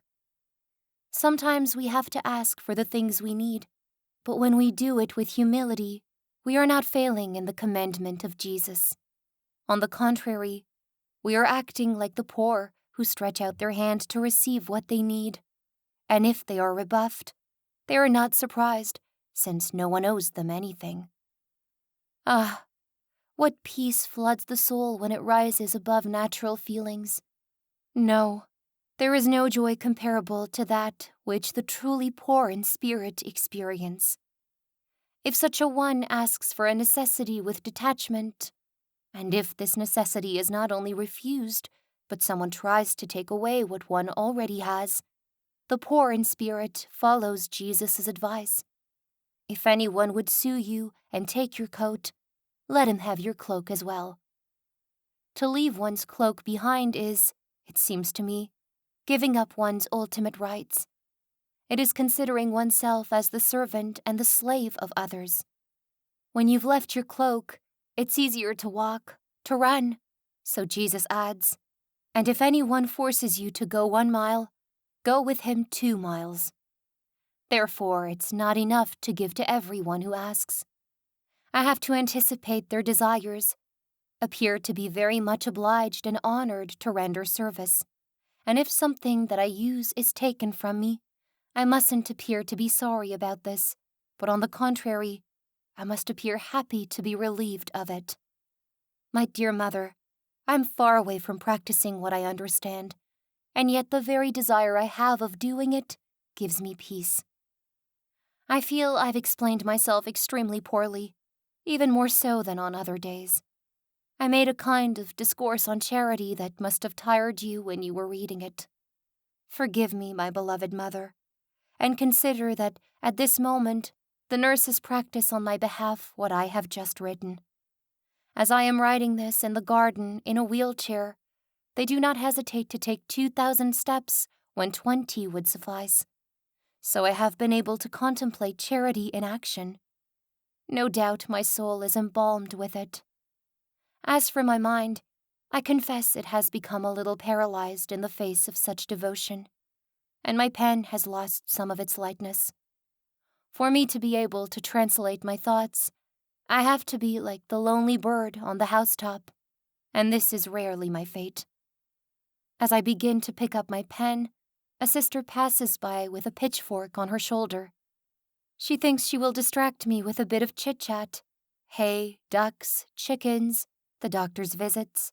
It's all on the table. To tell you the truth, this doesn't last long. But there's more than one charitable sister, and all of a sudden, another worker lays flowers on my lap, perhaps thinking these will inspire me with poetic ideas. As I'm not looking for them at the moment, I'd rather that the flowers remain swaying on their stems. Finally, tired of opening and closing this famous notebook, I open a book, which doesn't want to stay open, and resolutely say that I shall copy some thoughts from the Psalms and the Gospels for the feast of our Mother Marie de Gonzague. It's all true, because I don't spare any quotations.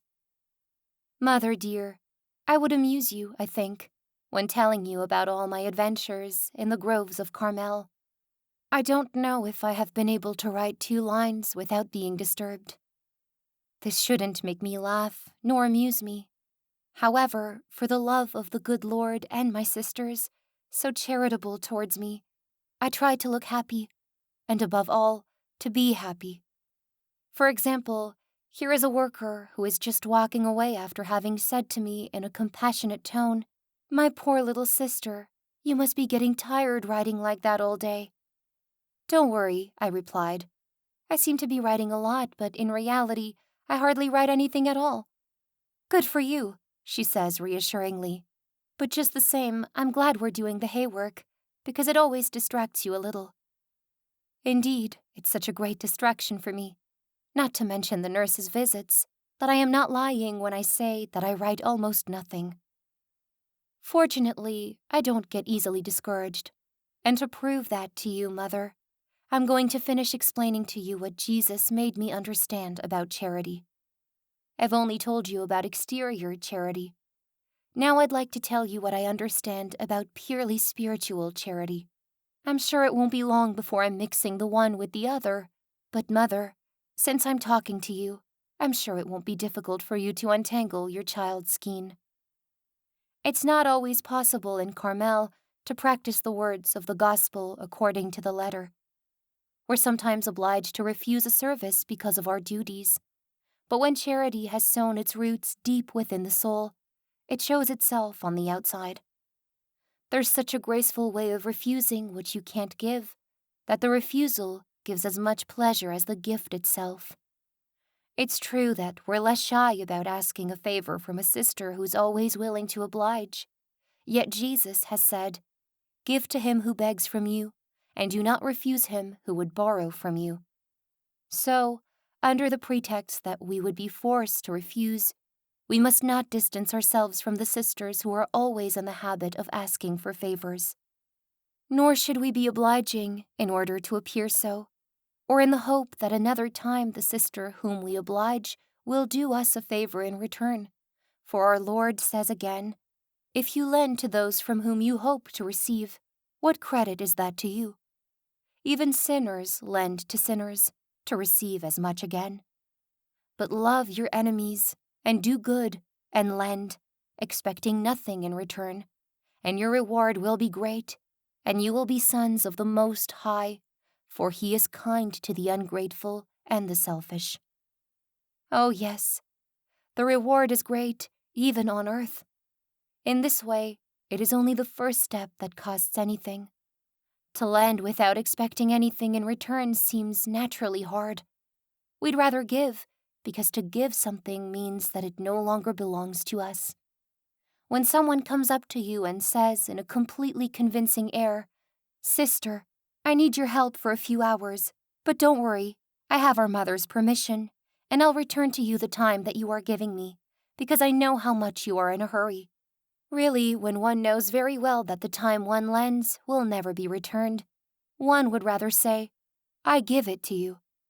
That would satisfy one's ego, for giving is a more generous act than lending, and then we make the sister feel that we don't depend on her services. Ah, how contrary are the teachings of Jesus to the sentiments of nature. Without the help of his grace, it would be impossible not only to put them into practice, but even to understand them.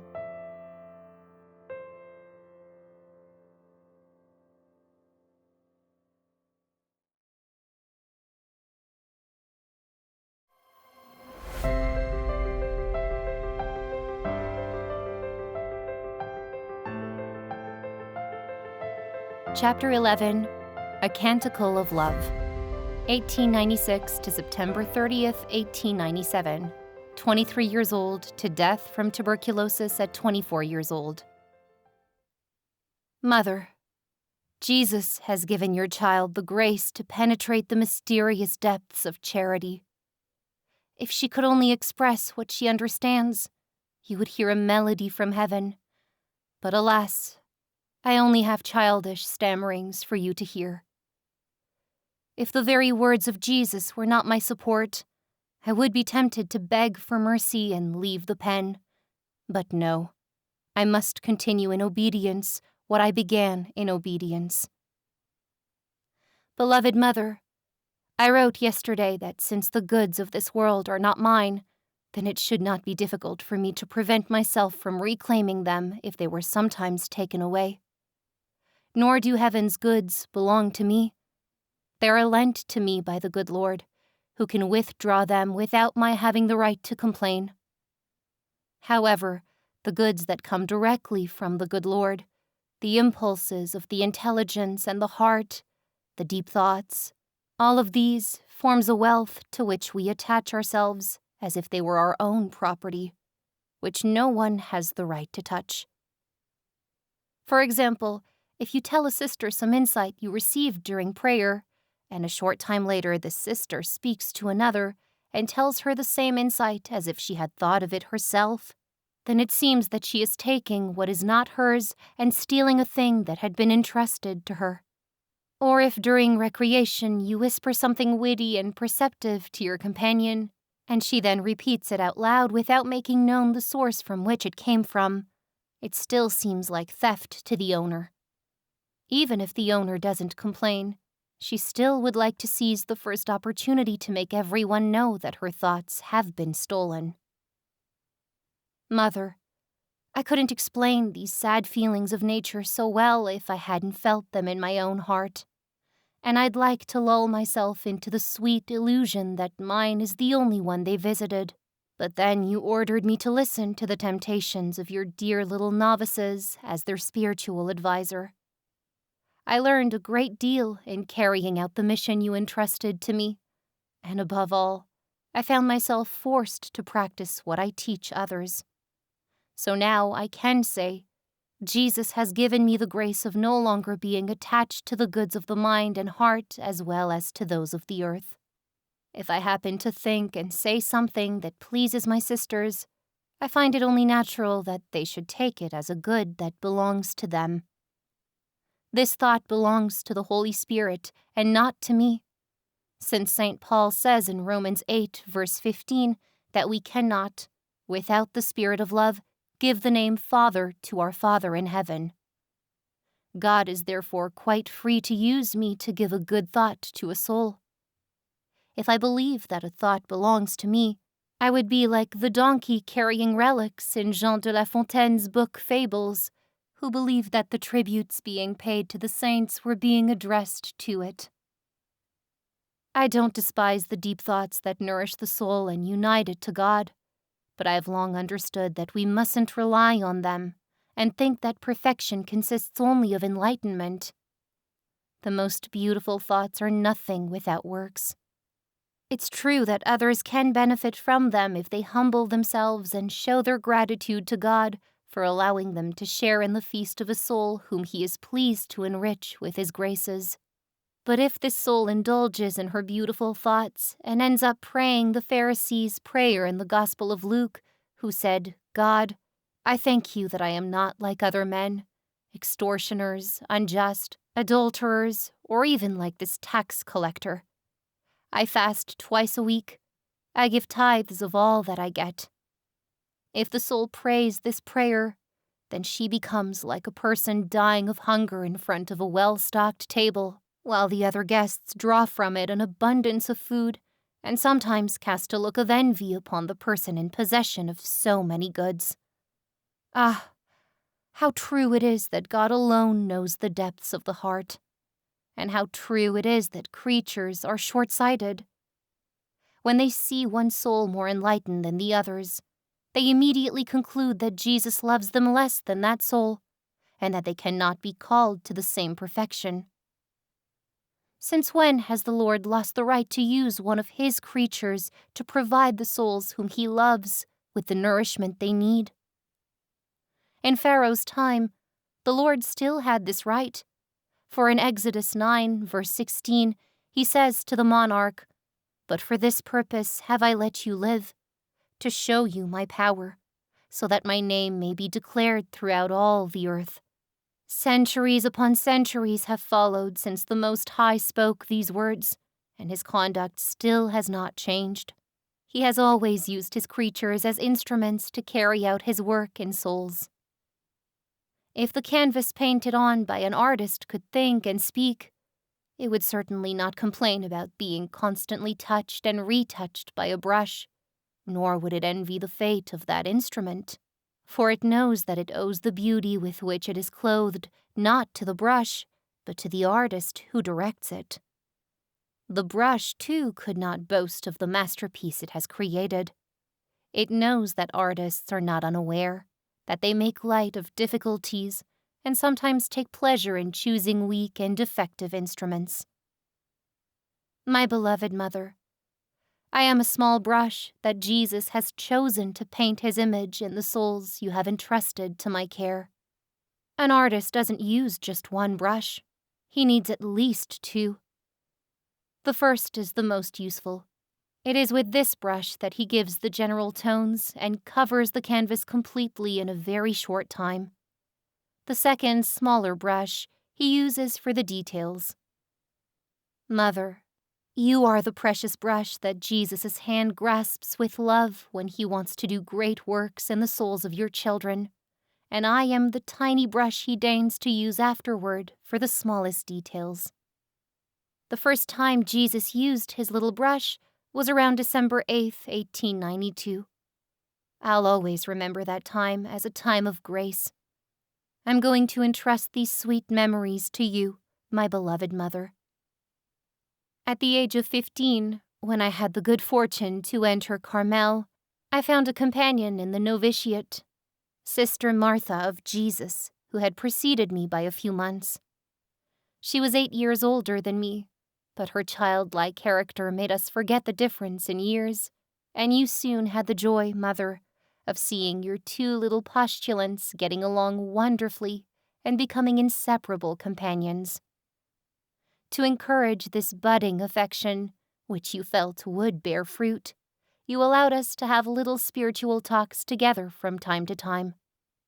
My dear little companion charmed me with her innocence and expansive character, but on the other hand, I was amazed at how differently she treated you.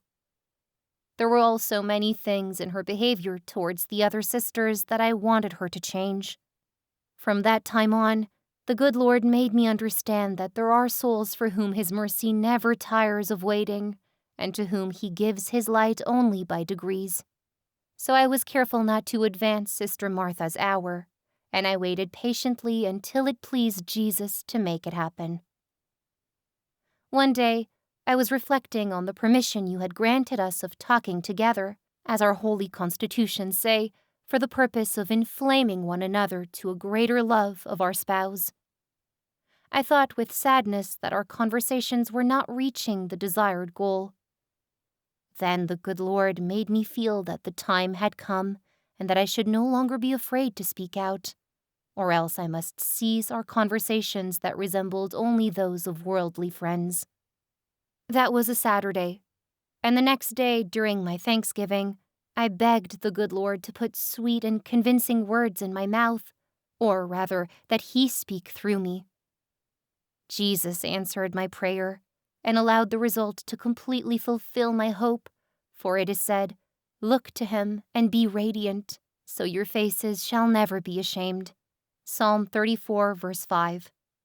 And again, light rises in the darkness for the upright. The Lord is gracious, merciful, and righteous. Psalm 112, verse 4. The first psalm is addressed to me, and the second to my companion, who was truly upright of heart. The hour at which we had resolved to be together had arrived. The poor little sister, casting her eyes on me, saw at once that I was no longer the same. She sat down beside me, blushing, and I, leaning her head upon my heart, told her with tears in my eyes everything I thought about her. But I did it with such tender expressions, and showed her such great affection, that soon her tears mingled with mine. She acknowledged with great humility that everything I said was true, and she promised to start a new life, and asked me, as a grace, to always warn her of her faults.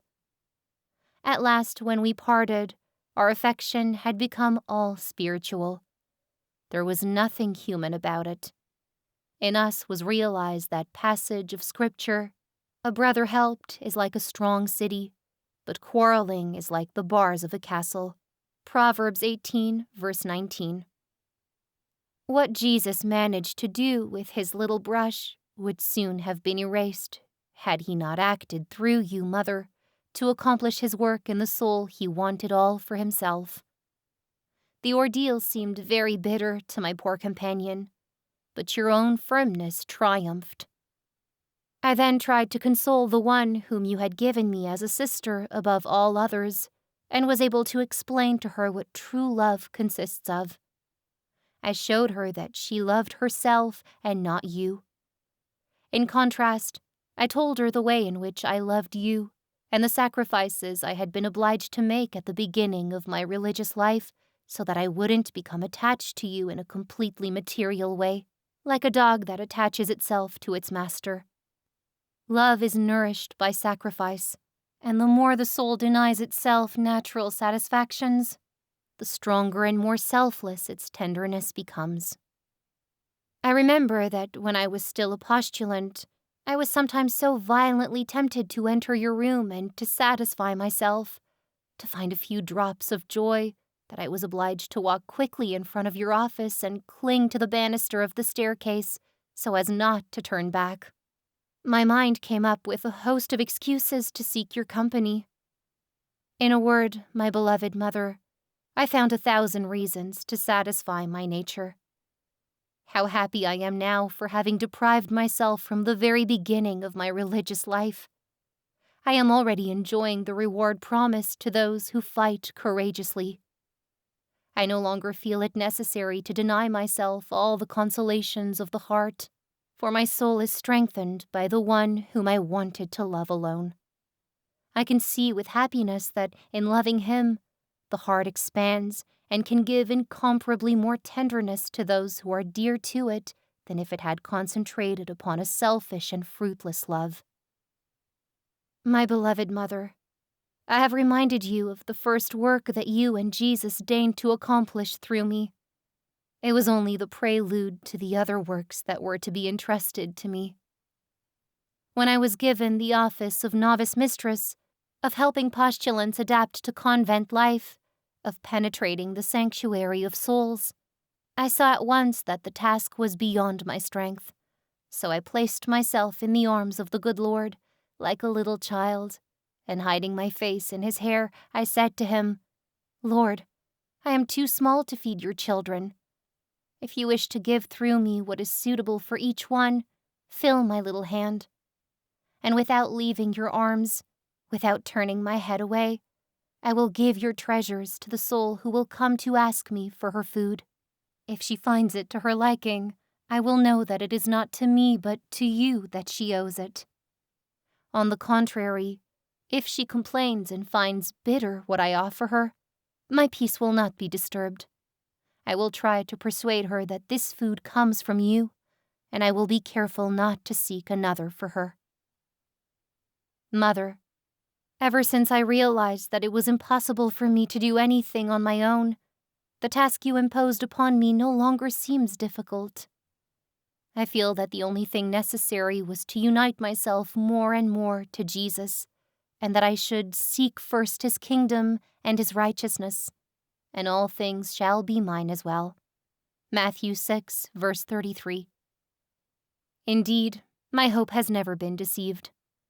The good Lord has deigned to fill my little hand as many times as necessary to nourish the souls of my sisters. I confess to you, beloved Mother, that if I had relied in the least on my own strength, I would have surrendered. From afar, it seems quite rosy to do good to souls, to make them love God more. In short, to mold them according to one's own personal views and thoughts. Up close, it's just the opposite. The rosiness has disappeared. You feel that doing good is as impossible without God's help as making the sun shine at night. You feel that you must absolutely forget your personal tastes and conceptions and guide souls along the path that Jesus has laid out for them, without trying to make them walk in your own way. But that's not the most difficult part. What costs me most of all is to observe the faults, the slightest imperfections, and to wage a war to the death against them. I was going to say, unfortunately for me, but no, that would be cowardice. And so, instead I say, fortunately for my sisters. Since the time I took my place in the arms of Jesus, I am like a watchman observing the enemy from the highest turret of a fortified castle. Nothing escapes my gaze. I'm often amazed that I can see so clearly, and I find the prophet Jonah quite excusable for choosing to flee instead of announcing the ruin of Nineveh. I would rather be reproached 1,000 times than to reproach others, but I feel it's very necessary for me to suffer in this manner, because when you act according to your nature, it's impossible for the soul being corrected to understand its faults and wrongdoings. It can only see one thing. The sister who is in charge of me is angry and blaming everything on me, even though I am full of the best intentions. I know your little lambs think I'm stern. If they were to read these lines, they'd say that it doesn't seem to cost me a thing to run after them, to talk to them in a stern tone and show them their beautiful soiled fleece, or to bring them some light tuft of wool that they've allowed to be torn by the thorns on the path. The little lambs can say whatever they want. Deep down they feel that I love them with a true love, that I will never imitate he who is a hireling and not a shepherd, whose own the sheep are not, who sees the wolf coming and leaves the sheep and flees, and the wolf snatches them and scatters them. John 10, verse 12.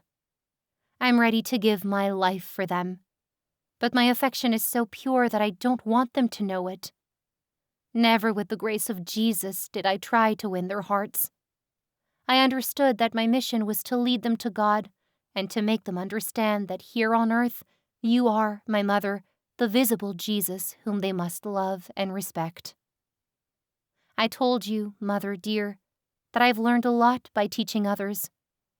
First of all, I saw that all souls have more or less the same struggles, but that they are so different in other ways. I have no trouble understanding what Father Pichon said. There are much more differences among souls than there are among faces. So it's impossible to deal with them all in the same way. With some souls, I feel I must make myself small, unafraid to humiliate myself by confessing my struggles and defeats. Seeing that I have the same weaknesses as they do, my little sisters in turn confess to me their own faults and rejoice that I understand them through experience. With others, on the contrary, I've seen that it is much better for them if I am very firm and never go back on what I've said. In their cases, stooping would not be seen as an act of humility, but as a sign of weakness. The good Lord has given me the grace not to fear conflict, but I must do my duty at all costs. I've heard this said on more than one occasion. If you want to get anything out of me, you have to take it gently. You'll get nothing by force. I myself know that no one is a good judge in his own case, and that a child who has a painful operation performed upon him by a doctor is bound to cry out that the cure is worse than the disease. However, when he is cured a few days later, he's happy at being able to play and run around. It's the same for souls. Soon they recognize that a little bitterness is sometimes preferable to sugar, and they aren't afraid to admit it. Sometimes I can't help but smile inwardly at the change that takes place overnight. It's enchanting. A sister came up to me and said, "Yesterday you were right to be severe. At first it revolted me, But then I remembered everything and saw that you were very right. Listen, as I was leaving, I thought I have had enough. I said to myself, I'm going to see our Mother Prioress and tell her that I won't be going with Sister Therese of the Child Jesus anymore. But I felt that it was the devil who was inspiring this thought in me. And then it seemed to me that you were praying for me. So I remained quiet, and the light began to shine. But now you have to enlighten me further, and that is why I'm coming to you again. The conversation soon got underway. I was happy to be able to follow my heart's inclination and not serve any bitter dishes. Yes, but I also realized that I mustn't get too far ahead of myself, as one word could destroy the beautiful edifice built in tears. If I have the misfortune of saying something that seems to weaken what I have said the day before, I see my little sister taking advantage of my momentary lapse. So I say a little prayer inside, and the truth always triumphs. Ah, it is prayer. It is sacrifice that gives me all my strength. They're the invincible weapons that Jesus gave me. They can touch souls far better than words. I've experienced it many times. One of them in particular made a deep and gentle impression on me. It was during Lent, and I was occupied with one novice here, Sister Marie of the Trinity, for whom I was an angel. She came to me one morning all aglow and said, "Ah, if you only knew what I dreamt of last night. I was with my sister and I wanted to detach her from all the vanities she loves so much. So I explained to her verse 13 from your poem, Vivre d'amour, or Living on Love, which said, 'Loving you, Jesus, is such a fruitful loss. All my perfumes are yours forever.' I felt that your poem had penetrated her soul and I was overjoyed.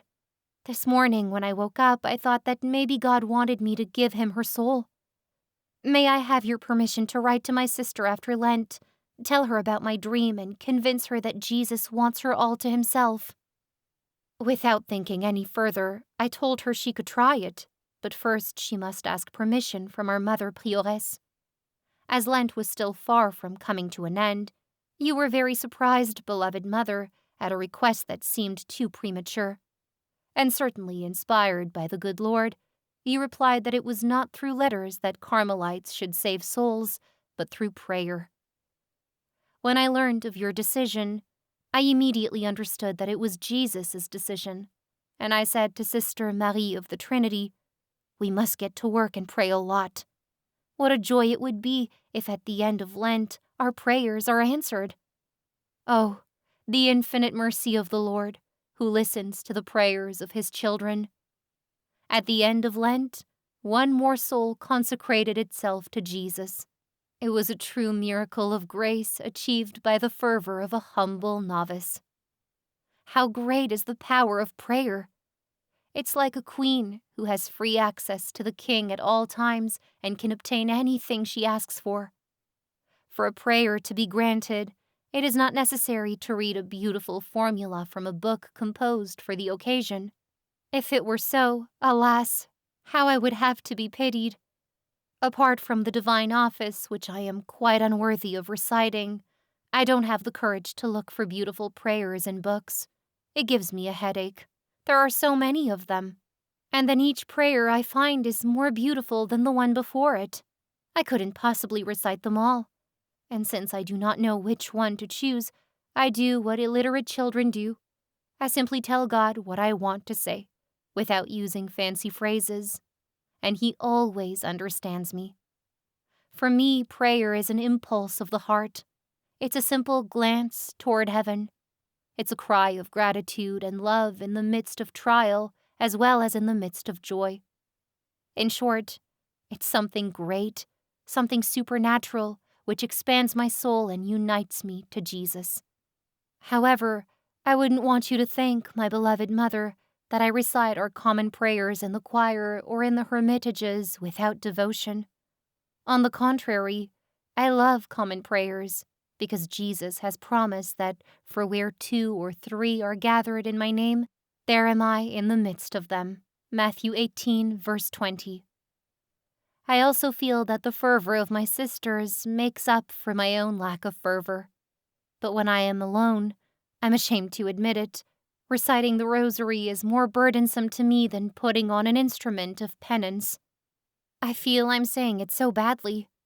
No matter how hard I try to meditate on the mysteries of the rosary, I just can't seem to fix my mind on them.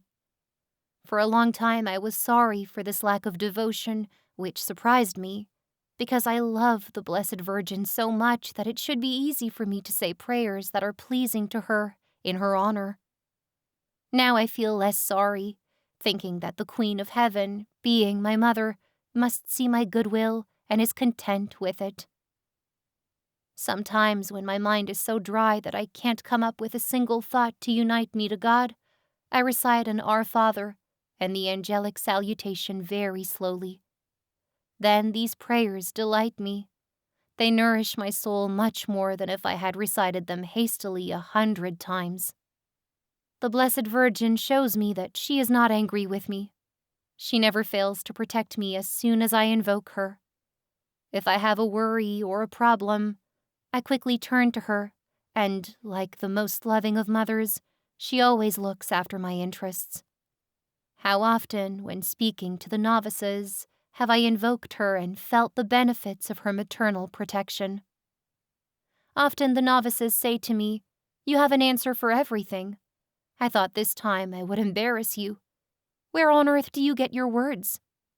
Some of them are candid enough to believe that I can read their souls, because I've sometimes anticipated them by telling them what they were thinking. One night, one of my companions had resolved to hide from me a pain that was causing her a great deal of suffering. I met her in the morning, and she spoke to me with a smiling face. Without replying to what she was saying, I told her with great conviction, "You are sad about something." I don't think she would have looked at me with greater astonishment even if I had dropped the moon at her feet. Her amazement was so great that it even overcame me, and for a moment I was seized by a supernatural fear. I was quite sure that I didn't have the gift of reading souls, and it was all the more surprising that I had been so right. I could feel that God was close by, and that, without realizing it, I had spoken, like a child, words that did not come from me, but from Him. My beloved mother, you understand that everything is allowed to novices. They must be able to say what is on their minds, both the good and the bad. They find this easy to do with me because they don't owe me the respect one renders a novice mistress. I cannot say that Jesus makes me walk the way of humiliations exteriorly. He is content to humble me in the depths of my soul. In the eyes of creatures, I succeed in everything. I travel the road of honors in so far as this is possible in religion. I understand that it is not for my sake, but for that of others that I must walk this road that appears so dangerous. In fact, if the Carmelite community viewed me as an incapable religious sister, filled with faults and lacking in understanding or judgment, then it would have been impossible for you, Mother, to ask for my help. This is why God has cast a veil over all my interior and exterior faults. At times, this veil invites certain compliments from the novices. I feel that they don't do this because of flattery, but because it is the expression of their naive sentiments. Truly, their compliments do not inspire vanity in me, for the remembrance of what I really am is always present in my mind. However, sometimes I feel a great desire to hear something other than praises. You know, beloved Mother, that I prefer vinegar to sugar. My soul, too, is tired of always tasting sweet nourishment, so Jesus allows someone to serve it a good little salad, well seasoned with vinegar and spices. Nothing is missing except the oil, which gives it an extra flavor. This good little salad is served up to me by the novices when I least expect it. The good Lord lifts the veil that hides my imperfections. My dear little sisters see me as I really am, and don't find me quite to their liking anymore. With a simplicity that delights me, they tell me all the struggles I give them and what they don't like about me. In the end, they don't mind being honest with me, and they talk openly to me as if they were talking about someone else. They know they give me great pleasure when they act this way. Ah, truly, it's more than just a pleasure. It's a delicious feast that fills my soul with joy. I can't explain how something so naturally displeasing can cause such great happiness. If I hadn't experienced it for myself, I wouldn't have believed it. One day, when I had a particular desire to be humiliated, it happened that a novice, my own family member Céline or Sister Geneviève of the Holy Face, took it upon herself to satisfy my desires so well that I immediately thought of Shimei cursing David in the second book of the prophet Samuel. I said to myself, yes, it is indeed the Lord who has ordered Céline to tell me all these things. And my soul deliciously savored the bitter food that was so abundantly served up to it. This is how the good Lord deigns to take care of me. He cannot always give me the fortifying bread of outward humiliation, but from time to time he allows even the dogs under the table to eat the children's crumbs. Mark 7, verse 28. Ah, how great is his mercy! I shall be able to sing of it only in heaven. Beloved Mother, since I'm trying to start singing this infinite mercy on earth with you, I must also tell you about a great benefit I've received from the mission you've entrusted to me. In the past, when I saw a sister doing something that displeased me and seemed to be against our rules, I used to say to myself, if I could only tell her what I think and show her that she's wrong. How much good this would do me. I can assure you, Mother, that since I've been practicing fraternal correction for a while now, I've changed my feelings completely. Whenever I see a sister doing something that seems imperfect, I heave a sigh of relief and say to myself, what a blessing. She's not a novice anymore, so I don't have an obligation to correct her. And then I quickly try to excuse the sister and believe that she has good intentions, which she undoubtedly has. Ah, Mother, ever since I got sick, the care you've lavished on me has taught me a lot about charity. No remedy seems too expensive for you, and if it doesn't work, you don't get tired of trying something else. When I attended recreation, how careful you were to make sure I was well placed, sheltered from drafts. Finally, if I wanted to say everything you did for me, I would never finish. When thinking about all these things, I say to myself that I should be as compassionate toward the spiritual infirmities of my sisters as you are, my beloved Mother, when caring for me with such love. I've noticed, and it's only natural, that the holiest sisters are the most loved, that their company is sought after, that services are rendered to them without their asking for them, and that these souls, capable of enduring a lack of consideration and delicacy in others, find themselves surrounded by the affection of all. We can apply to them the words of our Father St. John of the Cross in his sketch of Mount Carmel. All goods were given to me when I no longer sought them through self-love. Imperfect souls, on the other hand, are not sought out. They are undoubtedly kept within the bounds of religious politeness, but perhaps because we fear saying unkind words to them, we avoid their company. When I say imperfect souls, I don't just mean spiritual imperfections, since even the holiest among us will only be perfect in heaven. Rather, I mean lack of judgment, lack of education, the susceptibility of having certain irritating characteristics, and all things that don't make life very pleasant. I am well aware that these moral infirmities are chronic and that there is no hope of recovery. But I'm also well aware that my mother wouldn't stop caring for me and trying to relieve me even if I remained sick all my life. Here's the conclusion that I draw from all this. During my recreation and free time, I must seek out the company of the sisters who are the least agreeable to me and fulfill the office of the Good Samaritan for these wounded souls. A word, a kind smile, is often enough to brighten up a sad soul. But it's not absolutely to achieve this goal that I want to practice charity, because I know that soon enough I'll be discouraged.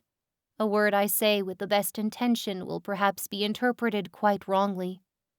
So in order not to waste my time, I want to be kind to everyone, and especially to the less kind sisters, to delight Jesus and respond to the advice he gives in the Gospels of Luke and Matthew in these words: "When you give a dinner or a banquet, do not invite your friends or your brothers or your kinsmen or rich neighbors, lest they also invite you in return and you be repaid. But when you give a feast, invite the poor, the maimed, the lame, the blind, and you will be blessed because they cannot repay you.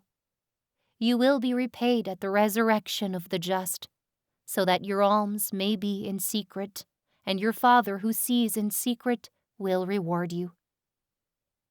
What kind of feast could a Carmelite offer her sisters if not a spiritual feast composed of kind and joyful charity? For me, I know of no other, and I want to imitate St. Paul, who rejoiced with those who rejoice and wept with those who weep. Romans 12, verse 15. It's true that he also wept with the afflicted, and tears must sometimes appear in the feast I want to serve, but I'll always try to turn those tears into joy in the end, as is mentioned in the Gospel of John. Truly, truly, I say to you, you will weep and lament, but the world will rejoice. You will be sorrowful, but your sorrow will turn into joy. And as St. Paul says in 2 Corinthians, each one must do as he has made up his mind, not reluctantly or under compulsion, for God loves a cheerful giver. I remember an act of charity that the good Lord inspired me to do when I was still a novice. It wasn't much, but our Father, who sees in secret and looks more at the intention rather than the magnitude of the action, has already rewarded me for it, without my having to wait for the next life. This was when Sister St. Pierre still went to the choir and refectory. At evening prayer she was placed in front of me. 10 minutes before 6 a.m., we needed a sister to go out of her way and take her to the refectory, as the nurses at the infirmary still had too many patients and were unable to come and fetch her. It cost me a lot to offer myself for this little service, because I knew it wasn't easy to please poor Sister St. Pierre, who was suffering so much that she didn't like it when her helpers were changed. However, I didn't want to miss out on such a wonderful opportunity to practice charity, remembering that Jesus had said in the Gospel of Matthew, "Truly, I say to you, as you did it to one of the least of these, my brethren, you did it to me." So I humbly offered myself to lead her. It was not without difficulty that I managed to get her to accept my services. At last I set to work, and I had so much goodwill that I succeeded perfectly. Every evening, when I saw my Sister St. Pierre shake her hourglass, I knew it meant, "Let's go." I can't believe how much effort it took for me to get up, especially at the beginning. But I did it immediately, and a whole ritual was set in motion. I had to move and carry her bench in a certain way, but I was not allowed to rush. And then the walk took place. I had to follow the poor cripple, supporting her by her belt as gently as I could. If she took a wrong step, it seemed to her that I was the one at fault, and I was holding her wrong. If she felt she was about to fall, she would say, "Ah, my God, you're going too fast. I'm going to break something." If I tried to go even more slowly, she would say, "Just follow me. I can't feel your hand. You've let go of me. I'm going to fall. Ah, I told you that you were too young to assist me." At last we reached the refectory without accident, but other difficulties soon arose. Sister St. Pierre had to be seated, and I had to act skillfully so as not to hurt her. Then her sleeves had to be rolled up, still in a certain way, and after that I was free to go. With her poor crippled hands, she sliced her bread on her plate as best as she could. I soon noticed this, and every evening I left her only after I had rendered her this little service. Because she hadn't asked for it, she was very touched by my attention, and it was by this means, which I hadn't sought out on purpose, that I won her good graces completely, and above all, I found out later, because after cutting her bread for her, I always gave her my best smile before leaving her alone. My beloved mother, Perhaps you're surprised that I'm writing to you about this little act of charity which happened so long ago. Ah, if I have done so, it is because I feel I must sing of the Lord's mercies for his sake. He has deigned to leave me with its memory, like a perfume that leads me to practice charity. I sometimes remember certain details that are like a springtime breeze for my soul. Here's one that comes to mind. One winter evening, I was doing my little service as usual. It was cold, it was dark. Suddenly I heard the harmonious sound of a musical instrument in the distance. I then pictured a well-lit salon, all gleaming with gilt, filled with elegantly dressed young ladies exchanging compliments and worldly courtesies. Then my gaze fell upon the invalid I was supporting. Instead of melody, I heard only her plaintive moans from time to time. Instead of gilt, I saw only the bricks of our austere cloister, barely lit in the faint glow. I can't express what happened to my soul, but I do know that the Lord illuminated it with rays of truth that so surpassed the dark brilliance of earthly festivals. I couldn't believe my happiness. Ah, I wouldn't have exchanged the 10 minutes I spent fulfilling my humble office of charity to enjoy 1,000 years of worldly festivities. If already in suffering, in the midst of combat, we can enjoy a moment of happiness that surpasses all earthly joys, especially considering that the good Lord has already withdrawn us from this world.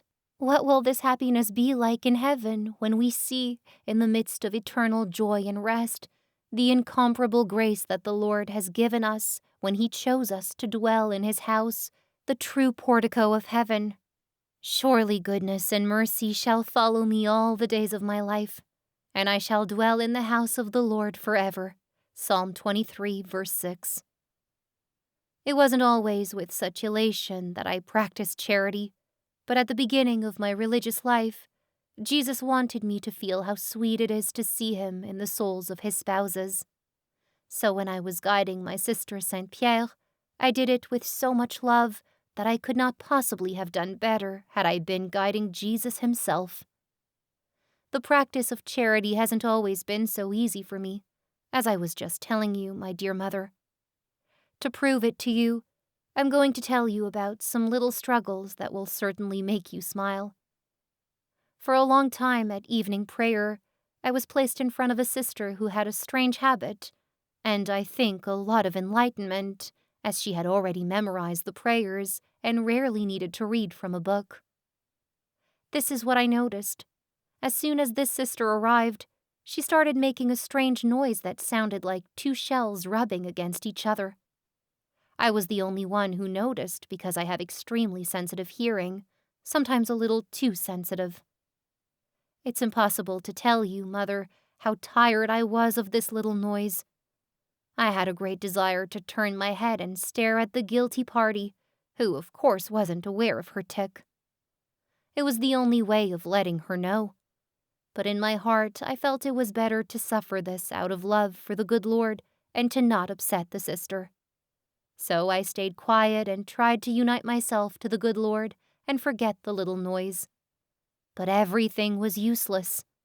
I felt the sweat flooding my body, and I was obliged to simply recite a prayer of suffering.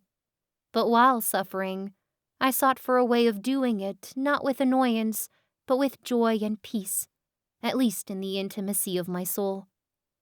Instead of trying not to hear the little noise, which was impossible, I focused my attention on listening to it properly, as if it were a delightful concert, and all my prayer, which was not the prayer of quiet, was spent in offering this concert to Jesus. On another occasion, I was washing clothes in front of a sister who was throwing dirty water at me every time she lifted the handkerchiefs to her bench. My first impulse was to step back and wipe my face to show the sister who was spraying me that she would do me a favor to be more careful. But I immediately thought I was being very foolish to refuse treasures that were so generously given to me, and I was very careful not to show my struggle. I made every effort to receive plenty of dirty water, so that in the end I had really acquired a taste to this new kind of sprinkling, and I promised myself to return another time to this happy place where so many treasures were received. Beloved Mother, you can see that I am a very small soul who can only offer the good Lord very small things. And yet I often let slip those little sacrifices that give so much peace to the soul. This doesn't discourage me. I put up with having a little less peace and try to be more vigilant on another occasion. Ah, the Lord is so good to me that it's impossible for me to fear Him. He's always given me what I've desired, or rather, He's made me desire what He wants to give me. So shortly before my trial against the faith began, I said to myself, really, I don't have any great trials on the outside. And to have any on the inside, the good Lord would have to change my path. But I don't think He will. And yet I can't always live at rest like this. What way, then, will Jesus find to test me? The answer was not long in coming, and it showed me that the one whom I love is not at a loss as to the means He uses. Without changing my way, He sent me the trial that was to mingle a salutary bitterness with all my joys. It's not only when He wants to test me that Jesus makes me feel and desire trials. For a long time I had a desire that seemed unattainable, the desire of having a brother as a priest. I often thought that if my little brothers hadn't died and flown away to heaven, I would have had the joy of seeing them go up to the altar. But since the good Lord had chosen them to be His little angels, I could no longer hope to see my dream come true. And yet, not only has Jesus given me the grace I desired, but He has united me in the bonds of the soul to two of His apostles, who have become my brothers. I want to tell you in detail, my beloved Mother, how Jesus fulfilled my desire and even exceeded it, since all I wanted was a brother priest who thinks of me every day at the holy altar. It was our Holy Mother Therese of Avila who sent me my first little brother, Father Maurice Barthélemy Beyer, as a festive bouquet in 1895. I was in the laundry room, busy with my work, when Mother Agnes of Jesus took me aside and read me a letter she had just received. It was from a young seminarian, inspired, he said, by Saint Therese of Avila. He was asking for a sister who would devote herself especially to the salvation of his soul and help him through her prayers and sacrifices when he became a missionary, so that he could save many souls. He promised to always remember the one who would become his sister whenever he offered the holy sacrifice of Mass. Mother Agnes of Jesus told me that she wanted me to become the sister of this future missionary. Mother, it would be impossible to tell you how happy I was. My desire, fulfilled in an unexpected way, gave birth in my heart to a joy that I can only describe as childlike, for I would have to go back to my childhood days to recapture once more the memory of joys so vivid that the soul is too small to contain them. I haven't tasted this kind of happiness in years. I felt that my soul was renewed. It was as if musical strings had been touched for the first time, strings that had remained forgotten until then. I understood the obligation I was imposing on myself, so I set to work, trying to redouble my fervor. I must confess that at first I had no consolation to stimulate my zeal. After writing a charming letter full of hard and noble sentiments, in which he thanked Mother Agnes of Jesus, my little brother gave no further signs of life until the following July, except that he sent a card in November to say he was entering the barracks for his mandatory military service. It was to you, my beloved Mother, that the good Lord had reserved the completion of the work begun. No doubt it is through prayer and sacrifice that we can help the missionaries, but sometimes when it pleases Jesus to unite two souls for His glory, He allows them to communicate their thoughts to each other from time to time and excite each other to love God more. But this requires the express permission of the authorities, for it seems to me that otherwise this correspondence would do more harm than good, if not to the missionary, then at least to the Carmelite nun, whose way of life continually leads her to withdraw into herself. Instead of uniting her to God, this correspondence, even if distant, would occupy her mind. By imagining herself doing wonders, she would be doing nothing at all but providing herself with a useless distraction under the guise of zeal. The same goes for me. I feel that if my letters are to do any good, they must be written out of obedience, and that I should feel more reluctance than pleasure in writing them. For example, when I interview a novice, I try to do so with self-mortification. I avoid asking her questions simply to satisfy my curiosity. If she starts saying something interesting and then moves on to another subject that bores me without finishing the first, I'm careful not to remind her of the topic she left out, because it seems to me that no good can come from self-seeking. My beloved mother, I realize that I'll never correct myself. Here I am again, far from my subject, with all my dissertations. Please excuse me and allow me to start again at the next opportunity, since I can't do otherwise. You're acting like the good Lord, who never tires of hearing me, even when I simply tell him my sorrows and joys as if he didn't already know them. You too, Mother, have known for a long time what I think and all the memorable events of my life, so I can't teach you anything new. I can't help but laugh when I think of how I'm scrupulously writing down so many things that you already know as well as I do. Anyway, Mother dear, I'm obeying you, and if you don't find any interest in reading these pages now, perhaps they'll distract you in your old age and serve to rekindle your fire, so I won't have wasted my time. But I'm only joking by speaking like a child. Don't think, Mother, that I'm looking for any use my poor work can have. Since I'm doing it out of obedience, that's enough for me, and I wouldn't feel any pain even if you burned my manuscripts before my eyes without having read them. It's time for me to resume the story of my brothers, who are now such a big part of my life. Last year, on Saturday, May 30th, 1896, I remember that you called me aside before we went to the refectory. My heart was pounding as I entered your cell, my beloved mother. I wondered what you had to say to me, for that was the first time you'd asked me to go inside your room. After telling me to sit down, here's the proposal you made to me. Would you like to take charge of the spiritual interests of a missionary, Father Adolphe Rouland, who is to be ordained a priest and leave for China soon? And then, Mother, you read this young father's letter to me, so that I knew exactly what he was asking for. My first feeling was one of joy, which immediately gave way to fear. I explained to you, my beloved mother, that having already offered my poor merits for one future apostle, I believed I could not do so again for the intentions of another, and that, besides, there were many sisters in our cloister better than I who could respond to his desire. All my objections were to no avail.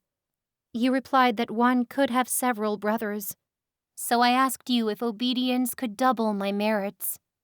You answered yes, and told me several things that made me see that I should accept a new brother without scruples.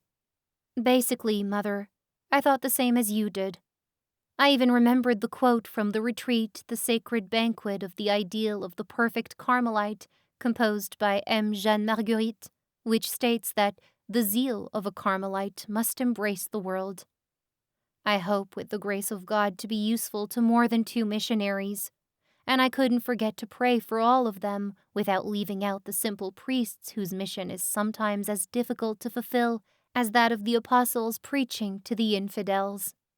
Finally, I want to be a daughter of the Church, as our mother Saint Therese of Avila said on her deathbed, and to pray for the intentions of our Holy Father the Pope, knowing that his intentions embrace the universe. That was the general aim of my life, but it wouldn't have prevented me from praying and uniting myself, especially to the works of my beloved little angels, had they been priests. Well, that's how I've united myself spiritually with the apostles, whom Jesus gave me as brothers. Everything that belongs to me belongs to each of them, and I feel that the good Lord is too good to divide things up. He is so rich that he can give without measure everything I ask. But don't think, Mother, that I'm getting lost in long enumerations. So I now have 2 brothers and my little sisters, the novices.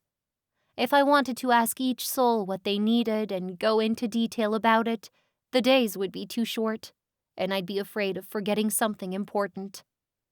Simple souls don't need complicated means. Since I'm one of those souls, one morning during my Thanksgiving, Jesus gave me a simple way of accomplishing my mission. He made me understand these words from the Song of Songs, chapter 1, verses 3 to 4.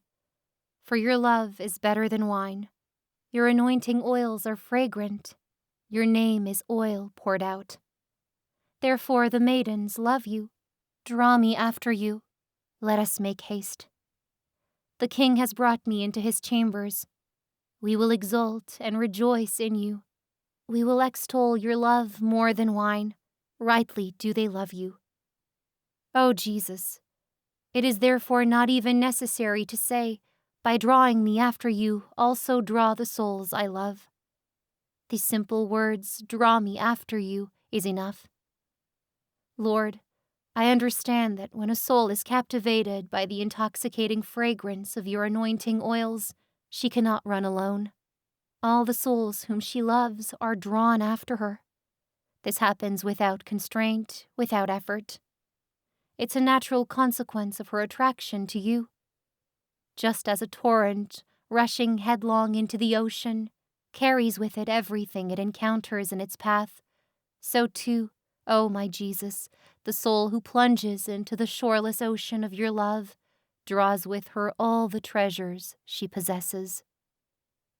Lord, as you know, I have no other treasures than the souls you have been pleased to unite with mine.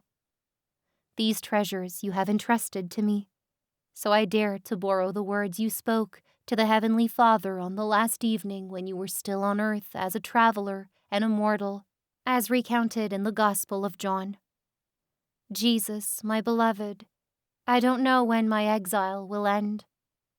More than one evening will still see me singing your mercies in this exile, but at last, for me too, will finally come the last evening. And then I would like to be able to say to you, oh my God, I glorified you on earth, having accomplished the work which you gave me to do.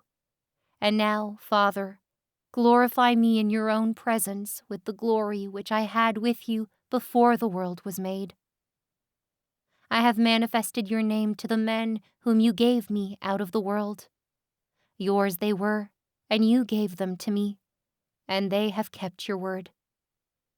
Now they know that everything that you have given me is from you, for I have given them the words which you gave me, and they have received them and know in truth that I came from you, and they have believed that you sent me. I am praying for them. I am not praying for the world, but for those whom you have given me, for they are yours. All mine are yours, and yours are mine, and I am glorified in them. And now I am no more in the world, but they are in the world, and I am coming to you. Holy Father, keep them in your name, which you have given me, that they may be one, even as we are one. While I was with them, I kept them in your name, which you have given me. I have guarded them, and none of them is lost but the son of perdition, that the scripture might be fulfilled. But now I am coming to you, and these things I speak in the world, that they may have my joy fulfilled in themselves. I have given them your word, and the world has hated them because they are not of the world, even as I am not of the world. I do not pray that you should take them out of the world, but that you should keep them from the evil one. They are not of the world, even as I am not of the world. Sanctify them in the truth. Your word is truth. As you did send me into the world, so I have sent them into the world.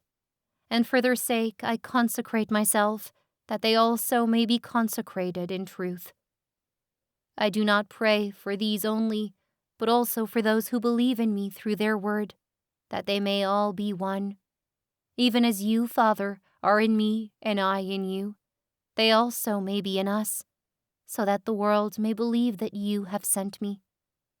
The glory which you have given me, I have given to them, that they may be one even as we are one, I in them and you in me, that they may become perfectly one, so that the world may know that you have sent me and have loved them even as you have loved me. Father, I desire that they also, whom you have given me, may be with me where I am, to behold my glory which you have given me in your love for me before the foundation of the world. O righteous Father, the world has not known you, but I have known you, and these know that you have sent me.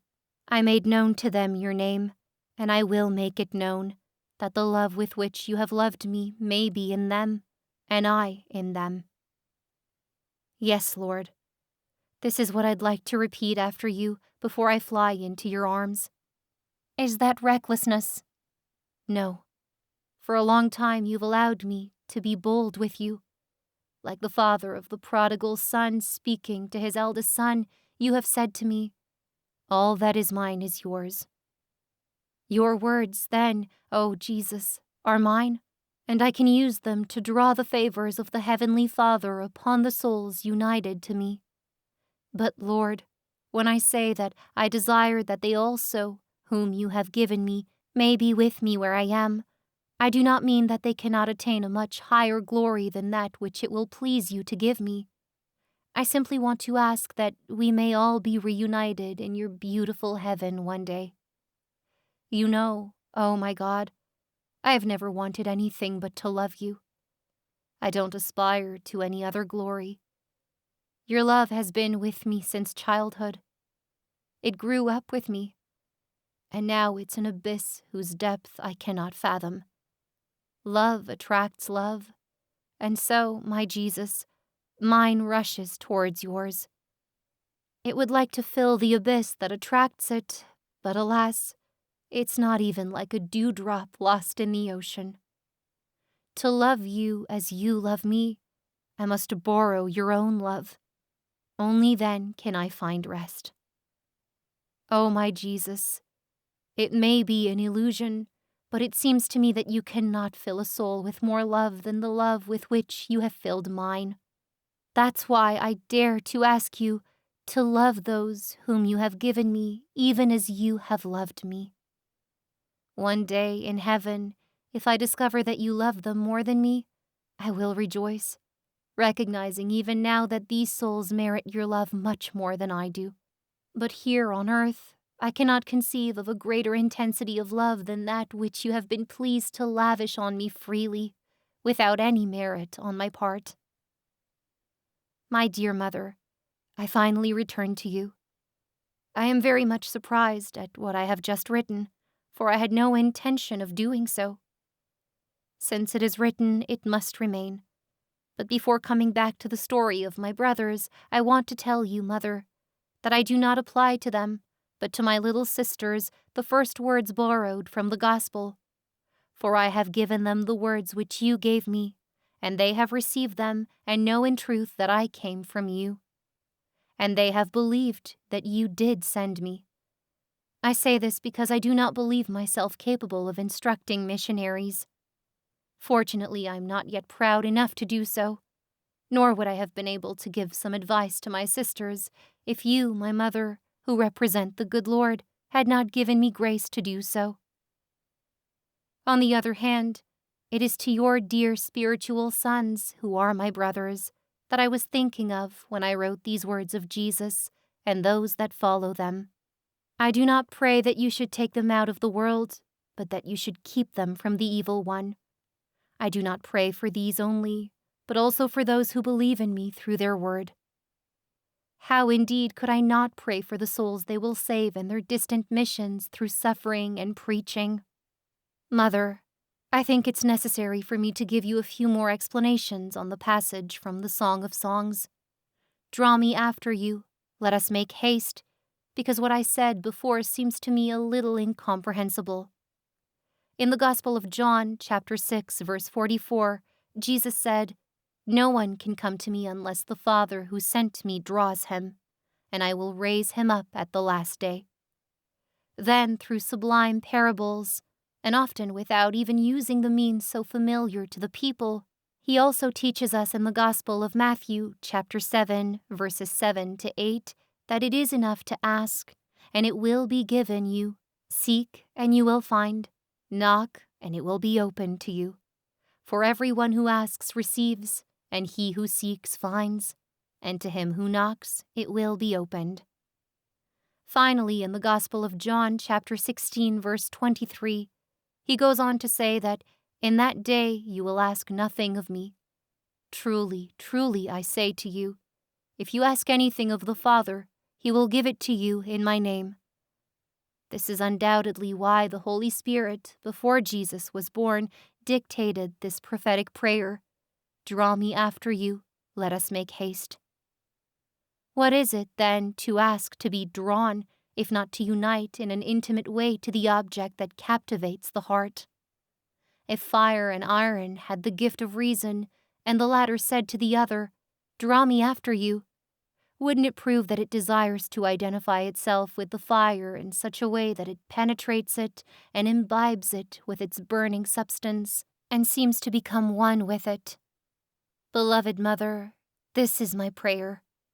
I ask Jesus to draw me into the flames of his love, to unite me so closely to him that he lives and acts in me.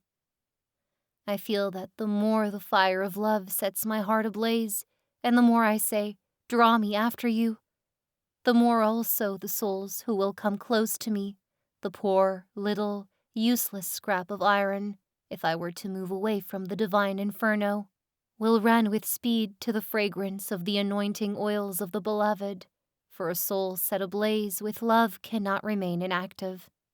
No doubt, like Saint Mary Magdalene, she stands at Jesus' feet, and she listens to his sweet and fiery words. Appearing to give nothing, she gives much more than Martha, who worries about many things and would like her sister to imitate her. It's not Martha's works that Jesus criticizes. In fact, his Divine Mother humbly submitted to these works all her life, since she had to prepare the Holy Family's meals. It is only the worries of his ardent hostess that Jesus wanted to correct. All the saints understood this, especially those who filled the universe with the illumination of evangelical doctrine. Was it not in prayer that Saints Paul, Augustine, John of the Cross, Thomas Aquinas, Francis of Assisi, Dominic, and so many other illustrious friends of God drew that divine science which delights the greatest geniuses? A scientist once said, "Give me a lever long enough and a fulcrum on which to place it, and I shall lift the world." What Archimedes could not obtain, because his request was not addressed to God and was made only from a material point of view, the saints have obtained in all its fullness.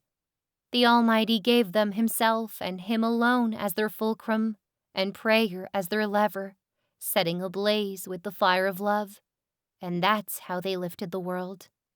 That's how the saints who are still militant lift it, and how, until the end of the world, the saints to come will lift it too. My dear Mother, now I'd like to tell you what I mean by the fragrance of the anointing oils of the Beloved. Since Jesus has gone back up to heaven, I can only follow him in the footsteps he has left. But how luminous those footsteps are, how perfumed! All I have to do is cast my eyes over the Holy Gospel, and immediately I breathe in the perfumes of Jesus' life, and I know which way to run.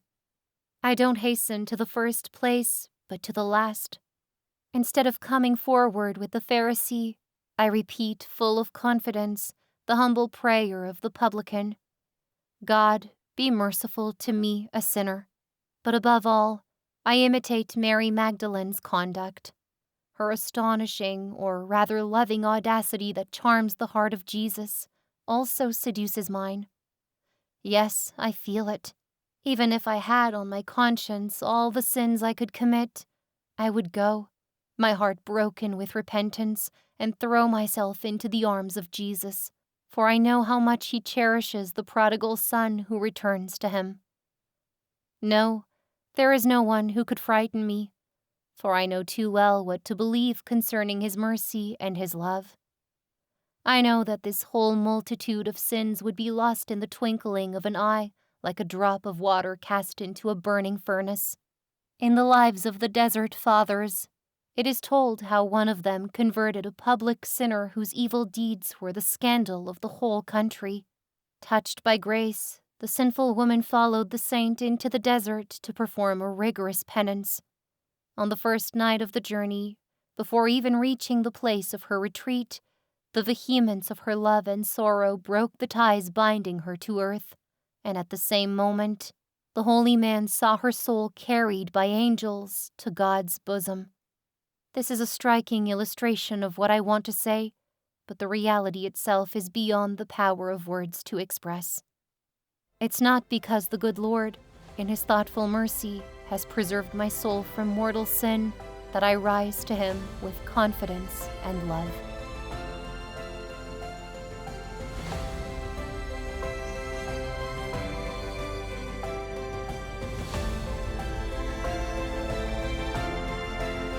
You have just listened to Therese of Lisieux's Story of a Soul, read by Melissa Dion. In the name of the Father, and of the Son, and of the Holy Spirit. Amen.